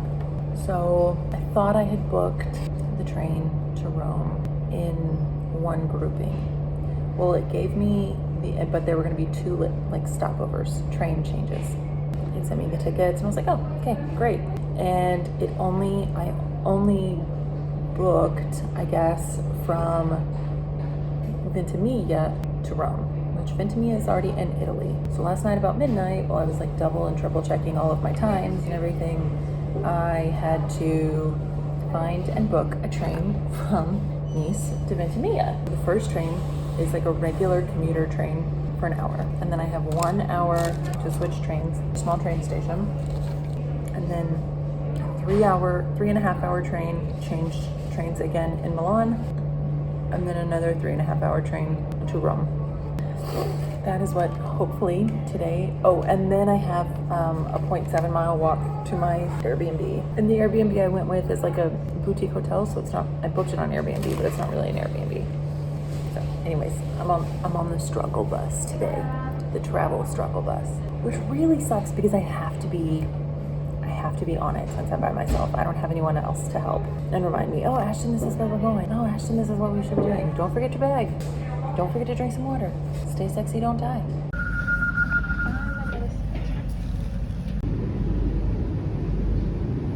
How I've made it to 6 countries on my own and I'm still alive, I am not sure. Your girl's tickets through Italy are for tomorrow. No lie. No lie. Alright, I've purchased 2 new tickets. I think I have the issue fixed. I got lunch. I got a Monster. This train will be 2.5 hours, and then the next train is 5.5 hours. It's gonna be fine. This mistake only cost me €50 as opposed to the last one, which cost me 130. I've got to find a system to start triple checking my work. It wouldn't be a travel day if I didn't have some sort of fiasco. That's the adventure.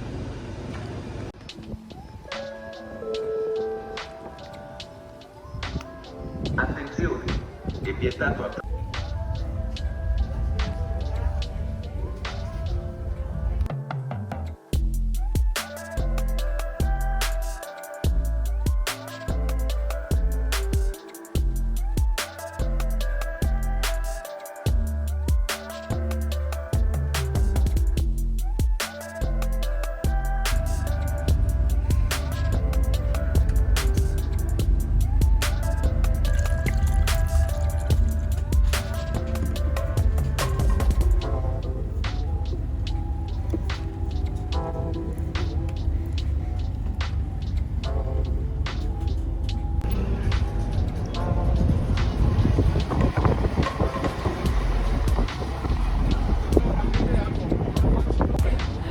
Opting for the taxi might have been the best decision I've ever made in my entire life. €20, done. Look how cute this place is. This is the courtyard. Just the cutest. Oh my gosh, I see some pictures being taken down here. Oh, it's so beautiful. All right, wow, I have had better days. This is not the room I thought I booked on Airbnb, but it's a room in a hotel, and it has a private bathroom and it has a big bed. So we are just gonna be grateful for what we have today. Okay, so before I unpack anything, you're getting a room tour. All right, front door. We came right in the front door. Big old bed. Little sitting area. This is a closet, I presume, with a safe. Oh, and a little mini fridge. Oh, and it's stocked. Okay, let's check out the bathroom. Okay. Okay, it's got a shower. It's got a bidet. This is our first bidet.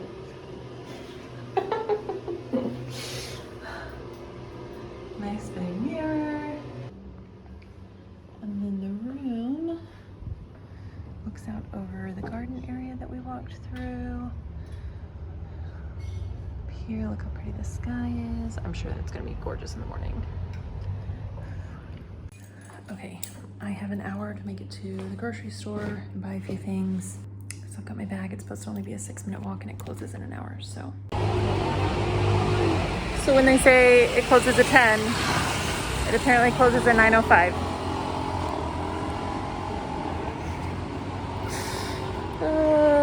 I have no water, anything. The room has water, but they're gonna charge me at the wazoo for that anymore. No stores open. I will drink the mini bar. It's not even, there's not even alcohol in there, but it's fine. And this will just be dinner. That's fine. So as I was walking back, lo and behold, there's some random mini mart. So we got things, okay? We got a large bottle of water. We got, instead of 2 Heineken, I just got a large 40. We got some snackage, chips. Must have. These are a must have. These are my favorite gummy bears in the entire wide world. And some chocolate. Oh, and a Coke. All of that for like 15 bucks. Instead of buying, that math doesn't really add up, but you know what? Cheers. We made it through another travel day. Oh, what a mess.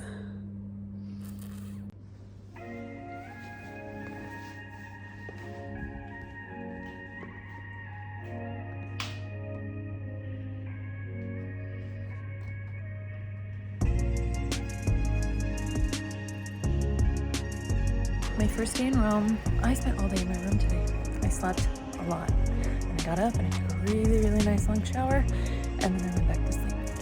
So it's 7 p.m. and I'm just now venturing out. So I'm gonna do the mile walk to the Colosseum and then grab some dinner, come back and watch a movie because I'm still exhausted. So it's very long and stressful travel day yesterday, so it just took a lot of energy out of me, I think. So it's a gorgeous night here, it feels great. So I'm gonna go see Colosseum for sunset. So this is the little park you walked into, or at least the way I came.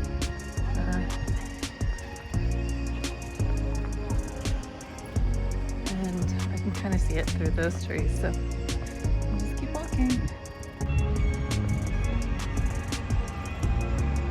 There's the Colosseum, Italy.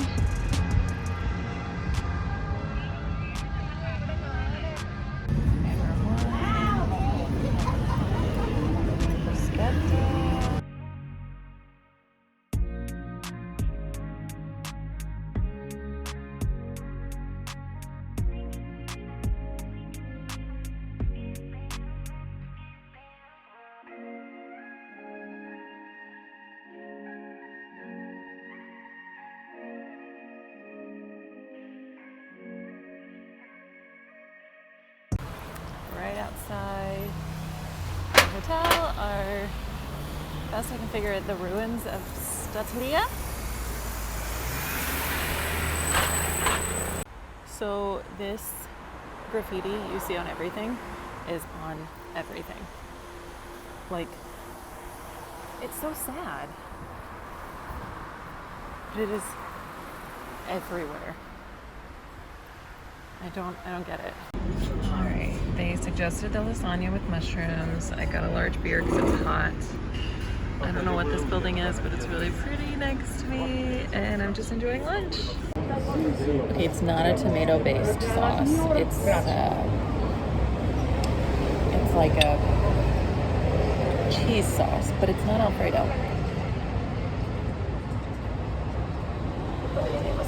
But it's close. It's really close to Alfredo, and I love Alfredo. So cheese, noodles, mushrooms.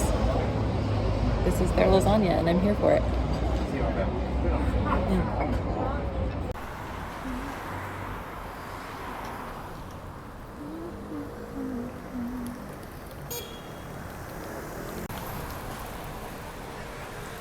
Little square.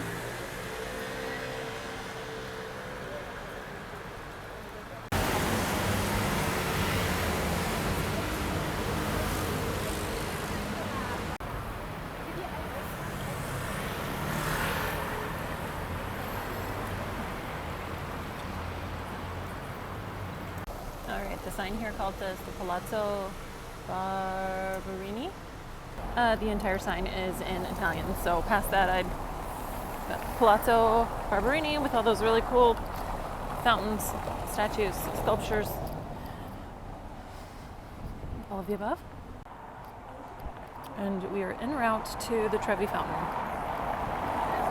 The Trevi Fountain is about 2 miles from my hotel, Airbnb, boutique hotel thing. Museum? Yeah, I don't know.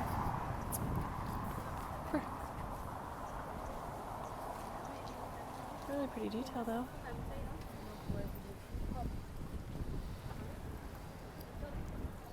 Okay. So I have to guess this is it because there are 500 million people here. Hi, horsey. Hi, baby. 500 million people here. Holy shit. Sorry, I'll bleep that out. It's really the thing. Oh, there's a lot of that's happening. 100%. Ew, gross. Alright, so it seems by the whistling by the police officers you cannot sit on the rim. You can toss in a coin for good luck, so we will be doing that. Maybe like 3 or 4 coins.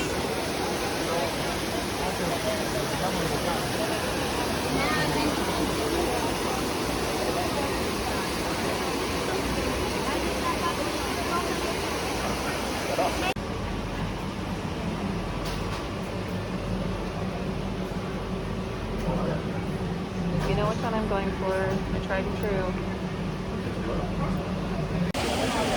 Okay, I did get my gelato. I had to eat a little bit of it first before it melted, but I got the mango and the strawberry. I've got some on my chin.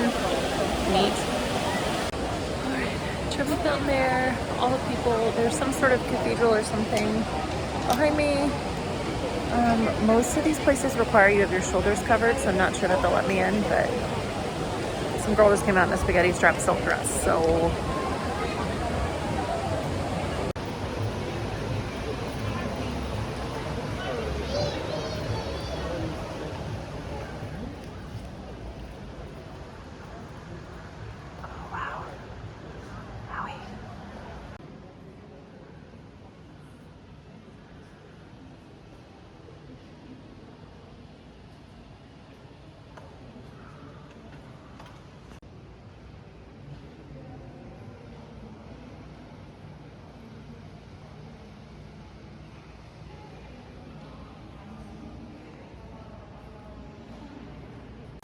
I think the most interesting thing to me about these old cities is that right in the middle of like normal stuff is like a fountain that's 100 million years old.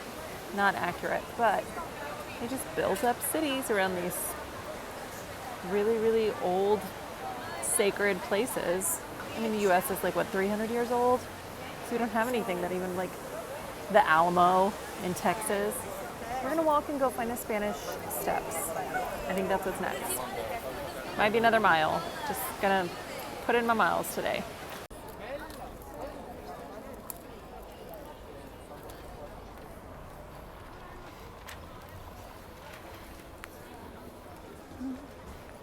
This is so cute.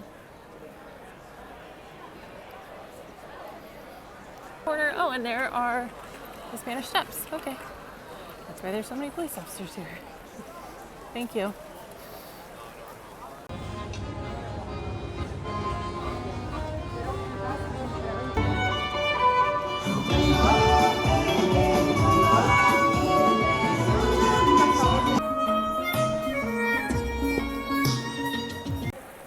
You're just walking along the streets of Rome, and then boom. And that guy, just boom.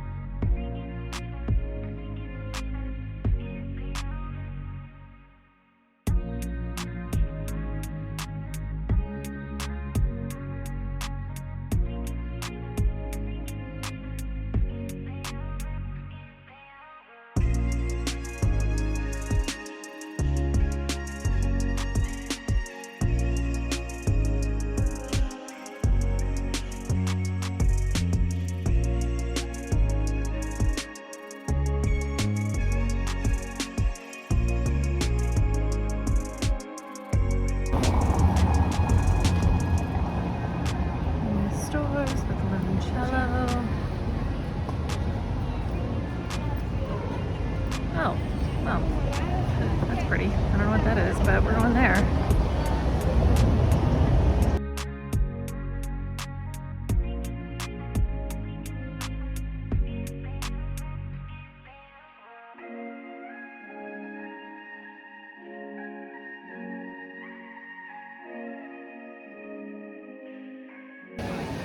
Look at the sky tonight. I'm not sure if it'll even translate on the video. It's so pink. Beautiful.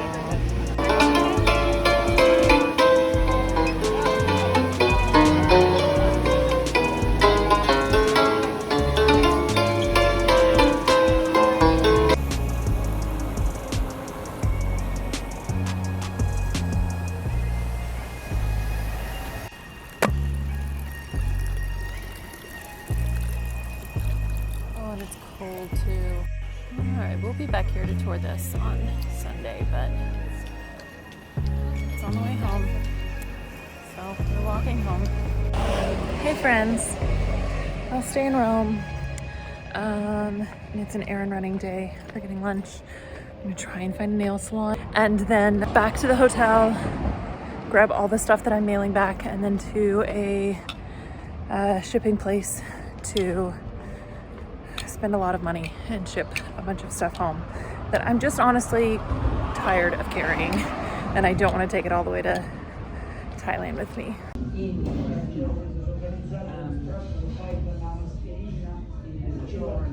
So, had lunch. I didn't really film it. It was delicious though. I had a frutti di mare. We have packed this guy with everything I don't want to go to Thailand.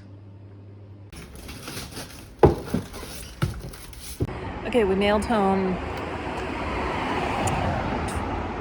24 pounds worth of stuff. Now, that did include 2 coffee mugs that I got at Disneyland Paris.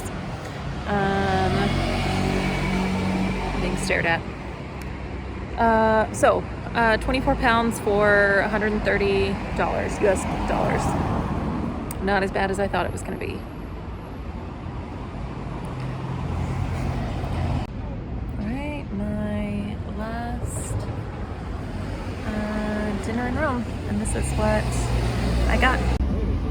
Spaghetti carbonara, red wine, making plans. Isn't it cute? It's kind of on the outskirts of town. Okay, we didn't quite understand what he was saying when he offered this, but he said it was homemade and seemed very proud of it, so...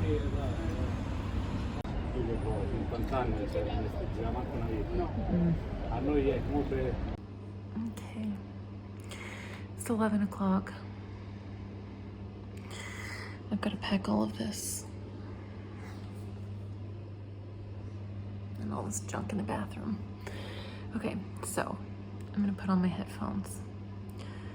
I'm gonna get this all packed. I'm gonna wake up, touch up my makeup, put on this dress, go to the Trevi Fountain, get a picture. Be back here at the hotel by 10 a.m. to grab my stuff and get to the train station because tomorrow I go to Venice. But I got rid of 24 pounds worth of stuff.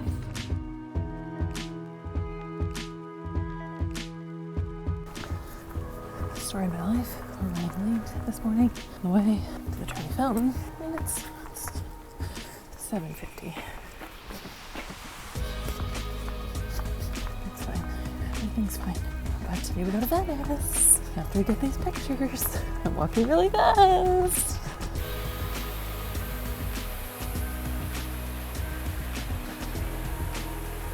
It took me longer to get to the Trevi Fountain than it did to take like 50 pictures maybe to choose from. My suggestion, if you're taking pictures by yourself and you're feeling awkward, just go in, knowing your angles, knowing exactly what you want to shoot, do one test run with lighting, and then don't stop snapping pictures. Just keep going. Get a bunch, 5 minutes, in and out. Much quicker than you think. And none of those people will ever see me again, ever. Unless they follow my channel, and then here for that, but it'd be random.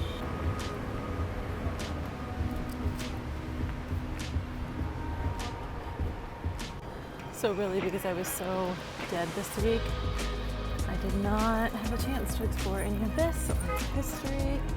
I believe this is the Forum. You can see right past there.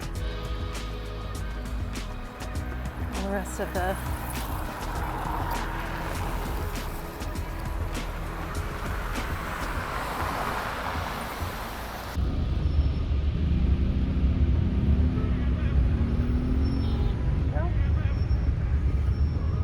If you enjoyed this episode, you can check out more at ashtononadventure.com or hit subscribe up at the top and follow along on the next adventure.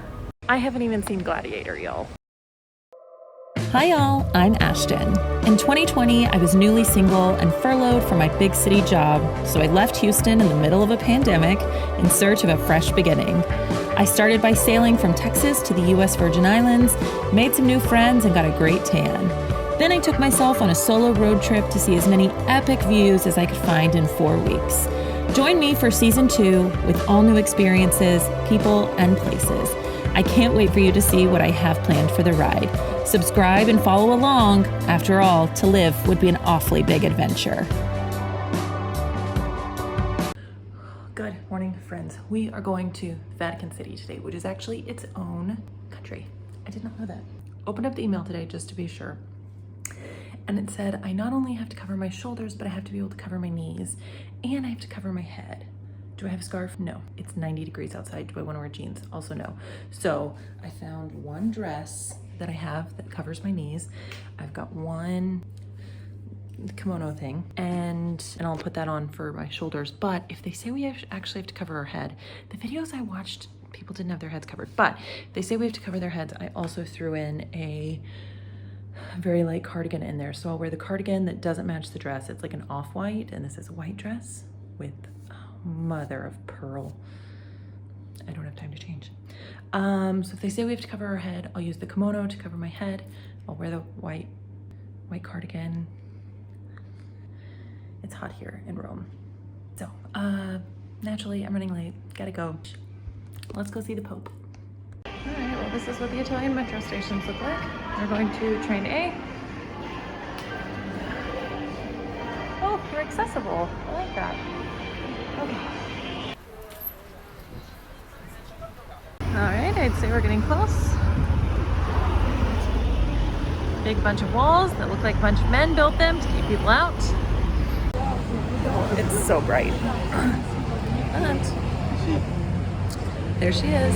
So we are lined up with our group. They're gonna get us in, and then we're on our own, which is nice. So I couldn't find coffee. They only have them at like cafes. Takeaway is like not a thing here, which is, I'm an American. I'm late to everything and I need fast coffee. So instead we get Fast Monster.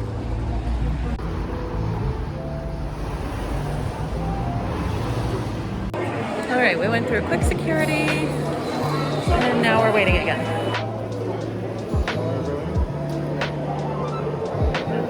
Okay, we will be doing the audio guide. I don't think the audio guide is included, but I will pay €8 for a tour, for an audio tour. It just makes the experience so much better, I think. Okay, someone removed his junk. Okay, I'm all set up. I have this audio guide. I have no idea what I'm doing. I've got a map. Let's see if it will get me to where I want me to go. I think this is it. I think this is where everyone's starting. So confused. Going here first. And this audio guide is just one of these little phone things that you hold up to your ear. Okay.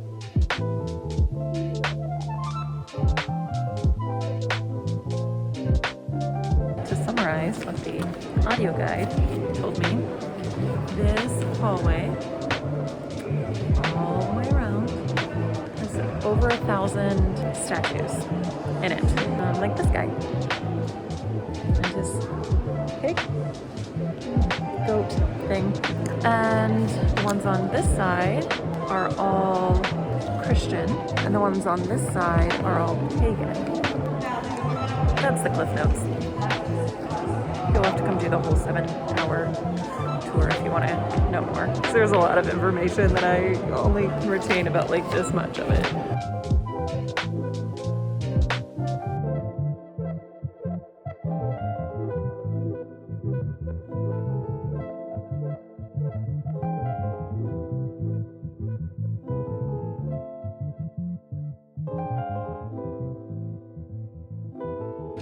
So this room was actually built to display these works of art, these statues. All right, I went ahead and took this opportunity to sit down, have a Bellini, some bread, a salad, and they don't give you salad dressing here. You have the option of oil and vinegar or just regular olive oil. So that's what these packets are. And I think that's going to be an amazing lunch. So apparently this thing moves. Every now and then a guy will come up and start turning it.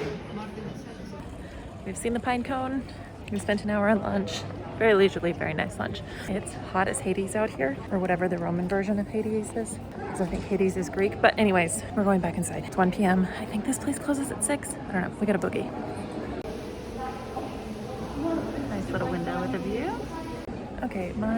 audio guide died. And I didn't pay €8 for it to die, so I need to figure out how to get back to the front to get a new audio guide. Alright guys, we have a new one. All fixed. Better. Gotta go back through the Egyptian, so that I can get through this museum. Alright, so the little audio guide. This is a cool little outdoor space. So that a lot of these sculptures are actually Roman copies of Greek sculptures. So Romans basically knocked everything off. Interesting. That's what I'm getting from this. Correct me in the comments if that's not the case. Also, I want a bathtub like this.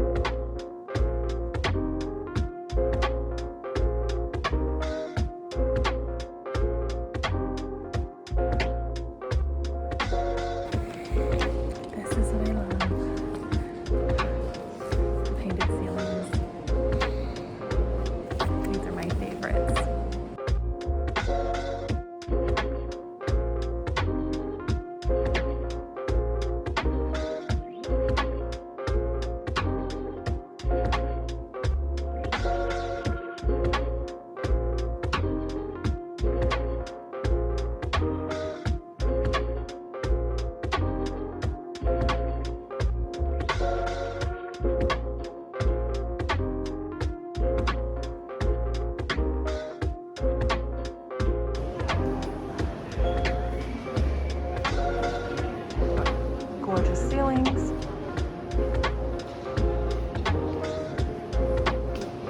And these arches are 4 arches. I said there were 5. Anyways, those are important. Kid eating grapes in the back of a duck. Should have been an art major, y'all. We made it into the next room, and it's a bunch of tapestries. So it's air conditioned. This is a really, really cool room. This is the gallery of maps. And basically they were commissioned to be the cartography of all the different areas of Italy. They're spaced evenly. They're done beautifully. This is a cool room. And then of course they're placed in this really cool room where, I mean, thousands of different paintings on the ceiling.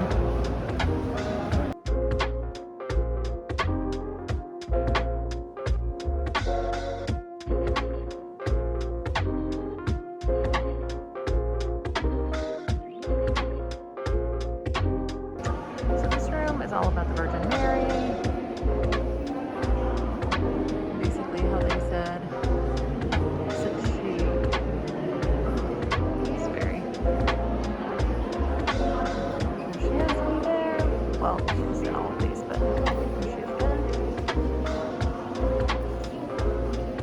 I need to do more reading on it because a 30-second audio guide doesn't really give you all of it. But more or less, the Pope decided that she was, I think they called it the dogma, or introduced the dogma that she was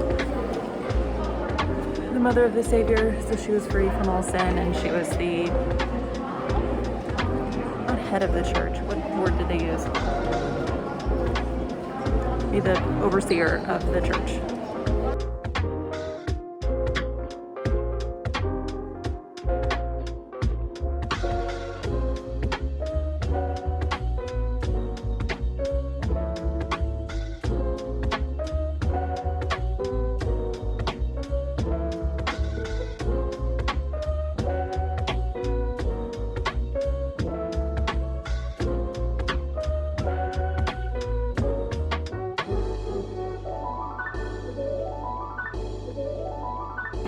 Okay, I won't lie, I'm a little lost on where we are on the map. At this point, I'm just following people around. There's a bunch of art. Maybe I'm in the contemporary art. I don't know. This is the first time I'm gonna say we lost.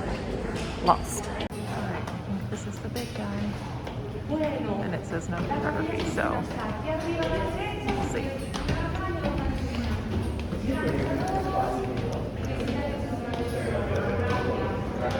Maybe that means no flash. We'll see what we can get.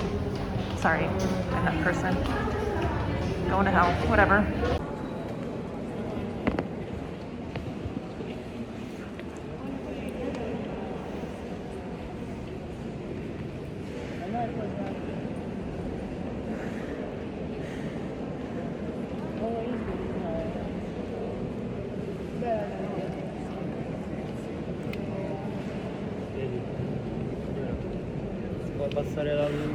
Alright, I did in fact, I even had the screen brightness turned all the way down, but I did in fact get in trouble. They didn't make me delete the video. Hi, I'm a bad person, I'm a bad person. I would like it to also be said that I was not the only person getting in trouble for taking pictures and video. If all my friends jumped off a bridge, would I go with them? I did, in that case. So this room has an awful lot of gold. Here for that, but like, where are the diamonds? I want the jewels. There aren't really any jewels. Rome needs more diamonds. This guy.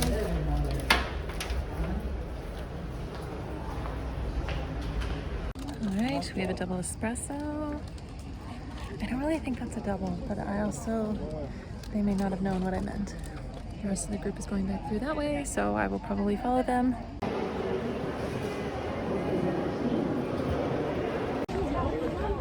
Okay, so it actually puts you out where we started. You would think that there would be a way to get through into St. Peter's from that side. If there was, I missed it. So, I asked the guard and he said just come out and then follow the Vatican wall, right. And that's how I'll get there. So we are going to, it's the Piazza di Pietro. Piazza di Pietro. That is the big open plaza in front of St. Peter's Basilica. Vatican walls. Okay, these walls don't quite look like the other ones, but still pretty high. Spikes on top. And then this is Italy. And this is Vatican City. Italy, Vatican City. This is another country right there. All right, I know it was like kind of official with being in the museum, but once I cross under this archway, I am officially also bad at math, but in my 7th country. I kept saying 6th all day long, and it's not 6, it's 7.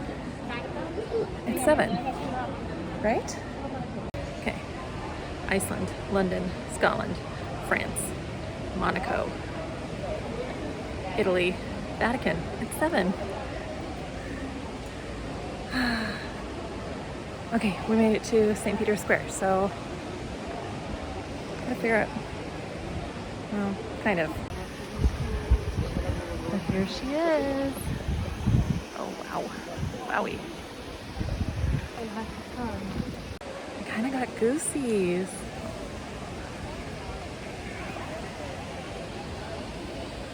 Wow. All right, there is a line over there, so maybe you can go into the Basilica. Okay, we're gonna try. This is all of St. Peter's Square.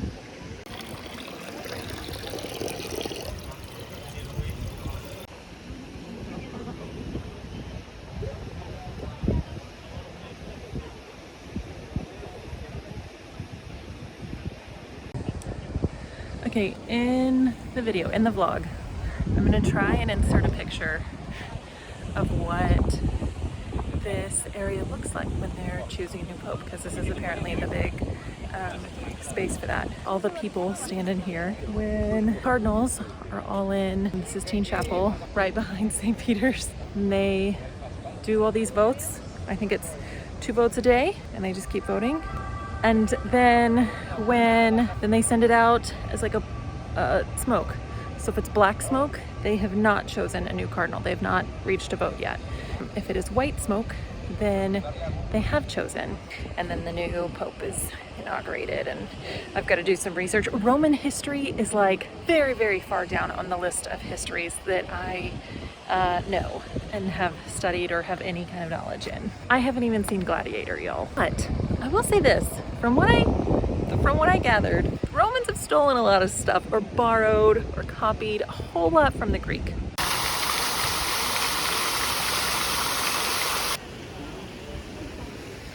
The church with the nuns.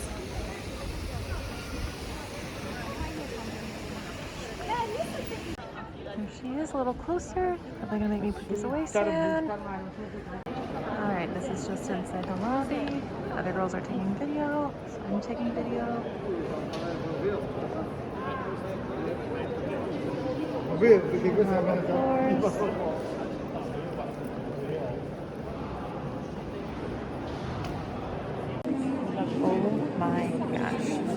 Oh my gosh, this place is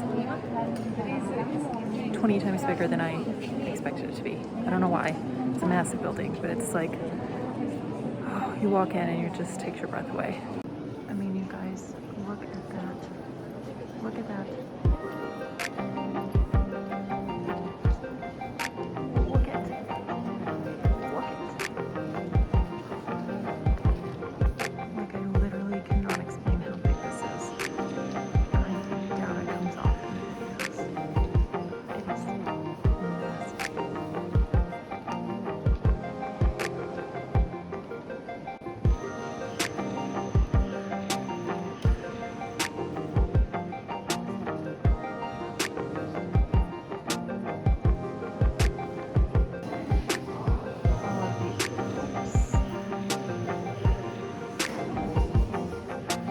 Okay, so back in there off one of the sides of the basilica is an extra little museum that has all of the the Pope's cross or the Vatican cross and one of their sarcophagi?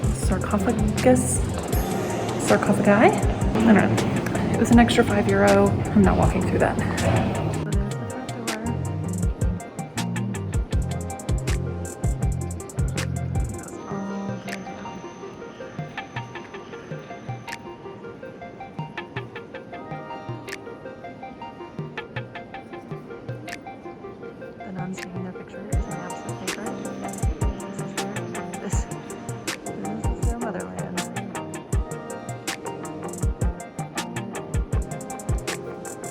I'm not Catholic, so I only needed about 30 minutes to experience that. Depends on you and what you want, and if you want to sit in the prayer rooms, that's up to you guys. But just for reference, I only needed about 30 minutes in there and just kind of wander around. That's a special entrance.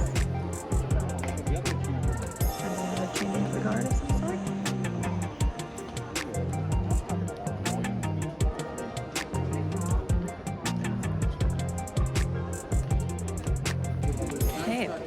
I think we have done everything in the Vatican that our average tourist can do. Oh, with the exception of climbing the dome. But I think they closed soon because they had that line roped off. If it would have been open, I would have climbed the 500 steps up into the dome.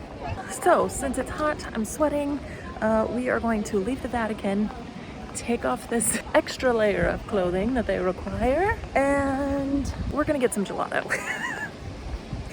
The gelato is the fish and chips, the Southern Europe. Gelato or bust. Gosh, it's hot, but it's so pretty. I'm so glad I came and did this today. In search of gelato, we found a castle. This is the Castle St. Angelo. It's so hot, and I know this is like...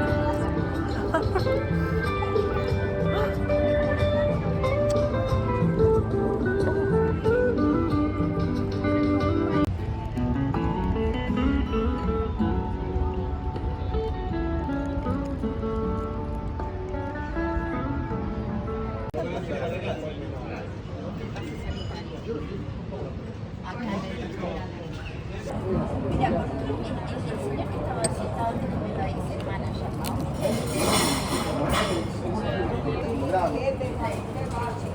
mujer nunca va a renuncia. O sea, nosotros no la dejamos que me afuera, pero caminar.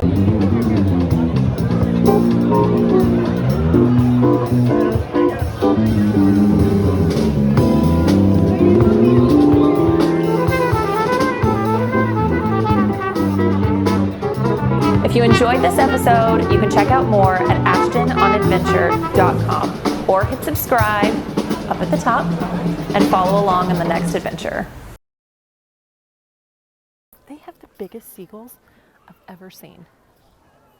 Like, that guy's a monster.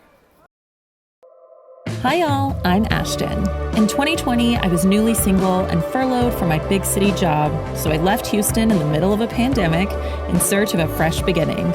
I started by sailing from Texas to the US Virgin Islands, made some new friends, and got a great tan. Then I took myself on a solo road trip to see as many epic views as I could find in 4 weeks.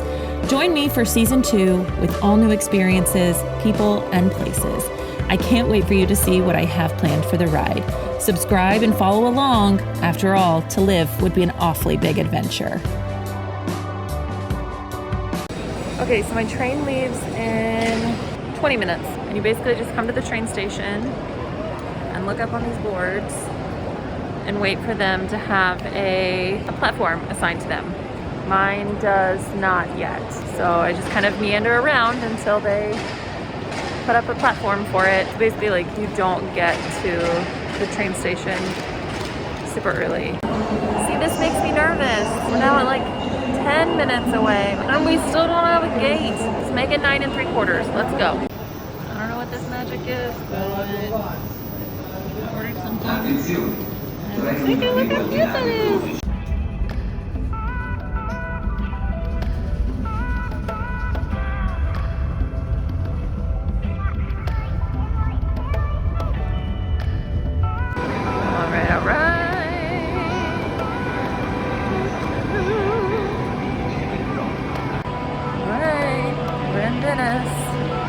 But it's not like the Venice you think of. It's not the island with all the rivers. This is just the outskirts. About 8 miles from that.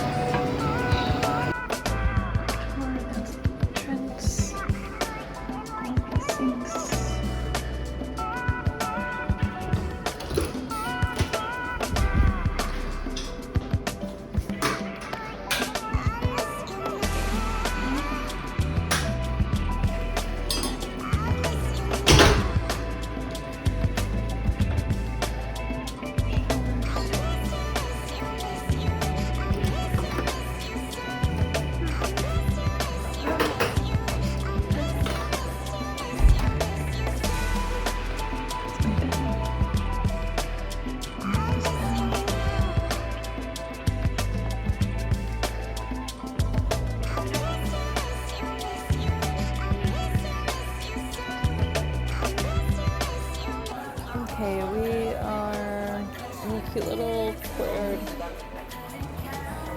area having a beer at my hostel. I did not video, but I had delicious Chinese food. Gets to Venice, has Chinese food. In my defense, I've had pasta for like 10 meals in a row. I'm just so stuck on booking this Thailand trip because there's so much involved with it. So I think I'm not going to make any rash decisions tonight, even though I've been like sleeping on it for like 4 nights in a row. I'm gonna get up in the morning, go get some coffee, do some laundry, and decide tomorrow after like 4 or 5 coffees. I'm just feeling like super burnt out and it's not all roses, just traveling. It's not, I know it's better than, these are like total first world problems. It's better than anything else people who are working 9 to 5s are having, so I get that, but it's a lot of paperwork that I've got to turn in, it's a lot of booking, and a lot of money I've got to pay up front when I'm already over budget, so there's a lot happening right now that I'm trying to decide on. I'm not going to not do it, because I would regret every second of not doing it. It's just really hard getting all of this stuff together and getting it.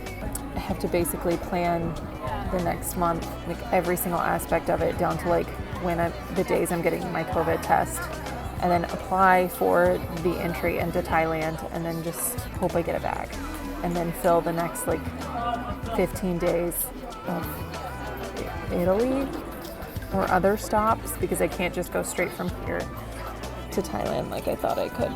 So, because I have to wait on a form that could take 15 days. It could only take 6, but it could take 15 days. So I can't fly if it's not here. So I basically have to just assume it's going to take 15 days. That's what's going on. It's a lot. Good morning, good morning. Okay, we're heading to Venice. I stayed at a super top-rated hostel that I actually really love. It's not on the island of Venice. It's outside, so it's a train ride to get there. So we're going to do that for today. Go see the canals, just go on walkabout, and see what's happening in Venice. All right, stopped in for a quick breakfast. Just gonna stand at the bar and eat it. All right, we grabbed a ticket, and we're mounting the number. We're on platform 11.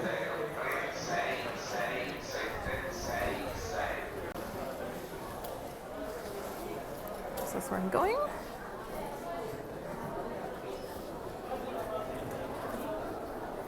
I purposely bought the one that wasn't like leaving like right this second, so that I didn't have to run, because I'm not about that life.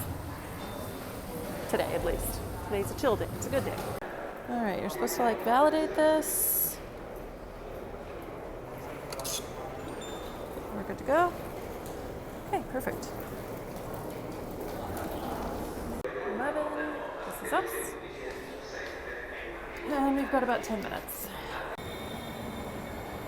Train is here.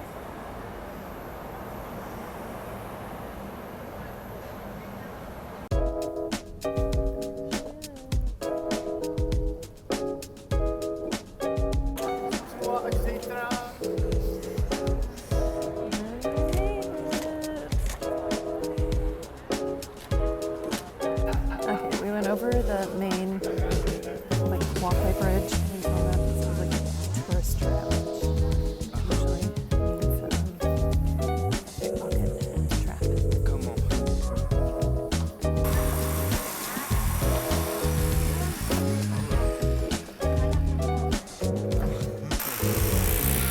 Okay, it might be art time.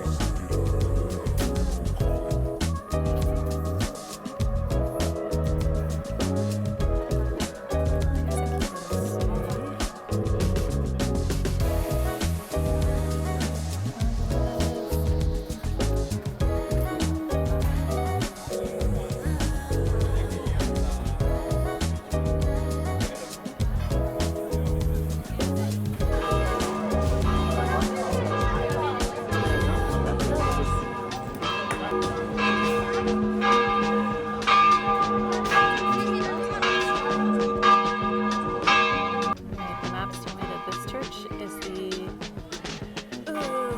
San Camarino de Orio.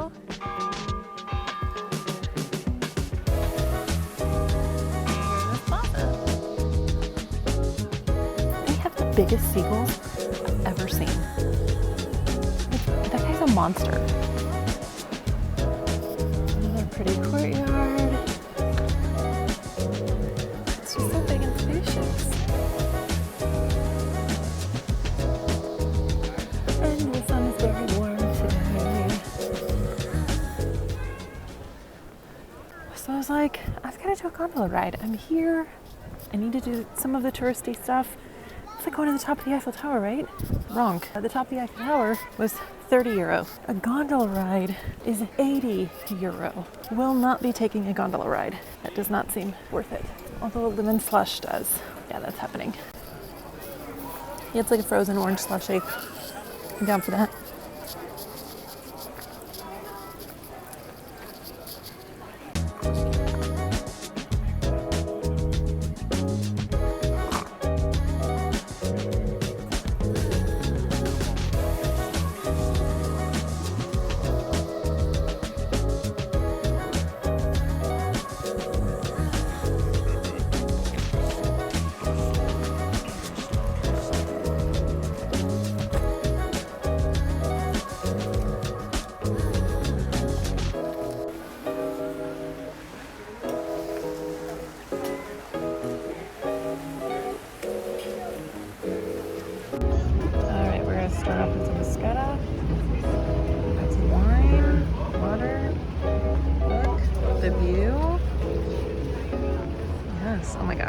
It smells so good.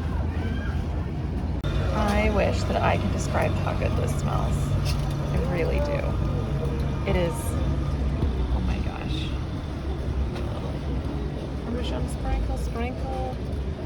Well, that was supposed to look a little bit better for the video than it actually is. Let's see. Sprinkle, sprinkle. Oh my gosh, you guys.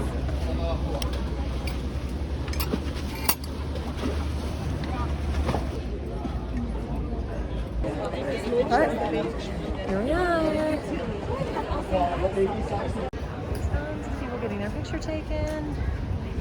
Some shops. Okay, this is like clearly the main areas.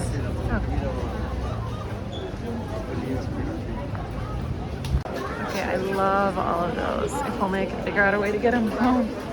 They're so pretty. Okay, I just got an email that my first application for Thailand was rejected. I can't pull up why.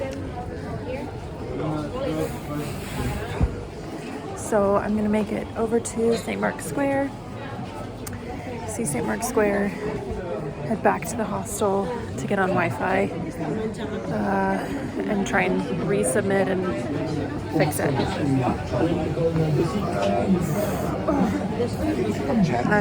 It wouldn't be like so upsetting if it wasn't like a very, very quick turnaround, because I'm supposed to fly out in 4.5 days. So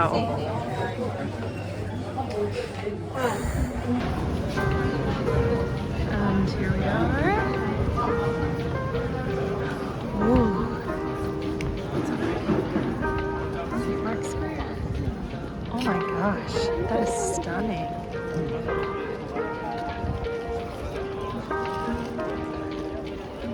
It's a solid effort on the jump picture that they're trying to get. Oh my gosh, it's so pretty.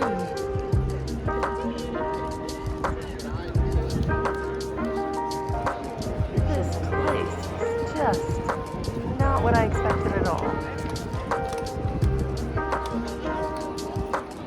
And maybe it doesn't look Italian. Maybe this is Italian. It just doesn't look anything like what I saw in Rome. Maybe I'm trying to compare it to Rome. My Atlanta, it's pretty.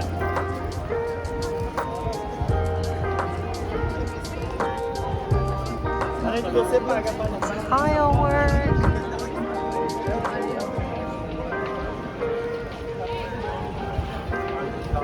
Okay, so we came through there, and then all of a sudden this like way opens up this water area. You can see all the white boats, all the yachts over there,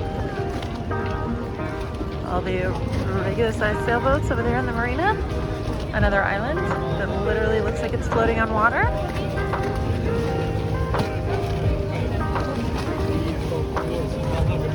Huh. So interesting. This little sinking island.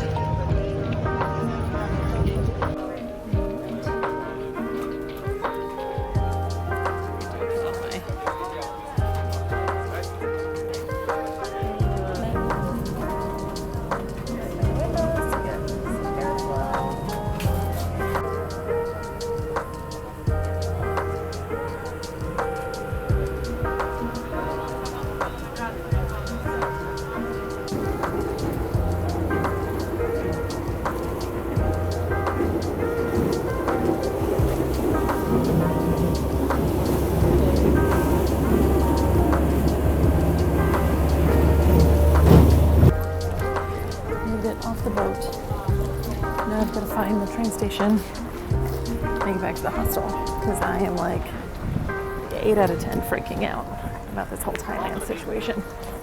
It sucks, but I've got another 3 days here, so I can come back and enjoy it. Heck, I can probably come back for dinner once I get whatever I sent in wrong figured out. It's fine. It's fine. It's gonna be fine. Okay. Hurry, hurry, hurry. 15. Oh, this is me. This is me. Ugh. Hey friends, this is future Ashton interjecting into past Ashton's thoughts. I've got about 10 minutes of me in Venice trying to talk you through what happened with this Thailand situation. And it's not relevant or valid anymore, as all of these restrictions have been lifted to get into the country. But I wanted to talk you through what was going through my head and how all of this was affecting me and would go on to affect me later. So more or less, in order to gain entry into Thailand during this time, this was in September-ish of 2021. They had just reopened. They put a bunch of rules into a basket and then just mixed them up and hoped that it was doable. And some people were able to get in, but it was very, very difficult. So they required you to purchase your plane tickets, your first 2 weeks of stay. This was not a problem. Except that they also wanted your COVID test pre-booked and your transportation pre-booked and meals, and there was something else. And for you to just prepay for your visa and your entry. All of that done before you could even apply for your entry, and the entry was not guaranteed. So when I got the rejection, I'd spent about $800 already trying to plan and book all of this stuff that was non-refundable and not even changeable, so I could use it later. And I decided that spending any more money to get to Thailand was not going to be feasible for me, which was really disappointing. But don't worry, spoiler alert, in season 3, I get to Thailand.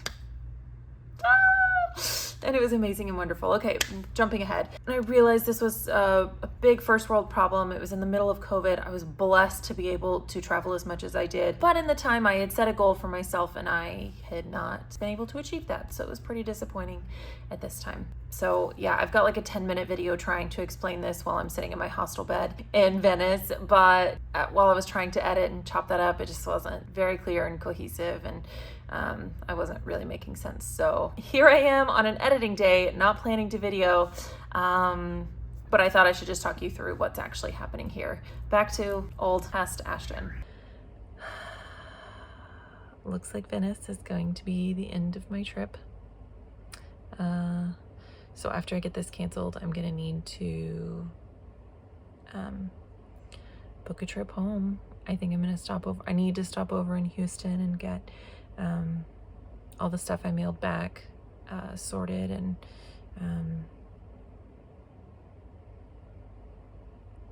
then I'll fly back home to the islands. Yeah, I'm really bummed. I'm really sad, and I'm really disappointed in myself because I couldn't make it happen. Part of me feels like I'm giving up, but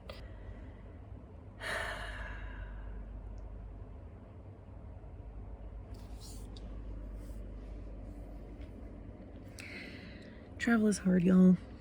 Travel is hard. If you enjoyed this episode, you can check out more at ashtononadventure.com or hit subscribe up at the top and follow along on the next adventure. Hi y'all, I'm Ashton. In 2020, I was newly single and furloughed from my big city job, so I left Houston in the middle of a pandemic in search of a fresh beginning.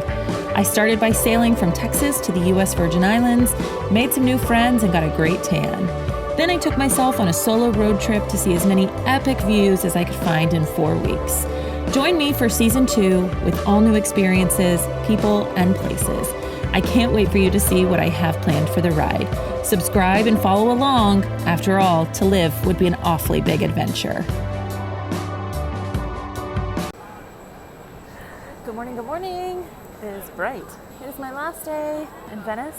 There's a lot of people in Venice. I'm actually really surprised at the amount of people in Italy that I've seen in Italy, and also that I've seen in Venice. Catch a water ferry over to, I believe it's called Burano. It's one of the smaller little off islands of Venice. It's supposed to be really colorful and pretty. That's it. Okay, let's go to Venice. All right, we bought an all-day ferry ticket. We're just gonna take ferries all day. I think that's what we're gonna do. So we're here. And we're gonna head all the way over to here. So it'll be 2 different ferry rides, but I think it sounds fun. It was €20 for an all-day non-stop pass, so I could ride as many ferries as I want for €20 a day.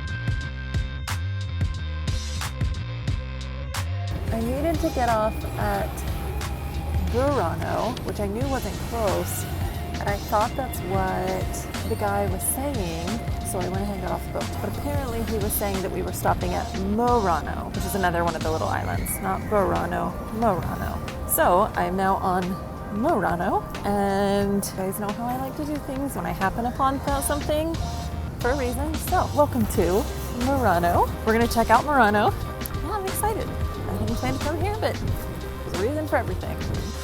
All right, so that was where the ferry dropped us off. Right behind that big tall building is the main island of Venice. And oh, the glass. Y'all, if I could get any of this home, I would. I love it so, so much.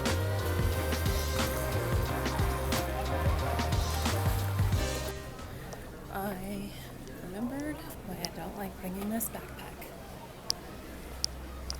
Because when you're wearing a dress, it just pulls up the back of your dress, and then you're walking around for God only knows how long with your unmentionables showing. Look how pretty this is.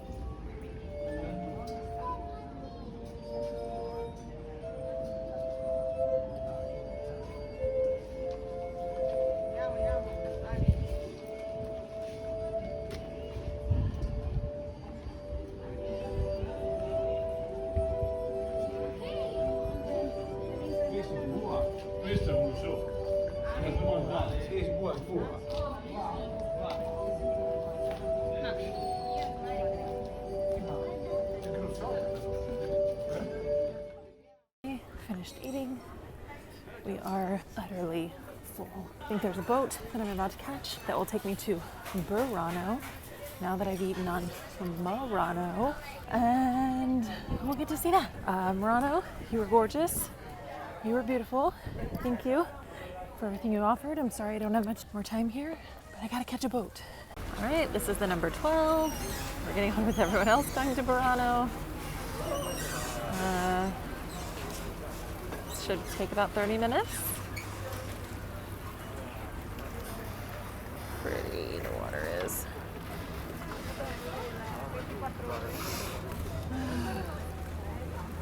Like, can I sit up top? Please? No? Okay. There's a lot of people on this boat. Makes me a little nervous. And we're off.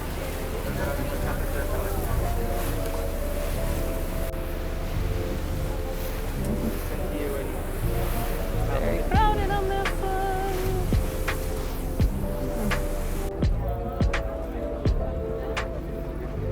Yeah, let her in there. You want to go in there and see the water? I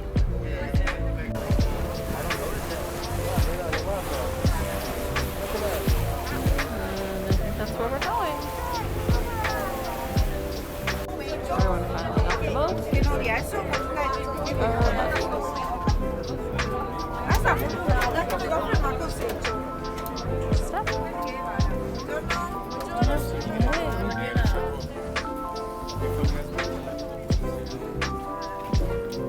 Alright, we're going to be sure to give ourselves plenty of time to get back because that's the line to get back. Now, mind you, the dock is not that big, but we want to make sure that we get back when we need to. This is a very popular spot. So this line just keeps going. It's making me really nervous about getting back home later. Oh my gosh, you guys. Look how pretty. I do not know that obsessed is the right word for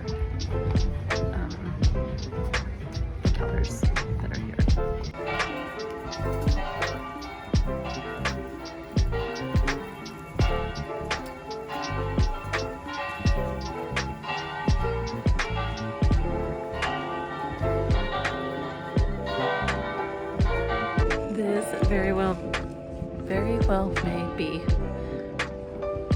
one of like the most photogenic cities that I've ever seen. It's absolutely stunning. Every single house is a different color. Every single house. I love it so much. Okay, it's mostly like blocked off, but it is 100% leaning. Oh, there we go. 100% leaning. Because I didn't have that much Prosecco with lunch. Not that much. We found a wedding.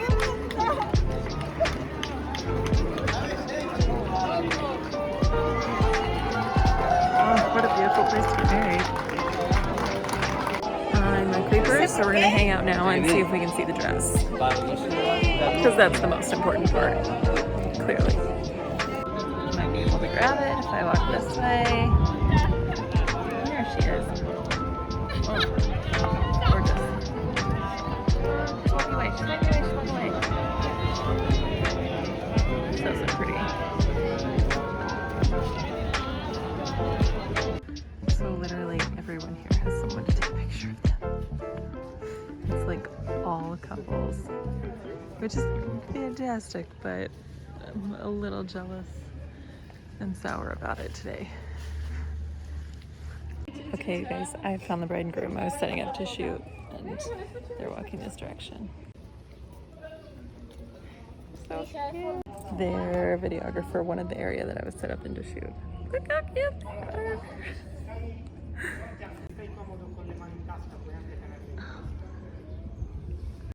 Wedding, more wedding festivities.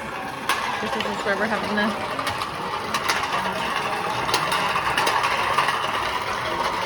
reception. All right, we bought some soaps for everyone. Beautiful soap shop. Guarda il sole sorgente.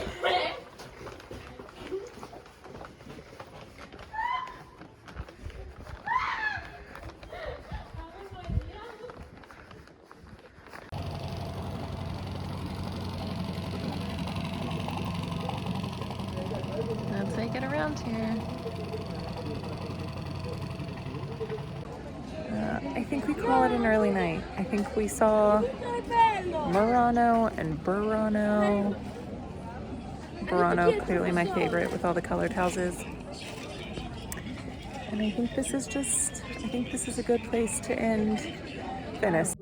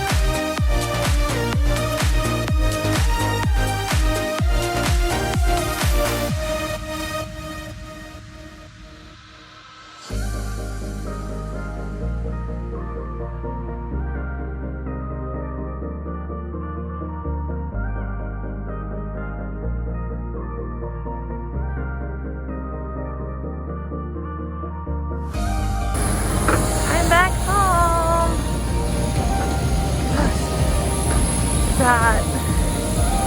Real hot.